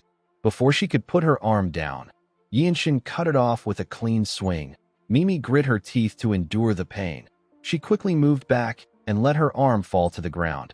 Our boy swung his sword again to remove the bloodstains on it. Mirio was impressed to see that Yinshin was already skilled enough to look down on even a branch clan head of the Wangbo clan. She knew that our boy's talent wasn't just limited to learning. Even at the brink of collapse, Yinshin still had the combat ability to bring his sword to a razor edge. Mirio understood that Yinshin's senses have a strength that cannot be measured by martial prowess alone. Myung smiled and said that our boy will soon be able to go out into the Jianghu alone without their help. Yinshin raised his sword and reminded Mimi that she said that she would sever his head. The woman became scared when she heard this. She could tell that our boy was serious. Before Yinshin could do anything, Ji Hyan appeared in front of Mimi and called our boy a lawless wretch. He told him that he has a lot of guts to hurt his lawful wife. He reminded the group that the desolate fortress is the sword of the imperial family. He asked Yinshin to tell him when a mere sword began to cut its own master. Yinshin asked the magistrate if he is saying that the Wangbo bloodline is on equal footing with the imperial family. Ji Hyan explained to our boy that he can't do anything there unless he cuts him down. He reminded him that he is not a black robe warrior. He asked our boy if he is allowed to harm the magistrate of Pinyin County. Yinshin glared at him when he heard this. Ji Hyan nervously looked him in the eyes. Myung told the magistrate that they will follow the law. Ji Hyan didn't understand what he meant. Myung reminded him that the Grand Empress Dowager decreed that the noble race of the desolate fortress may execute any official of the 6th rank or below regardless of their status. Ji Hyan was shocked to hear this. Myung told him that he will be the one to deal with him since he is just a 7th rank official. Ji Hyan didn't know what to say. Myung asked the man to not sully the name of the noble race and just accept his punishment. Ji Hyan knew that he was screwed. He let out a sigh and said that he almost showed a disgraceful side of himself. He said that one cannot speak about the refined pleasures of drinking and dancing without style and elegance. He closed his eyes and prepared himself for his death. His wife also did the same thing. Myung raised his sword and got ready to attack them. Before he could do anything, someone called his group wretched, desolate fortress bastards and said that they are people who disrupt the Murim with their fake chivalry. Yinshin quickly turned around. Ji Hyan was happy to see the person. He called out to the Wangbo clan martial artist known as Ma Jun. The huge martial artist carried a young girl in his hand. He glared at our boy and his teammates. Ji Hyan told Ma Jun that he feels a sense of great relief that a warrior of his clan has arrived. Ma Jun told our boy that there is probably no one his age that can match him in this world if he is already a blue-robe warrior. Thanks to the emblem on Yinshin's shoulders, the man could tell that our boy was a direct disciple of the desolate fortress master. He told Yinshin that he is so drunk on honor and status that anyone can tell what he wants. Yinshin told Ma Jun that he is the one who can't see anything. He reminded him that he has an innocent commoner in his hands. Our boy noticed that the man was quite far away from him. He knew that even Myung wouldn't be able to save the girl in time if he rushes in faster than him. Ma Jun laughed and told our boy that the actions of the Wangbo clan are always for a greater cause. He said that half-baked martial artists who take the country's pay and go around cutting down people in the Murim wouldn't understand this. Yinshin didn't expect this answer. He asked the man if he is incapable of feeling shame. Ma Jun said that the greater cause of the Murim is noble. He said that the martial artists of the desolate fortress are nothing but scoundrels splashing mud all over the Jianghu. Yinshin recalled hearing that there were so many people like Ma Jun in the Murim. These people are stubborn eccentrics who only walk the single path of training their martial arts. Normal conversations won't work on them. Ma Jun asked the group if they know who the girl is. Of course, none of them recognized her. The man said that the girl's grandfather was a man named Dan Mahue. The girl's grandfather was the former magistrate of Pinyin County. Ma Jun said that Mahue was a man who was as straight as an arrow. In the marketplace, Mahue ordered a martial artist of an unorthodox sect to stop threatening people. He told the martial artist that he would throw him into a government prison. Ma Jun asked our boy if he knows what happened to Mahue. He said that Mahue's belly burst when he received a single palm strike. He told Yinshin that the Wangbo clan executed the martial artist who was fleeing and avenged the girl's grandfather.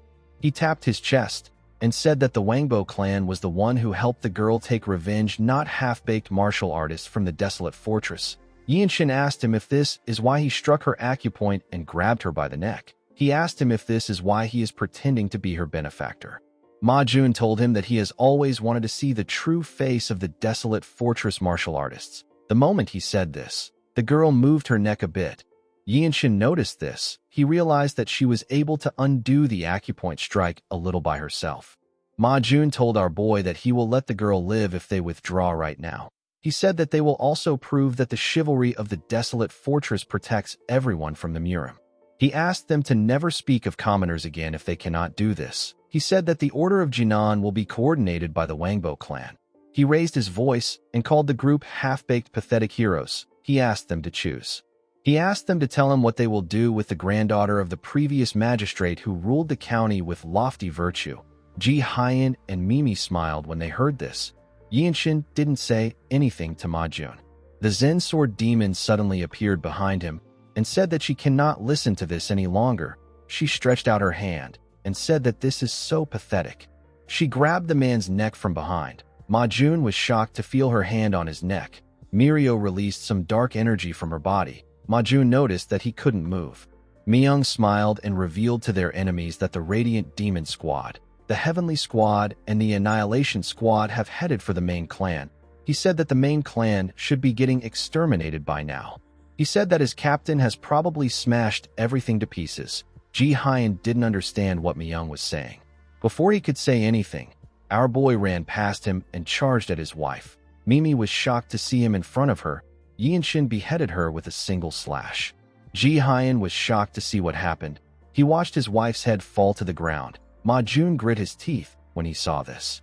Yi Shin told the enemy that the desolate fortress doesn't negotiate with rebels. Ji Hyun got angry and called our boy a bastard. Before he could charge at him, Myung stabbed him in the chest. The man was shocked to see a blade sticking out of his chest.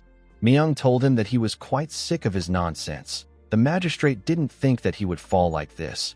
His body fell to the ground once Myung took out his sword. Ma Jun was shocked to see what happened. Before he could do anything, Mirio released more of her unique energy. She began to freeze the man's neck. Ma Jun screamed out in pain. Mirio completely froze his neck and crushed it. She watched the man's head fall to the ground. The fight wasn't even a challenge for her. Yinshin and Myung put their swords away after taking care of their opponents. Yinshin walked past the girl and told her that she has a talent for martial arts. The girl was surprised to hear this. She quickly turned to him. She watched Yinshin and his teammates walk forward. Mirio tapped our boy's shoulder before they left the pavilion. She told him that the desolate fortress is not a sect that discusses chivalry. She explained to him that he will one day get hurt if he tries to live as a hero. Yinshin thanked her for the advice. Immediately he did this. He noticed something above him. He saw an owl above him. The owl was carrying a message. It landed on Myung's arm. Myung quickly read the message. Our boy asked him if something happened. Myung revealed to him that the message came from the white robes that are holding the martial artists that attended the Dragon Phoenix Summit. He said that the white robes got into 3 fights. They fought the martial clans and even the Blood Flame cult. They ended up suffering a crushing defeat. Myung revealed to our boy that Wonchong got captured. Yinshin was shocked to hear this. In the next scene, we are taken to Shuzhou. We see Yinshin meditating. While his eyes were closed, our boy wondered if this was their 5th day there. In the last 5 days, they learned that the followers of the Blood Flame cult have been roaming the city as if there was nothing to fear. Even when soldiers moved to arrest them, they calmly evaded them with a movement art. Some of them even threatened the soldiers. Unfortunately, Yinshin and his teammates still haven't found them.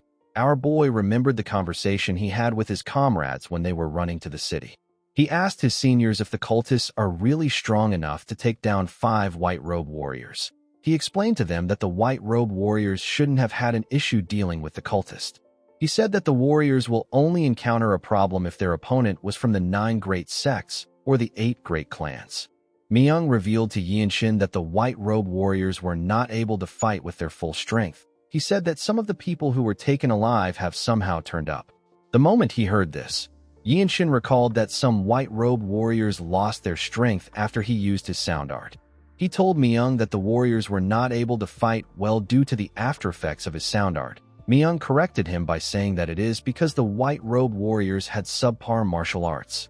He said that the warriors had no choice but to entrust their safety to others since they weren't stronger than the enemy. He said that this is how the Jianghu works. Mirio said that the blue robes need to clean this mess since the main force is busy attacking the Wangbo clan. Yinshin told his seniors that he doesn't understand why the cultists took them without killing them. He wondered if the captives were still alive. Mirio said that the cultists would have normally killed the warriors. Since they brought down a warrior of the desolate fortress, they would have to kill to keep the news from leaking out. Myung said that there is only one reason for the cultists to take the warriors alive. He revealed to Yinshin that the cultists want to lure and kill the person who can use the demon-slaying gentle flowing strike, which is their cult's natural counter. Mirio told him that it is hard to say that the cultists did all this while aiming for just one person from the desolate fortress. She said that they need to split up and search the place. Myung told her that the captives will still last for 10 days since they were captured by the blood fiends.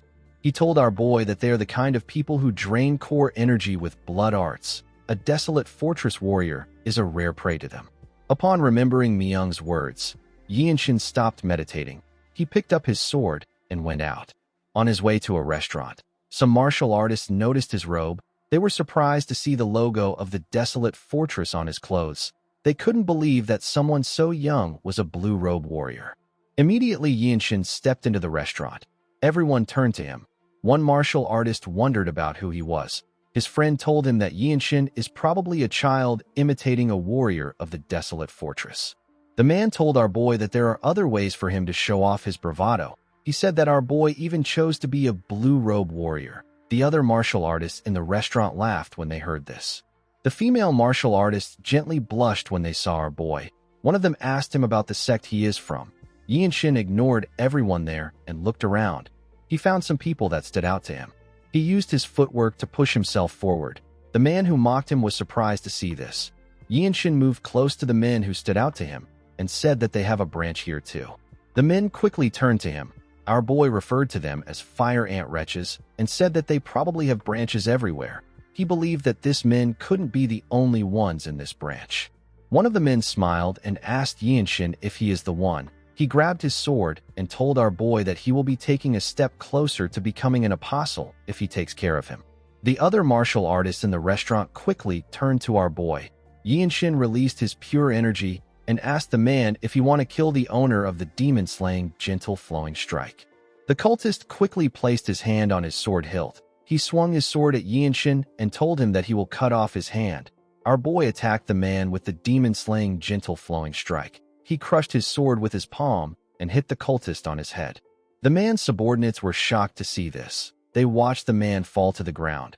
They couldn't believe that Yinshin defeated the branch leader with a single move. The other martial artists there instantly realized that the men were from the Blood Flame cult. They knew that only a Blood Master swordsman could be a branch leader of the cult. They couldn't believe that Yinshin defeated a Blood Master swordsman with a single strike. They wondered if he is truly a blue-robe warrior of the desolate fortress. Yinshin turned to the other men and asked them to send word to their comrades. He asked them to say that the lightning genius of the Radiant Demon Squad is in Shuzhou. After saying this, our boy walked forward. The two cultists quickly ran away. Yinshin simply went to sit at a table. The martial artists there couldn't believe what just happened. They watched Yinshin drink his liquor. They were all shocked to see that a young master of the desolate fortress provoked the Blood Flame cult. In the next scene, we see some people talking about how they found out that the man Yinshin killed was a Blood Master swordsman after sprinkling water on his hair. One of them said that Yinshin killed the Blood Master swordsman with a single move. Another martial artist said that blue-robe warriors of the desolate fortress are martial masters that are rarely seen in the world. He said that he never expected Yinshin to draw blood out of nowhere. He told his friends that our boy might be looking down on them. He asked them if Yinshin thinks that the desolate fortress is the only force that can stand up to the Blood Flame cult. He told his friends that Yinshin should have gathered more strength before he fought. A while later, we see Yinshin tapping his finger on the table. He seemed to be waiting for the cultists. He thought that the cultists would come to find him on their own no matter where he was. While he was thinking, someone walked up to him and said that he has come to pay his respects to the renowned martial artist of the desolate fortress. When Yinshin raised his head up, he saw two men and one woman standing in front of him. The man in front told him that he sought him out because he wishes to discuss martial arts with him. Yinshin didn't seem too interested in this. The man asked him if it is true that he took down a cultist with a single strike. The man said that this is his first time seeing a martial master from the desolate fortress. Yinshin noticed that the man was not friendly. He wondered if this is the territorial attitude of the local martial artists. He stood up and introduced himself as the lightning genius of the Radiant Demon Squad. The woman introduced herself as Seol Yu of the Yulso Sword clan.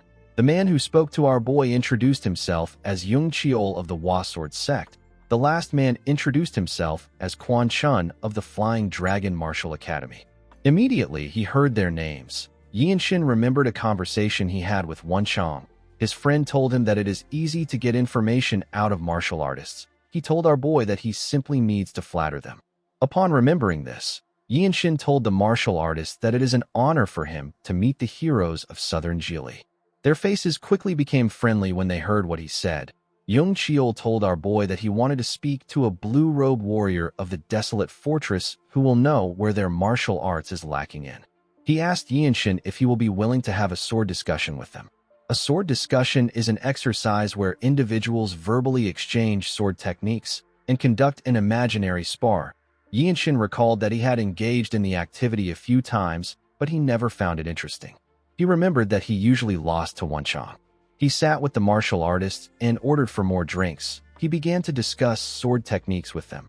Young Cheol quickly began to smile when he saw that he was winning the imaginary spar. Seol Yu also shared her sword techniques with our boy.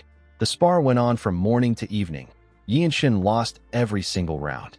Thanks to this, he was able to get a lot of information from them. They told him the location of the blood flame cultists whom they have seen, the roads they have seen people of similar build hiding their appearance, and even the rumors circulating in their sects regarding the blood flame cult in Shuzhou. Yinshin didn't think that he would get this much information. He wondered if it was always so easy to entertain people. He wondered if this tactic would work on the desolate fortress master. He knew that it would only work if she is in a good mood. While he was thinking, Young Cheol told him that he has a rude question to ask. He asked Yinshin if all the martial arts in the desolate fortress are this sloppy. He said that the sword discussion made him curious. Seol Yu told our boy that she is also curious about it. She told him that she never expected the sword arts of her clan to work this well on the martial arts of the desolate fortress. Yinshin realized that he had entertained this idiots for too long. He decided to leave since he had gotten everything he needed. Before he could get up, someone said that Yinshin's martial arts can't be sloppy. She said that our boy created a sword art as profound as the secret art of the 9 sects. Yinshin quickly turned around to see who was speaking. The person turned out to be the sword dragon. Young Cheol and his friends were shocked to see the sword dragon. Seol Yu asked her if she isn't supposed to be in the Zhongnan sect. The sword dragon said that she came there to participate in the Dragon Phoenix Summit and found that rumors about the lightning genius had spread all over Shuzhou. She told Yinshin that she heard that he killed a blood master swordsman with a single strike. Our boy didn't expect her to find out about it. He said that the speed at which rumors spread is faster than his movement art. He said that he doesn't understand why the blood flame cult is staying quiet if the rumors have already circulated in Shuzhou. He realized that they must be plotting something. He stood up and grabbed his sword. He told the sword dragon that he is glad to see her, but he doesn't have the time to chat with her. He revealed to her that Wenchang got captured. The woman was surprised to hear this. She told Yinshin that she will help him. She said that the Zhongnan sect owes the two of them a debt. Yinshin told her that he will accept her help. The sword dragon asked him if he knows where they can start searching. Our boy told her that he has identified a few locations. Young Cheol and his friends watched our boy and the sword dragon leave. They didn't understand what was happening. In the next scene, we see someone kick open a gate. The martial artists in the building quickly got in position. They watched Yinshin and the sword dragon enter the building. The cultists were shocked to see a blue-robed warrior in a place like this. Before they could understand what was happening, Yinshin charged at them. He covered his hand with his energy and used it to destroy the head of a cultist. He gave the cultist next to him a blow in his ribs. One of them called our boy a monster and charged at him. He swung his sword at Yinshin's head. Our boy dodged the attack by going low. He gave the man a powerful punch in his head. The attack sent him flying. Immediately, the cultist fell to the ground. A huge blood master swordsman stepped out. He grit his teeth and asked Yinshin if he is the one. Our boy didn't really care to answer him. The cultist drew his sword and charged at Yinshin. He thrust his sword at our boy.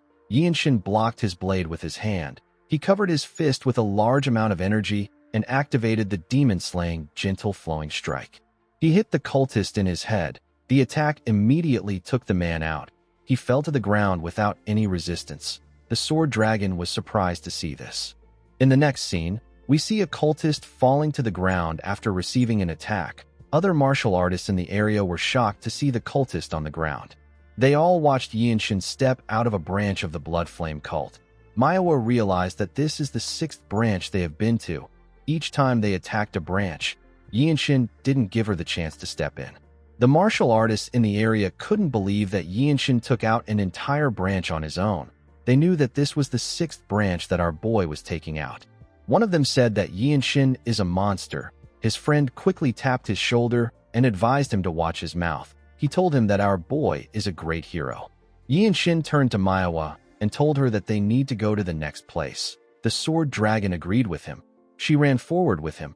The martial artists were surprised to see that our boy and the sword dragon were already going to another location. They decided to follow them again. As she ran forward with Yinshin, Manhwa thought about Yinshin's growth.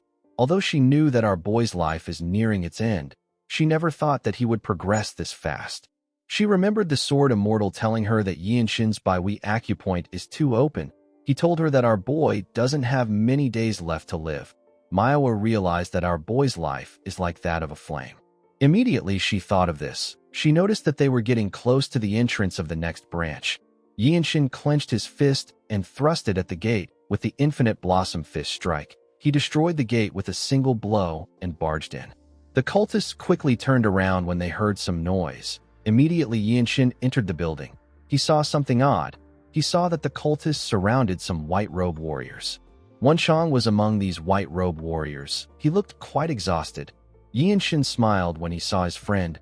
Wenshang asked our boy about how he was able to find this place so fast. Before he could answer his friend's question, Yinshin saw something on the ground. He saw the dead body of a blood master swordsman lying in front of his friend. He realized that Wenshang was the one who took him out. The white-robe warriors were very happy to see the lightning genius. The cultists became scared when they heard Yinshin's title. Our boy didn't waste any time. He took all of them out. Later in the night, we see Yinshin and Manhwa in a room with Wenshang. The injured man was lying unconscious on the bed. When Yinshin checked his pulse, he noticed that his friend's meridians were severely damaged and his internal injuries were also quite serious. Wenshang might not be able to continue learning martial arts. The sword dragon asked our boy if he is in a situation that requires him to accumulate a great deal of merits. Yinshin said that he is. The sword dragon revealed to Yinshin that he might be able to restore Wenshang's body if he accumulates enough merits at the desolate fortress. Our boy was shocked to hear this. He jumped out of his chair and asked her if she is being serious. The sword dragon was surprised to see Yinshin acting this way. She saw our boy as someone who didn't even flinch when his own life was on the line. She couldn't believe that someone like that was looking like this after hearing that he could save his comrade's life. She found this funny. She revealed to Yinshin that the Namgung clan and the Blood Flame cult have been fighting a major battle ever since the Dragon Phoenix summit fell apart. The battle could even be seen as a war. Manhwa told our boy that the Namgung clan is a great clan. She said that the clan is known for being upright among the 8 great clans. She advised Yinshin to do them a favor. She told him that the clan will surely repay the debt. She told him that he can demand for an elixir that can save Wenshang's life. Yinshin didn't expect to hear this. The sword dragon told him that there is only one problem with the plan. She said that everything depends on whether he has the martial prowess to prove that he can earn such a favor.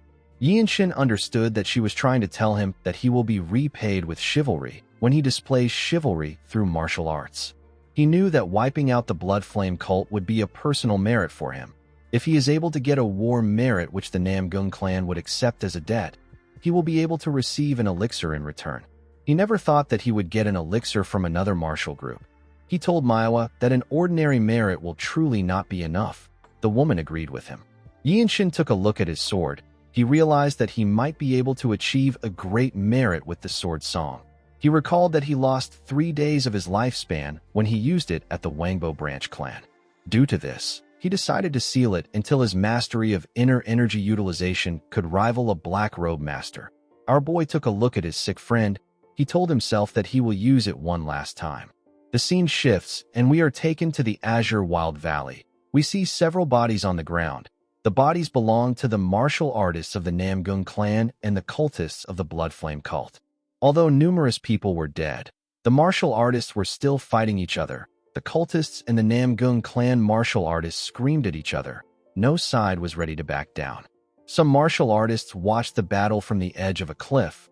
A man in a green robe said that the heretics are not moving like before. Someone asked the martial artists about how much longer they have to stay quiet. This person is known as the Blue Qilin. His name is Namgung Sijin. The man in the green robe said that there are 2 blood master swordsmen and 2 heretics looking for an opening. He asked the Blue Qilin not to act rashly. He told him that the regular troops can handle things even without them. He reminded Sijin that he is the young clan head and told him that he has to remember that in a battle between clans, the goal isn't just to win.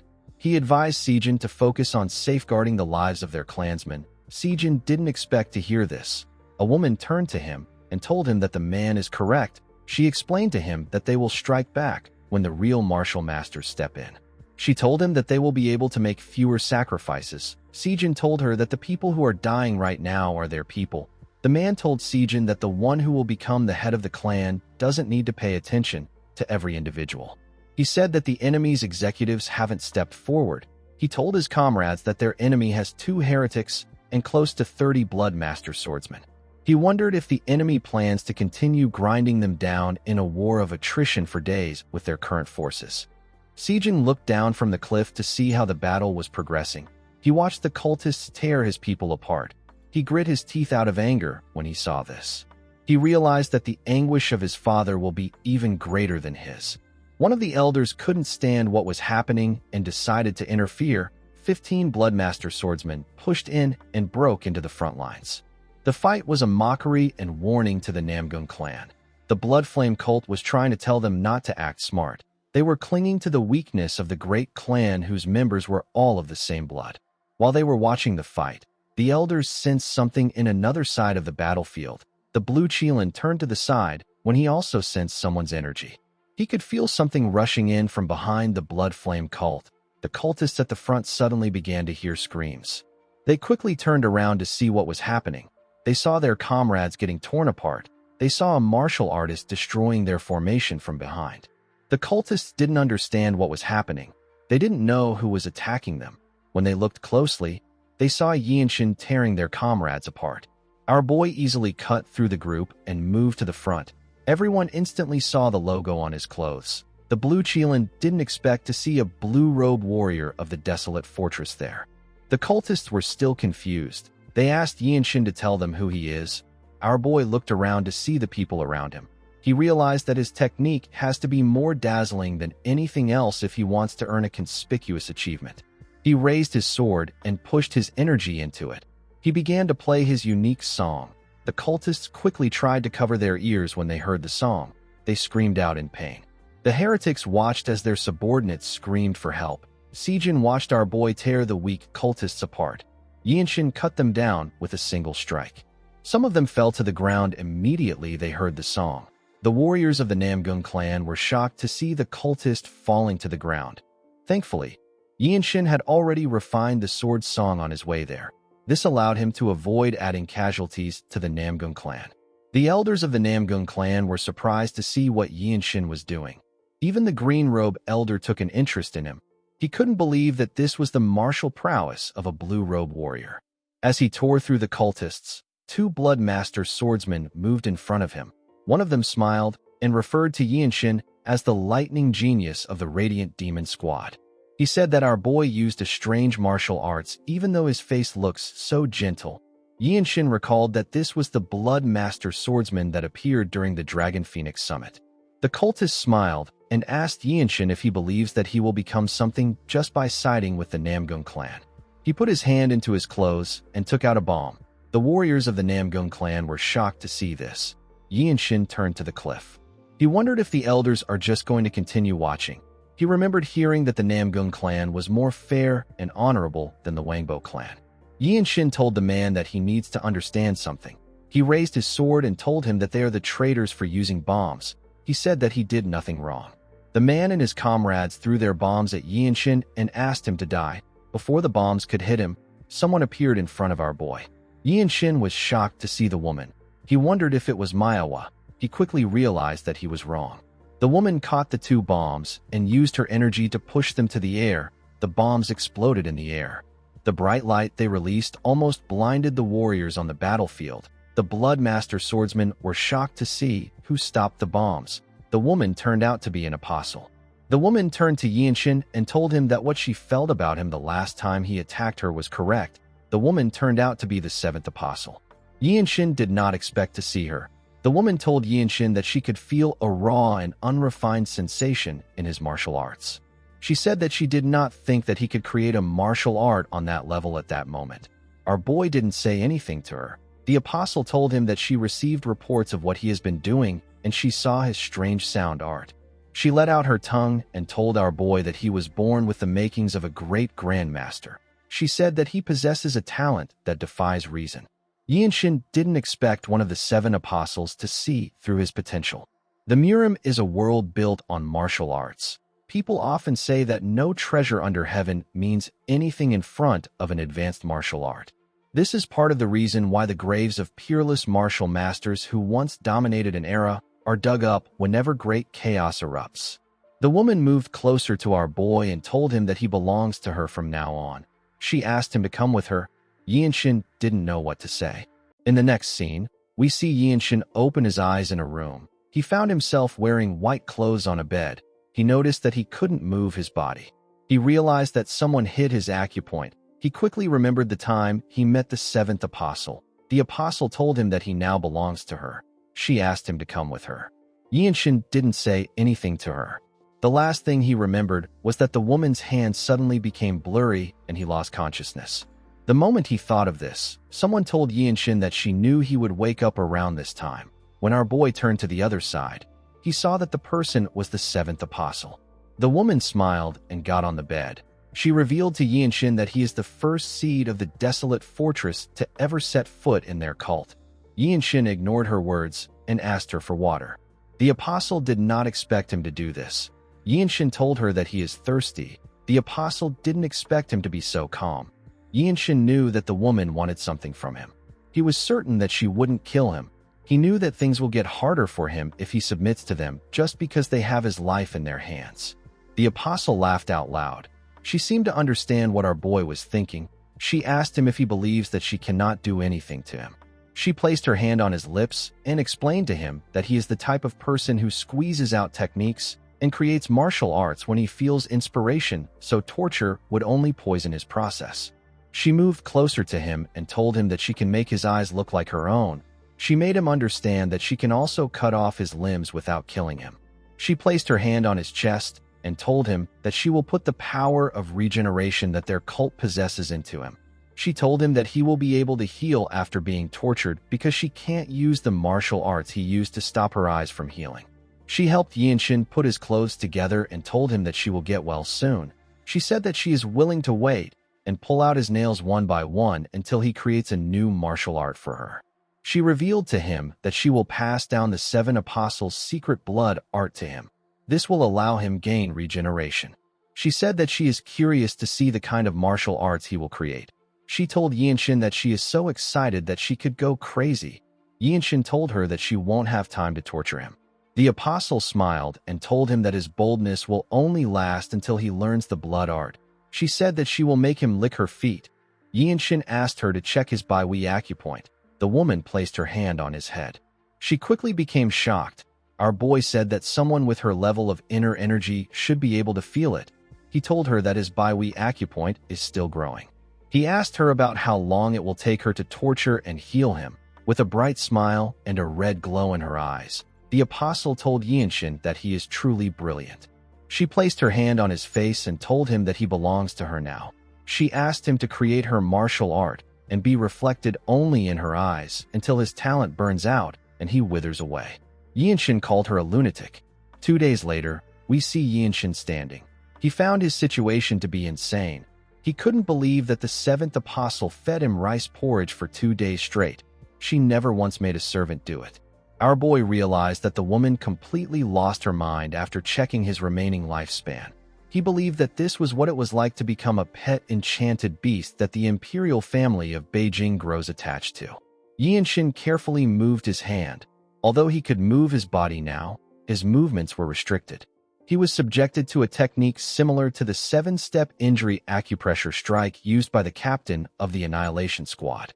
The apostle's blood art energy was packed into our boy's body. If it isn't periodically drained, Yinshin will suffer fatal internal injuries.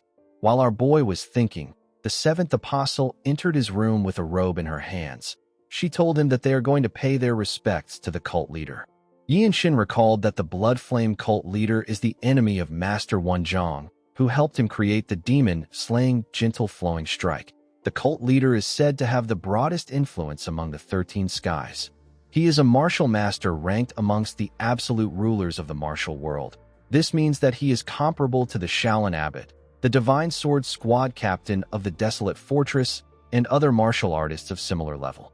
After getting dressed, Yinshin stepped outside with the seventh apostle. He saw the cultists of the Blood Flame cult training. He looked around and wondered about where he was. He couldn't believe that the cultists built a village this close to a city and still managed to hide it from the Central Plains. He wondered about how this was possible. The seventh apostle noticed that our boy was looking around. She informed him that the cult leader's hall is still far away. She asked him to follow her closely. Immediately she said this. Some cultists walked up to them and went on their knees to greet them. Yinshin instantly recognized a blood master swordsman among them. He recalled that the man was holding a bomb during the battle that took place with the Namgung clan. He noticed that the cultists didn't look like they were paying respects to the woman. He wondered why they were staring at him. The Bloodmaster swordsman said that he pays his respects to the Grand Preceptor. Yinshin was surprised to hear this. He asked the man if he is talking to him. The man said that he is. The seventh apostle walked forward and revealed to our boy that she already let everyone in the cult know about him. She climbed the stairs and told Yinshin that he grows at an uncanny speed and his creative talent is at a level which the world has never seen before. She said that our boy also naturally cuts down his enemies without hesitation. She asked Yinshin if he knows what will happen if they shared a blood art with him. She said that their cult will finally witness the birth of a young cult leader for the first time in 100 years. Yinshin didn't expect to hear this. In the next scene, we see the seventh apostle holding our boy's hand and dragging him to the cult leader's hall. She seemed eager to show our boy to the cult leader. Yinshin simply watched her as she dragged him.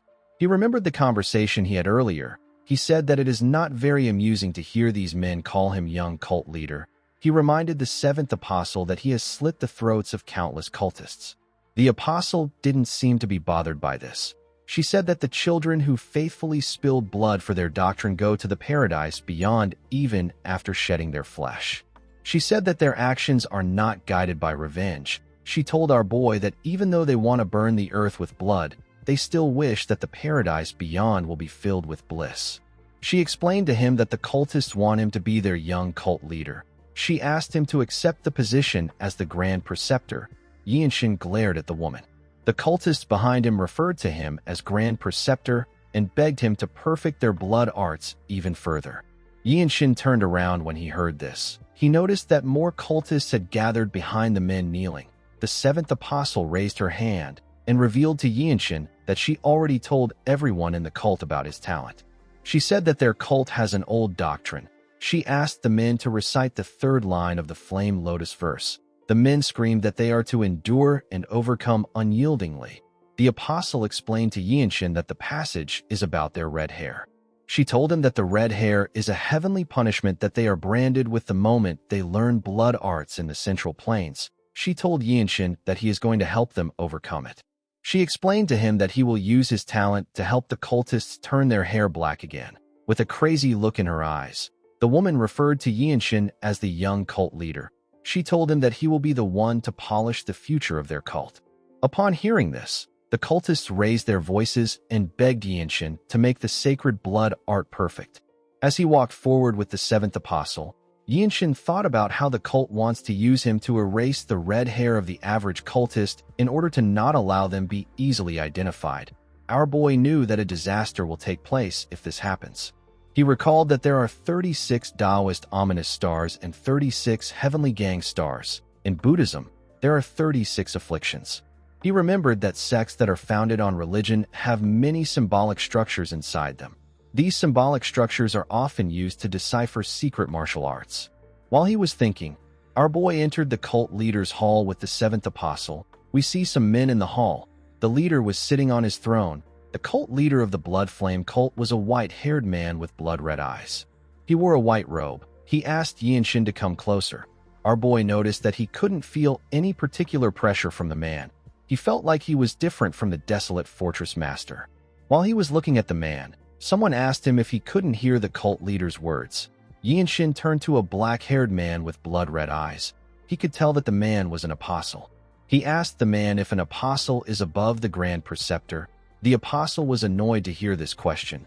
The seventh apostle told him that his question is fair. She explained to him that the status of the Grand Preceptor and an apostle isn't too different.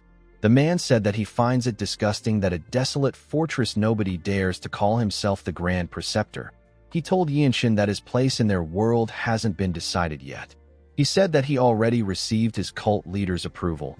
He told Yinshin that if his talent is truly as great as the seventh apostle claims, he will not be able to cleanse his body and mind in the ways of the cult, even if they bestow blood arts upon him.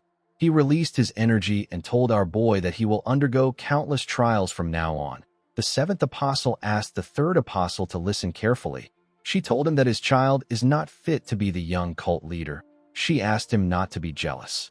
The moment she said this, her energy clashed with the energy of the third apostle. The two of them glared at each other. The cult leader waved his hand when he saw this. The two apostles instantly got pushed back. The third apostle nervously turned to his cult leader.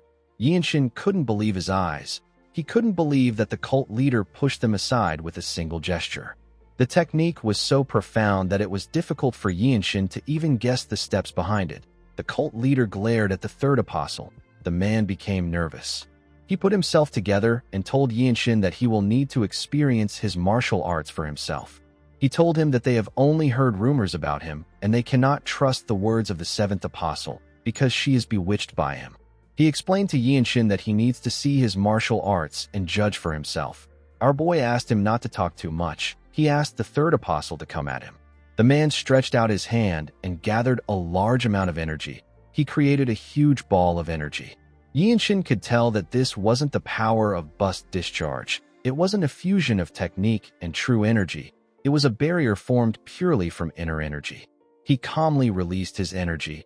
One of the apostles in the hall said that our boy's core energy control has reached a realm where he can contend with the martial artists under heaven. Another apostle said that this is the kind of control one would expect from black robe masters. The cult leader calmly watched Yinshin. The seventh apostle explained to Yinshin that this is a test that their juniors take when they want to be promoted to Blood Master Swordsman. She told him that they will give him an elixir if he is able to endure a single breath. Our boy asked her about what will happen if he tears it apart. The woman was surprised to hear the question. Yinshin carefully gathered his energy in his hands. He charged at the ball of energy. He attacked it with the demon-slaying, gentle flowing strike. He used the technique to tear the energy apart. The seventh apostle was surprised to see this. The third apostle and the cult leader couldn't believe their eyes. One of the other apostles said that Yinshin is truly dangerous if he was the one who created this martial art with his own hands. He now understood how great our boy's talent was. The third apostle couldn't believe that Yinshin actually destroyed his attack. The cult leader gently smiled. He said that our boy's energy and core energy circulation technique isn't something he needs to worry about. He said that there would be no reason to scrutinize a disciple's talent if mastering peerless martial arts were possible from steps alone. Yinshin didn't say anything to the cult leader. The man told our boy that he will be rewarded since he neutralized the attack with outstanding skill. He asked someone to bring something. A man presented 2 books and a pill to the leader. The cult leader picked up the box containing the pill and confidently showed it to Yinshin. Our boy asked him about what it is. The cult leader revealed to him that it is a poison that constricts the blood vessels. He said that it is their cult's secret art. Yinshin was shocked to hear what the pill was for. He instantly appeared in front of the cult leader. He really wanted to confirm if the cult leader's words were true. The man smiled when he saw how Yinshin moved. The apostles simply stared at him. Our boy took the pill out of the box. He carefully examined it. The cult leader told him that the pill will be useful to him once he reaches the realm of the apostles. He explained to him that he will need to temper every blood vessel in his body with his energy. He told him that he should be able to endure the process. Yinshin reminded the man that the upper energy core plays a big role when creating martial arts. He asked the cult leader if the pill won't make him useless. The cult leader explained to him that it will take him quite some time to take the pill even if he has extraordinary talent. He said that their cult would have found a way to overcome this weakness before that time. Yinshin realized that the cult leader wanted him to trust him. He found this to be ridiculous. He remembered what happened with the Namgung clan. He heard that the clan was an upright and fair orthodox clan, but even after he changed the flow of the battle, they stood by and did nothing. If the Namgung clan that was supposed to be fair acted this way, there was no way that our boy would believe the words of the leader of an unorthodox group. He didn't expect the cult leader to say that he can only take the pill once he reaches the realm of an apostle. Yinshin knew that the apostles weren't much different from the black robe masters of the desolate fortress. He realized that the cult leader was asking him to live as a slave to martial arts for a long time. He carefully looked at the elixir. He knew that he had no choice but to go along with the words of the cult leader. He put the pill in his clothes. The cult leader told him that he will be taught the blood-surpassing art that is taught to ordinary believers, and he will also be given the demonic Azura blood art, which is the secret art of the apostles. Yinshin turned to the side to look at the two manuals. He couldn't believe that he was looking at the inner energy cultivation method of the apostles of the Blood Flame cult. He never expected the cult leader to give him a secret manual. The cult leader confidently smiled at Yinshin. Our boy wondered if this boldness was unique to a deeply cultivated cultist who possesses profound martial arts and sharp discernment. The cult leader told Yinshin that there are parts of their martial arts that he must not touch as the Grand Preceptor. Our boy asked him to tell him the parts. The cult leader explained to him that the act of taking the impure true energy of outsiders and purifying it is their cult's doctrine. He said that it is a sacred step that draws out one's instinct. He asked Yinshin not to mess with it. Our boy realized that the man was asking him not to fix the step that causes core energy absorption and drives them to madness. He turned around and walked towards the seventh apostle. The third apostle was annoyed to see this. He asked Yinshin to show their lord some respect. The cult leader raised his hand to stop the man. The third apostle quickly shut his mouth when he saw his leader's hand. The seventh apostle grabbed Yinshin's arm and told him that she is really looking forward to the blood art that he will recreate. She asked Yinshin to tell her how long it will take him to create it. Our boy pushed her hand aside and walked forward. He knew that it was impossible for him to escape on his own. He decided to strike a blow at the main headquarters of the cult. The scene shifts, and we see Yinshin meditating in his room. The seventh apostle was lying on his bed. She told our boy that he can decide on how he wants to change the blood-surpassing art. She said that the demonic Azura blood art must be remade to suit her. She told Yinshin that she is willing to show him everything for him to make the martial art for her. She said that she will show him the true energy circulation, the bust discharge, and even the movement of every single fiber that forms her mobility art. Yinshin asked the woman if this is the hierarchy of the cult. He asked her if she can plot something without the cult leader knowing. The woman told him that the blood-surpassing art is what matters to the cult leader. She explained to him that the cult leader will be fine if the believers can live without being hunted down.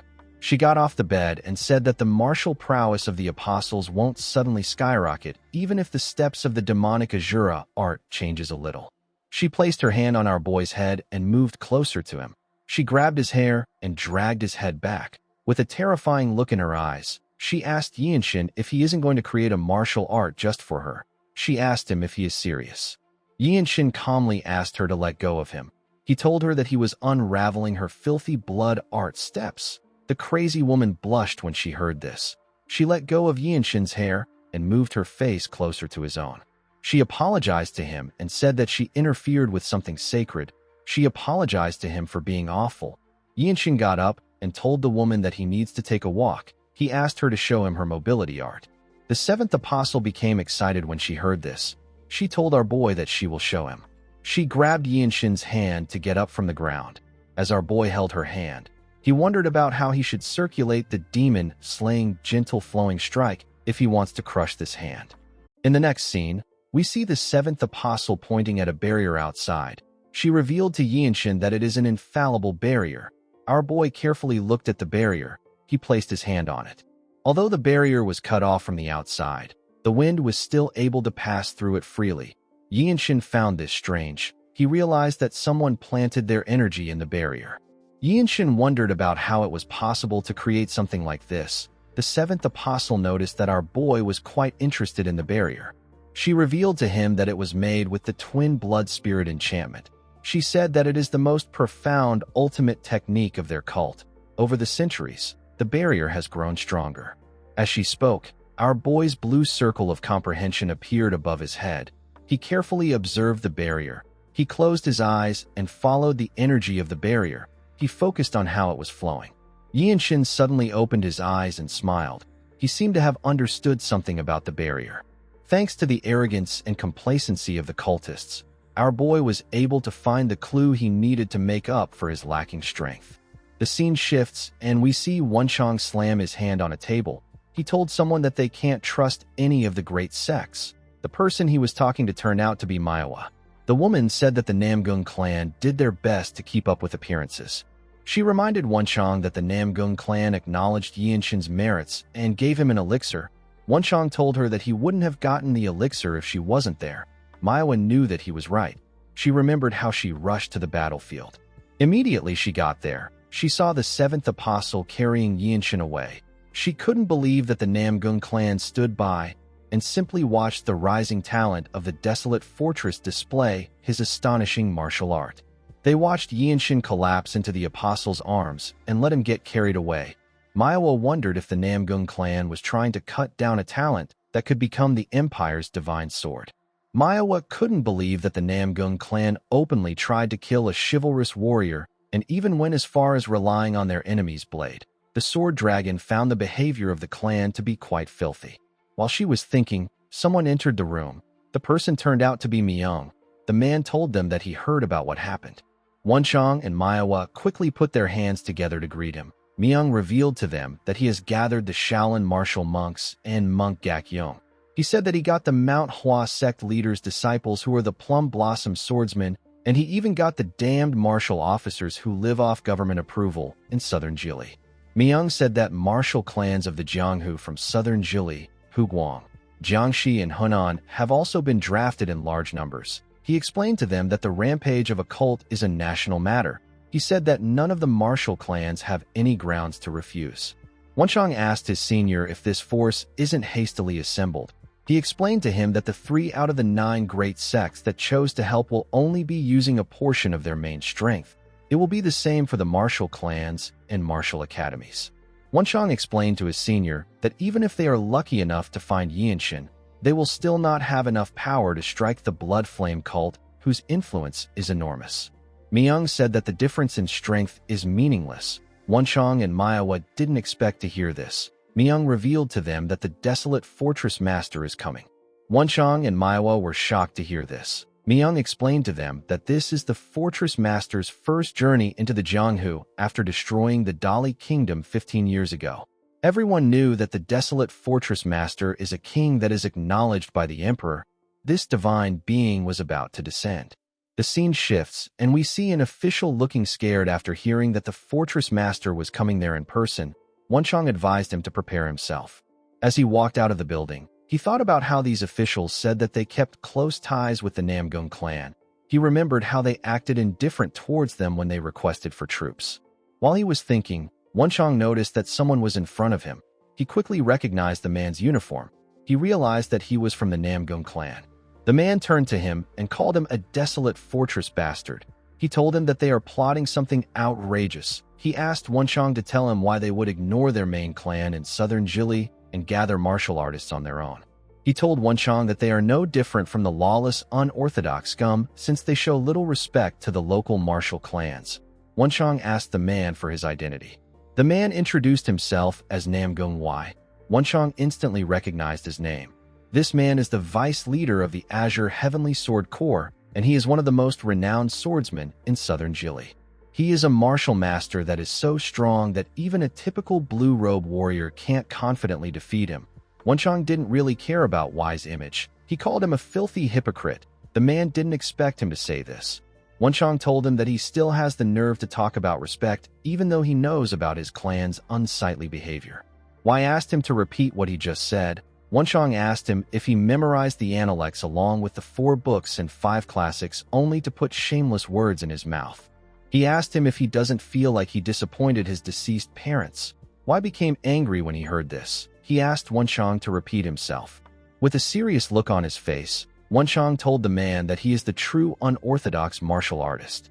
He asked him if he didn't stand by and watch a rising talent who tried to kill the cultist and save people get taken away. He told Y that the desolate fortress is trying to gather martial artists in order to attack the cult, but the Namgung clan wants to talk about their clan's pride while turning away from the real issue. He said that it is truly a disgraceful sight. Y grit his teeth out of anger when he heard this. He grabbed his sword hilt and began to slowly draw his sword. He asked Wenchang if he believes that he won't draw his sword because he is an official. Wenchang nervously placed his hand on his sword. Before Y could attack, He lost his head. Wenchang watched the man's head fall to the ground. He was quite shocked to see this. A woman in the air passed by his side and landed on the ground. She said that the sins of the Namgung clan will be buried together with the lightning genius. Wenchang turned around when he heard the woman's voice. The woman turned out to be the fortress master. Wenchang was shocked to see her. He quickly went on his knees to greet the fortress master.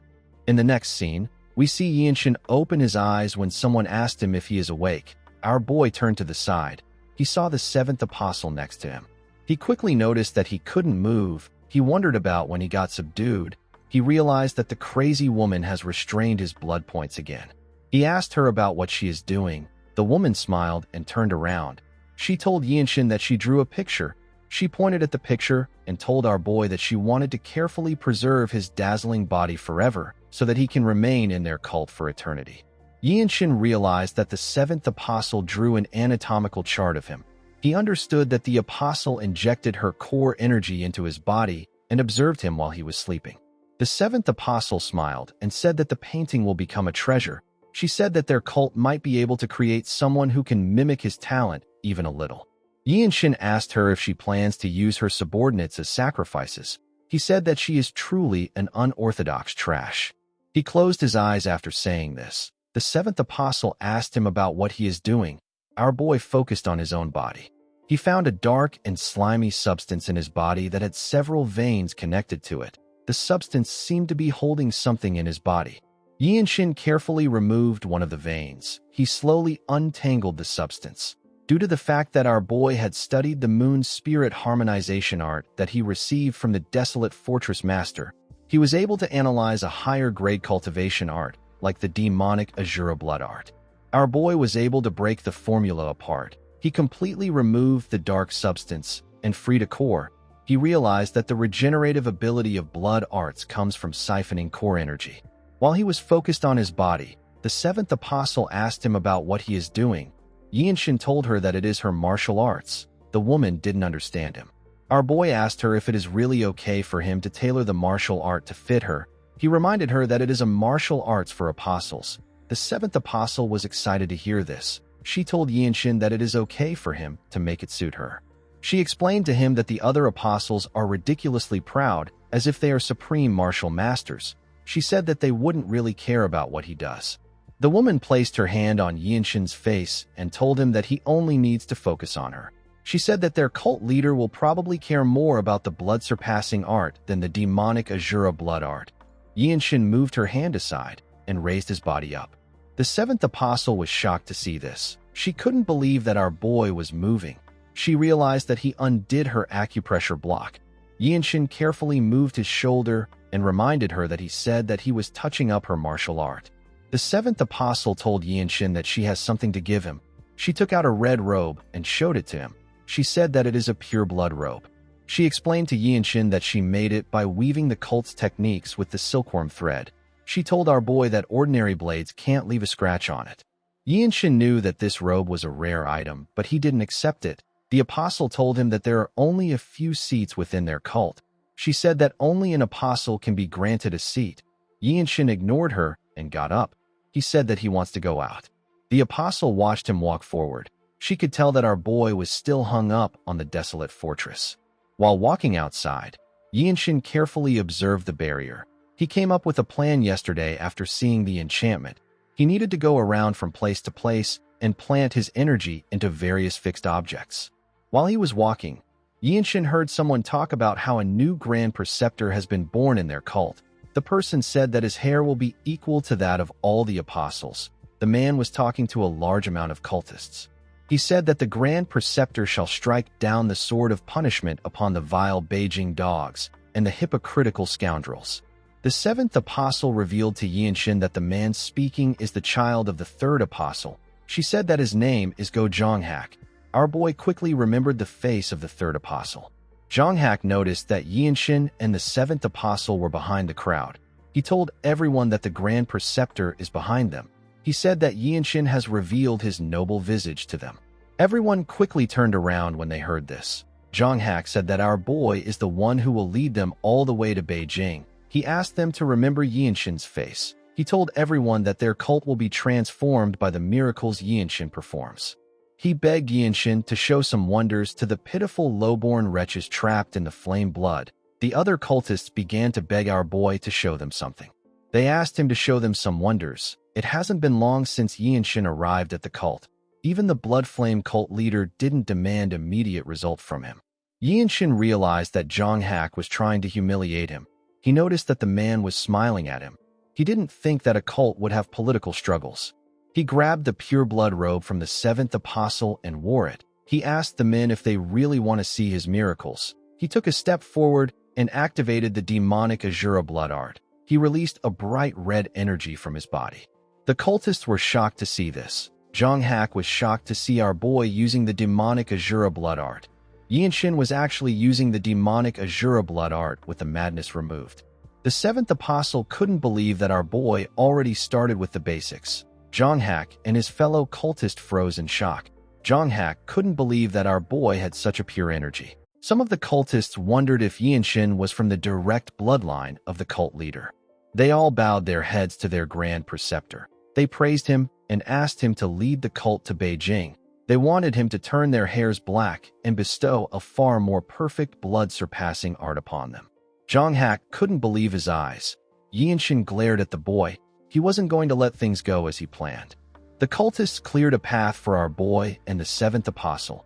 The seventh apostle told our boy that she didn't expect him to achieve this level of mastery. She moved close to him and asked him if he doesn't just have a talent for creating martial arts. She asked him if his vessel for martial arts was always vast. Yinshin walked forward and told her that he needs to take a look around the headquarters. He said that he needs to do this on a regular basis. The seventh apostle asked him about why he would need to do this. Yinshin explained to her that he needs to extract and organize new mantras. He said that sitting cross-legged in a room won't give him any inspiration. He told the woman that he needs to get some fresh air and feel nature. He said that he also needs to observe the martial arts disposition of the cult members. He told her that he needs to do the same thing for the demonic Azura blood art. He explained to the apostle that he has never created martial arts for someone else, so he needs to know a lot of things in order to do it. He said that he needs to know about her breathing, strides, gestures, and even the thoughts that form the foundation of her intent. Yinshin told the seventh apostle that one needs to know everything about a practitioner in order to circulate internal energy through the optimal path. He told her that this isn't something he can figure out by sitting around.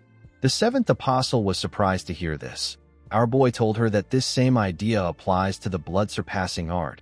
He explained to the woman that he can only modify the martial art into a universal martial art by experiencing the ethos of the blood flame cult firsthand. Yinshin walked forward and said that he will start with the inner courtyard of the cult leader's palace. In another part of the cult, Yinshin placed his hand on a pillar. He pushed his energy into the pillar. He wrapped the energy of the demon-slaying, gentle flowing strike in the shell of the blood art. This way, he was able to implant the energy into the wall. Not even an absolute expert would be able to understand its true nature. While pushing his energy into the pillar, Yinshin asked the cultists next to him about where the marble is from. One of them informed him that it was brought from the Dali kingdom in Yunnan before its fall. Yinshin knocked on the pillar and said that the marble is quite sturdy. He turned around and asked the apostle to follow him. The seventh apostle moved close to him and told him that he has an eye for things. She revealed to him that all the structures in their cult hold at least several decades of history. She told him that he might even find objects imbued with spirituality if he looks closely. She told Yinshin that she can also show him the noble and sacred sites that can only be seen in their cult. Yinshin assured her that everything will be a source of inspiration for him. As he moved around, our boy put his energy into different parts of the cult. He placed it in the ground, the roof, and in other pillars. A month later, we see Yinshin circulating his energy in his room. While circulating his energy, Yinshin thought about how the objects containing his energy would still be seen as mere objects unless they are activated. Not even the cult leader would be able to tell the difference. Yinshin wondered if people of the noble race would be able to sense it. While he was thinking, the seventh apostle stepped into his room. She carefully looked at him. She informed him that they have received reports that the Zhongnan sect and the Manhwa sect have been seen nearby. She said that even trifling nearby sects have gathered around them. The apostle told our boy that over 500 martial artists have gathered. She revealed to him that there are some white and blue robe warriors of the desolate fortress among them. Yinshin opened his eyes when he heard this. He recalled that he witnessed an uproar in the cult when he went out today. He heard that a considerably large group of martial artists were searching the perimeter. While he was thinking, the seventh apostle moved close to him and went on her knees. She placed her hand on our boy's shoulders. She grabbed his chin and told him that she won't give him to anyone. She looked into his eyes and asked him not to harbor any fleeting hopes because he already belongs to her. Yinshin glared at her. He reminded her that she once said that no one has been able to find this place for hundreds of years. The woman told him that he is correct. She advised Yinshin not to hold any vain expectations. She explained to him that the twin flame blood spirit enchantment is not a mortal technique. Even if an army containing 1,000,000 men marched past the cult, they wouldn't notice anything. Yinshin asked her about why she is still heading out. He told her that they can just hold their breath and wait for the storm to pass. He explained to her that revealing themselves unnecessarily will only help the enemy get their location. The seventh apostle was surprised to hear this. She hugged Yinshin and asked him if he is worried about her. She moved close to his face and told him that she is filled with joy. She placed her hand on Yinshin's chest and smiled. She saw that our boy covered his hand with his energy when she hugged him. She told him that she wonders about when his edge will soften. She got up and informed Yinshin that she needs to pinpoint the location of the Orthodox scum so that their cult will be able to carry out its next move. She told our boy that she is going on a brief excursion. She advised him to behave while she is out. Yinshin didn't say anything to her. After the woman left, he opened his eyes and thought about how the end is near. He realized that he needed to infuse the demon-slaying gentle flowing strike into the cult leader's palace. On his way out, Yinshin saw someone standing at the exit. The person turned out to be Jonghak. The Bloodmaster swordsman told him that he heard that he possesses the qualities worthy of being called the greatest under heaven. He told our boy that he doesn't have any idea about how he was able to deceive their cult leader's divine eyes. He explained to Yinshin that he is deeply concerned with his lack of noteworthy achievements as a member of the cult. Our boy asked him to say whatever he wants to say. Jonghak released his energy and asked Yinshin to kill himself. He called him a worthless lowlife. Yinshin wasn't fazed by the idiot's energy. While he was looking at Jonghak, he noticed some traces of a foreign energy. He was certain that he had felt this energy before. He walked past Jonghak and asked him to think whatever he wants. The man was surprised to see that Yinshin didn't do anything to him. Yinshin ran out of the cult and entered the woods. When he arrived there, he saw his master standing on the other side of the cult's barrier. The desolate fortress master was looking directly at Yinshin. Our boy was shocked to see his master. He watched her turn around and walk forward. She gathered her energy in her legs and prepared to move. Yinshin watched her move to the air. He wondered if the fortress master really couldn't see this place. The moment he thought of this, he heard a voice tell him that he can take in more. The voice told him that it will grant him another day. Yinshin realized that this was the voice of the fortress master. He knew that there was no way the fortress master wouldn't notice this place. He wondered about what the fortress master was talking about. He wondered if she wanted him to take what could only be obtained from the Blood Flame cult. The next day, we see Yinshin circulating his energy. He wondered if he could gain something by completely neutralizing the incantations of the Blood Art, or if he needed to get something from the cult leader. While he was thinking, someone stepped into his room and called out to him. She informed Yinshin that it is already time. The scene shifts, and we are taken to the cult leader's palace inner courtyard. We see the cult leader having a small banquet with his officials. An official was talking about how the child of the Wavegate sect leader had a very fierce strike. He said that his attacks were quite satisfying, but his blood wasn't really great. The cult leader calmly drank his tea and ignored the man. While the man was talking, someone stepped into the hall. Everyone in the room turned to the person. The person turned out to be Yinshin. Jonghak stepped forward and welcomed Yinshin. He said that it is wonderful that the Grand Preceptor accepted an invitation to his family's banquet. He bowed his head to our boy and told him that he is quite grateful.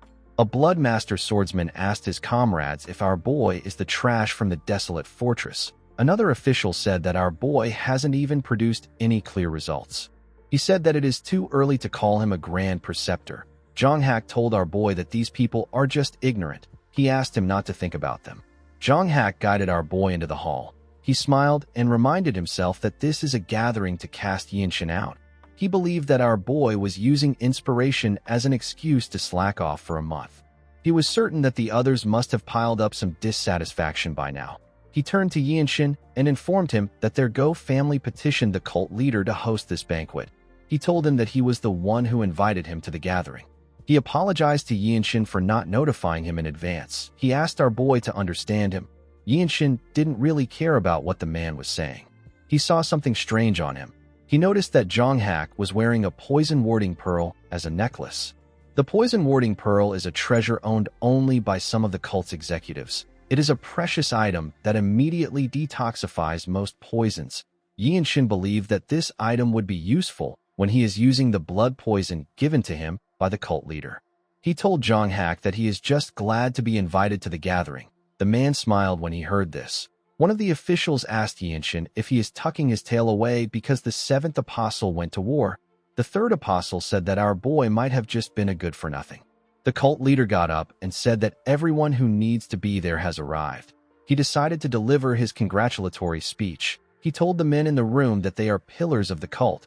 He said that the day when they will demonstrate their extraordinary talents through conviction is approaching.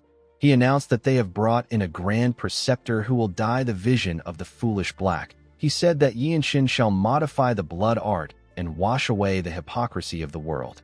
Zhang Hak smiled when he heard this. The cult leader asked everyone to raise their cups and share a toast with him. The cult leader and his subordinates took a sip out of their liquor. After drinking his liquor, the cult leader called out to Zhang Hak. The boy quickly ran to him and bowed his head on the ground. The cult leader turned to Yinshin and smiled. He ordered Zhang Hak to interrogate our boy. Zhang Hak smiled and told his lord that he will obey his command. Yinshin instantly understood the situation. He watched Zhang Hak get up and turn to him. Our boy told the cult leader that he understands that there has been no progress in modifying the blood-surpassing art, and the enemies targeting the headquarters have grazed the barrier. Also, someone from the desolate fortress became the Grand Preceptor. Yinshin told him that he knows that he would have doubted whether he had any intention of cooperating. Zhang Hak smiled and told our boy that he is not wrong. Yinshin told the cult leader that he knows that the gathering was held at the petition of Zhang Hak and his father. The cult leader asked him if there is anything wrong. Yinshin said that he is extremely displeased. He asked the cult leader if he will be allowed to take the precious treasure of the Go family if he proves his worth right now. The third apostle was annoyed to hear this. He called Yinshin an arrogant bastard. Our boy told the cult leader that he is free to take his head if he fails to prove himself. The man began to laugh when he heard this. He told Yinshin that he was going to question him at some point. He said that he is quite curious about his progress. Yinshin called out to a cultist with red hair and asked him to step forward. He asked the man to sit down in front of him and accept his energy. The moment the man sat down on the floor, our boy placed his hand on his hair and began to push his energy into him. He carefully focused his energy on his palm. The man's hair began to release some smoke. Zhang Hak and the officials were shocked to see what was happening. Even the cult leader couldn't believe his eyes. He watched Yinshin return the man's hair back to its natural color. The man was shocked to see his own black hair. He carefully touched it. He called out to the Grand Preceptor and asked him if this is the first time he is performing a miracle. Yinshin ignored him and turned to Zhang Hak. The man was still frozen in shock. Our boy asked him to give him the poison warding pearl around his neck. He released his energy and ordered Zhang Hak to offer the item to him. The man became nervous. While he was staring at Yinshin, the apostles were focused on the cultist's hair. It seemed unreal to them. The cult leader laughed out loud. Yinshin told Zhang Hak that he is disobeying his command. The man didn't know what to say. Our boy took a step forward and appeared in front of him in an instant. With a serious look on his face, he reminded Zhang Hak that he just gave him an order. Zhang Hak quickly turned to his father and the other officials. He turned to the cult leader and saw him smiling. He realized that he had no choice but to honor the bet. He took off his necklace and offered it to Yinshin. Our boy took the item and carefully looked at it. He told Zhang Hak that it is a very precious offering. The man grit his teeth out of anger when he heard this. The cult leader raised his arms and called out to his Grand Preceptor. He asked Yinshin to come forward. He told him that he will allow him to sit by his side. Everyone turned to the cult leader when they heard this.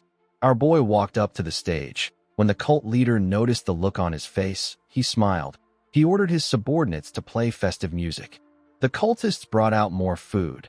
What was meant to be a purge has now transformed into an incredible grand banquet of praise. The cult leader filled Yinshin's cup up and asked him to have a drink. He told him that he must now learn their cult's doctrines. He said that an ordinary instructor won't be enough to teach the Grand Preceptor, so he will assign an elder to him. However, since it is very important that they instill the cult's ideology in Yinshin's mind, the cult leader offered to teach our boy the first principle by himself. He advised Yinshin to listen well. He told him that a single word is enough to summarize the essence of their doctrine. With a smile on his face, the cult leader said that their cult burns away the turmoil and afflictions of the mortal world. Yinshin asked him if he is referring to torment. The cult leader told him that he is correct. He said that the Buddhist monks combine turmoil and affliction together and refer to it as torment. He said that their cult's teachings are no different from the salvation of the Methriya. Yinshin asked him if death is salvation. The man told him that they won't be able to debate the profound meaning of death over several dawns. He gently moved his finger close to his cup and asked Yinshin if he knows that the nation has been fundamentally flawed since its inception. He said that the world has already fallen into despair. He asked our boy if he isn't also aware of the poor harvest spreading across the Central Plains. The cult leader tapped his cup and made a ripple in the liquor. He explained to Yinshin that times of famine bring about times of chaos. The Murim is not a world of immortals, since martial artists are still humans who must eat to live. What will happen next is obvious. Poor harvest breeds famine. The strong will not endure the hunger. Pillaging will come next. Then the boundary between the government and the Murim will completely collapse. Our boy said that the desolate fortress will be very busy. The cult leader agreed that the desolate fortress is very powerful. However, compared to the boundless Central Plains, it is small. The cult leader explained to Yinshin that a day will come when the strength of martial artists scattered across the world will transform into absolute authority.